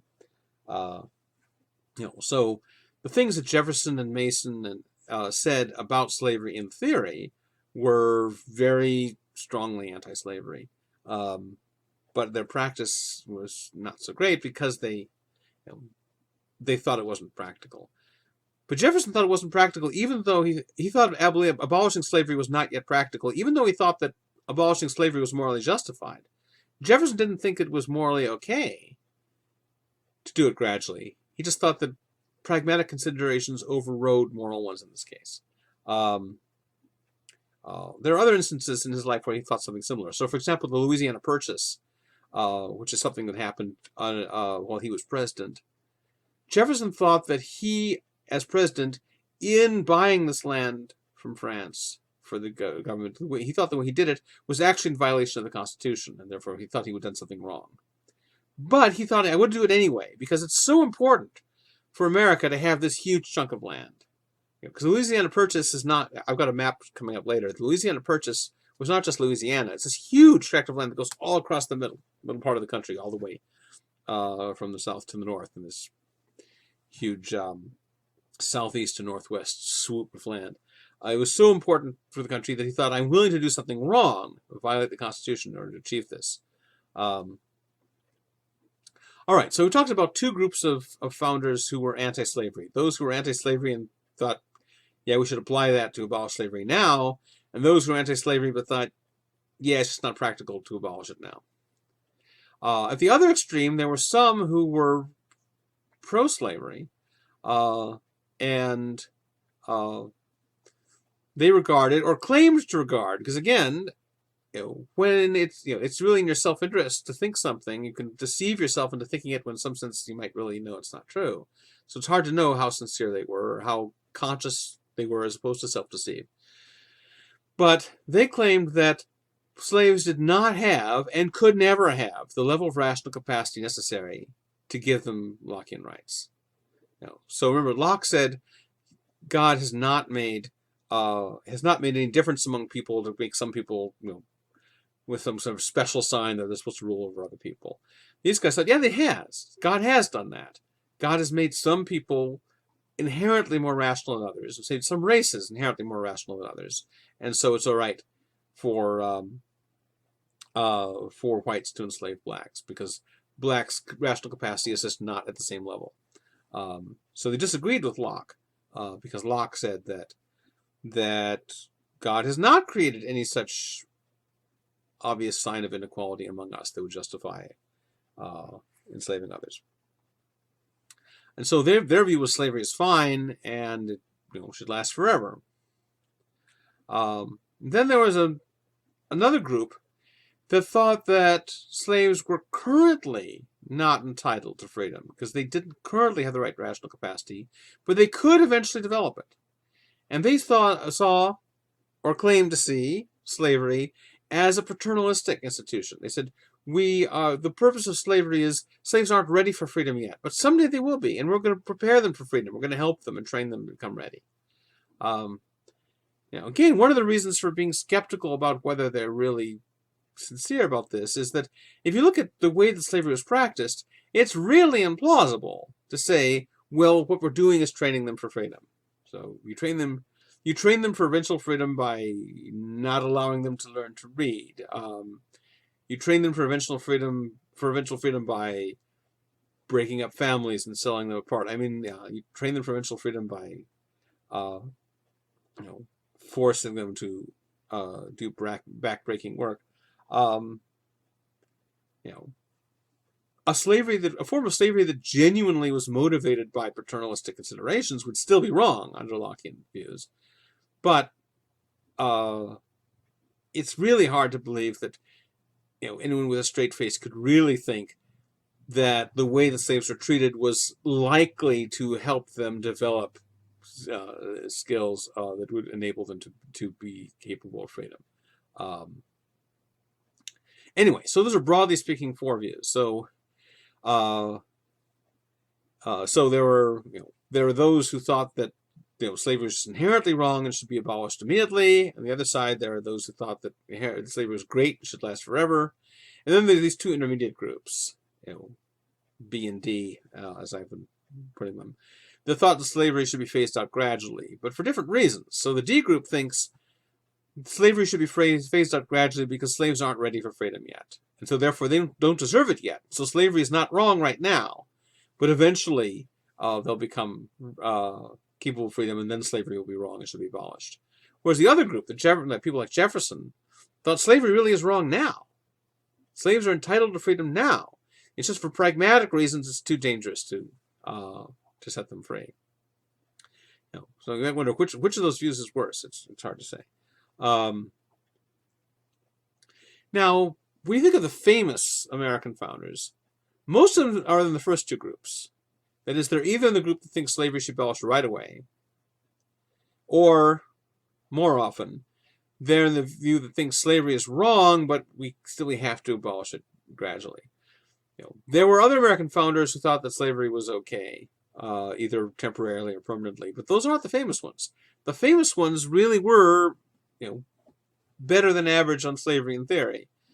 However, the ones in B weren't going to do much to combat it in practice. The B ones being the ones who thought that it's too dangerous to free them now. But even the ones who were in A, who thought that we really should free them now, like Thomas Paine, didn't do much about it. I mean, Thomas Paine wrote almost nothing about slavery. He wrote enough that we know that he was against it and thought it should be abolished immediately. But he didn't do much about it. He didn't write much about it.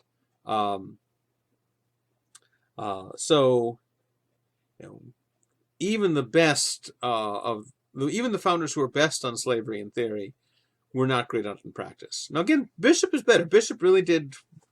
I don't know whether he did everything he could, but Bishop really did.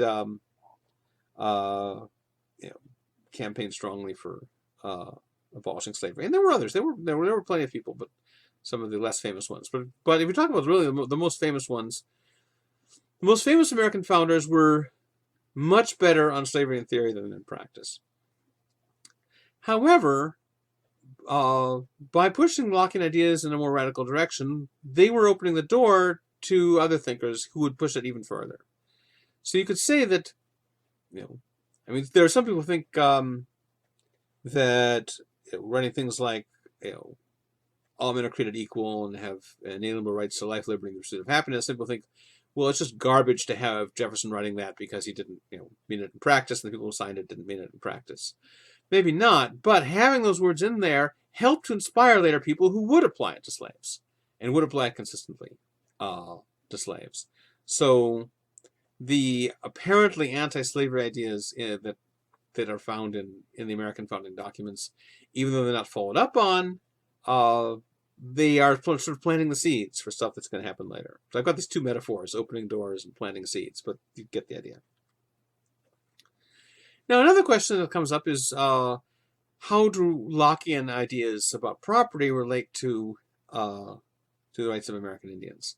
So you sometimes see the Lockean theory of property used to justify European colonists coming in and taking over the land away from the American Indians. And the argument goes like this. American Indians didn't have Lockean property rights in the soil because they mostly just hunted over it. They had this broad area they went hunting over. And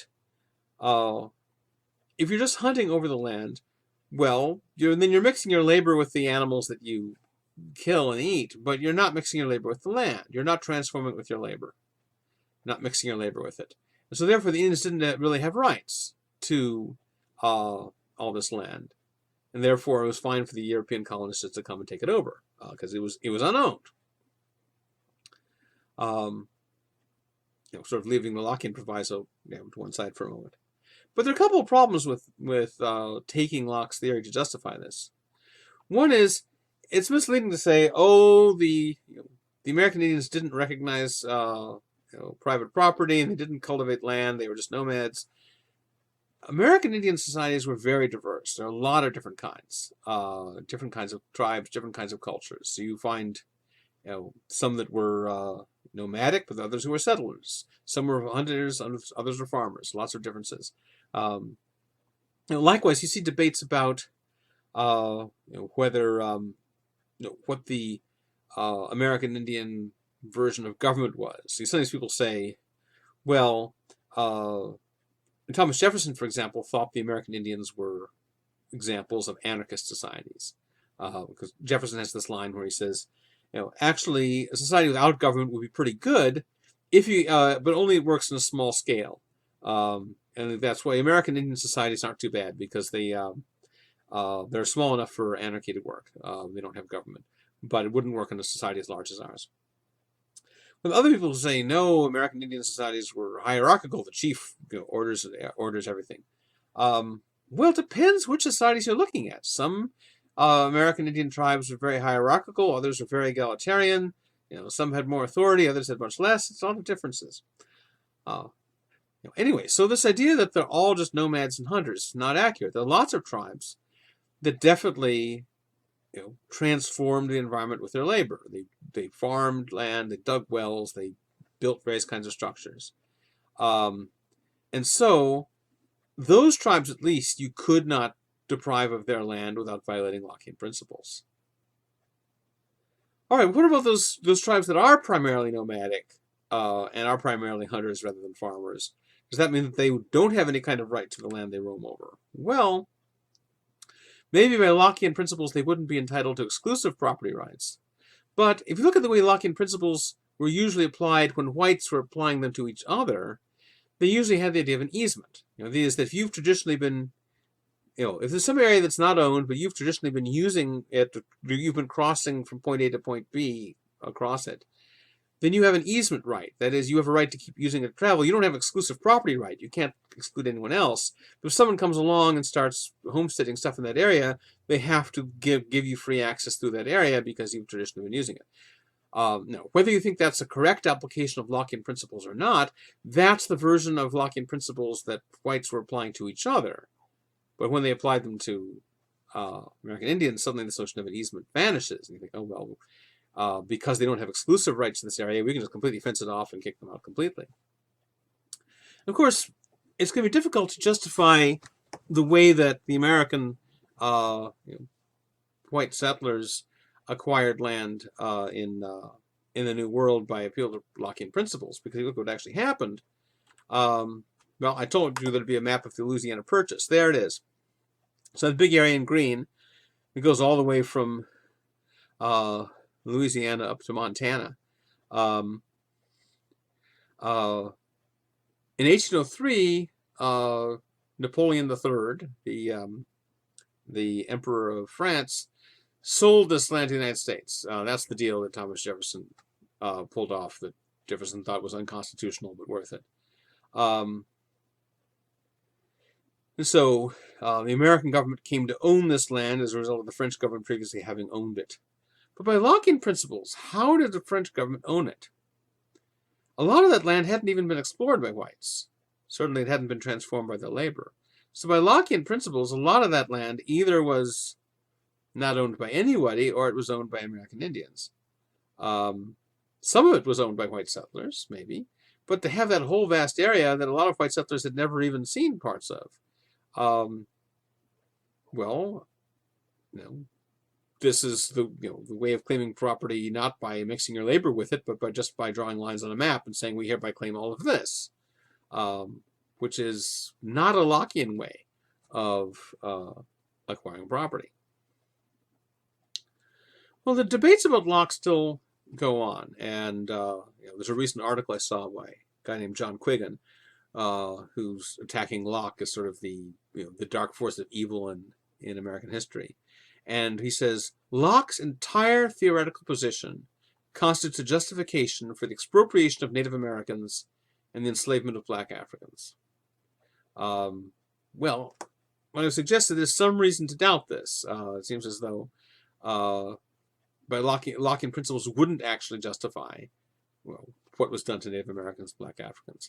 Elsewhere in the article, Quiggin argues that Locke's theory would justify a kind of serfdom, that people would have to, people who had no property would have to just work as serfs for those who had them. But of course, we saw that in the first treatise of government, in I think it's Book 4, Chapter 42,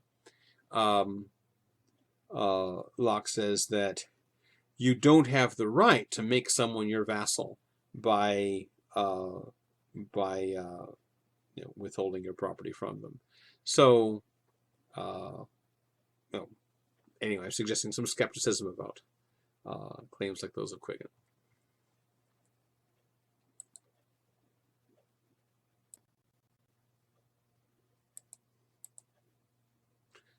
Okay, we've been looking at a number of defenders of social contract theory. Now we're going to look at one of the major critics of social contract theory, David Hume, 18th century Scottish philosopher. But Hume is in a way an odd sort of critic, because although he's a critic of social contract theory, he also accepts some important aspects of it, enough so that you might be tempted to call him a kind of social contract theorist himself. Now remember, social contract theory comes in both moral and political forms. The moral kind is the kind that says morality itself is the product of the contract. The political form says no, morality is there in the background, and given that, the contract creates only our political obligations. Hume's going to attack both versions of that view. But again, there are aspects of Hume's views that look like a kind of agreement with aspects of each of those. All right, so let's consider the moral version. The version that says morality itself, or part of morality, let's say justice, arises from human conventions. That's the way that Hume puts it. And he thinks this question is ambiguous. He thinks there's a sense of convention in which justice does not arise from human conventions, and this is where he thinks he's disagreeing with the social contract theorists, because he thinks the social contract theorists do think it arises from conventions in this sense. But there's another sense of convention where you could say that it does. So he says that usually when people say that justice arises from human conventions, and Hume probably has both Glaucon and Hobbes in mind here, by conventions they mean agreements or promises or contracts. So the idea is that, remember in Glaucon, we all agree. It's a kind of agreement, a pact we all enter into, that I'll respect your rights if you respect mine. And that's where justice comes from.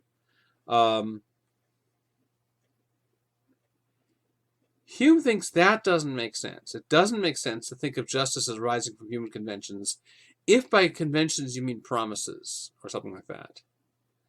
He says, look, the rule that we're supposed to keep our promises is part of justice. If there were no rule requiring us to keep our promises, then a promise would be pointless. Imagine a society where just no one had the concept of promising. There was just no such institution. If I tell you I'm going to do something, you think I was just making a prediction about what I'm hoping to do, but you wouldn't take it as something you could count on. You wouldn't take myself as committing myself to do that. It's only if there is some rule that has the concept of promises and the claim that you ought to keep them, that it makes any sense or has any point to promise something. But the rule that we should keep our promises is part of justice. So it doesn't make any sense to say that justice arises from promises. So they claim that justice arises because we all promise to respect each other's boundaries or something like that, and that's where justice comes from. Well, until justice is on the scene, promises don't make any sense. Promises are pointless until there's a conception of justice around. Now, of course, the way that Hobbes tries to get around that is he sometimes treats it as though it's almost instantaneous, that we all agree, and boom, that creates the government, and boom, that gives us incentive to be just, and boom, that makes justice binding. And so justice becomes binding through that promise. Promises in general would not be binding, but a promise that creates government just somehow instantaneously. That isn't Hobbes' official theory, but often he talks that way. But of course, Hume's not going to go for something like that. Hume thinks that establishing government would have to be a gradual process. It doesn't make any sense to say that just by promising, boom, you create the conditions that make your promise binding. So in that sense, sort of the moral version of social contract theory, as Hume is understanding it, you cannot base justice on human conventions. But Hume thinks there's another sense of convention in which justice does arise from convention. Now, Hume thinks that in this sense is not one that's going to vindicate social contract theory, but you might wonder. You might think that what Hobbes and Glaucon have in mind might in some sense be closer to what Hume says here when he talks about the sense in which justice does arise from convention. So Hume draws a distinction between natural and artificial virtues. Hume is, broadly speaking, a virtue ethicist. He's not a classical eudaemonist. He's not that kind of virtue ethicist. He is someone for whom the question, what kind of person should you be, what character traits you should have, is sort of the central one, for the most part. So he draws a distinction between two kinds of virtues. And his theory of virtue is to some extent inspired by Locke's theory of color. So there's a traditional question in philosophy about the nature of color. So look at what cover color this is, the bluish, greenish, gray of my shirt. Is that color right where it seems to be? Is the color just a real part of my shirt? Well, that was a traditional view. That was Aristotle's view, that just as physical objects have a certain shape and size and physical location, they also have a certain color. The color is just there where it looks like it is in the thing. But the scientific revolution had led a lot of philosophers to think that nothing in the real world really resembled our color sensations.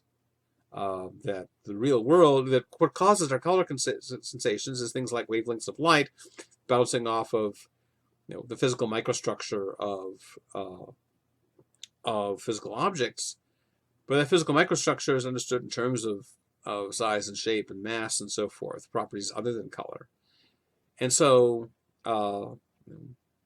some philosophers and scientists like Galileo and Descartes concluded that colors do not exist in the external physical world. They only exist in our minds. Physical objects don't really have any color.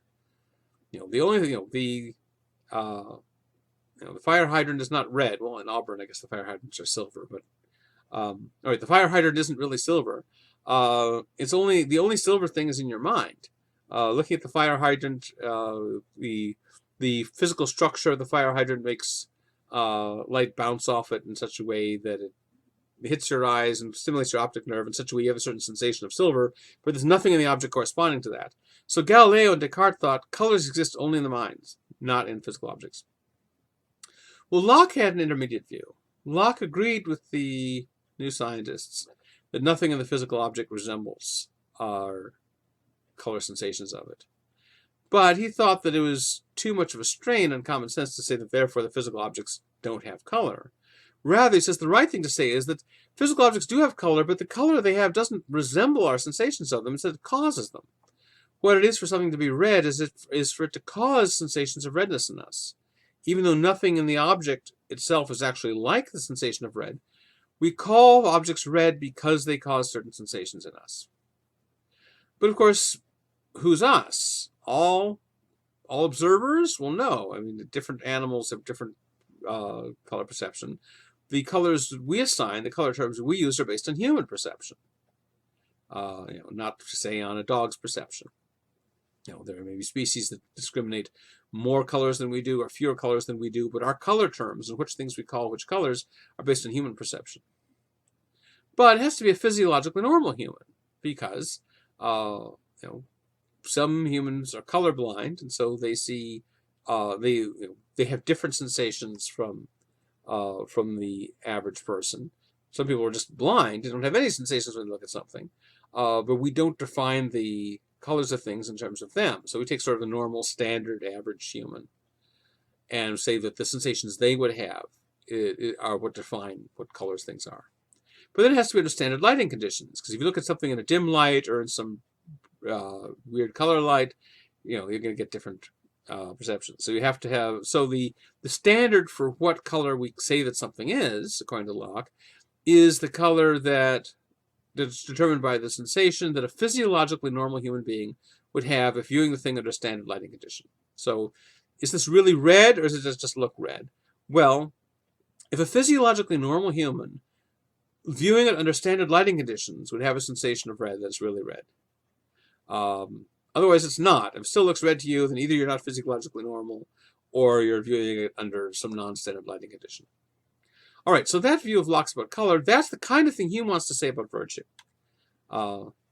So rather than defining color in terms of what sensations a physiologically normal human will have under standard lighting conditions, so for Hume, virtuous conduct is identified by what feelings of approval or disapproval a psychologically normal human would have if viewing them under conditions of impartiality.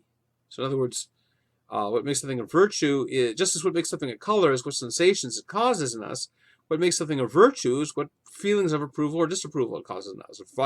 Virtues are things that cause approval in us. Vices are things that cause disapproval in us. But you have to be psychologically normal. If you're a psychopath, then horrible torture might cause feelings of approval in you. We want what a standard normal human would have.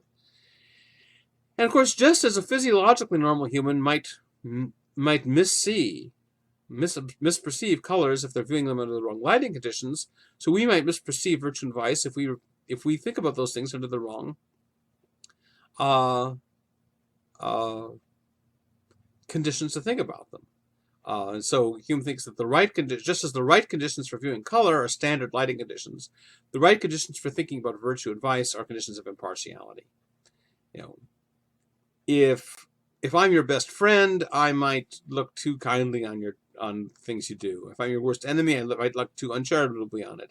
If I'm a perfect stranger to you, then I look at what you're doing, and if I just naturally feel approval or disapproval, that's the standard for determines whether what you're doing is good or bad. Why are cruelty and betrayal vices? It's because if you're a psychologically normal person and you witness an act of cruelty or betrayal, and it's a case you're impartial about, the people involved are not your best friends or your worst enemies or anything, then if you have an automatic feeling of disapproval, that means that cruelty and betrayal are vices. Of course, this assumes that all or nearly all psychologically normal humans, considering things impartially, would have the same reactions, which you might doubt. You might think people could differ. But Hume actually has a psychological mechanism that he's going to explain and predict similarity of responses once you eliminate the distorting factors. Likewise, the reason that generosity and courage are virtues is that a psychologically normal person seeing some example of generosity or courage, in the case they have no personal connection to, just naturally has a feeling of approval. And your approval or disapproval is not based on calculating the social benefits or harms likely to result from the action. You just look at the action all by itself. You just get a natural feeling of approval of it. Now, as I said, Hume has a theory about which traits cause which reactions and why. He doesn't just think it's a brute fact that, certain traits make us feel an itch or something. He thinks there's a psychological mechanism to explain it, which is this. We have this capacity for empathy. In the 18th century, they usually said sympathy, but by sympathy, they meant more something like what we would mean by empathy. We have this natural tendency to project ourselves in other people's shoes, to see things from their perspective. this tendency can be blunted by various things. If we're distracted, or if we don't like someone, or various things can make it harder for us to do it. But it's just a natural thing that happens. Like Hume thinks we wouldn't even be able to communicate with each other unless we had this ability to put ourselves in other people's shoes, feel what other people are feeling. And so when we're observing other people, we're constantly imagining either being them or being the people around them. We just can't help it. We project ourselves. So we tend to have a positive feeling toward character traits that are beneficial to the people who have them, because we project ourselves mentally into those people and think, and just get the cool feeling of how nice it would be to have that property that benefits you. Likewise, character traits that benefit other people, we tend to approve of because we project ourselves mentally into the standpoint of the people around that person and think how nice it would be to be around them. So the people we admire are either people we think it would be nice to be or people we think it would be nice to be around. In both cases, we're empathetically projecting ourselves into the people. And we just have a natural tendency to do this. We don't have to think about it. It just happens naturally. And this is what happens for most of the virtues. And that's why these are called natural virtues.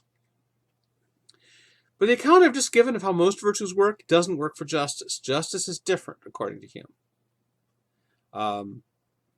Now, there's another work, in addition to Adam Smith's work on the Wealth of Nations, there's another work by Adam Smith that is interesting, The Theory of Moral Sentiments, where he follows an account very similar to Hume's about virtue, but Smith denies that justice is different. I mean, he thinks it's different in some ways, but he denies it's different in the way I'm about to talk about.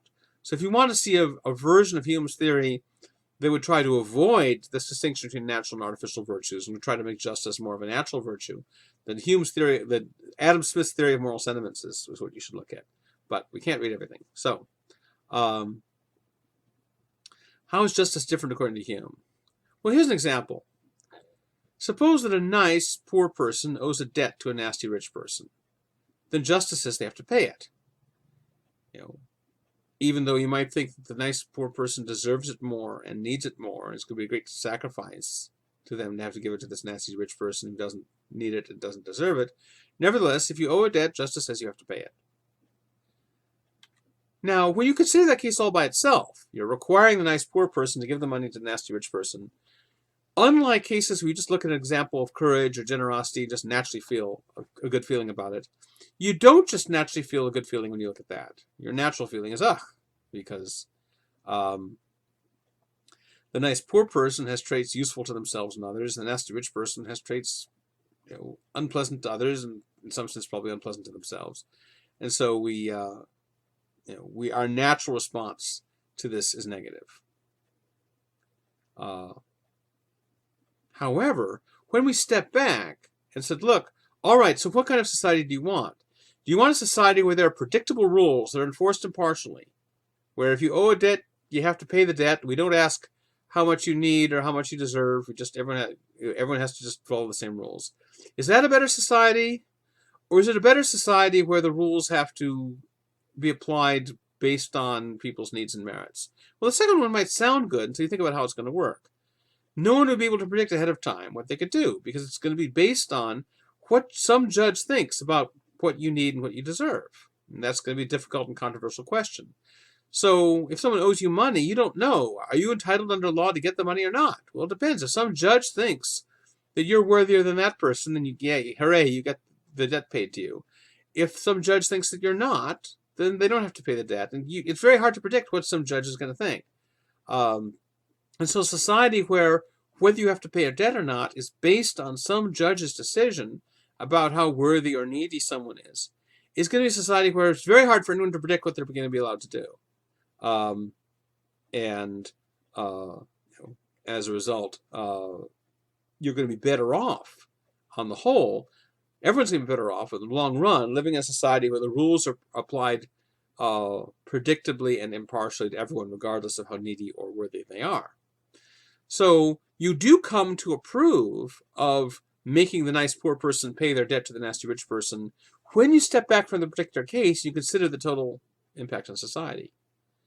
But that's different from the other virtues. The other virtues, you don't have to think about the social benefits. You just look at the particular case, you immediately get the warm, fuzzy feeling. In the case of justice, he thinks it's different. Now, as I said, Adam Smith disagrees. Adam Smith thinks that the same account, or something like the same account for the other virtues, applies to justice too.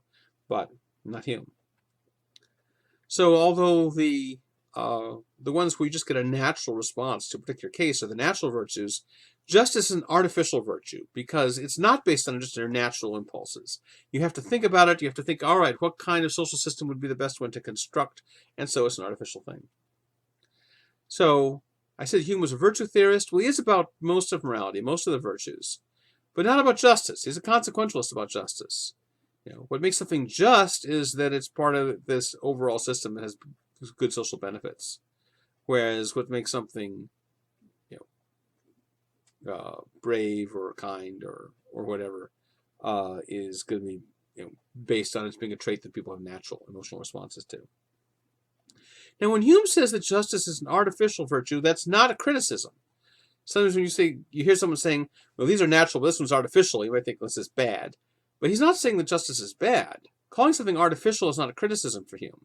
There are lots of things that are artificial. Clothing, houses, all the benefits of modern technology are artificial. Lots of things that we create or discover rationally are in that sense artificial. But they're great. So Hume is all for justice. He's not against justice. But he thinks that justice is an artificial construct we come up with in our minds as a way of producing benefits to society in the long run. It's not based on just our natural impulses the way the other virtues are.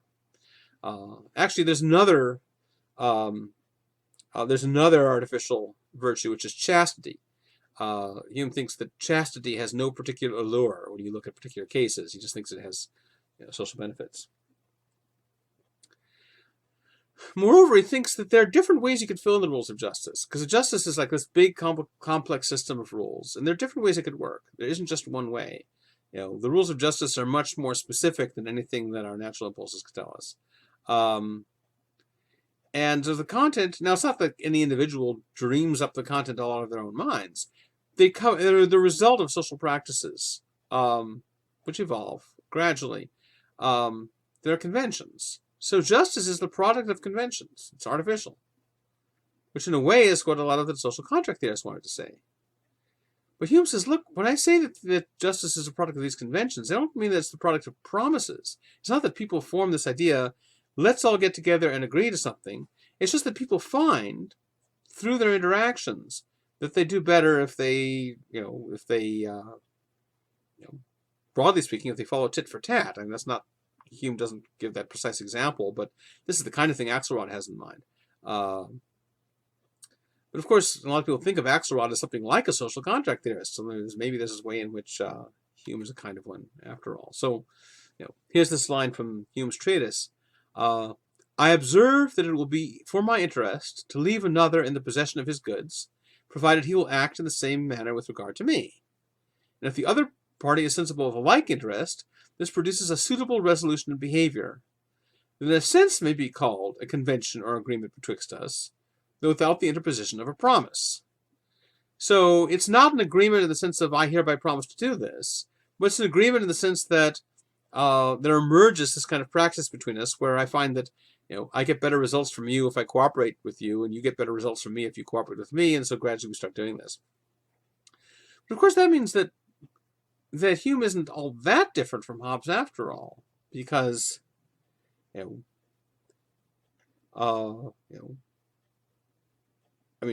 puts it a bit more formally with his his laws of nature and so forth, but in a sense Hobbes is saying that we discover in practice that we we do better if we return other people's cooperation by cooperating in our turn, and so on. There's another way in which Hume agrees with Hobbes, is that Hume and Hobbes both think that before these conventions emerge, there's no such thing as justice.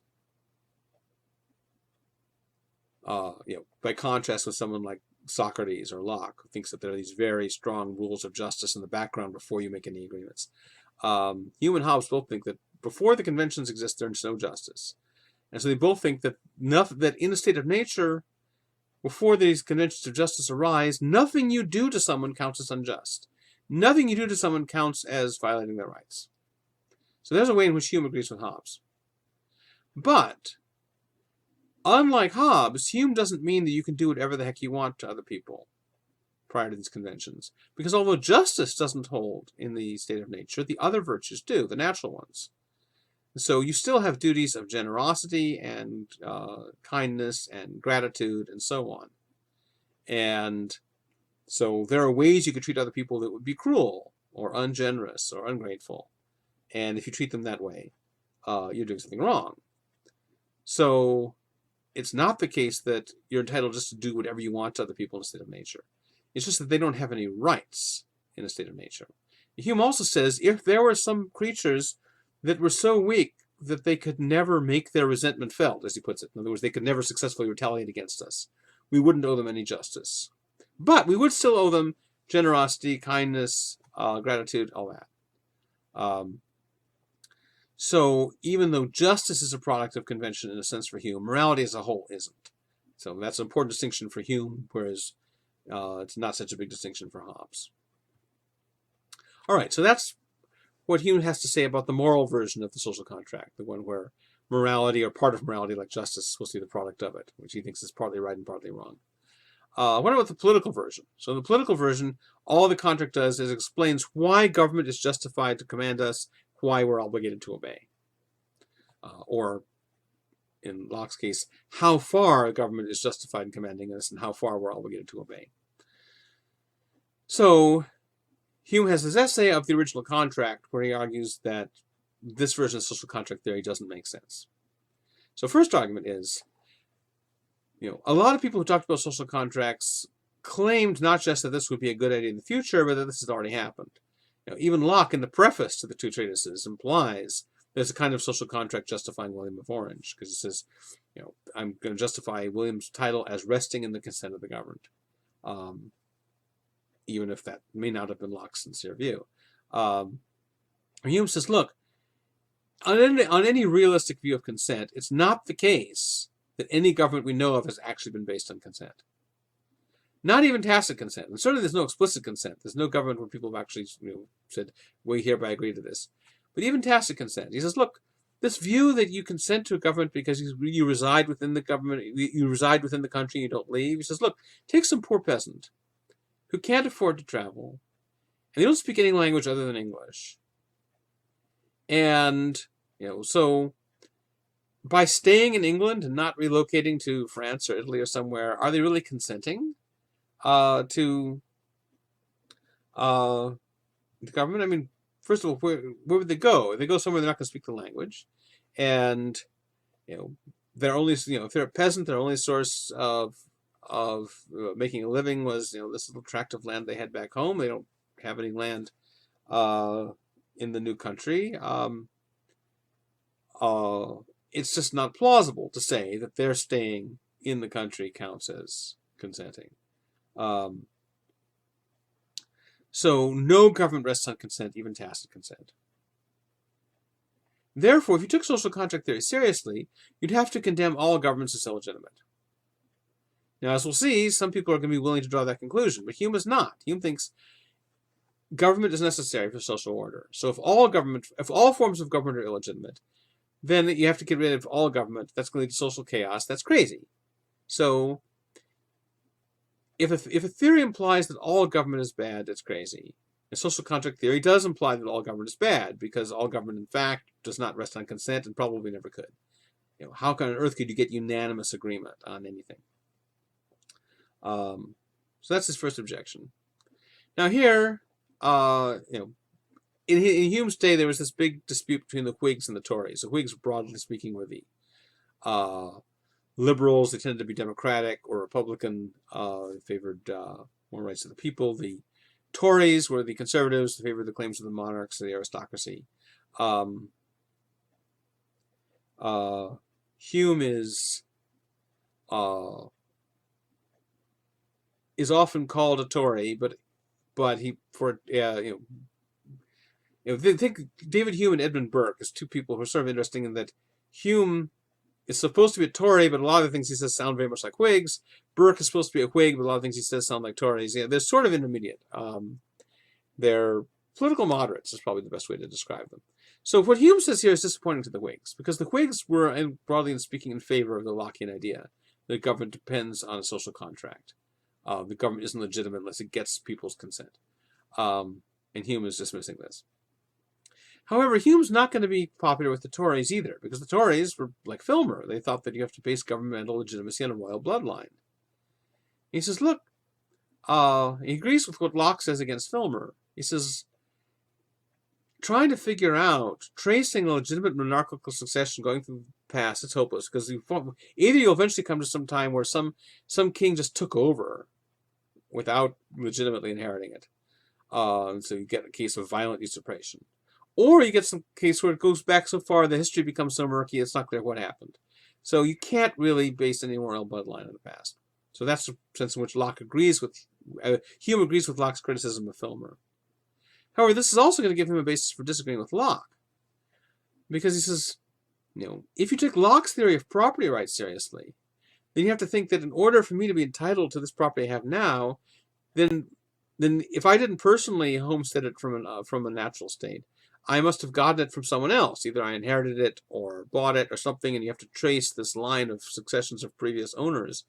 And the whole thing has to go back to someone who originally homesteaded it honestly, and every step along the way has to be a voluntary transfer. And he says, look, when you actually investigate the history of real-life property titles, either eventually come to some case where some people just came along and grabbed the land and didn't transfer it by voluntary agreement, or else you come back to some murky period where you're not sure what happened.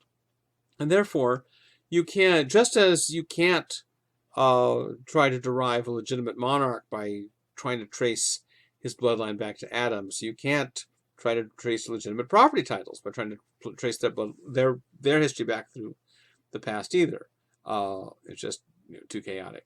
And therefore, he thinks that we should accept existing governments and existing property titles without trying to find out whether these governments or these property titles trace their origin back to some favored origin, because they probably don't.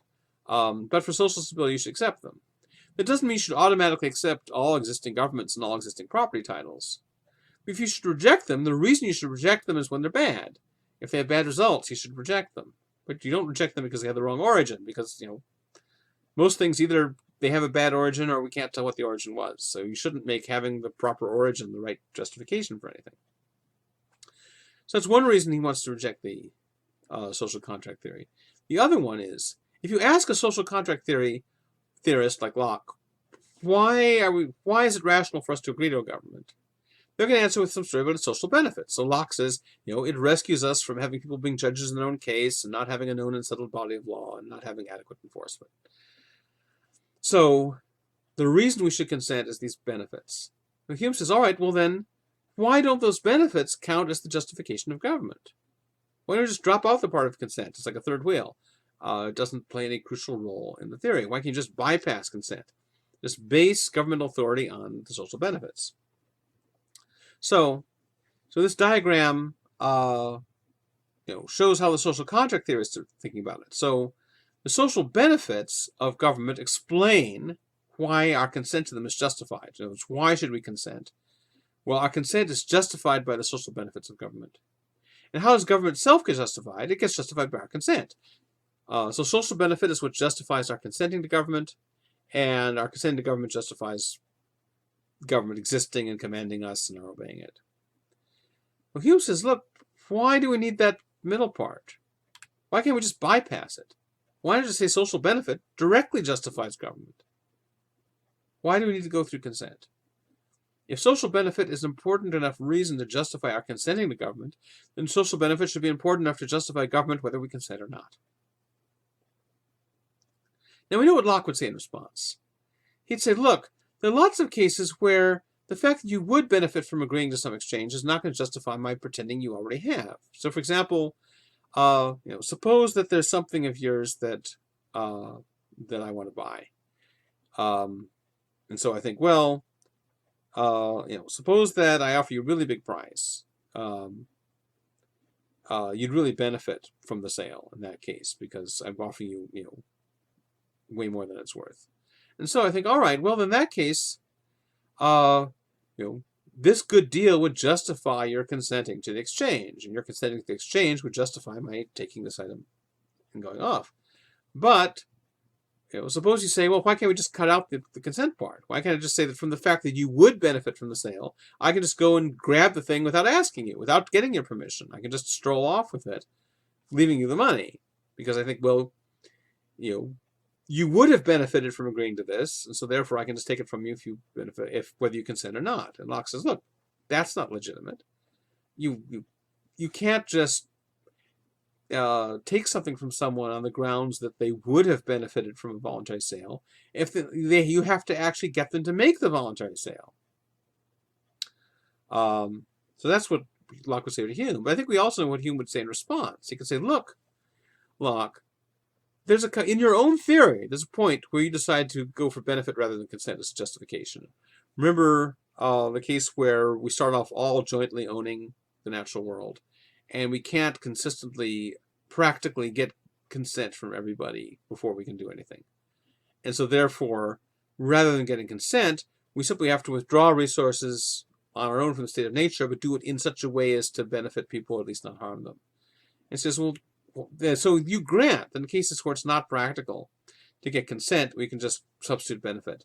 So why not this case too? It's not practical to justify government by consent, because you can never get unanimous consent. So if you don't have to go by consent in the case of getting permission to withdraw resources from the commons, why do you have to get permission to set up a government? Why not just say that in that case too, the fact that government is beneficial is enough to justify it? Now, Hume thinks social contract theory is dangerous because it tends to foment revolutions. Because if you think that your government doesn't rest on consent, and if you think that, you're probably right, because it probably doesn't, and you think that only governments that rest on consent are justified, then you're going to want to rebel against the government. And so social contract theory is going to lead to constant rebellions. And Hume doesn't like constant rebellions. Now, Hume is not as much against revolutions as Hobbes is. As I said, he's a political moderate. If Hobbes is over here and Thomas Jefferson's over here, leaving slavery aside, Hume's somewhere in the middle. In fact, Hume was favorable to the American Revolution. He didn't agree with the Lockean arguments that the American colonists were giving, but by and large, he thought that that the British government was treating the American colonists badly and that they'd be better off on their own. So he was fine with that. And he'd approved of the 1688 revolution as well. So he's not against revolutions. But he thinks that the reason for revolution should not be the existing regime doesn't rest on consent. Because no regime rests on consent. No good or bad regime is able to pass the test of consent. Instead, the reason for a revolution should be, if the revolution can replace a bad regime with a much better one, and can do it without too much turmoil, then it's justified. So you justify revolution by its good results, but not by concern with the social contract. But although he says that governments don't rest on consent, not even tacit consent, there's a sense in which he does think governments rest on something like consent. So remember, we talked previously about Etienne de la Boétie in his discourse on voluntary servitude, where he said, look, the rulers are always outnumbered by those they rule. So rulers could not possibly enforce their power by actual physical force. It always depends on popular acquiescence. So Hume has this essay, The First Principles of Government, in which he revives this idea. He doesn't quote La Boétie, but he probably has him in mind. He probably had read him because Hume had read Montaigne and was a fan of Montaigne. And Montaigne has a chapter where he just goes on and on about how great La Boétie is and how you've got to read La Boétie's Discourse of Voluntary Servitude. So Hume probably would have. Anyway, Hume gives the same argument La Boétie gives, that because the rulers are outnumbered by the ruled, it's only the ruled's opinion of the government as being okay or not too bad or not too unjust or broadly in their interest or something like that. It's only that opinion that sustained government. So he's not saying that government, so he denies that all governments rest on tacit consent. He thinks that, the peasant who doesn't emigrate doesn't count as consenting. But he does think it rests on opinion, that people have to think that either it's powerful enough or it's efficient enough or it's just enough that they're not going to disobey it. Now, in saying that all governments rest on popular acquiescence, Hume was certainly not trying to draw an anarchistic moral. He's a political moderate. He doesn't want anarchistic morals. He doesn't want anarchy. He doesn't want tyranny. He just wants, sort of ordinary, middling political existence. However, remember William Godwin, I mentioned last time, as someone who drew anarchistic inspiration from Thomas Paine. He also drew some anarchistic inspiration from David Hume, which might be even more surprising. As you read Paine, you can easily see, wow, I can see how someone could read this and be converted to anarchism, even if Paine didn't intend it. But reading Hume, who's so clearly not at all anarchistic, you might think, how could someone read Hume and take this as a reason for anarchism? But here's Godwin's argument. He thinks Hume is right that the power of the government rests on popular acquiescence rather than force. It has to, because the government, it might not have, if Superman wanted to be the ruler, maybe he could enforce his rule on the entire population by his own personal force.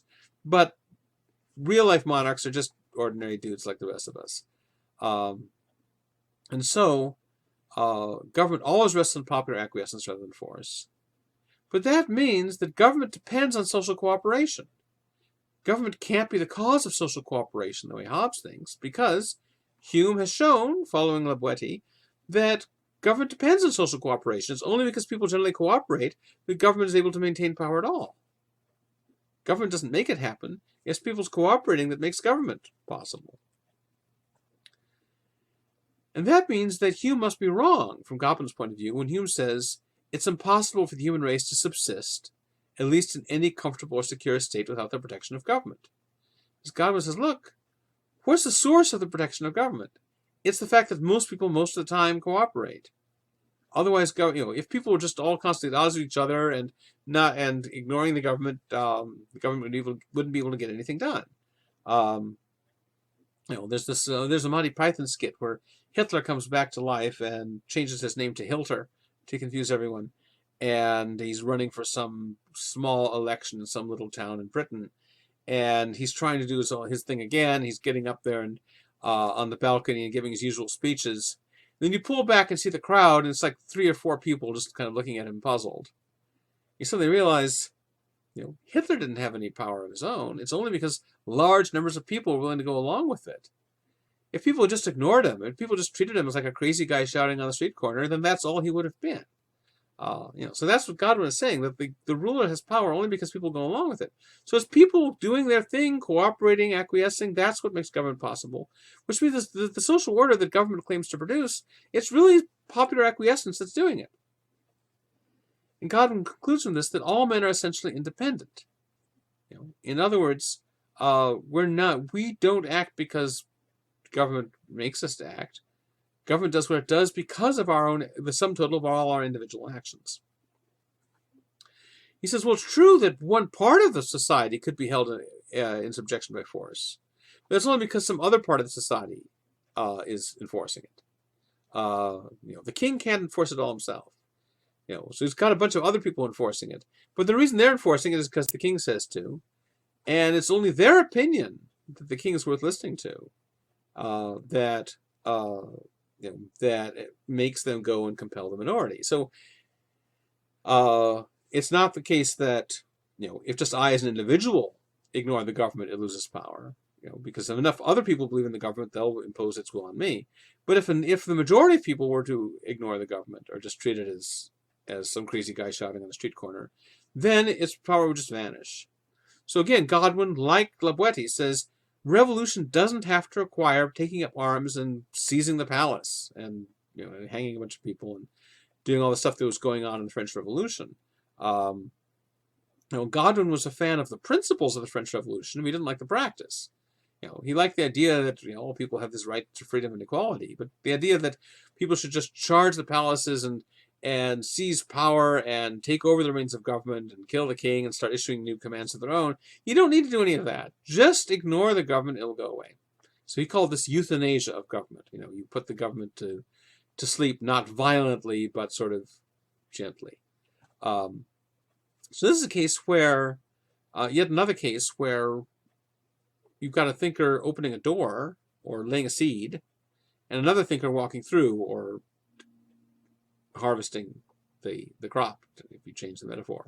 And so once again, we see that later thinkers are drawing conclusions from these earlier thinkers that the earlier thinkers would not necessarily have wanted to draw, but you can see aspects in the theory that make possible these later views.